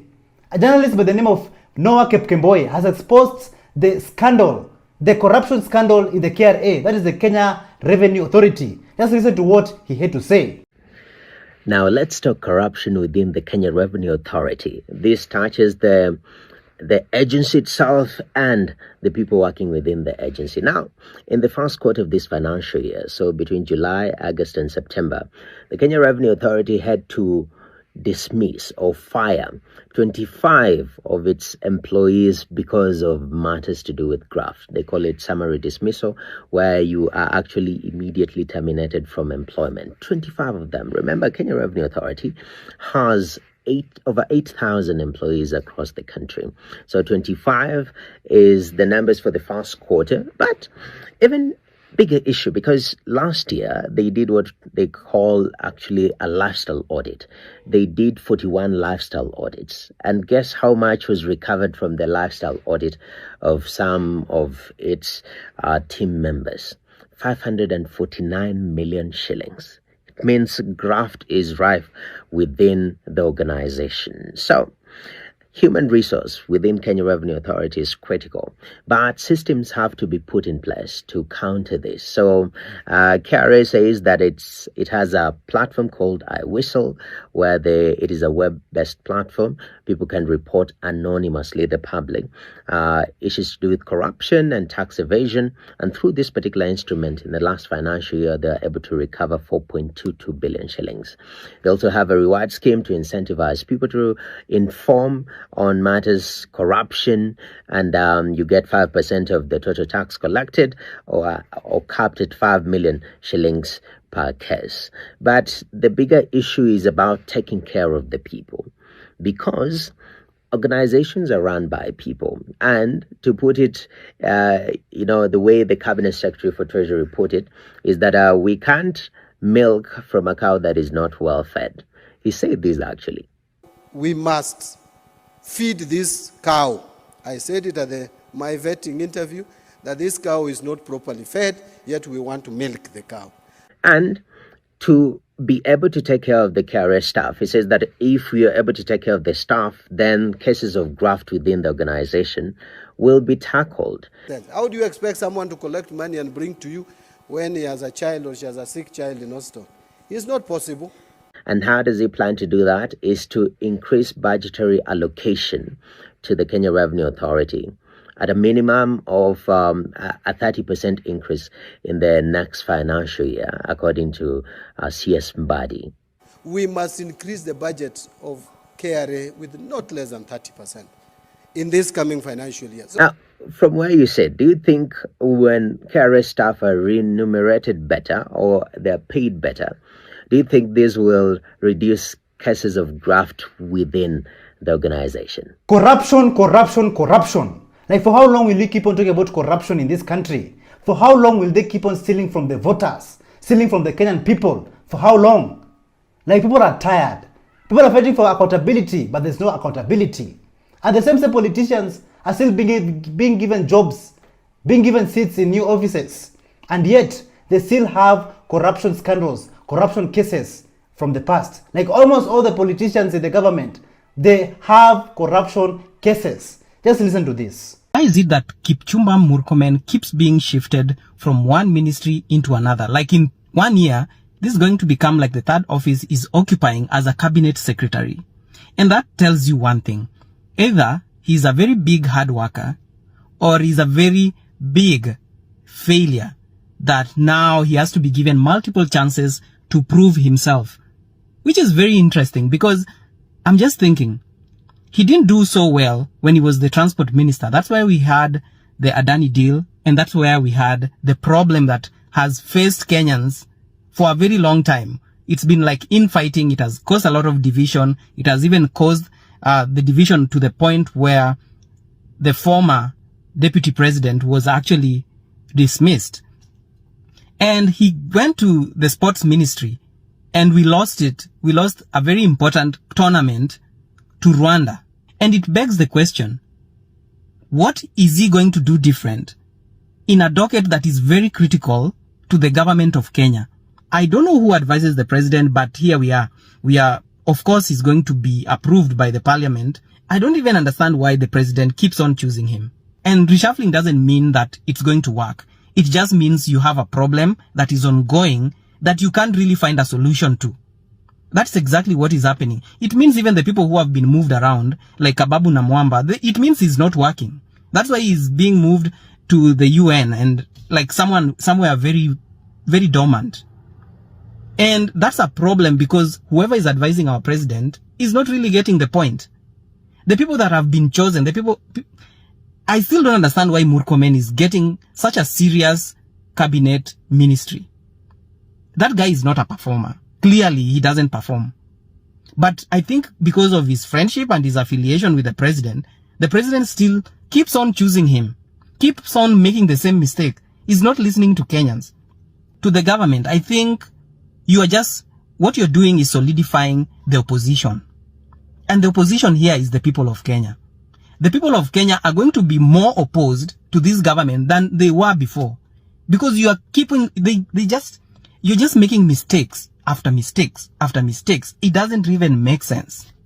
It doesn't make sense. And the more you make mistakes, the more you're getting more opposition. The opposition is now the people of Kenya. So my question is, how long will we keep on making the same mistakes? How long will the voters keep on voting for the same people who are stealing from them? The same people, even I don't want to call them politicians, the same people who have corruption cases and scandals from the past, and they keep on growing. For how long? Just take a look at this video of Onesimus Kipchumba Murkomen, the cabinet secretary of Kenya, who is crying like a small baby after getting a small scratch. Take a look.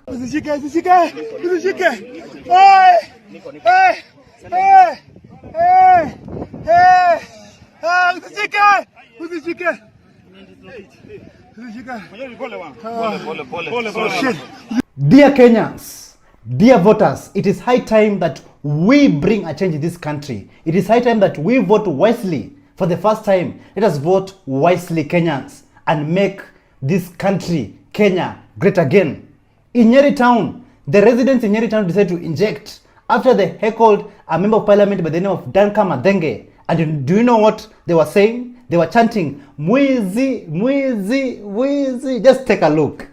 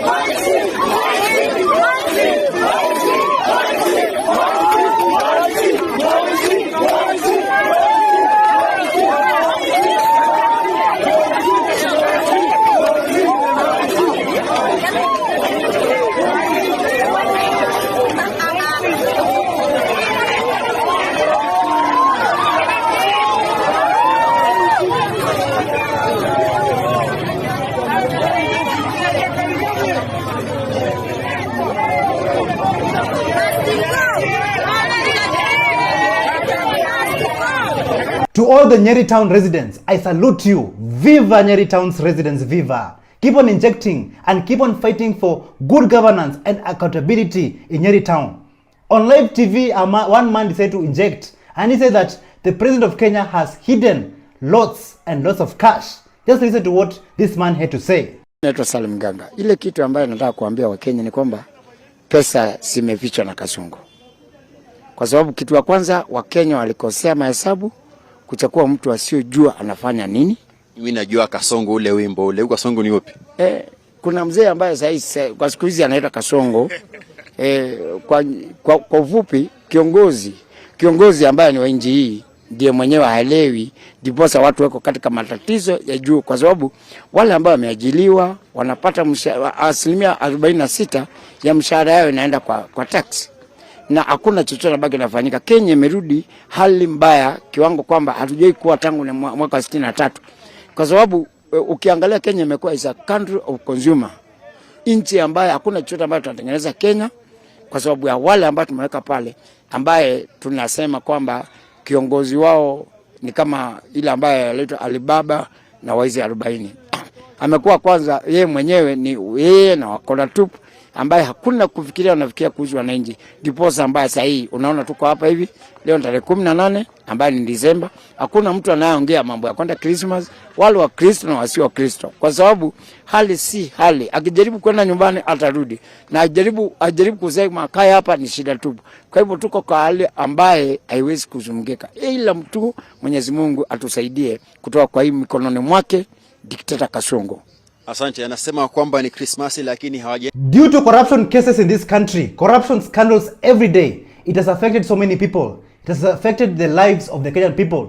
Business owners are crying and complaining that this year has not been a good year for them. Just listen to this resident from all the way from Nakuru, who she said that this year has not been a good year for her business. Ni biashara inafanyanga vizuri sana, especially msimu huu wa Krismasi, but kwa huu mwaka hata si Krismasi peke yake, kutoka mwanzo wa hii mwaka ama kutoka last year hapo haijakuwa ikifanya vizuri sana. Kuongea ukweli, tumesurvive na neema ya Mungu. Si venye unasemanga ati unapata pesa hadi unaweza kufanya vitu zingine. Imefika pahali unafanya kazi ya hand to mouth, juu biashara ziko chini. Kama saizi ni Krismasi, salons zinakuanga zimejaa, zinakuanga zimefurika, hadi bookings hauwezi pata bookings in between December. But as for now, unapata hata mnamalizia mteja mmoja, mnakaa chini, mnangojea mwingine. So kuongea ukweli, watu hawana pesa. Si ati hawataki hiyo urembo. Utapata hata mteja anakuambia nataka kutengenezwa but sina hiyo pesa. Unaweza kuja kunifanyia na credit. Si ati hataki, hana hiyo desire ya kufanyiwa hiyo service, but ni pesa hana. Labda umelazimika kupunguza bei ili kuweza kuwaleta wale wateja wako karibu. Yes, inabidi sasa upunguze bei, upeane offers, vitu kama offers ndio wateja waweze kukuja. Haya, saa zingine hata inalazimika we mwenyewe unapigia mteja one by one kuwauliza umepotea aje. Mtu anakuambia hata siku kataa nakataa kukuja kutengenezwa, ni pesa sina. It looks like this Christmas season, this holiday season, so many Kenyans around the world will be celebrating Christmas under depression. So what is there to celebrate even this year? We are only going to Christ to cry, to lift this burden, lift this cup off my shoulder, just like Jesus cried to the Lord. Lift this burden of Kenya Kwanza and William Ruto off our shoulders. Take it away from us. Currently, Kenyans are traveling around the country because of the holiday season. Christmas is around the corner and Kenyans are moving from one place to another. And the only disadvantage that is facing these travelers is road congestion. Just take a look at this video of how motorists are stuck, and they were stuck for hours. Just take a look.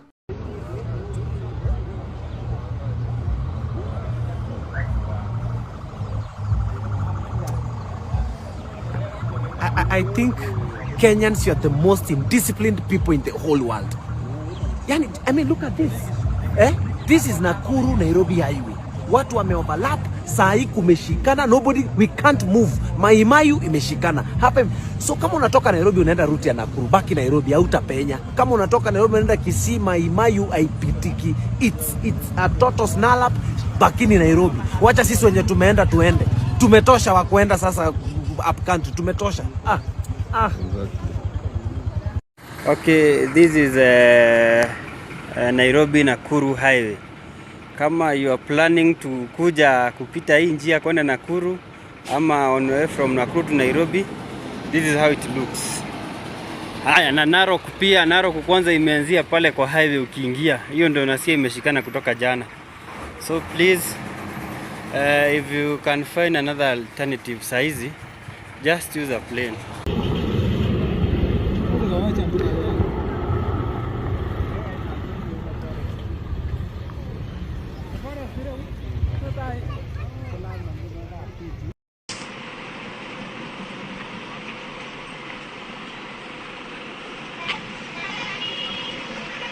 But Kenyans, don't worry, relax. The president of Kenya has promised us that the roads that are supposed to be built this year and finished this year will be finished by January next year, 2025. Mukirudi Januari, tumutaenda Christmas. Mukirudi Januari, mutakuta hii barabara imekamilika. Morara Kebaso Senior. Morara Kebaso Senior has wished Kenyans a Merry Christmas and a Happy New Year, and also leaving the young generation with some great and important advice. Let's listen to what Honorable Morara Kebaso had to say. What's Gen Zs? This is your president, Morara Kebaso. I just want to wish you a Merry Christmas and to remind you of the heroes that lost their lives this year as we did the Gen Z demonstration. Let us remember their names. Let us write their names in our hearts. These are the heroes of our country. As we go into 2025, just want to give you a little encouragement that it is possible, that none of you is too young to lead, not just in the political space, even in the private spaces, even in business. Don't be told that you're too young, you should just be a waiter and not a hotel manager. Don't be told that you're too young to be a high court judge. Don't be told that you're too young to start a company.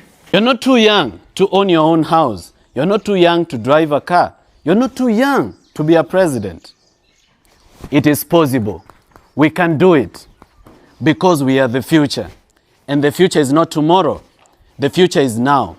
From now on, let us purpose in 2025 to take back our country, which has been bedeviled by corruption, impunity, theft of public funds, and a complete ignorance of human rights, police brutality. This year, we are going to bring back our country, which has been stolen from us, which has been captured. And you are going to make it possible. I wish you a Merry Christmas and a happy 2025 from your President Morara Kebaso, aka Gucci Party Leader. Thank you so much for joining us on today's show. I'm your host, Elvis Derry. See you in the next one. Bye-bye.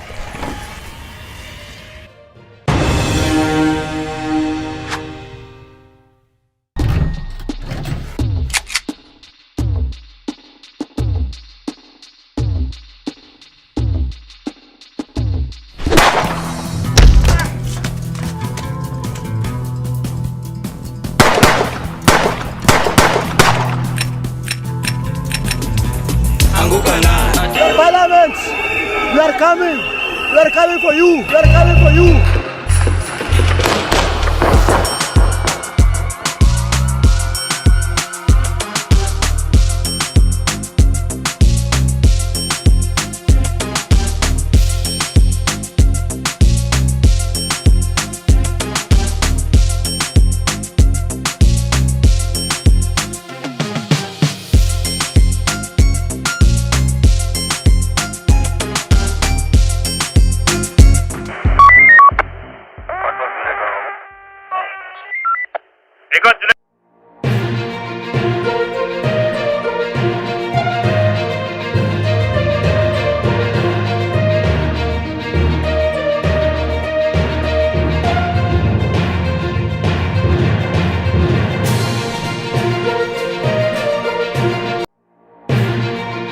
From America, hidden agenda revealed.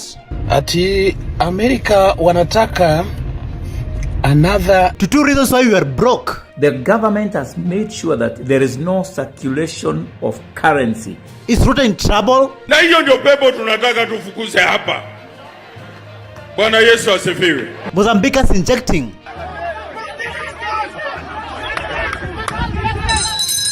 Anguka na. We are coming for you.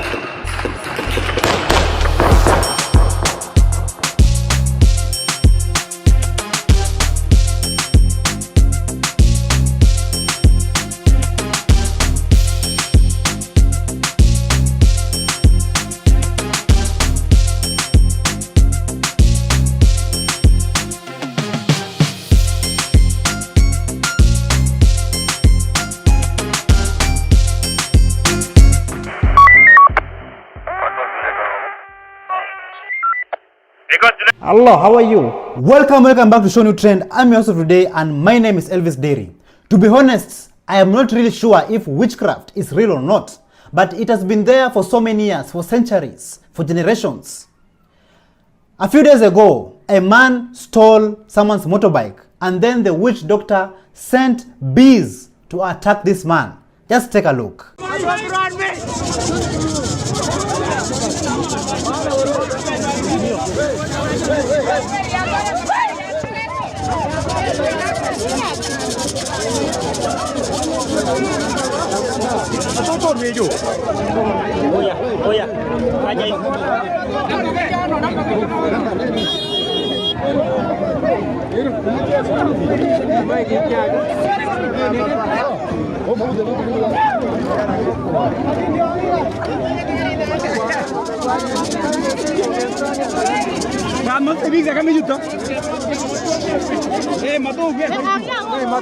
Apart from the witch doctor sending bees to attack that man, in Embakasi East, a woman was caught trying to steal a 3-year-old baby, and the public wanted to burn her alive, but the police intervened. Just take a look and see how things unfolded.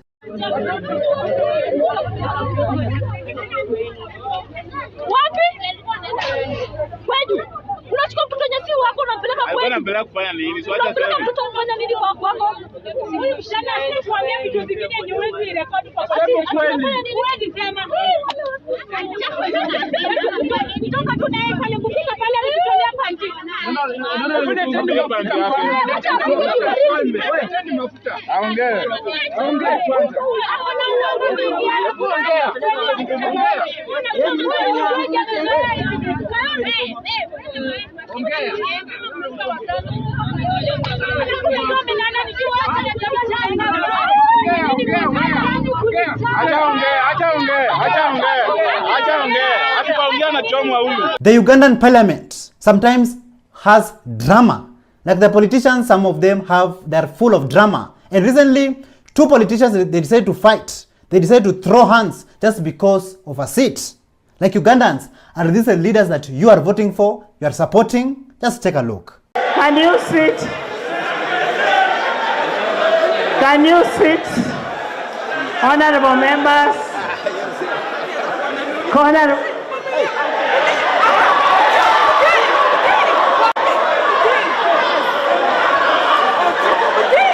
Dear Africans, we know that the West has always been interfering with our progress. Recently, a shocking news arrived in Kenya where the US military want to open 2 bases in Kenya urgently. Listen to what a Kenyan radio presenter from Radio Jambo, Gidi Ogidi, had to say about this. Ati Amerika wanataka another military base hapa Kenya. Na wameambia Ruto it's either in Turkana ama Wajir. Na wanaitaka urgently. Ushona vile msichana anakutumia message anasema send me 2000 urgently. Hivyo ndio Amerika wamekuja wameambia Ruto we want 2 military bases urgently. Ile Amanda wanataka ipanuliwe ikuwe kubwa, wanataka more land, more space. Alafu Wajir ama Turkana urgently. What's going on? Ni nini inaendelea jamani? This is absurd. Do you support foreign militaries in our continent, in Africa, in Kenya? Do you support it? Even when you go to Nanyuki in Kenya, you'll find the British Army there. And let me tell you, they have been doing the worst of the worst in that area. Na wameambia Ruto it's either in Turkana ama Wajir. Na wanaitaka urgently. The US elections is finally over and Donald Trump has won, beating Kamala Harris mercilessly and making him the 47th president of the US. This means that a new administration will be taking over and the policy between Kenya and the US will also change. So do you think that the current Kenyan regime will be in trouble? If the rumors are right, I've just heard that Trump just won the election, then that means for Ruto, you're in trouble, man. You are in trouble. You're not gonna get support, man. No more support to keep us enslaved, man. I kind of feel with the win of Trump, this is a win for us Kenyans and the world. Woo! Trump! Just recently, Nuru Okanga met Oscar Sudi at Oga Obina's live show. And Oscar Sudi promised Nuru Okanga some goodies, some gifts, and later on, which he gave him some money. Nuru Okanga went and bought a Porsche, but that Porsche didn't last. It got stolen. Just listen to what Nuru Okanga had to say. Sahi, kisiagi imepotea. Naweza ongea mambo matatu juu ya kisiagi. Ongea dakika moja. Ikipotea, mtu ya kwanza mwenye maiba ni Nuru. Mtu ya pili mwenye anaiba kisiagi ni Sudi. Mtu ya tatu mwenye anaiba kisiagi ya Nuru ni Ruto.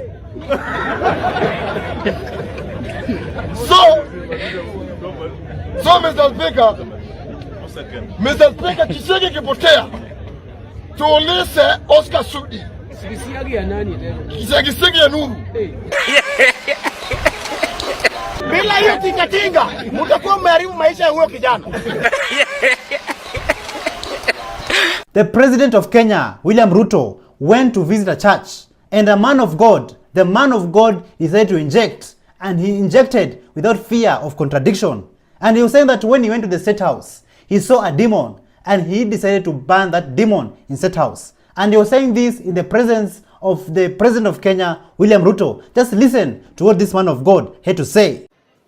Unitazame, kwa sababu zamani tulikuwa tunafukuza pepo, na pepo ambayo tulikuwa tunafukuza hatukuwa tunaiona, lakini kwa sasa tunafukuza pepo kwa sababu tunajua pepo anaingia katika mtu, na mtu ndio anakuwa pepo. Mtu anakuwa mtu mzuri, mtu anakuwa mtu msafi, lakini pepo ikishaingia kwa huyo mtu anageuka. Hata kama ni mtu mzuri, unashindwa huyu mtu amegeuka ni nini? Na hiyo ndio pepo tunataka tufukuze hapa. Bwana Yesu asifiwe. Pepo katika jina la Yesu Kristo. Even the people from a country from the southern part of Africa, Mozambique, they decided to inject after a fraudulent elections. But before I show you how people are injecting and protesting, just listen to what really happened. Things are boiling in Mozambique. Massive protests witnessed in the capital city Maputo after Daniel Chapo, the candidate for the ruling party Frelimo, which has ruled the country for over 48 years, was declared the winner in the elections that happened on the 9th of October. It took about 2 weeks for the results to be announced, and after that, all hell broke loose. Now, the independent candidate, Venancio Mondlane, who had some massive support from the youth and still has, called for protests, and the youth turned up in their numbers. The footage you've just seen is that of the youth hanging on an army truck, and instead of the army officers, meting out violence on them, they sort of said, peace, as long as you're peaceful, we are not going to harm you. SADC has already called for a crisis meeting regarding that situation in Mozambique. Many brave Mozambicans came out to protest and say no to fraudulent elections. Just watch this video and see how things were boiling on the ground.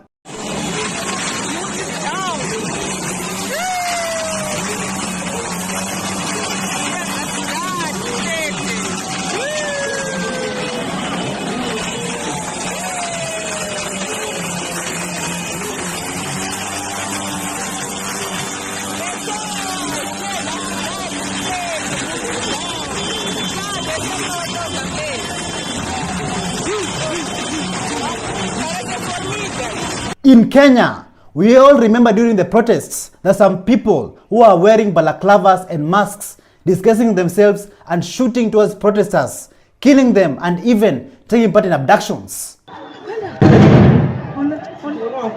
The killer cop. Hana uniform. Hana uniform. Killer cop. What the fuck? Anaangalia dina. But back in Mozambique, the ground was hostile for this kind of people.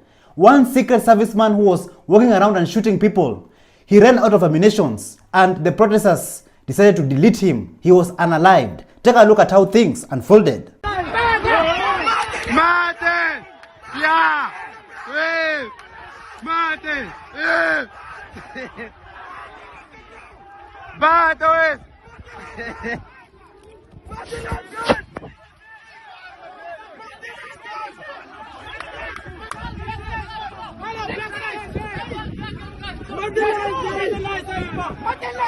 So I want to give a big shout out to all Mozambique comrades. Continue injecting, continue fighting for your freedom, and continue fighting for your rights.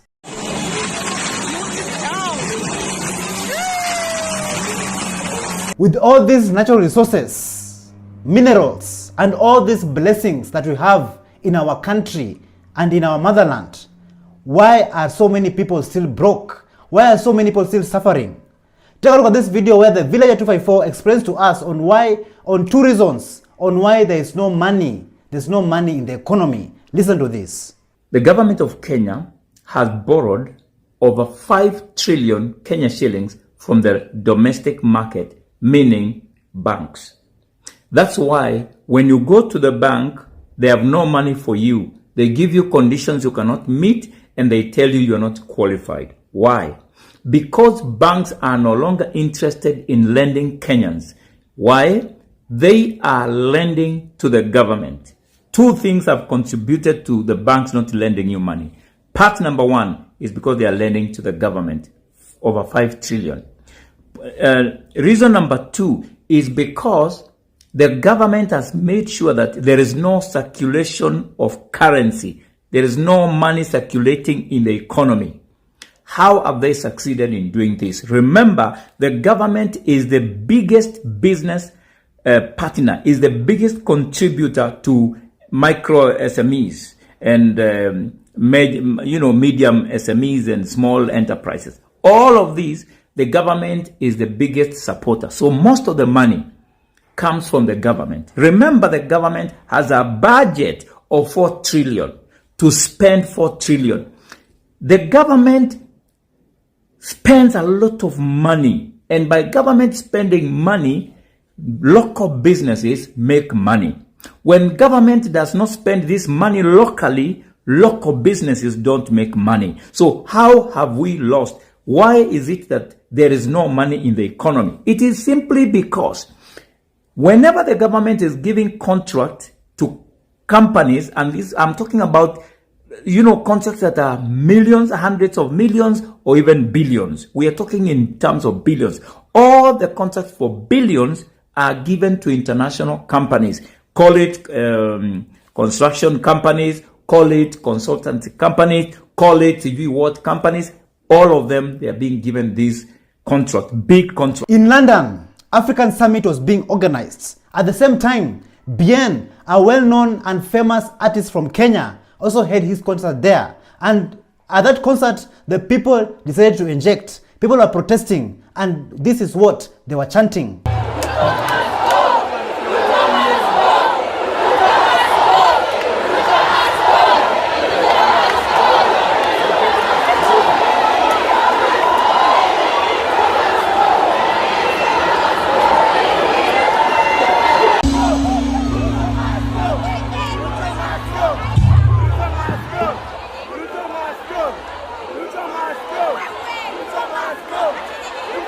After all this protest that was happening at Bien's concert in London, the officials who are organizing the African Summit in London, they decided that Ruto will not be a speaker and also not even attend. Just listen to this. Kenya, nyinyi ni watu amazing. Si nyinyi ni watu amazing. Ai! Yani nani mtukufu Magosta akifikiria huko tumerelax. Kumbe Kenya huko mayuni kumchomea mapicha. Wanachoma picha. Sasa kulikuwa na hii nini African Summit inafaa kuwapo endapo London. Na nabii Mr. Magost alikuwa ametengwa kama one of the speakers, ataongea kwa hiyo mkutano yala. Lakini sasa pia kulikuwa na concert huko London ya Bien, unajua Bien Musa, kijana barubaru wa Sauti Sol. So kwa hiyo concert nakwambia watu walikuwa na chat, Ruto must go, Ruto must go. Yani mpaka tumuzunye huko tu ni Ruto must go. Na unaona hiyo summit ina happen London, officials wa kunini hiyo summit wakaona, umesikia vile Magost anaimbiwa huku Ruto must go, na huyo ndo mtu tumeweka kuwe speaker. Ikabidi wa change mind. So ikabidi Ruto maze, wewe you cannot be a speaker. You cannot. In fact, we think you should not attend this one. You should sit this one out. Kaa tu wewe usiattend. Relax. Tutakuita hiyo ingine. Hivyo ndo aliambiwa. We all know that William Samoei Ruto is the 5th president of Kenya. And just ask yourselves, what have all these presidents who have been in power, from the first president of Kenya, Mzee Jomo Kenyatta, to the current president, what have they been doing for Kenya and Kenyans at large? Just listen to this. Mzee Jomo Kenyatta, he was the first president of Kenya. Alipata kama Kenya iko misutuni. He reduced illiteracy, he reduced poverty, and most importantly, he expanded Kenya economically.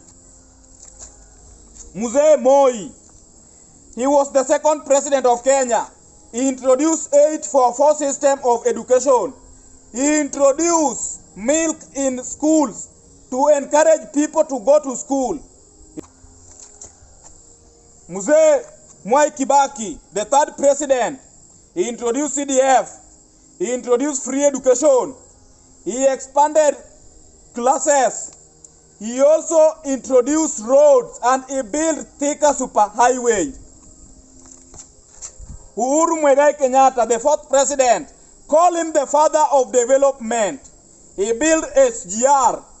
He built expressway. He also built several hospitals. He introduced modern healthcare system, whereby he introduced Linda Mama. He also introduced NYS. President Ruto, the current president, ushuru, Shakahola, floods, accidents, tutatenga, tumefanya, tumeweka mikakati, traveling agency. Call him the father of the fake promises. So tell us in the comments down below, is this accurate or do you have a different opinion about this? Ushuru, Shakahola, floods, accidents, tutatenga, tumefanya, tumeweka mikakati, traveling agency. Call him the father of the fake promises. Did you know there's a mountain in Africa that touches the sky? Mount Kenya. It's the second highest peak on the continent, towering at 5,199 meters. But here's what's wild. It's a massive ancient volcano. Thousands of years ago, this giant erupted, shaping the entire landscape you see today. And hidden in its jagged peaks, glaciers. Yes, ice on the equator. How crazy is that? And deep in its forests, elephants, buffalo, and even leopards. You're looking at one of the most mysterious places on Earth. Thank you so much for joining us on today's show. I'm your host, Elvis Derry. See you in the next one. Bye-bye.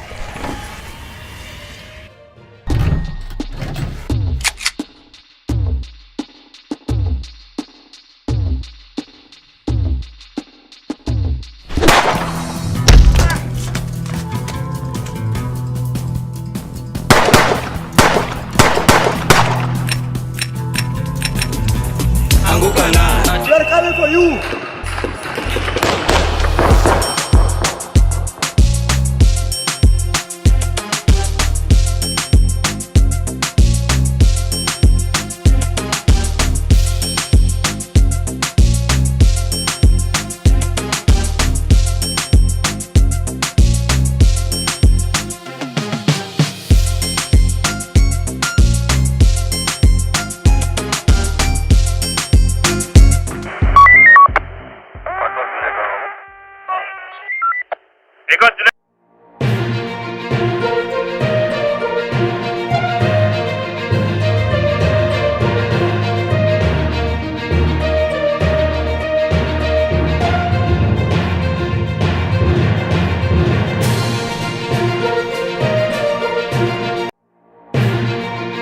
From Muslims joining Catholics. Mimi nasema isiwe ni wa Catholic, hata viongozi wa kidini wote. To Anglican Church on fire. Separate yourself from William Ruto. That's the voice of God. Is the end times near? Kwa hivyo wakati nitamuita maandamano, mutoke.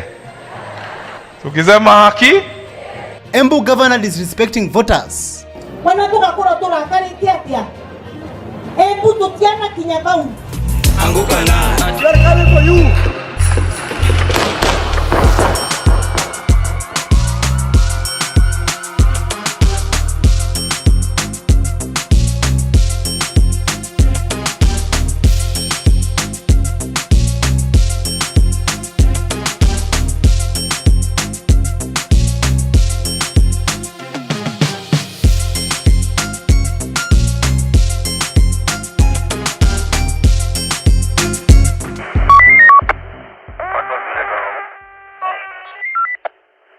Hello, how are you?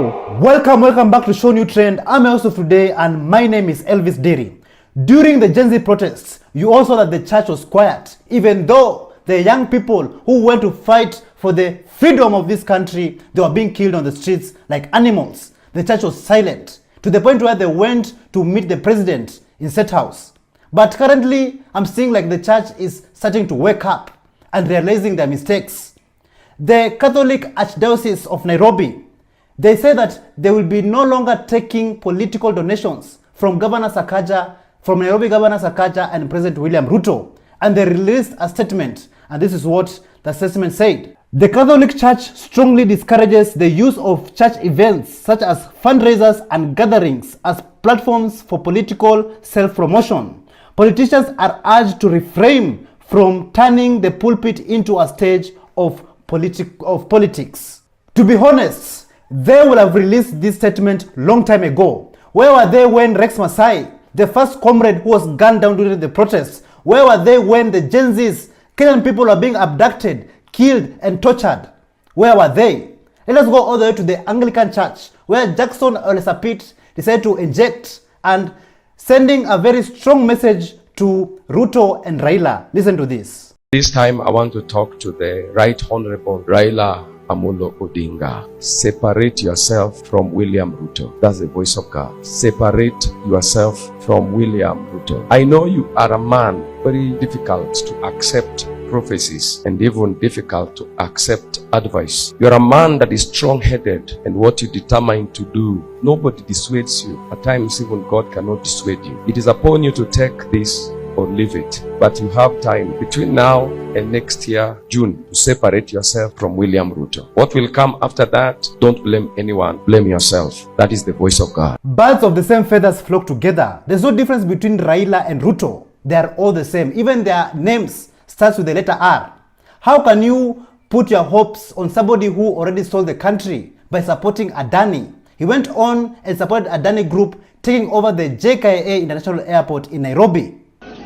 I have therefore followed with a lot of interest the current debate surrounding the efforts to improve JKIA and our energy sector through PPP arrangements. And do you know why Raila Amolo Odinga didn't hesitate to support Adani? Just listen to this. It is very well choreographed. He just came in. The process started. You know, Adani is one of the big Indian companies. And Raila Odinga has admitted that he knew these companies up to 2010 when he was Prime Minister. And it was one of the companies sponsoring his campaign so that he becomes president in 2012. Kenyans, this is what we call mchezo wa town. Even I know Henry the whistleblower who went to protest against the Adani deal.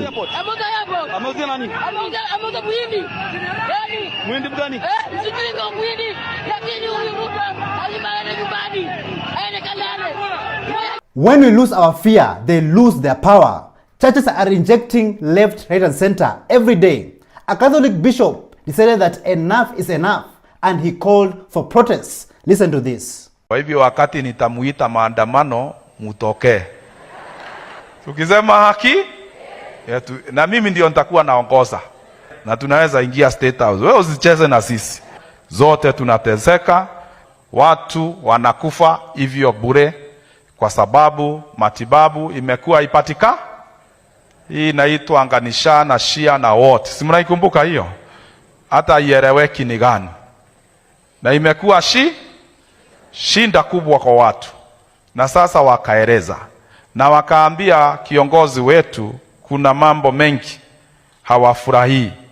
Na uongo umekuwa mwingi katika nchi yetu. Watu wanaambiwa watafanyiwa hivi na wafanyiwi.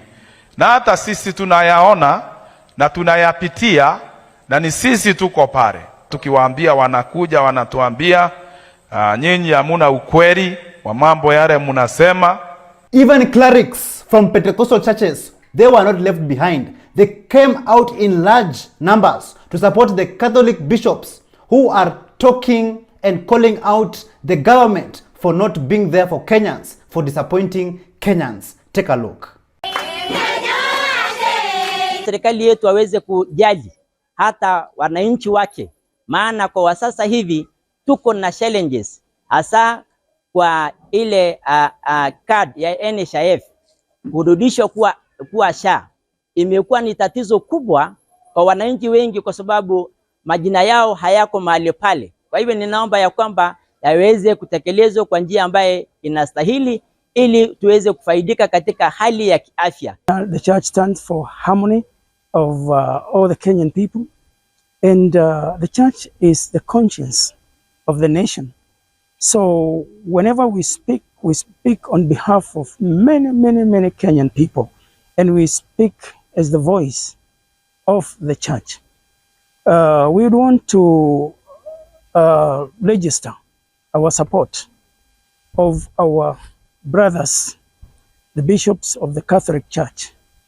We are all one church, and we all believe in the same God. We serve the same Kenyan people. So the observations that they have made and aired before us are what we also would want to affirm, because that is what is in the ground. And we would want to ask our leaders, especially the elected leaders, to be connected to the ground, to the people who elected them. So to you clerics from Pentecostal churches, listen, there's no time to connect with deceit, corruption, abductors, and many other evil things that they have subjected to the Kenyan people. The Kenyan people's blood has already been shed. This is what the Kenyan people really want.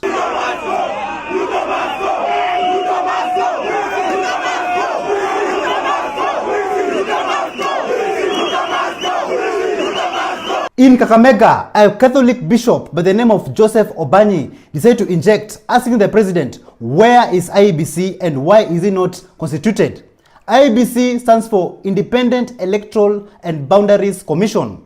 This is an independent regulatory agency which was founded in 2011 through the making of the current Kenyan constitution. Just listen. So the question of IEBC, where is it? Where is it? Why is it not constituted? This one we are asking. What? Or am I ni mimi nimesahau? Iko. Right now we have to call elections. Is there a body which will carry out that? So vitu kama hivyo tunaomba, na sisi tulifanya hilo kwa wema, so that we can really build a country. We are not doing that so that we destroy any system. No, we are raising issues that are coming from the ground, issues that are real, issues that we get from our people. And when we are raising them, it's not for any evil intention. It is that we can collaborate and see that this country gets what it needs. And we are praying, and that's why we are asking for IEBC and so on, so that people are given their freedom to exercise truly their democratic rights. Even the churchgoers, the born-again ones, are also tired. They are tired with the current regime. While Ruto was in Embu addressing the nation, the congregants decided to walk away while he was talking. Take a look.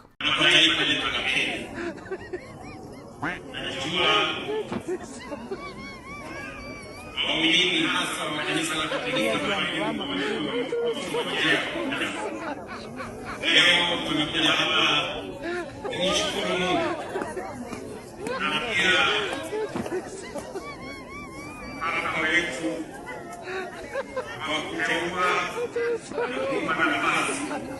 And that's not all. Even when Ruto was leaving Embu, the residents, the voters, Kenyans decided to inject, and this is how they injected.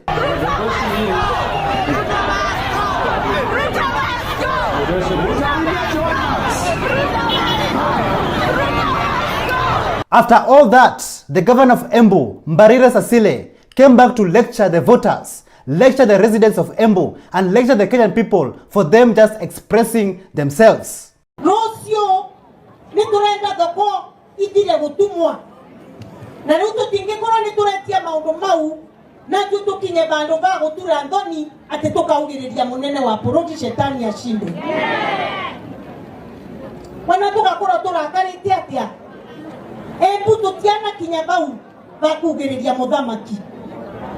Na turutetwe siasa cia mbara, cia kuganiriria, cia irumi, ni atongoria marenda tore njira. This definitely sounds like an ass kisser to me. In the Kenyan Constitution and the Kenyan law, Kenyans have the right to speech and express their views and opinions. So class, is the pressure increasing or decreasing?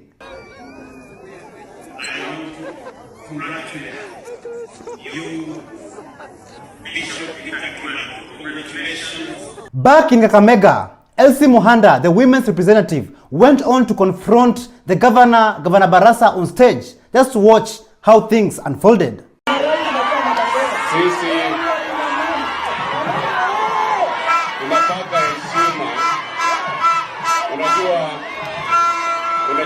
Reverend Tegu Mutahi decided to inject, talking about the she and sha nonsense that the government has forced it on the people of Kenya. Also talking about the new university funding model. Just take a look at what he had to say. A number of things that are not going right in this country, particularly the transition from NHIF to SHIF. This has gone terribly wrong. We have patients going to hospital, they cannot access medical care. Some are suffering at home. Some of them have died. So sad. But the government keep on saying that things are going right. It is unfortunate. Just as the bishop said, and we have also been saying it as the President Church of East Africa, that transition ought to have been managed better, because Kenyans are suffering in a very big way.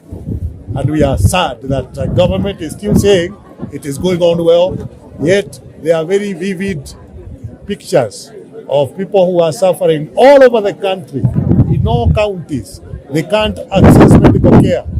The cards that are being transited to SHIF, it has not been fully done. It's an issue of great concern.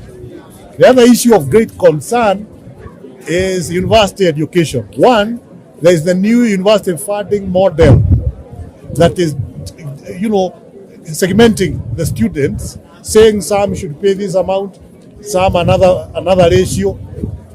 It is going to create discrimination in education. And North Rift chairman, Council of Imams and a preacher of Kenya, Sheikh Abubakar Bini, he came out and supported the Catholic priests, the bishops, the pastors, and all other religious leaders who are being vocal against the corrupt regime. And just listen to what Sheikh Abubakar Bini had to say. Tumeona kwa muda huu siasa ambazo zinazoendelea ni viongozi wa kidini, hasa dhehebu kubwa la Catholic, maaskofu kujitokeza na kutoa ushauri kwa serikali. Hili tusilitukue ni kwa kuwa ni ukosoaji, bali ni ushauri. Na ushauri una baraka. Ni vizuri serikali wasikie ushauri kutoka viongozi wa kidini. Mimi nasema isiwe ni wa Catholic tu. Hata viongozi wa kidini wote wanapoona mambo hayendi mazuri, ni wajibu tujitokeze tuseme ingelikuwa uzuri zaidi ifanywe hivi. Na inapokuwa mazuri tupongeze serikali, tumpongeze kiongozi ya kwa kuwa unalolifanya ni zuri na uendelee hapo, shikilia hapo. Kwa sababu isitafsiriwe viongozi wa kidini wa kutoa maoni yao waone kama ni wameegemea mrengo. Hapana, wao ndio wanaostahiki kutoa mwongozo wa maisha ya kidunia na ya milele. Anapiga watoto wetu risasi kama wanyama. Hiyo ni masaka ya Kenya. Hiyo ameanza masaka Kenya. Tafadhali mtuue sisi wazee. Mmetuasia nani? Sasa huyo kijana amekufa hapo. Mama yake amewaswa na nani? Kama baba yake. Akituua ataongoza nani shetani?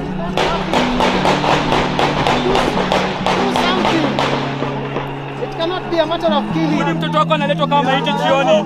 Huni ndugu yako analetwa jioni, utafanya nini? Niko na ugonjwa, watu wa gunshots karibu 10 na askari wenzenu. Kimbia tutaua wengine wengi. Enda chukua wengine. Kutoka.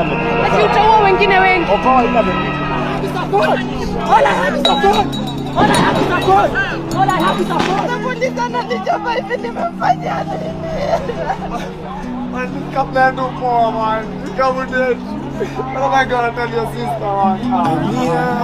Hao wengine wasonge kando, mimi na wewe mpaka mwisho. Ambia hao wengine wasonge kando, mimi na wewe mpaka mwisho. Ambia wengine wasonge kando, mimi na wewe mpaka mwisho. Ambia hao wengine wasonge kando, mimi na wewe tu.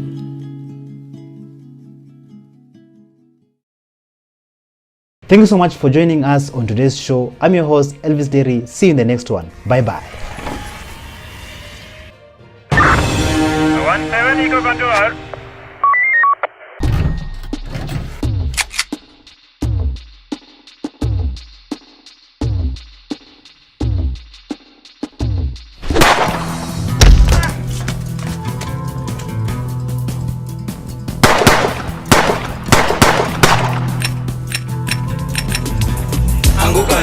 We are coming for you.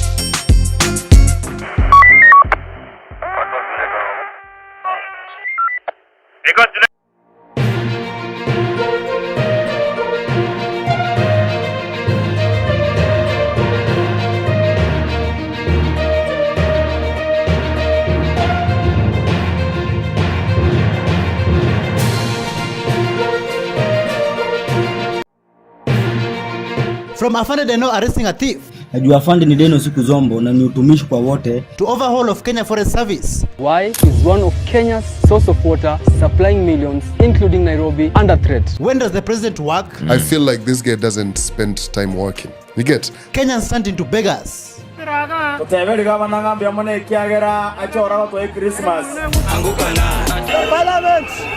are coming. We are coming for you. We are coming for you.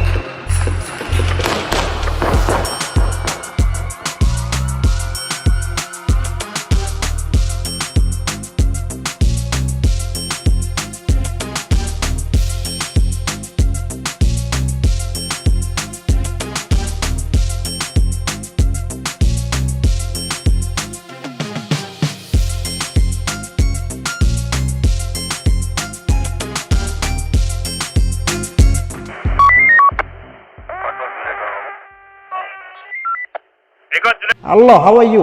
Welcome back to ShowNewTrend. I'm also today and my name is Elvis Derry. The question of today is, what time or when does the president of Kenya sit in office and work? Listen to this. My problem with this presidency is I feel like this guy doesn't spend time working. You get? There's always something that he's saying. Like, bro, even as a man, you can't keep that many promises. Do you understand?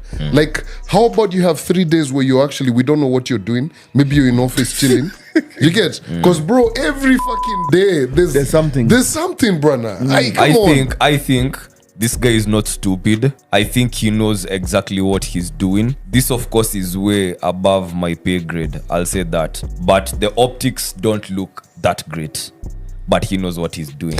Just as G was saying, bro, you can't be tone deaf to what's going on, Yes. right? We have a medical system that's not working. I'm with you, bro. I'm with you you. understand? I'm with you. My friend was telling me about the mom needs to go for operation, and they were supposed to sort it out, and they've refused because there's a lot of, and that's a lot of people going through this, right? Yeah. That system is a priority. Yes, you get? Yes, like if I was him right now, I would fix that. Yes. On a serious note, Kenyans, when does the president really work? Or do we even have a president in this country? Listen to this. When is Kasongo working? Kasongo has been reduced to become his communication and PR team.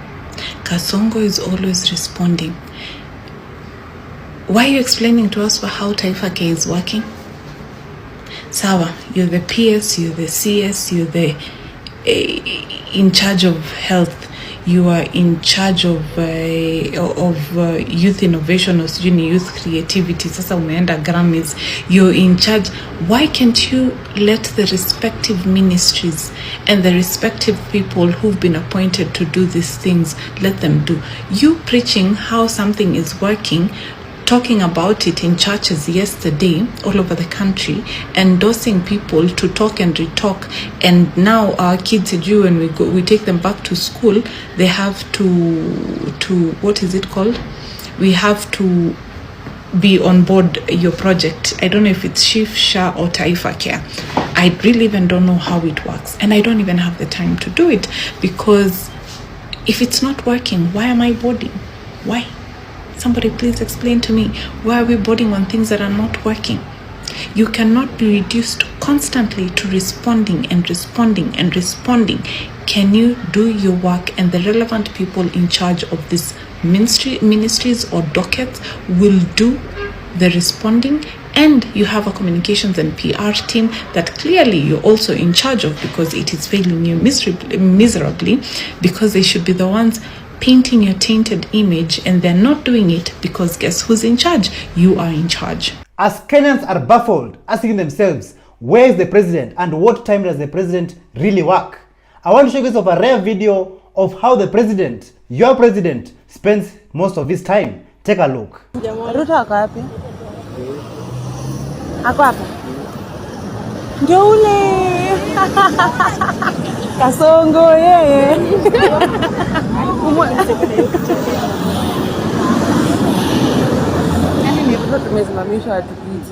A well-known and great police officer by the name of Afande Deno has made headlines after he caught a criminal stealing solar panel from a billboard owned by AdSite, an advertisement company. Just take a look at how things unfolded. Tunasema shughuli ni gani? Uni Afande Deno, na kila siku mnaambiangaje makajana usipojituma utatumwa, si ndio? Bazenga tumempata juu ya billboard huko juu, top at the top tuko juu. Na billboard na believe ni ya AdSite. So kijana alikuwa anapiga shughuli pale hivyo, ilikuwa imefunguliwa, nilikuwa nataka kuingia ndonyo, si ndio? Tumemchika, tumemweka machengerezi, tuko shughuli, tukomboka kila siku hapa, na kijana kwangu anatangwa dash, kijana kujituma, si ndio? So mimi naambia kama kijana waondokea crime doesn't pay. Unaona Bazenga aina kulala tu ndino, si ndio? So wase wangu wa AdSite, hii billboard yenu iko hapa from GM, ambassador from GM, mumeka hiyo whatever ya Jambo Jet, advert ya Jambo Jet. Hii shughuli ni yenu, tumetoa hapo. Bazenga alikuwa hapo juu, alikuwa anajaribu kusongana. Najua Afande ni Deno siku zombo, na ni utumishi kwa wote. Tumeamua kutumikia nani? Huyo kijana unaona vizuri, hatujamguza, hatujampanguza, tumemshughulikia vizuri. Hiyo ndio utumishi kwa wote, ndio community policy. Na pia wase wa AdSite, advertisement company, tumewapigia shughuli moja safi. Hii kitu haijakufa, wamulikia cameraman, karibia, usiogope kitu. Unaona vizuri hii haijakufa. Jamaa tumemwekea makachengerere, tunaenda pale kumbuku, tumweke into books. We need more police officers like Afande Deno, serving the people of Kenya, protecting our communities and fighting crime in our communities. I want to show you guys a video of a young man who was conned, and just listen to how he narrated his story. Kumeenda aje? Ndio kumeenda aje, nafanya hivi. Mseko mbele, mseko mbele yangu anaamsha makapa. Mwenye kunyumango anakuja anachukua anishow aje. simseti peto tugawiane. Sisi tunaenda hivyo. Mwenye ameangusha na kuja atufuata anasema atushuka. Sisi tunamwambia kuna mjamaa mwingine basi amechukua anarudi. Mwenye kanisa makapa ananipei. Nimesoma na baba. Ndio mwingine anakuja kukujia. Sasa tunajifanya. Watu mbili. Nasema aje? Ambie mjamaa aje. Huyu ni fundi aenda kutengenezea simu. Sinamwekea password. Ati nikutumie. Mwenye ameangusha ndio anashua aje tuwatanisha tupatie na shughuli tumeona kugawiana ndio. Sisi tunaachana hivyo tenje inaenda. Tenje yako sasa? Tenje yangu sasa. Umeichukua aje? Nimempenda nikamwekea password. Sasa kwa nini umempatia password? Tulikuwa tumeagana aje aseme yeye ni fundi ameenda kutengenezea. Ndio mwingine achae na mwenye ameangusha ndio achae na sisi. So umepatia na simu yako bure? Ndio wamekupatia nini? Wamekupatia nini? Onyesha na hiyo kitu. Hii. Ndio ume-exchange live. Hapa ndio tume-exchange. Okay. Kama umefunga. So mimi na simu yako. Unajua police station? Ya Kilo. Ndio wapia askari hiyo story. Walai. Bye. A conservationist by the name of Dr. Isaac Kalua Green, he has called for the overhaul of Kenya Forest Service, citing that they have failed to protect the country's forests. Listen to what Dr. Isaac Kalua Green had to say. The trees that are cut in our forests, the timber that is produced to do the biggest construction, just because someone is in authority as a chair of Kenya Forest Service, conservator being misused. In fact, I should be calling for those people, sincerely speaking, to resign if we have to change the culture of our country. Because all that these people have been doing is known. It is bare. Charcoal is moving from different places every single day. Teak wood and trees that are so precious for this country, of medicinal value, are being exported out of this country. Just because it is your time, inakuwa ni wakati wako wa kukula. I think this has come to an end. I started this war when I was a young man, and I think time has come. At my old age, where I am, I determined it as old. I think we must just do what is right for God's glory. Dear Kenyans, our forests are under threat. This means that the indigenous natural vegetation, even the animals that call the forests home, are all under threat. Deforestation without afforestation. Just listen to this. Why is one of Kenya's source of water, supplying millions, including Nairobi, under threat? A road. A road called Mau Mau that has been approved by the government of Kenya will be passing through the heart of Aberdare Forest. This means 286 acres of indigenous and natural vegetation will be cleared. How does this align with the initiative to plant 15 billion trees? Endangered species will face a greater risk. Increased human-wildlife conflict will disrupt their habitats, pushing them to closer extinction. It will further expose the forest to development, land grabbing and logging, compromising the water sources and offsetting the irreplaceable benefits of this ecosystem. Let us know what you think in the comments.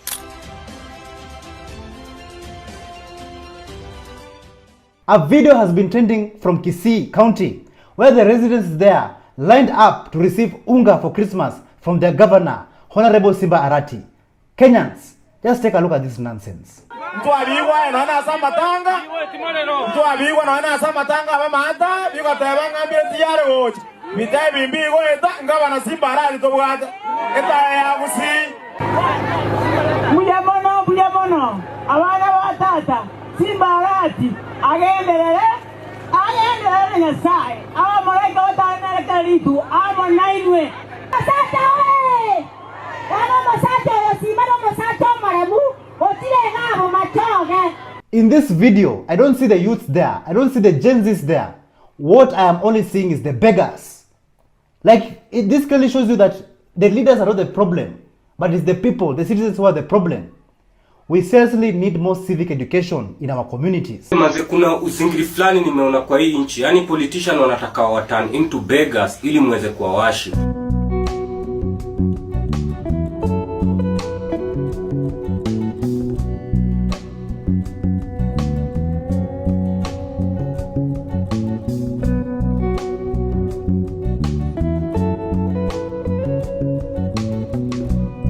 Ukiangalia uzingiri Mkalenjin hata mwenye hajasoma anatumia hiyo opportunity ya watu kuwa maskini kufanya watu wa glorify. Jamaa amefanya wamama wazee bwana, wamama rika ya shosho yake ati wanapanga line ati awapatie food. Sasa hiyo ni uzingiri gani? Yaani ama politician wanatakanga tubaki pua ili tuendelee kuwa beg. Lakini ukiangalia countries zenye ziko led tu vizuri, country kama Japan, unapata kila mtu ako na do. Hakuna mtu anaenda kupanga line kwa politician ati apewe food, alafu ndiye aanze kuwa praise akiwapigia makofi kila mahali. Hii nchi yenyewe Zakayo ametani nchi into a country of beggars. While the beggars are receiving unga from their governor, let us all go to Nairobi City, in Karen, around Bomas Galleria, where a road has been flooding and has flooded for several days, and yet nothing has been done. The gross oversight has not yet been rectified. Like, where is the governor of Nairobi, Governor Sakaja? Where is Kenha? Where is Kura Roads? Like, what is happening in Kenya? Take a look at this video. Hapa ni wapi? Hapa ni wapi? Hapa ni wapi? Hapa ni Karen. Sakaja Bay. Manze. Enye Nairobi jo. Nairobi za ghetto. Na hii place kuna ngata footpath. Unangangana tu na magari katikati ya barabara ndio uvuke barabara. Hapa ni Karen. Kenyans, my fellow Kenyans and my fellow Gen Zs, the fear is gone. The fear is totally gone and the clouds are gathering. William Ruto, that somebody is stupid, somebody is selfish, somebody mwenye anajipenda yeye na tumbo yake. And then you have your girlfriends like Kimani Chungwa na Kithure Kindiki wenye mweka mbele are supporting everything stupid that you are saying. And you are calling yourself a president. The worst nightmare that this country has ever faced, the worst nightmare that we have faced as a country in Kenya is having William Samoei Ruto as the president. That you're gassing us. These Ruto boys. Hey. We'll find in 2027, Ruto. We'll be there, of course. We are fighting for our own generation. We want all the taxes to be removed. We don't want any tax. We don't want any tax. Thank you so much for joining us on today's show. I'm your host, Elvis Derry. See you in the next one. Bye-bye.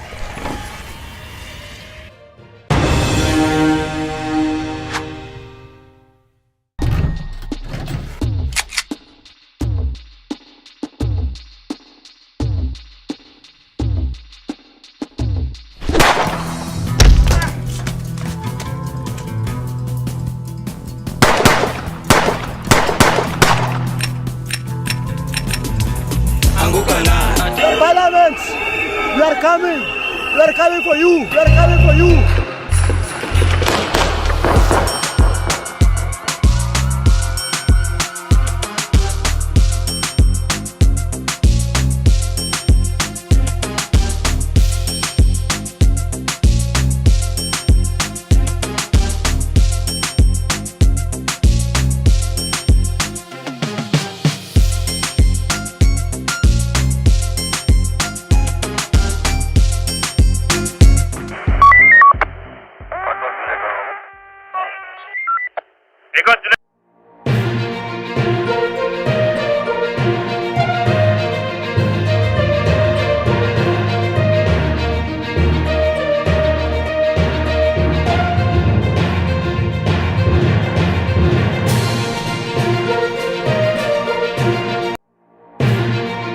From Mashujaa Dayton's chaotic in Nairobi. Hebu niwacheni. Niwacheni. Tunalipea kazi kubwa wamefanya. To Eric Omondi disguised himself from arrest. Huyo kijana ametusumbua sana. Nyinyi fanyeni venye mtafanya. Criminals dancing to Anguka Nayo. Anguka nao. Anguka nayo. Ruto must go.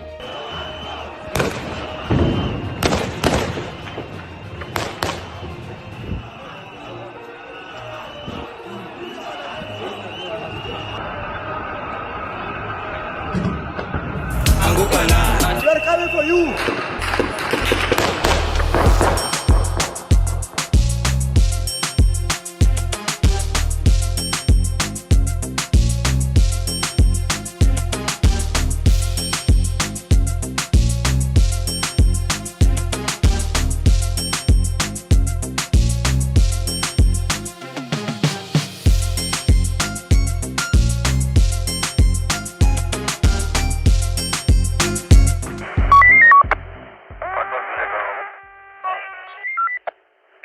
Hello, how are you? Welcome back to ShowNewTrend. I'm your host of today and my name is Elvis Derry. October Sunday 20th, 2024, Mashujaa Day in Kenya. Many Kenyans, Gen Zs, millennials, activists went to Uhuru Park to celebrate and also remember our heroes, our Kenyan heroes who took to the streets to challenge the corrupt government. And many of them lost their lives, many of them were injured, and many of them are still missing till date. Take a look at this video of Eric Omondi urging Kenyans to show up at Uhuru Park. Tomorrow, Sunday, I'm urging and requesting Kenyans from all walks of this country, let us meet at Uhuru Park from 6 a.m. to 3 p.m. We will be celebrating our fallen heroes, our brothers and sisters who died during the protests. Please come carrying a candle, please come wearing black, and please come carrying a flag. We will be with the parents and families of our fallen heroes. Finally, it is Mashujaa Day, and many Gen Zs, millennials, Kenyans and activists woke up very early in the morning to go and occupy Uhuru Park. But when they arrived there, to their shock, they were denied access. Take a look at some of these scenes on how things unfolded when the people of Kenya arrived at Uhuru Park.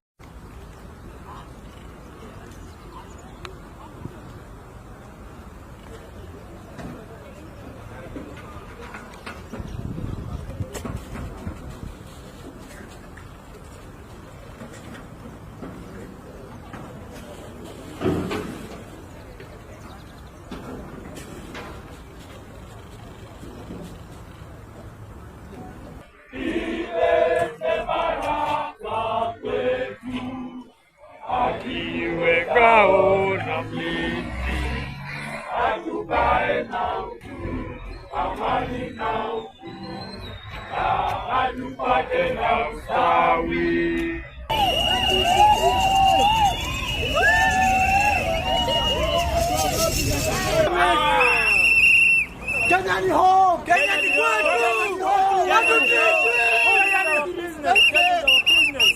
Yes.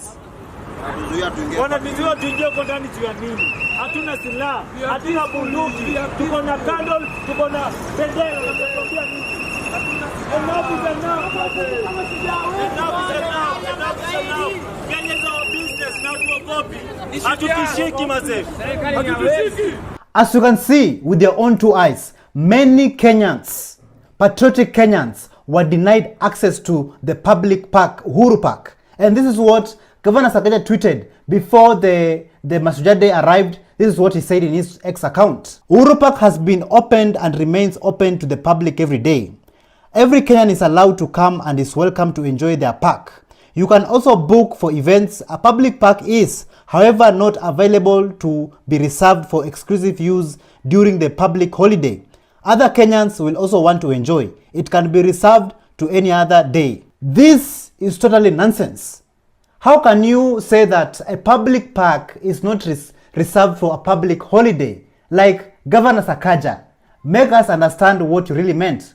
And instead of typing and tweeting nonsense on X, you should have come and gave us a solution, gave the Kenyan people a solution to where they should go and celebrate their Mashujaa Day. So to me personally, this tweet is just purely nonsense, because those other Kenyans are still Kenyans who wants to come and enjoy the Uhuru Park. But yet everybody, every Kenyan were denied access. This is nonsense.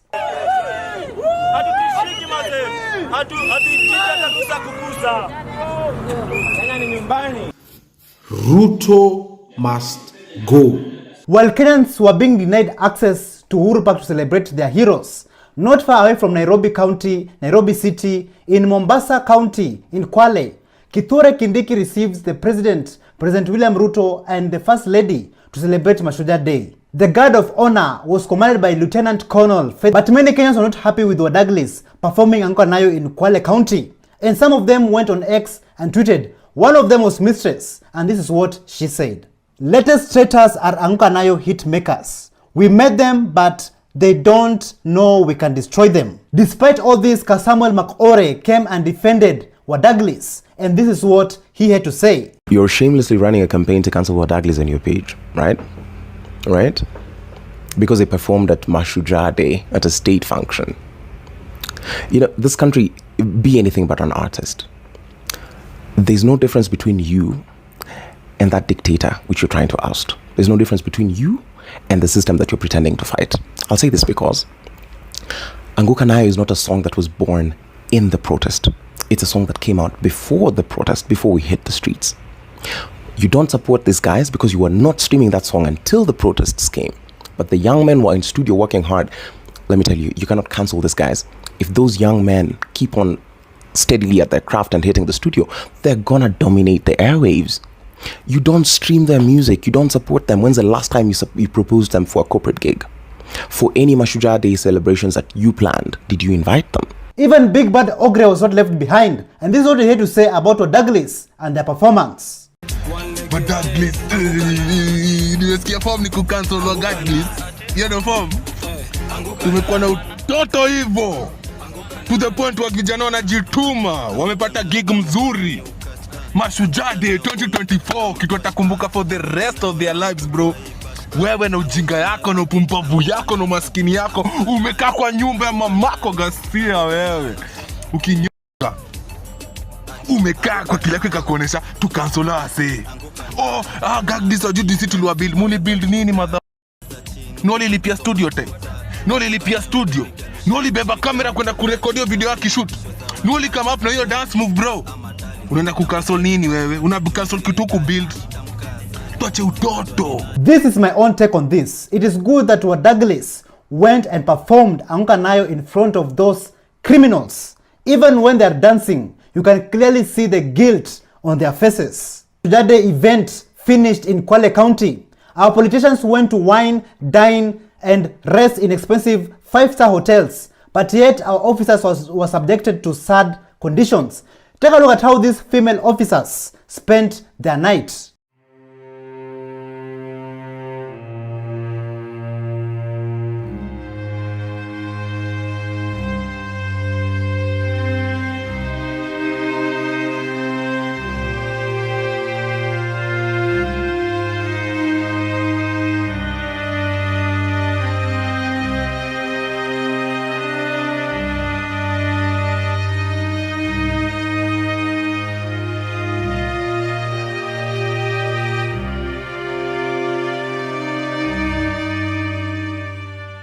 So as you can see, Kenyans, this is how our female officers spent their night after the event.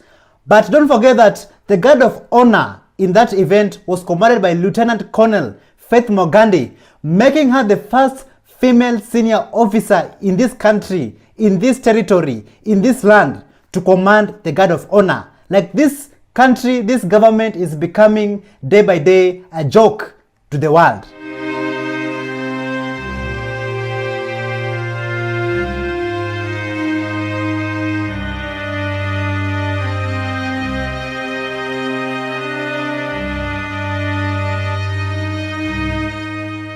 Despite Mashujaa Day being celebrated in Kwale County, did you know that the Kaya elders boycotted Mashujaa Day celebrations in Kwale?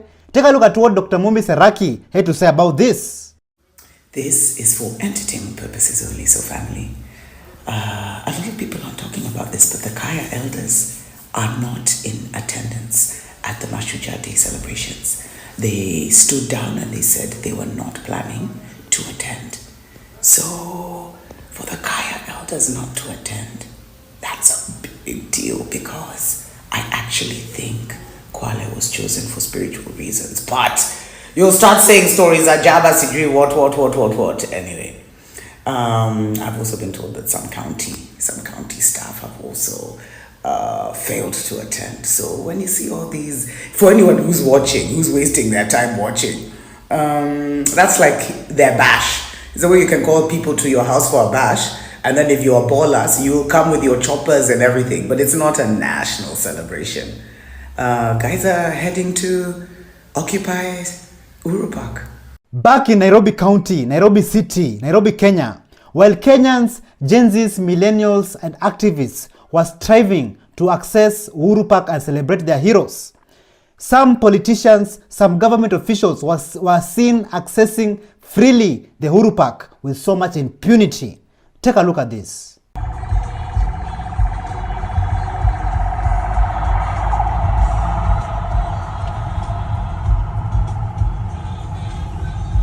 While the MPs were entering inside Uhuru Park freely, outside Uhuru Park, Julius Kamau was injecting and talking to the young people, the young Gen Zs, on why this government is not on our side and why we need good governance in this country. With this country is that we have refused to address the root cause of our evils, the root cause of our problems.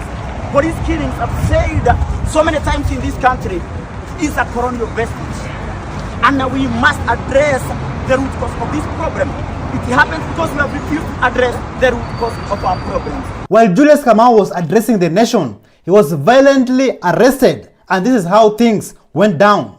I'm ready to die for freedom. Freedom is a sacred right. Yes, freedom. Freedom is a sacred right. And you must freedom. You must unite. Kenyans unite.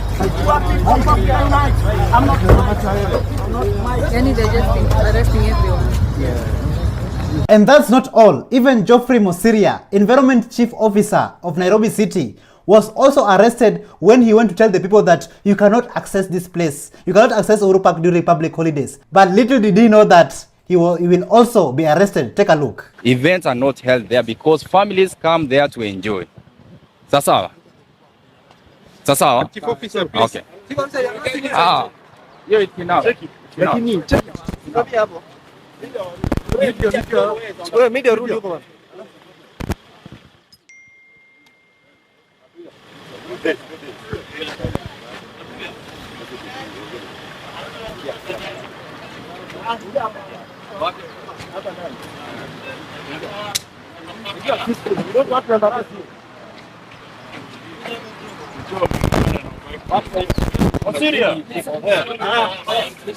Haina shida wewe, imetosha.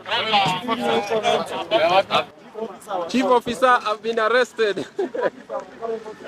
Wait, Nairobi. Patriotic young Kenyans had high hopes to be allowed and given access to Uhuru Park and celebrate their heroes during Mashujaa Day. But yet they were met with violence and brutality. Look at how these young Kenyans are being mishandled.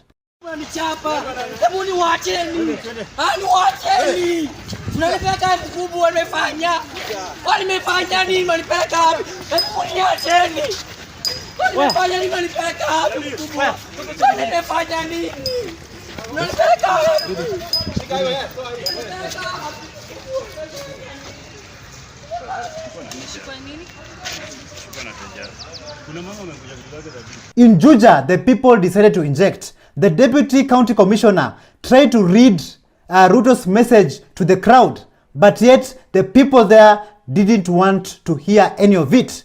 Take a look at how things unfolded. Speech by His Excellency Honorable William Samoei Ruto, PhD, CGH, President of the Republic of Kenya and Commander-in-Chief of the Defense Forces during the first Mashujaa Day celebration held on Sunday, 20th, 2024 at Kwale Stadium, Kwale County. We, the people of Kenya, are proud defenders of our freedom.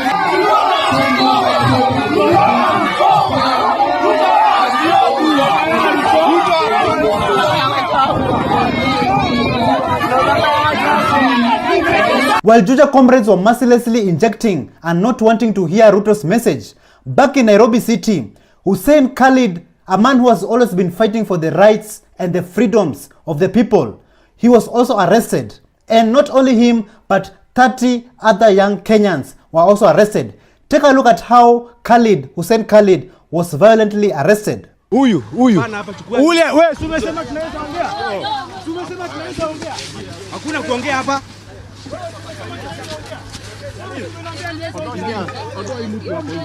Makosa gani nimefanya? Why are you arresting me? Why are you arresting me? For what mistake? Addressing the media. Is that an offense? Why are you arresting me? Wewe mkubwa. Why are you arresting me for addressing the media? This is why we need to change this country. Lazima tutabadilisha hii nchi. Things got so violent to the point that even Hezbon Bahati, an award-winning poet, was also shot with a rubber bullet, and he got a fracture, and that fracture, it requires surgery. This is crazy. During Mashujaa Day, when Kenyans were still striving and fighting to access Uhuru Park and celebrate, many people are complaining that Eric Omondi never showed up, but he showed up and he had to disguise himself because he got some information that some people were planning to assassinate him. Listen to this. So a certain Gen Z policeman called me today at 6:30 in the morning, and he told me they've been given orders to deal with me once and for all. His exact words were, huyo kijana ametusumbua sana, nyinyi fanyeni venye mtafanya. So I'm here at Uhuru Park because I have to show up. Ndio hawa hapa. Polisi ndio hawa. Polisi ndio hawa. Polisi ndio hawa. Polisi ndio hawa. Gen Z ndio hawa. Gen Z ndio hawa. Ndio hawa Gen Z. Ndio hawa Gen Z. Ndio hawa Gen Z. Guys, I'm in town. The police are there. They don't even know I've passed them. Even a fearless Gen Z, Marvin Mabonga, Kyoto Sonko, he was representing well in the streets, and he urged Kenyans, people to come out and represent and fight for the freedom of this country. Take a look. Mbona mnakaa huko? Simkujeni trao bana.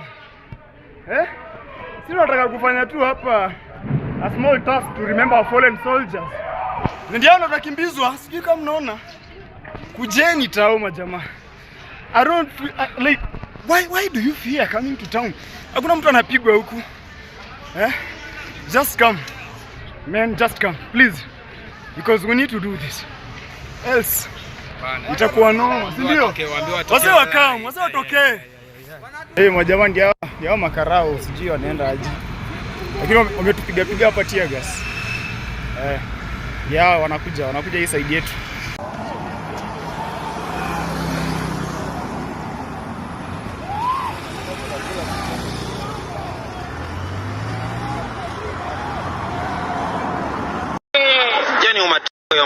Mnatuambia hai hatuwezi ishi venye zako anataka, tutaishi venye tunataka.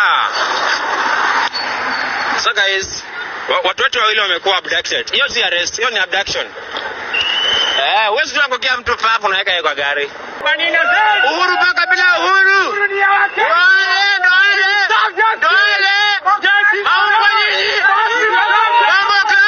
Wanakuja inside cup. Wanakuja inside. Tuepe. Maumbo zenu. Maumbo.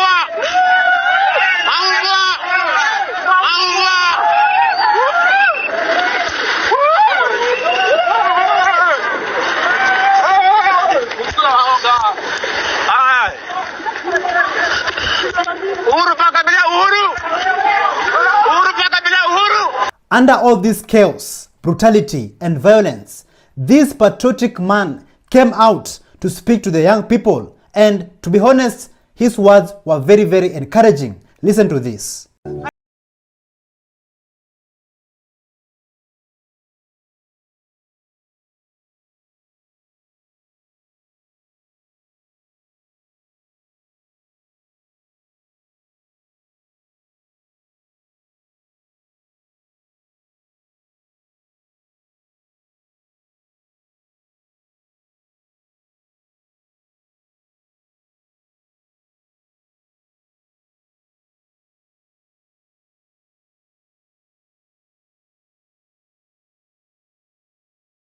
us together. Do you guys remember that tweet where Governor Sakaja said that Uhuru Park is not meant for public holidays, but meant for other people who want to enjoy themselves? Take a look at this video of this tourist who came to Kenya to enjoy himself, but yet he was denied access to Uhuru Park. How come Kenyan police are shooting me? They shoot tear gas at me walking down the street. They tell me to go home. Why? What is the problem? I don't know what the problem is. They shoot tear gas at me, and then they told me, the police tell me to go home. I shouldn't be here. Why? Where are you going? To the park. I'm coming from my hotel.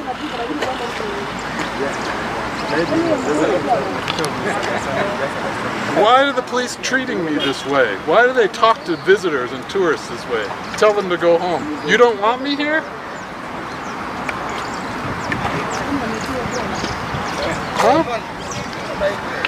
You have nothing to say. I'm still very confused and wondering who are those other people that the governor was saying that they can be allowed to go inside the Uhuru Park and enjoy themselves, but yet other Kenyans were being arrested, brutally arrested, and denied access. Who are those other people, Governor Sakaja? Who are they? Are they those people who are entering inside Uhuru Park with vehicles and yet other Kenyans are being arrested? Are they the ones? While Nairobi County was the only county in Kenya which was very chaotic during Mashujaa Day, other counties were very different. Like Kisii County. Take a look at this video of how these Gen Zs were entertaining the people there.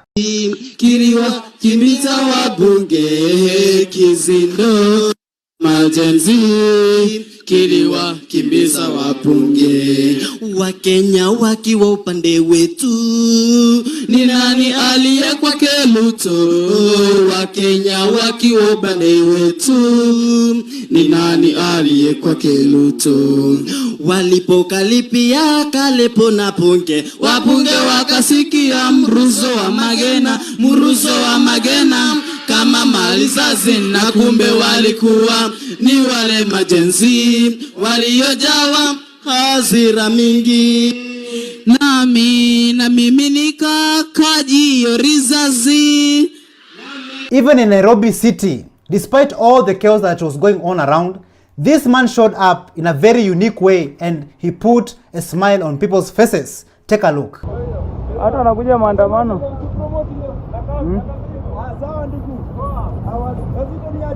Buda tuko maandamano hizi ni gani bwana? Maisha ni kujituma tu. Haya sawa.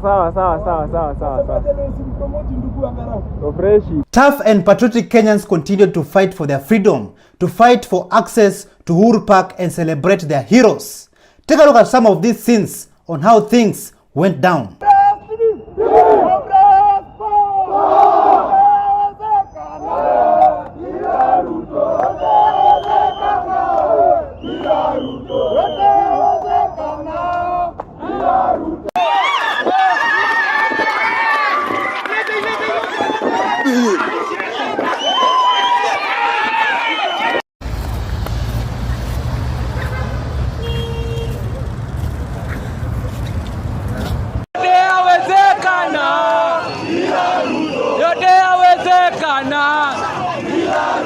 Those are just some of the scenes. So much happened during Mashujaa Day in Nairobi City. Also listen to this music song that Eric Omondi has dedicated it to our freedom fighters and also to the people of Kenya. Listen to this.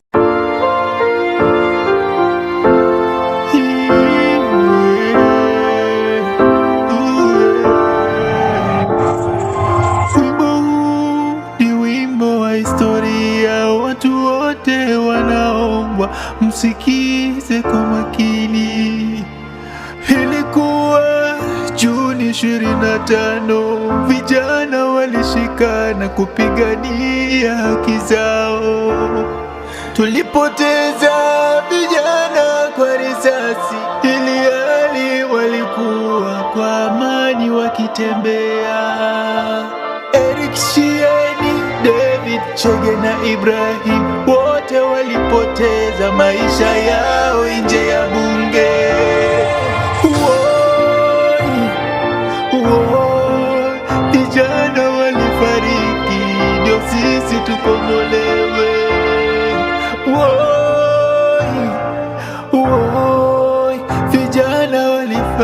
walifariki ndio sisi tukombolewe.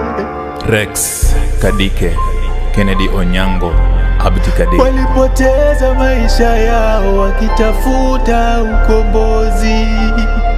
Uoi, uoi, vijana walifariki ndio sisi tukombolewe. Uoi, uoi, vijana walifariki ndio sisi tukombolewe. Tunamkumbuka shujaa Besli Kamau aliyepotea na baadaye akapatikana ameaga. Tunawakumbuka mashujaa wote, hatutawasahau kamwe. Tunaendelea na safari ya ukombozi wa Kenya kwa ajili na kwa heshima yenu. Ruto must go. Ruto must go. Ruto must go. Ruto must go. Ruto must go. Ruto must go. Ruto must go. Ruto must go. Ruto must go. Ruto must go. Ruto must go. Ruto must go.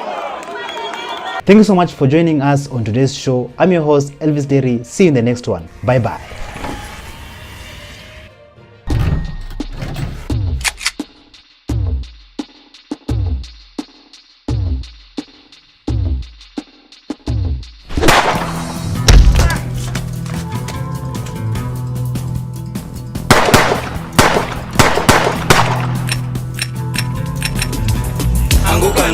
They're coming for you.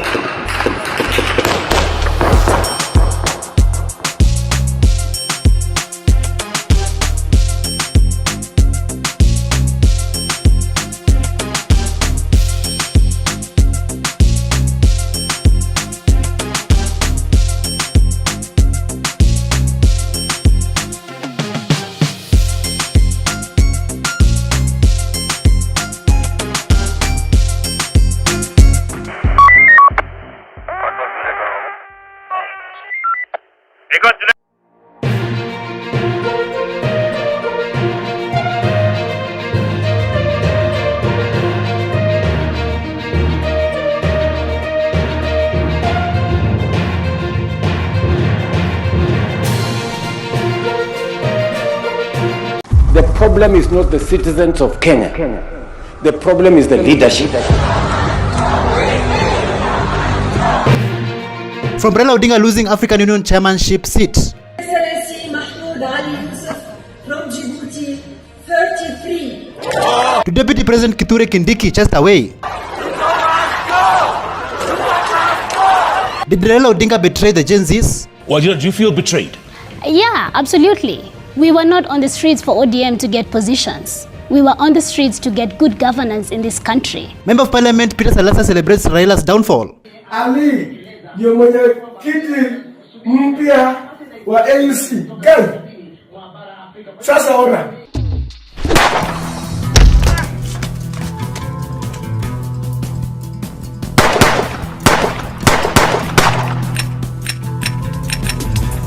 Anguka na. They're coming for you.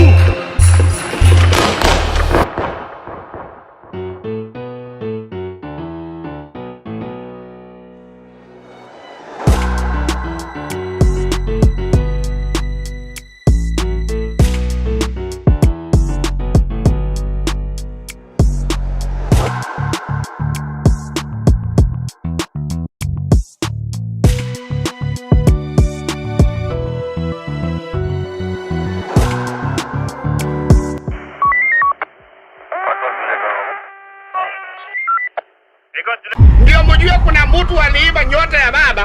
Baba anashindwa mpaka kwa city inaitanishwa na yeye. Hadith ya baba. Allah, how are you? Welcome back to ShowNewTrend. I'm host of today and my name is Elvis Derry. The former Prime Minister of Kenya, Raila Amolo Odinga, he was running for the African Union Commission chairmanship, but he lost. And Djibouti's Mohamed Ali Yusuf was declared the winner. Take a look. Excellency Mahmoud Ali Yusuf from Djibouti, 33.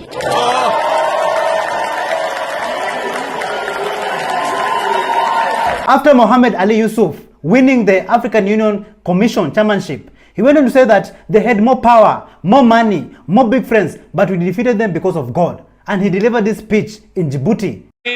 waa mucjizadii madaxweynuhu sheegay col baa naga horeeyay naga awood badan naga maal badan naga dad badan naga maxaan ku dhahay waxa doontiin raaciya haddana ilaahay baa yidhi maxamuud cali yuusuf baa guulaysan.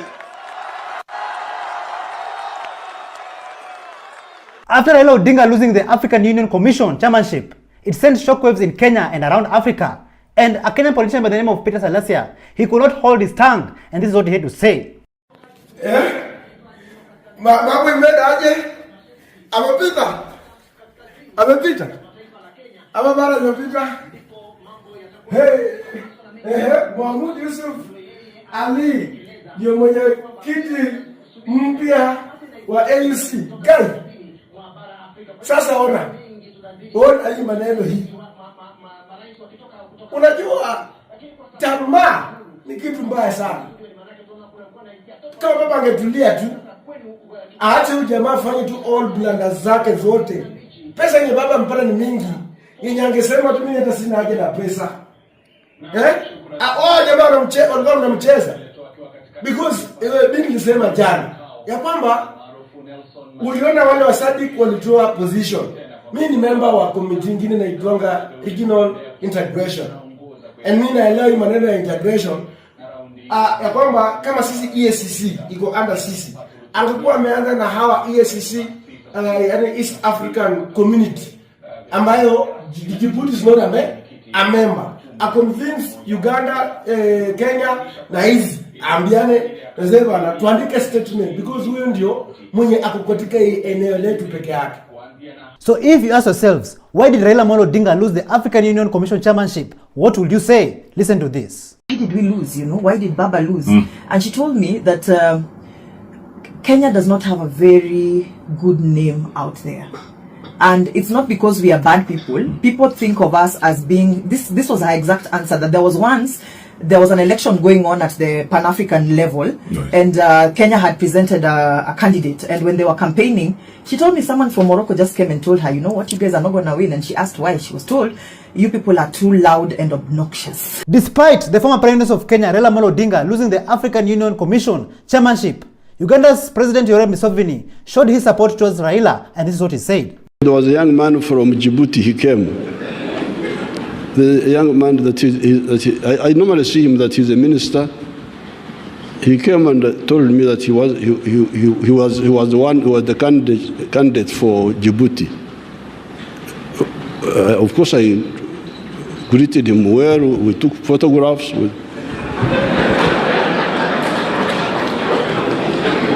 We had a cup of tea. But I told him, I said, no. I actually told him that I was coming here to support Right Honorable Raila because he's a candidate who is fit for this job. While Ugandan President Yoweri Museveni showed tremendous support for former Prime Minister of Kenya Raila Amolo Odinga to win the African Union Commission chairmanship, Professor Philip Lumumba had a different opinion. He said that at the age of 80, Raila Amolo Odinga should be thinking about his family and writing his final book. Listen to this. I pray and hope that Mr. Odinga will not listen to his immediate circle, that he does not get into Kenyan politics at 80. Let me repeat, at 80 years of age, it is his time now to reflect, to be on the speaking circuit. If he has a foundation, it is his time now to do what the late Sam Nujoma did. Went to the farm, and what Mandela did, went to the farm and said, don't call me unless I call you. When he does that, he will be respected. Let him write his final book. If he did that, but if he is persuaded by his political hangers-on, who will tell him we are going to be orphans and who want to use his name to come to parliament, to go to Senate or to be governors, he will be embarrassed. he will be embarrassed. Of course, his base constituency will always be with him. All right. But his value in the political mortgage market is thoroughly compromised. Of course, the president, given the nature of our ethnic politics, will want to tangle with him. But this is the time for Kenya to re-examine. I was intimately involved in the process of constitution making. And one of the things that we did was to say that we wanted to create political parties which were of national character. Unfortunately, that has failed. We all know that Raila Amolo Odinga has been in the political game for quite some time, like has been there since forever. One of his diehard supporters, she came around and expressed disgust in his politics, advising him to exit the stage and leave it for the younger people, the younger politicians, the Gen Zs. Listen to this. Baba, I'm so mad with you. How could you do that to us? How on earth? When our children are almost getting a breakthrough, unakuja na we. Who are we? What people have been talking about you, I've been your supporter for the last over 20 years. People have come with so many stories about you, the way you are a con man. We tetea you, we say no, Baba is good and he's trying to bring us out of this shit that the other people are. Baba, I am so mad. I am so mad. When our children are almost getting a breakthrough, unakuja to we have discussed and we have accepted. You and who? You, wewe na nani? The last time I saw you, and I was still digesting this, I saw you in Uganda with Museveni and Ruto in Museveni's shamba. People were mocking us, your supporters, saying, here is your con man with the killers. I was still digesting that. But now, nimekutoka.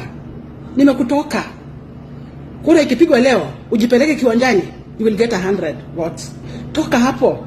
Tokayo. Muluya anasema tokayo. Wachia watoto. Mumeshindwa, wachieni watoto wetu wafanye kazi.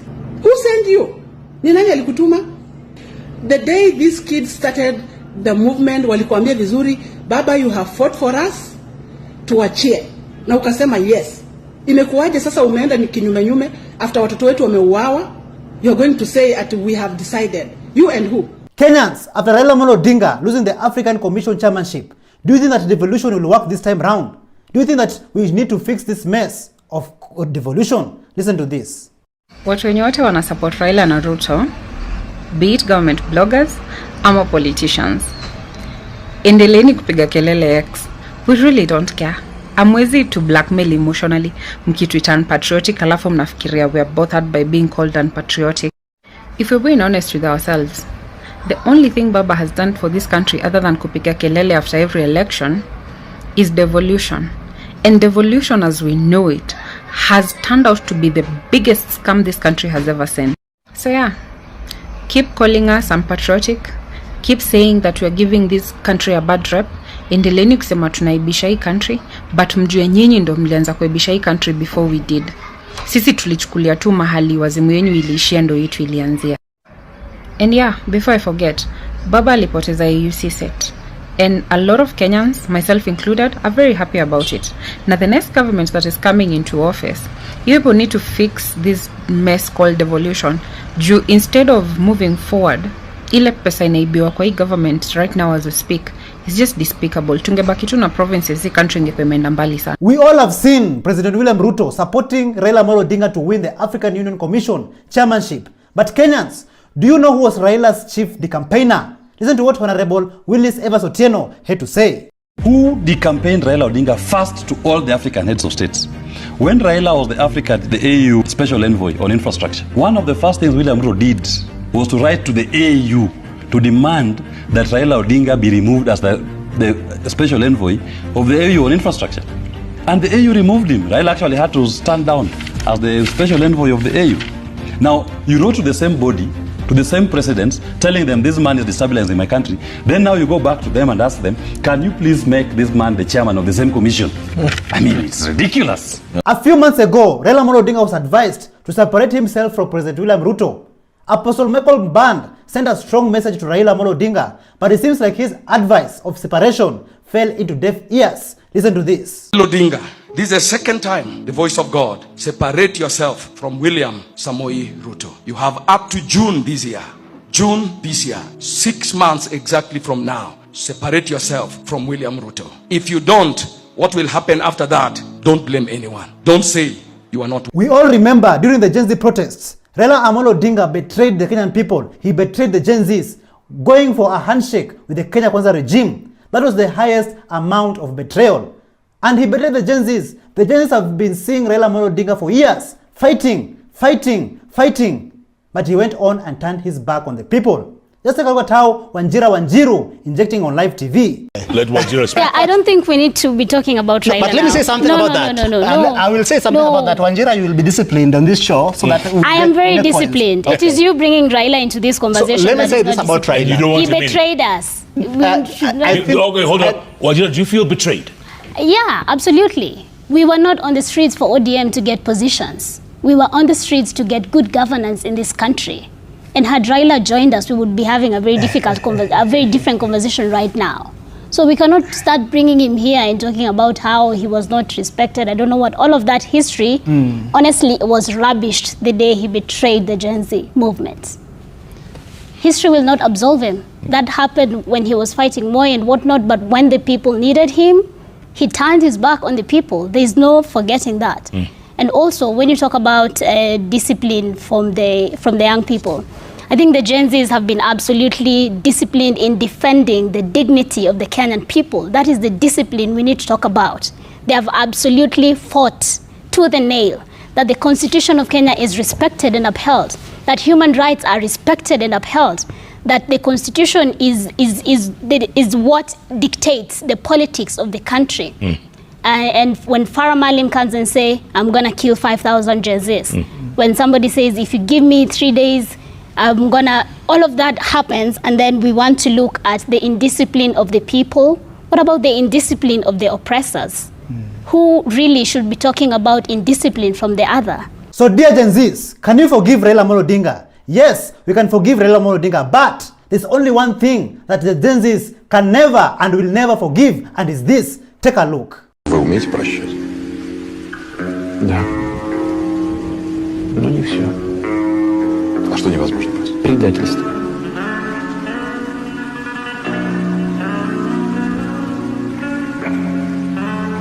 Despite Raila Amolo Odinga turning his back on the people, betraying the Gen Zs, politician Millie Odhiambo had a different view and a different opinion. And this is what he said about those people who are criticizing Raila Amolo Odinga. Listen to this. I've seen a narrative that people are trying to sell, that Raila always loses.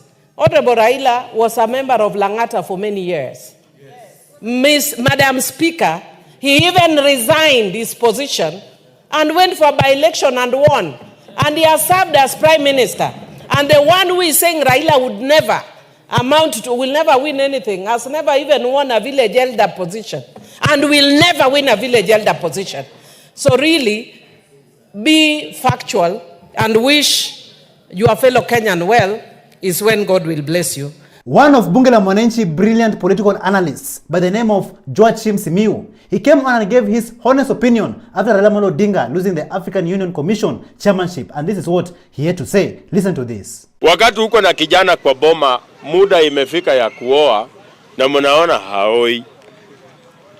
Mnamtafutia msichana, mnampatia, anafukuza, anasema huyo hajui kutandika kitanda. Mnatafuta mwingine, mnampea, anafukuza, anasema huyo hajui kuoga. Nyinyi mnadhani shida ni wasichana. Kumbe shida ni yeye hataki kuoa. Sasa hii kijana yenu mnataka aoe, hataki majukumu ya kupigiwa simu, sijui chumvi hakuna, sijui maziwa. Kuna benefits anapata akiwa bachelor. Akienda mahali tu akunywe chai na matumbo, yeye ako sawa. Anatembea na familia yake yote kwa magoti. Nyinyi mumekazana ati enda uoe. Nani aliwaambia anataka kuoa? The reason why I'm saying this, 2022 elections, I'm still on AU. I'm just bringing case studies. Raila Odinga went and voted in Kibra. Akaenda akapata an approximate number of 3,000 voters at that polling station. A person who really wants to be president would actually persuade them to vote. But Raila went ahead and voted alone. Voted. Then akageuka akasema vijana ria. Vijana hai. Akapanda juu ya gari, watu wote wakamfuata. Akaenda akawaacha mbali sana na polling station. Na hakuwahi panda juu ya gari akamwambia rudini mpige kura. Hakusema. Akaenda na kura 1000 ngapi? 3. Deputy President Kithure Kindiki organized a meeting and invited leaders from the Meru community only for him to be chased away. Like it's quite clear that this Kenya Kwanza regime, the Kenya Kwanza government, will not see or even reach 2027 peacefully. Just take a look at how the people injected. Ruto must go.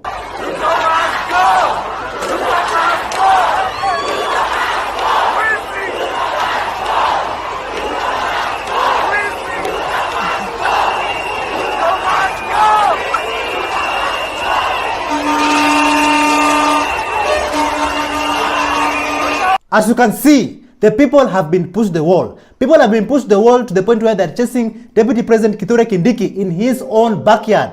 Unbelievable. Unbelievable. Apostle Michael Band, who a few months ago advised Raila Amolo Odinga to separate himself from President William Ruto, but Raila never listened. He continued with the journey. Now, Raila Amolo Odinga has lost the African Union Commission chairmanship, and Apostle Michael Band has come back again, and this is what the apostle had to say.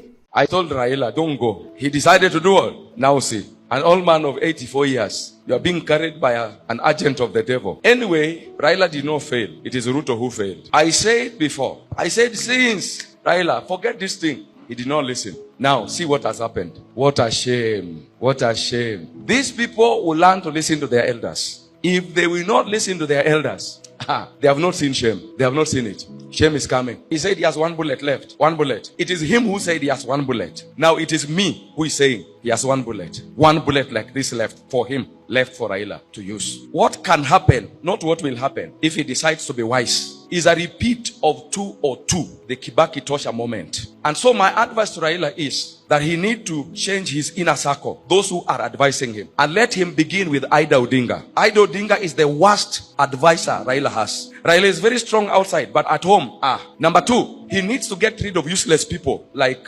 Junet Mohammed, Kaluma Opondo Kaluma. That inner circle, afieke yote, afagie yote, atoe. Hakuna kitu hapo. You cannot have within your circle people who are tumbocratically oriented in their way of thinking.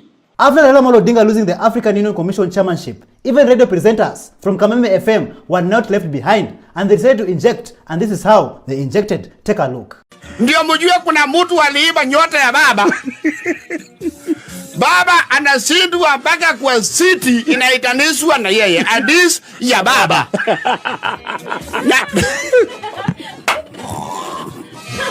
Hadis ni ya baba. Alafu mnapea sijui Djibouti.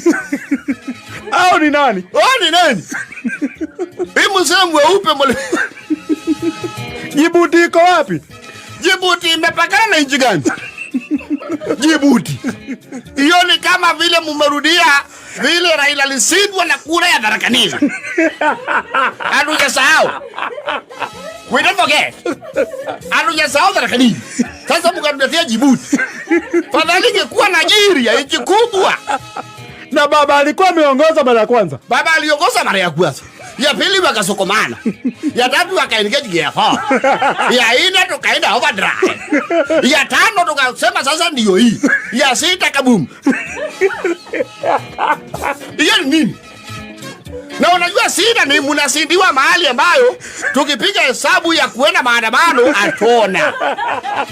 atona kitu. Many Raila supporters out there were never happy when Djibouti's Mohamed Ali Yusuf was declared the winner of the African Union Commission chairmanship. And this is how many of Raila's supporters reacted. Take a look.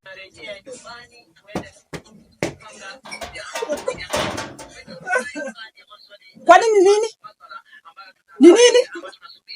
Kimani ni nini? Ni nini Kimani? Ni nini imefanyika? Raila ametoka. Mbona Raila ametoka? Wapi? Raila ametoka.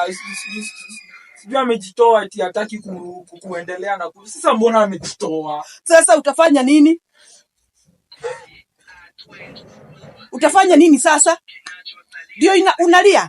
Mimi hata nilikuwa nafikiria ni mtu amekupiga. Basi akuje Kenya, mimi nampatia kura basi. Akuje Kenya basi nimpatie kura. Sawa, hata ukamgojea kwake.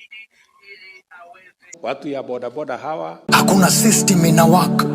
Cripple the healthcare system. Sahim na cripple education. We all know that funding model is a disaster. Cripple agriculture na fake fertilizer. Pregnant women have to pay for deliveries. Tumetoa mpaka policy ya kulinda mama. Patients wa dialysis wanna pay out of pocket. Sayo mna launch shares juu shift. This Taifa doesn't care. Even the banking industry is collapsing. Mna launch projects just to feed your ego. Put your ego aside na mtuskize for a minute. We gave you the benefit of doubt na mka abuse our trust. Je, huu ni ungwana kweli? Mnatuonyesha mambo kama Leonard Mbotela. Anything you say this nation will use against you. Wezi ndo wanakuwa promoted na mayutu wanaangush. Should we even talk about police brutality? Polisi wenyewe animals, kumbe you reap what? You saw what they did to that multimedia student. Hao watu wanaua hata kushinda armed robbers. Goons wana camouflage in police uniform ndo watuwe tukispika wa minds. The police force is compromised. Nia muoni kwani? This is Moi all over again. Nikiturn left, an 8-year-old has been shot dead. Nikiturn right, Kebaso is being arrested juu ya kutupigania. There's a target on my back na mbele naona news. Kwa hiyo news umse anauliza if the boy that was shot is still alive. Nikatag ya ule producer flani. Yani, chenye umse anafanya kwa ofisi ni same na letter G in paradigm. Haina impact yoyote. Tunabebeshwa taxes kama punda. Anatukunja in all styles utezadhani kama sutra. Bila bugdha umse anatugeuza bila shuka. 10% of Kenyans wanna go days bila kula. Sayo payslip wame-stretch ka ile logo ya Puma. Now I'm sorry for being vulgar but umse ni cool. It may be getting hotter, but look at the document, compose yourself and read. I apologize basi. Kuna leader every month anabadilisha BMW. Na mwananchi akigonjeka yuko covered na bima. I swear mnatupima. Not Hamadi but umse aki-aim ku-raise taxes Hamisi. Mna flossy na net worth na nido ya public mnadishi. 10 billion is missing, something is fishy.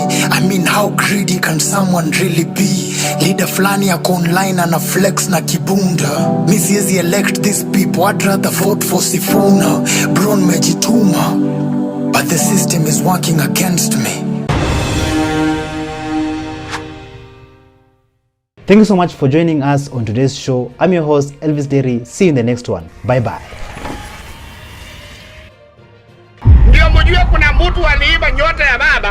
Baba anashindwa mpaka kwa city inaitanishwa na yeye. Hadisi ya baba.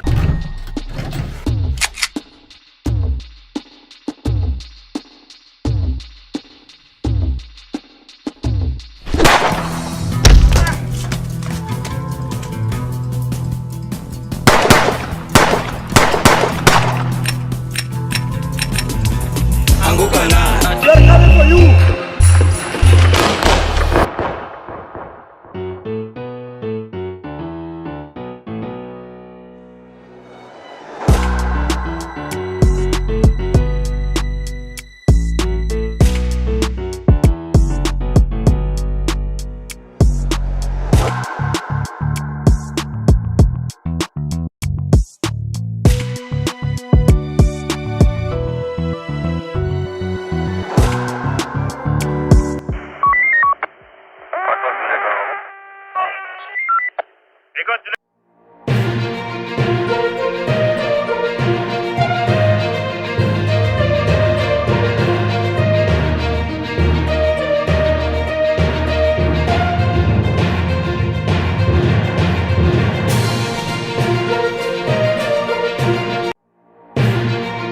From Adani using Kenyan influencers. I was there for actually 7 good hours. And off we go to my final destination. To advocate Ndegwa Njiru's special message.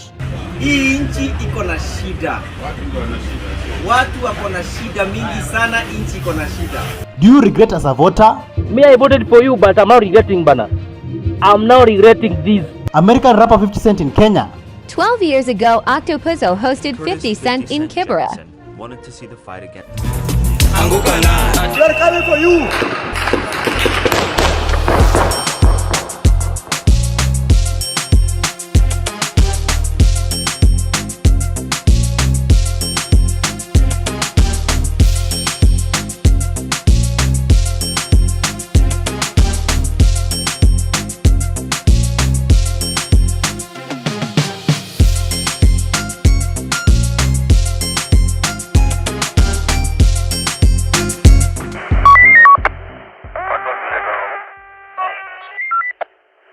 Hello, how are you? Welcome back to ShowNewTrend. I'm your host of today and my name is Elvis Dairy. Did you know that Adani Group is not even paying but using Kenyan influencers and giving them free trips to go to India to showcase the Adani Group good work? Did you know that? Take a look at this video of this propaganda video of Nairobi, who was taken to India to spread propaganda. It's time to pack my bags again and head out and see the world. This destination is something you won't see coming. It's the most unexpected destination. In Doha, I had a fun time. I was there for actually 7 good hours. And off we go to my final destination. Let me tell you guys, immediately I landed, I didn't expect that I'll be picked up from the doorstep of the plane. Everything I thought I knew about this country started to fade away. We are in Mumbai. Guys, I haven't told you, I think I hadn't mentioned that I'm actually coming to India, and yes, we're here. So let's come and wait for my bags. Hello, how are you? Fine. So we'll be waiting for my bags here. I'm so ready to explore Mumbai. What's good, India? I'm so excited. Do you regret voting for the current regime? Take a look at this Kenyan man who is very disappointed on voting for the current president. Game imeanza sasa, game imeanza. Senate imeimpeach Gachagua. Game imeanza. Game imeanza. Usidhani uko safe, Mr. President. Ruto, usidhani uko safe. Me, I voted for you, but I'm now regretting, bana. I'm now regretting this. Huh? Once rains is over and Abra becomes a burden to everyone. Ni sawa. Ni sawa, umetumia Gachagua vile mnataka. Ni sawa. Wacha turudi koti akaje tamona namna gani. Ni sawa. Venye mnafanya Gachagua, Mr. President, unafanya Gachagua saa hizi. Siasa sio mzuri. It's a bad game. Tunga na wewe. Me, I voted for you here in Siaya. Huh? Mr. President, mimi nilikukampeni hapa Siaya nikakupiga kura mimi mwenyewe. And I stand with you. Huh? Lakini kitu umefanya Gachagua, my friend, no problem. Huh? Karma is a bitch. So if you regret like this man, tell us in the comments down below, why do you regret voting for William Ruto? Me, I voted for you, but I'm now regretting, bana. I'm now regretting this. It is only a few years to Kenyan elections, 2027, and currently Kenyans are tired, and it seems like they will be sending so many politicians packing. So many politicians will be going back home. Take a look at this video of this member of parliament lecturing Kimani Ichung'wah and his team. Mheshimiwa Ichung'wah and your team, I want to tell you for free, you will never see power again after Ruto goes home. Mutakuwa mkionea huo uongozi na power kwa view sasa. Na tutawaambia ukweli mchana na hatutaki nyenyenye. La mwisho, the government of the day, you are killing devolution. No wonder President William Ruto, you voted no during the referendum. You didn't want this country to be devolved. That's why when you have gotten to power, the county governments cannot get money for development, for drugs, for the people in Kenya. We demand devolution is here to stay and must be protected. It's not a favor, and money being released to all the 47 counties for Kenyans to get service. We don't want your shenanigans of impeachment so that we can forget about Adani Group, we can forget about not sending stealing money to the counties. We can forget you are not employing teachers. You are just there to make sure that Kenyans are oppressed and oppressed and oppressed. We want to say this. 2027. Freedom is coming tomorrow. Mheshimiwa Kioni, nikipita hapo nitakuwa nimekukosea. India Secretary General. So apart from Kimani Ichung'wah, which other politician would you like to go home? Mheshimiwa Ichung'wah and your team, I want to tell you for free, you will never see power again after Ruto goes home.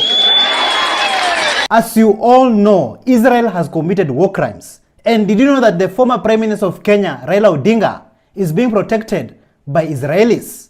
Listen to this. Ataunganisha Afrika. Yes. Raila anachezanga mchezo. Raila never wants to be the president. Raila anachezanga mchezo ndio akule nje kuliko ndani. Tenda zote anapata na hawajibiki. Mimi have worked with Azimio, I know. Mimi niliona wale Maisraeli watatu ambao walikuja hapa Supreme Court because wake nini? Ambao walikuja kuchocheza majudges. Niliende AIC Kibira Church kuambia Raila kina mdomo bagi alinifukuza. Nikakuja nikaambia baadaye Sheikh Sisi na cheki endelea.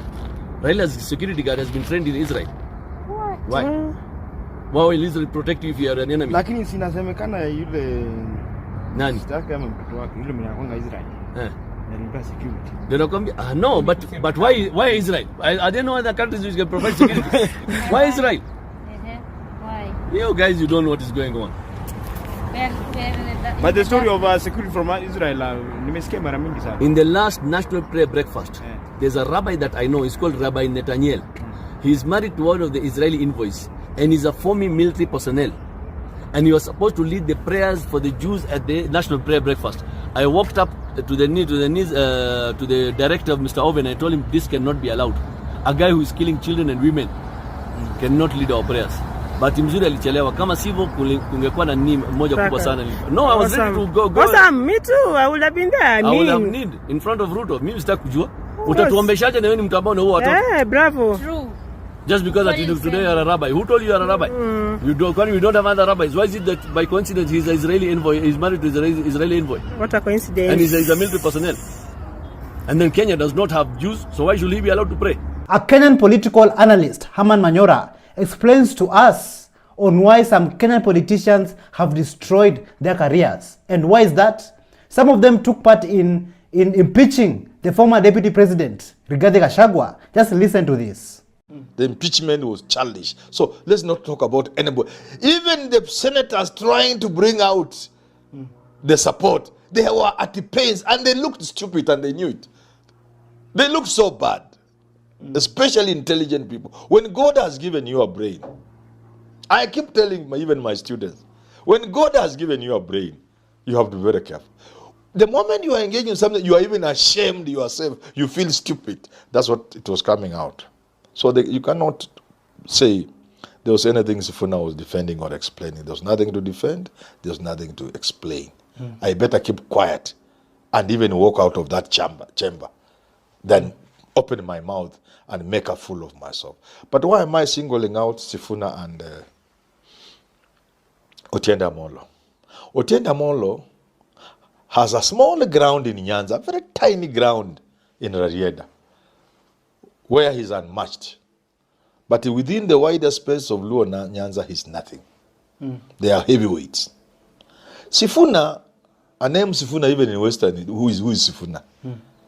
But at the national level, Otiende Amolo and Sifuna have a serious constituency, have a serious following of people who believe these are very, very intelligent, serious future leaders. And then, so that constituency is the one I'm talking about, which is Sifuna and Otiende Amolo are allowing themselves to lose.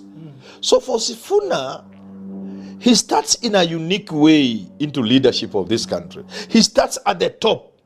And once the Luya nation realizes, this star there is ours, then they own him. Then pop, the sky is the limit. The same for Otiende Amolo.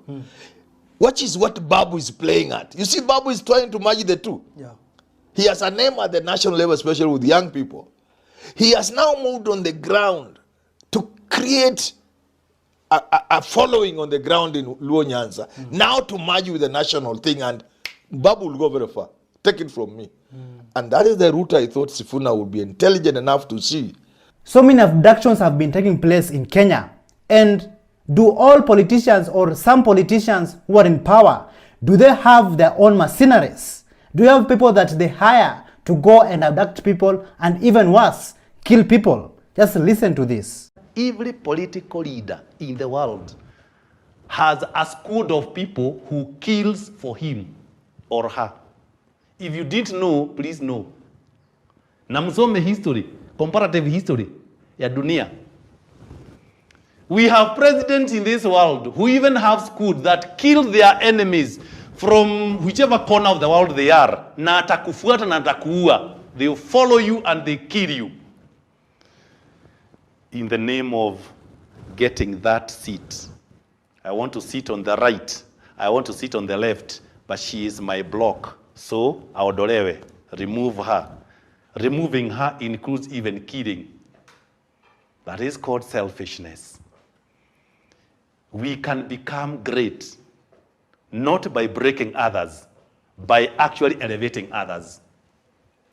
True greatness comes when we elevate others. This is a very serious conversation. So tell us what you think in the comments down below about this, about the abductions, the killings, and the tortures that have been happening. Are our politicians behind it? We have presidents in this world who even have squad that kill their enemies from whichever corner of the world they are. Na atakufuata na atakuua. They will follow you and they kill you. Kenyans, did you know that American rapper 50 Cent came to Kenya 12 years ago under the World Food Program? He went to Kibera. But since that time till date, nothing has changed. Because of the corruption that took place at that time and the corruption that is currently taking place till today. Just take a look at this. 12 years ago, Octopuzzo hosted 50 Cent in Kibera. Wanted to see the fight against hunger firsthand. So in early 2012, he flew to the Horn of Africa to see WFP's work there. He's already part of the fight against hunger because he's donating to WFP money from the sales of a new energy drink called Street King. For every unit sold, he has pledged to donate a meal to a hungry child. I provided 3.5 million meals, but I'm gonna do a lot more before I'm done. I'm shooting for 1 billion meals. You know, I'm trying to work it out. And I get a chance to influence some of my peers and other young entrepreneurs to do the same thing, so be able to affect things in a major way. During his trip, Jackson went to a school in a Nairobi slum where WFP provides meals every day. He met children, many of them orphans, and saw how their daily meal was cooked.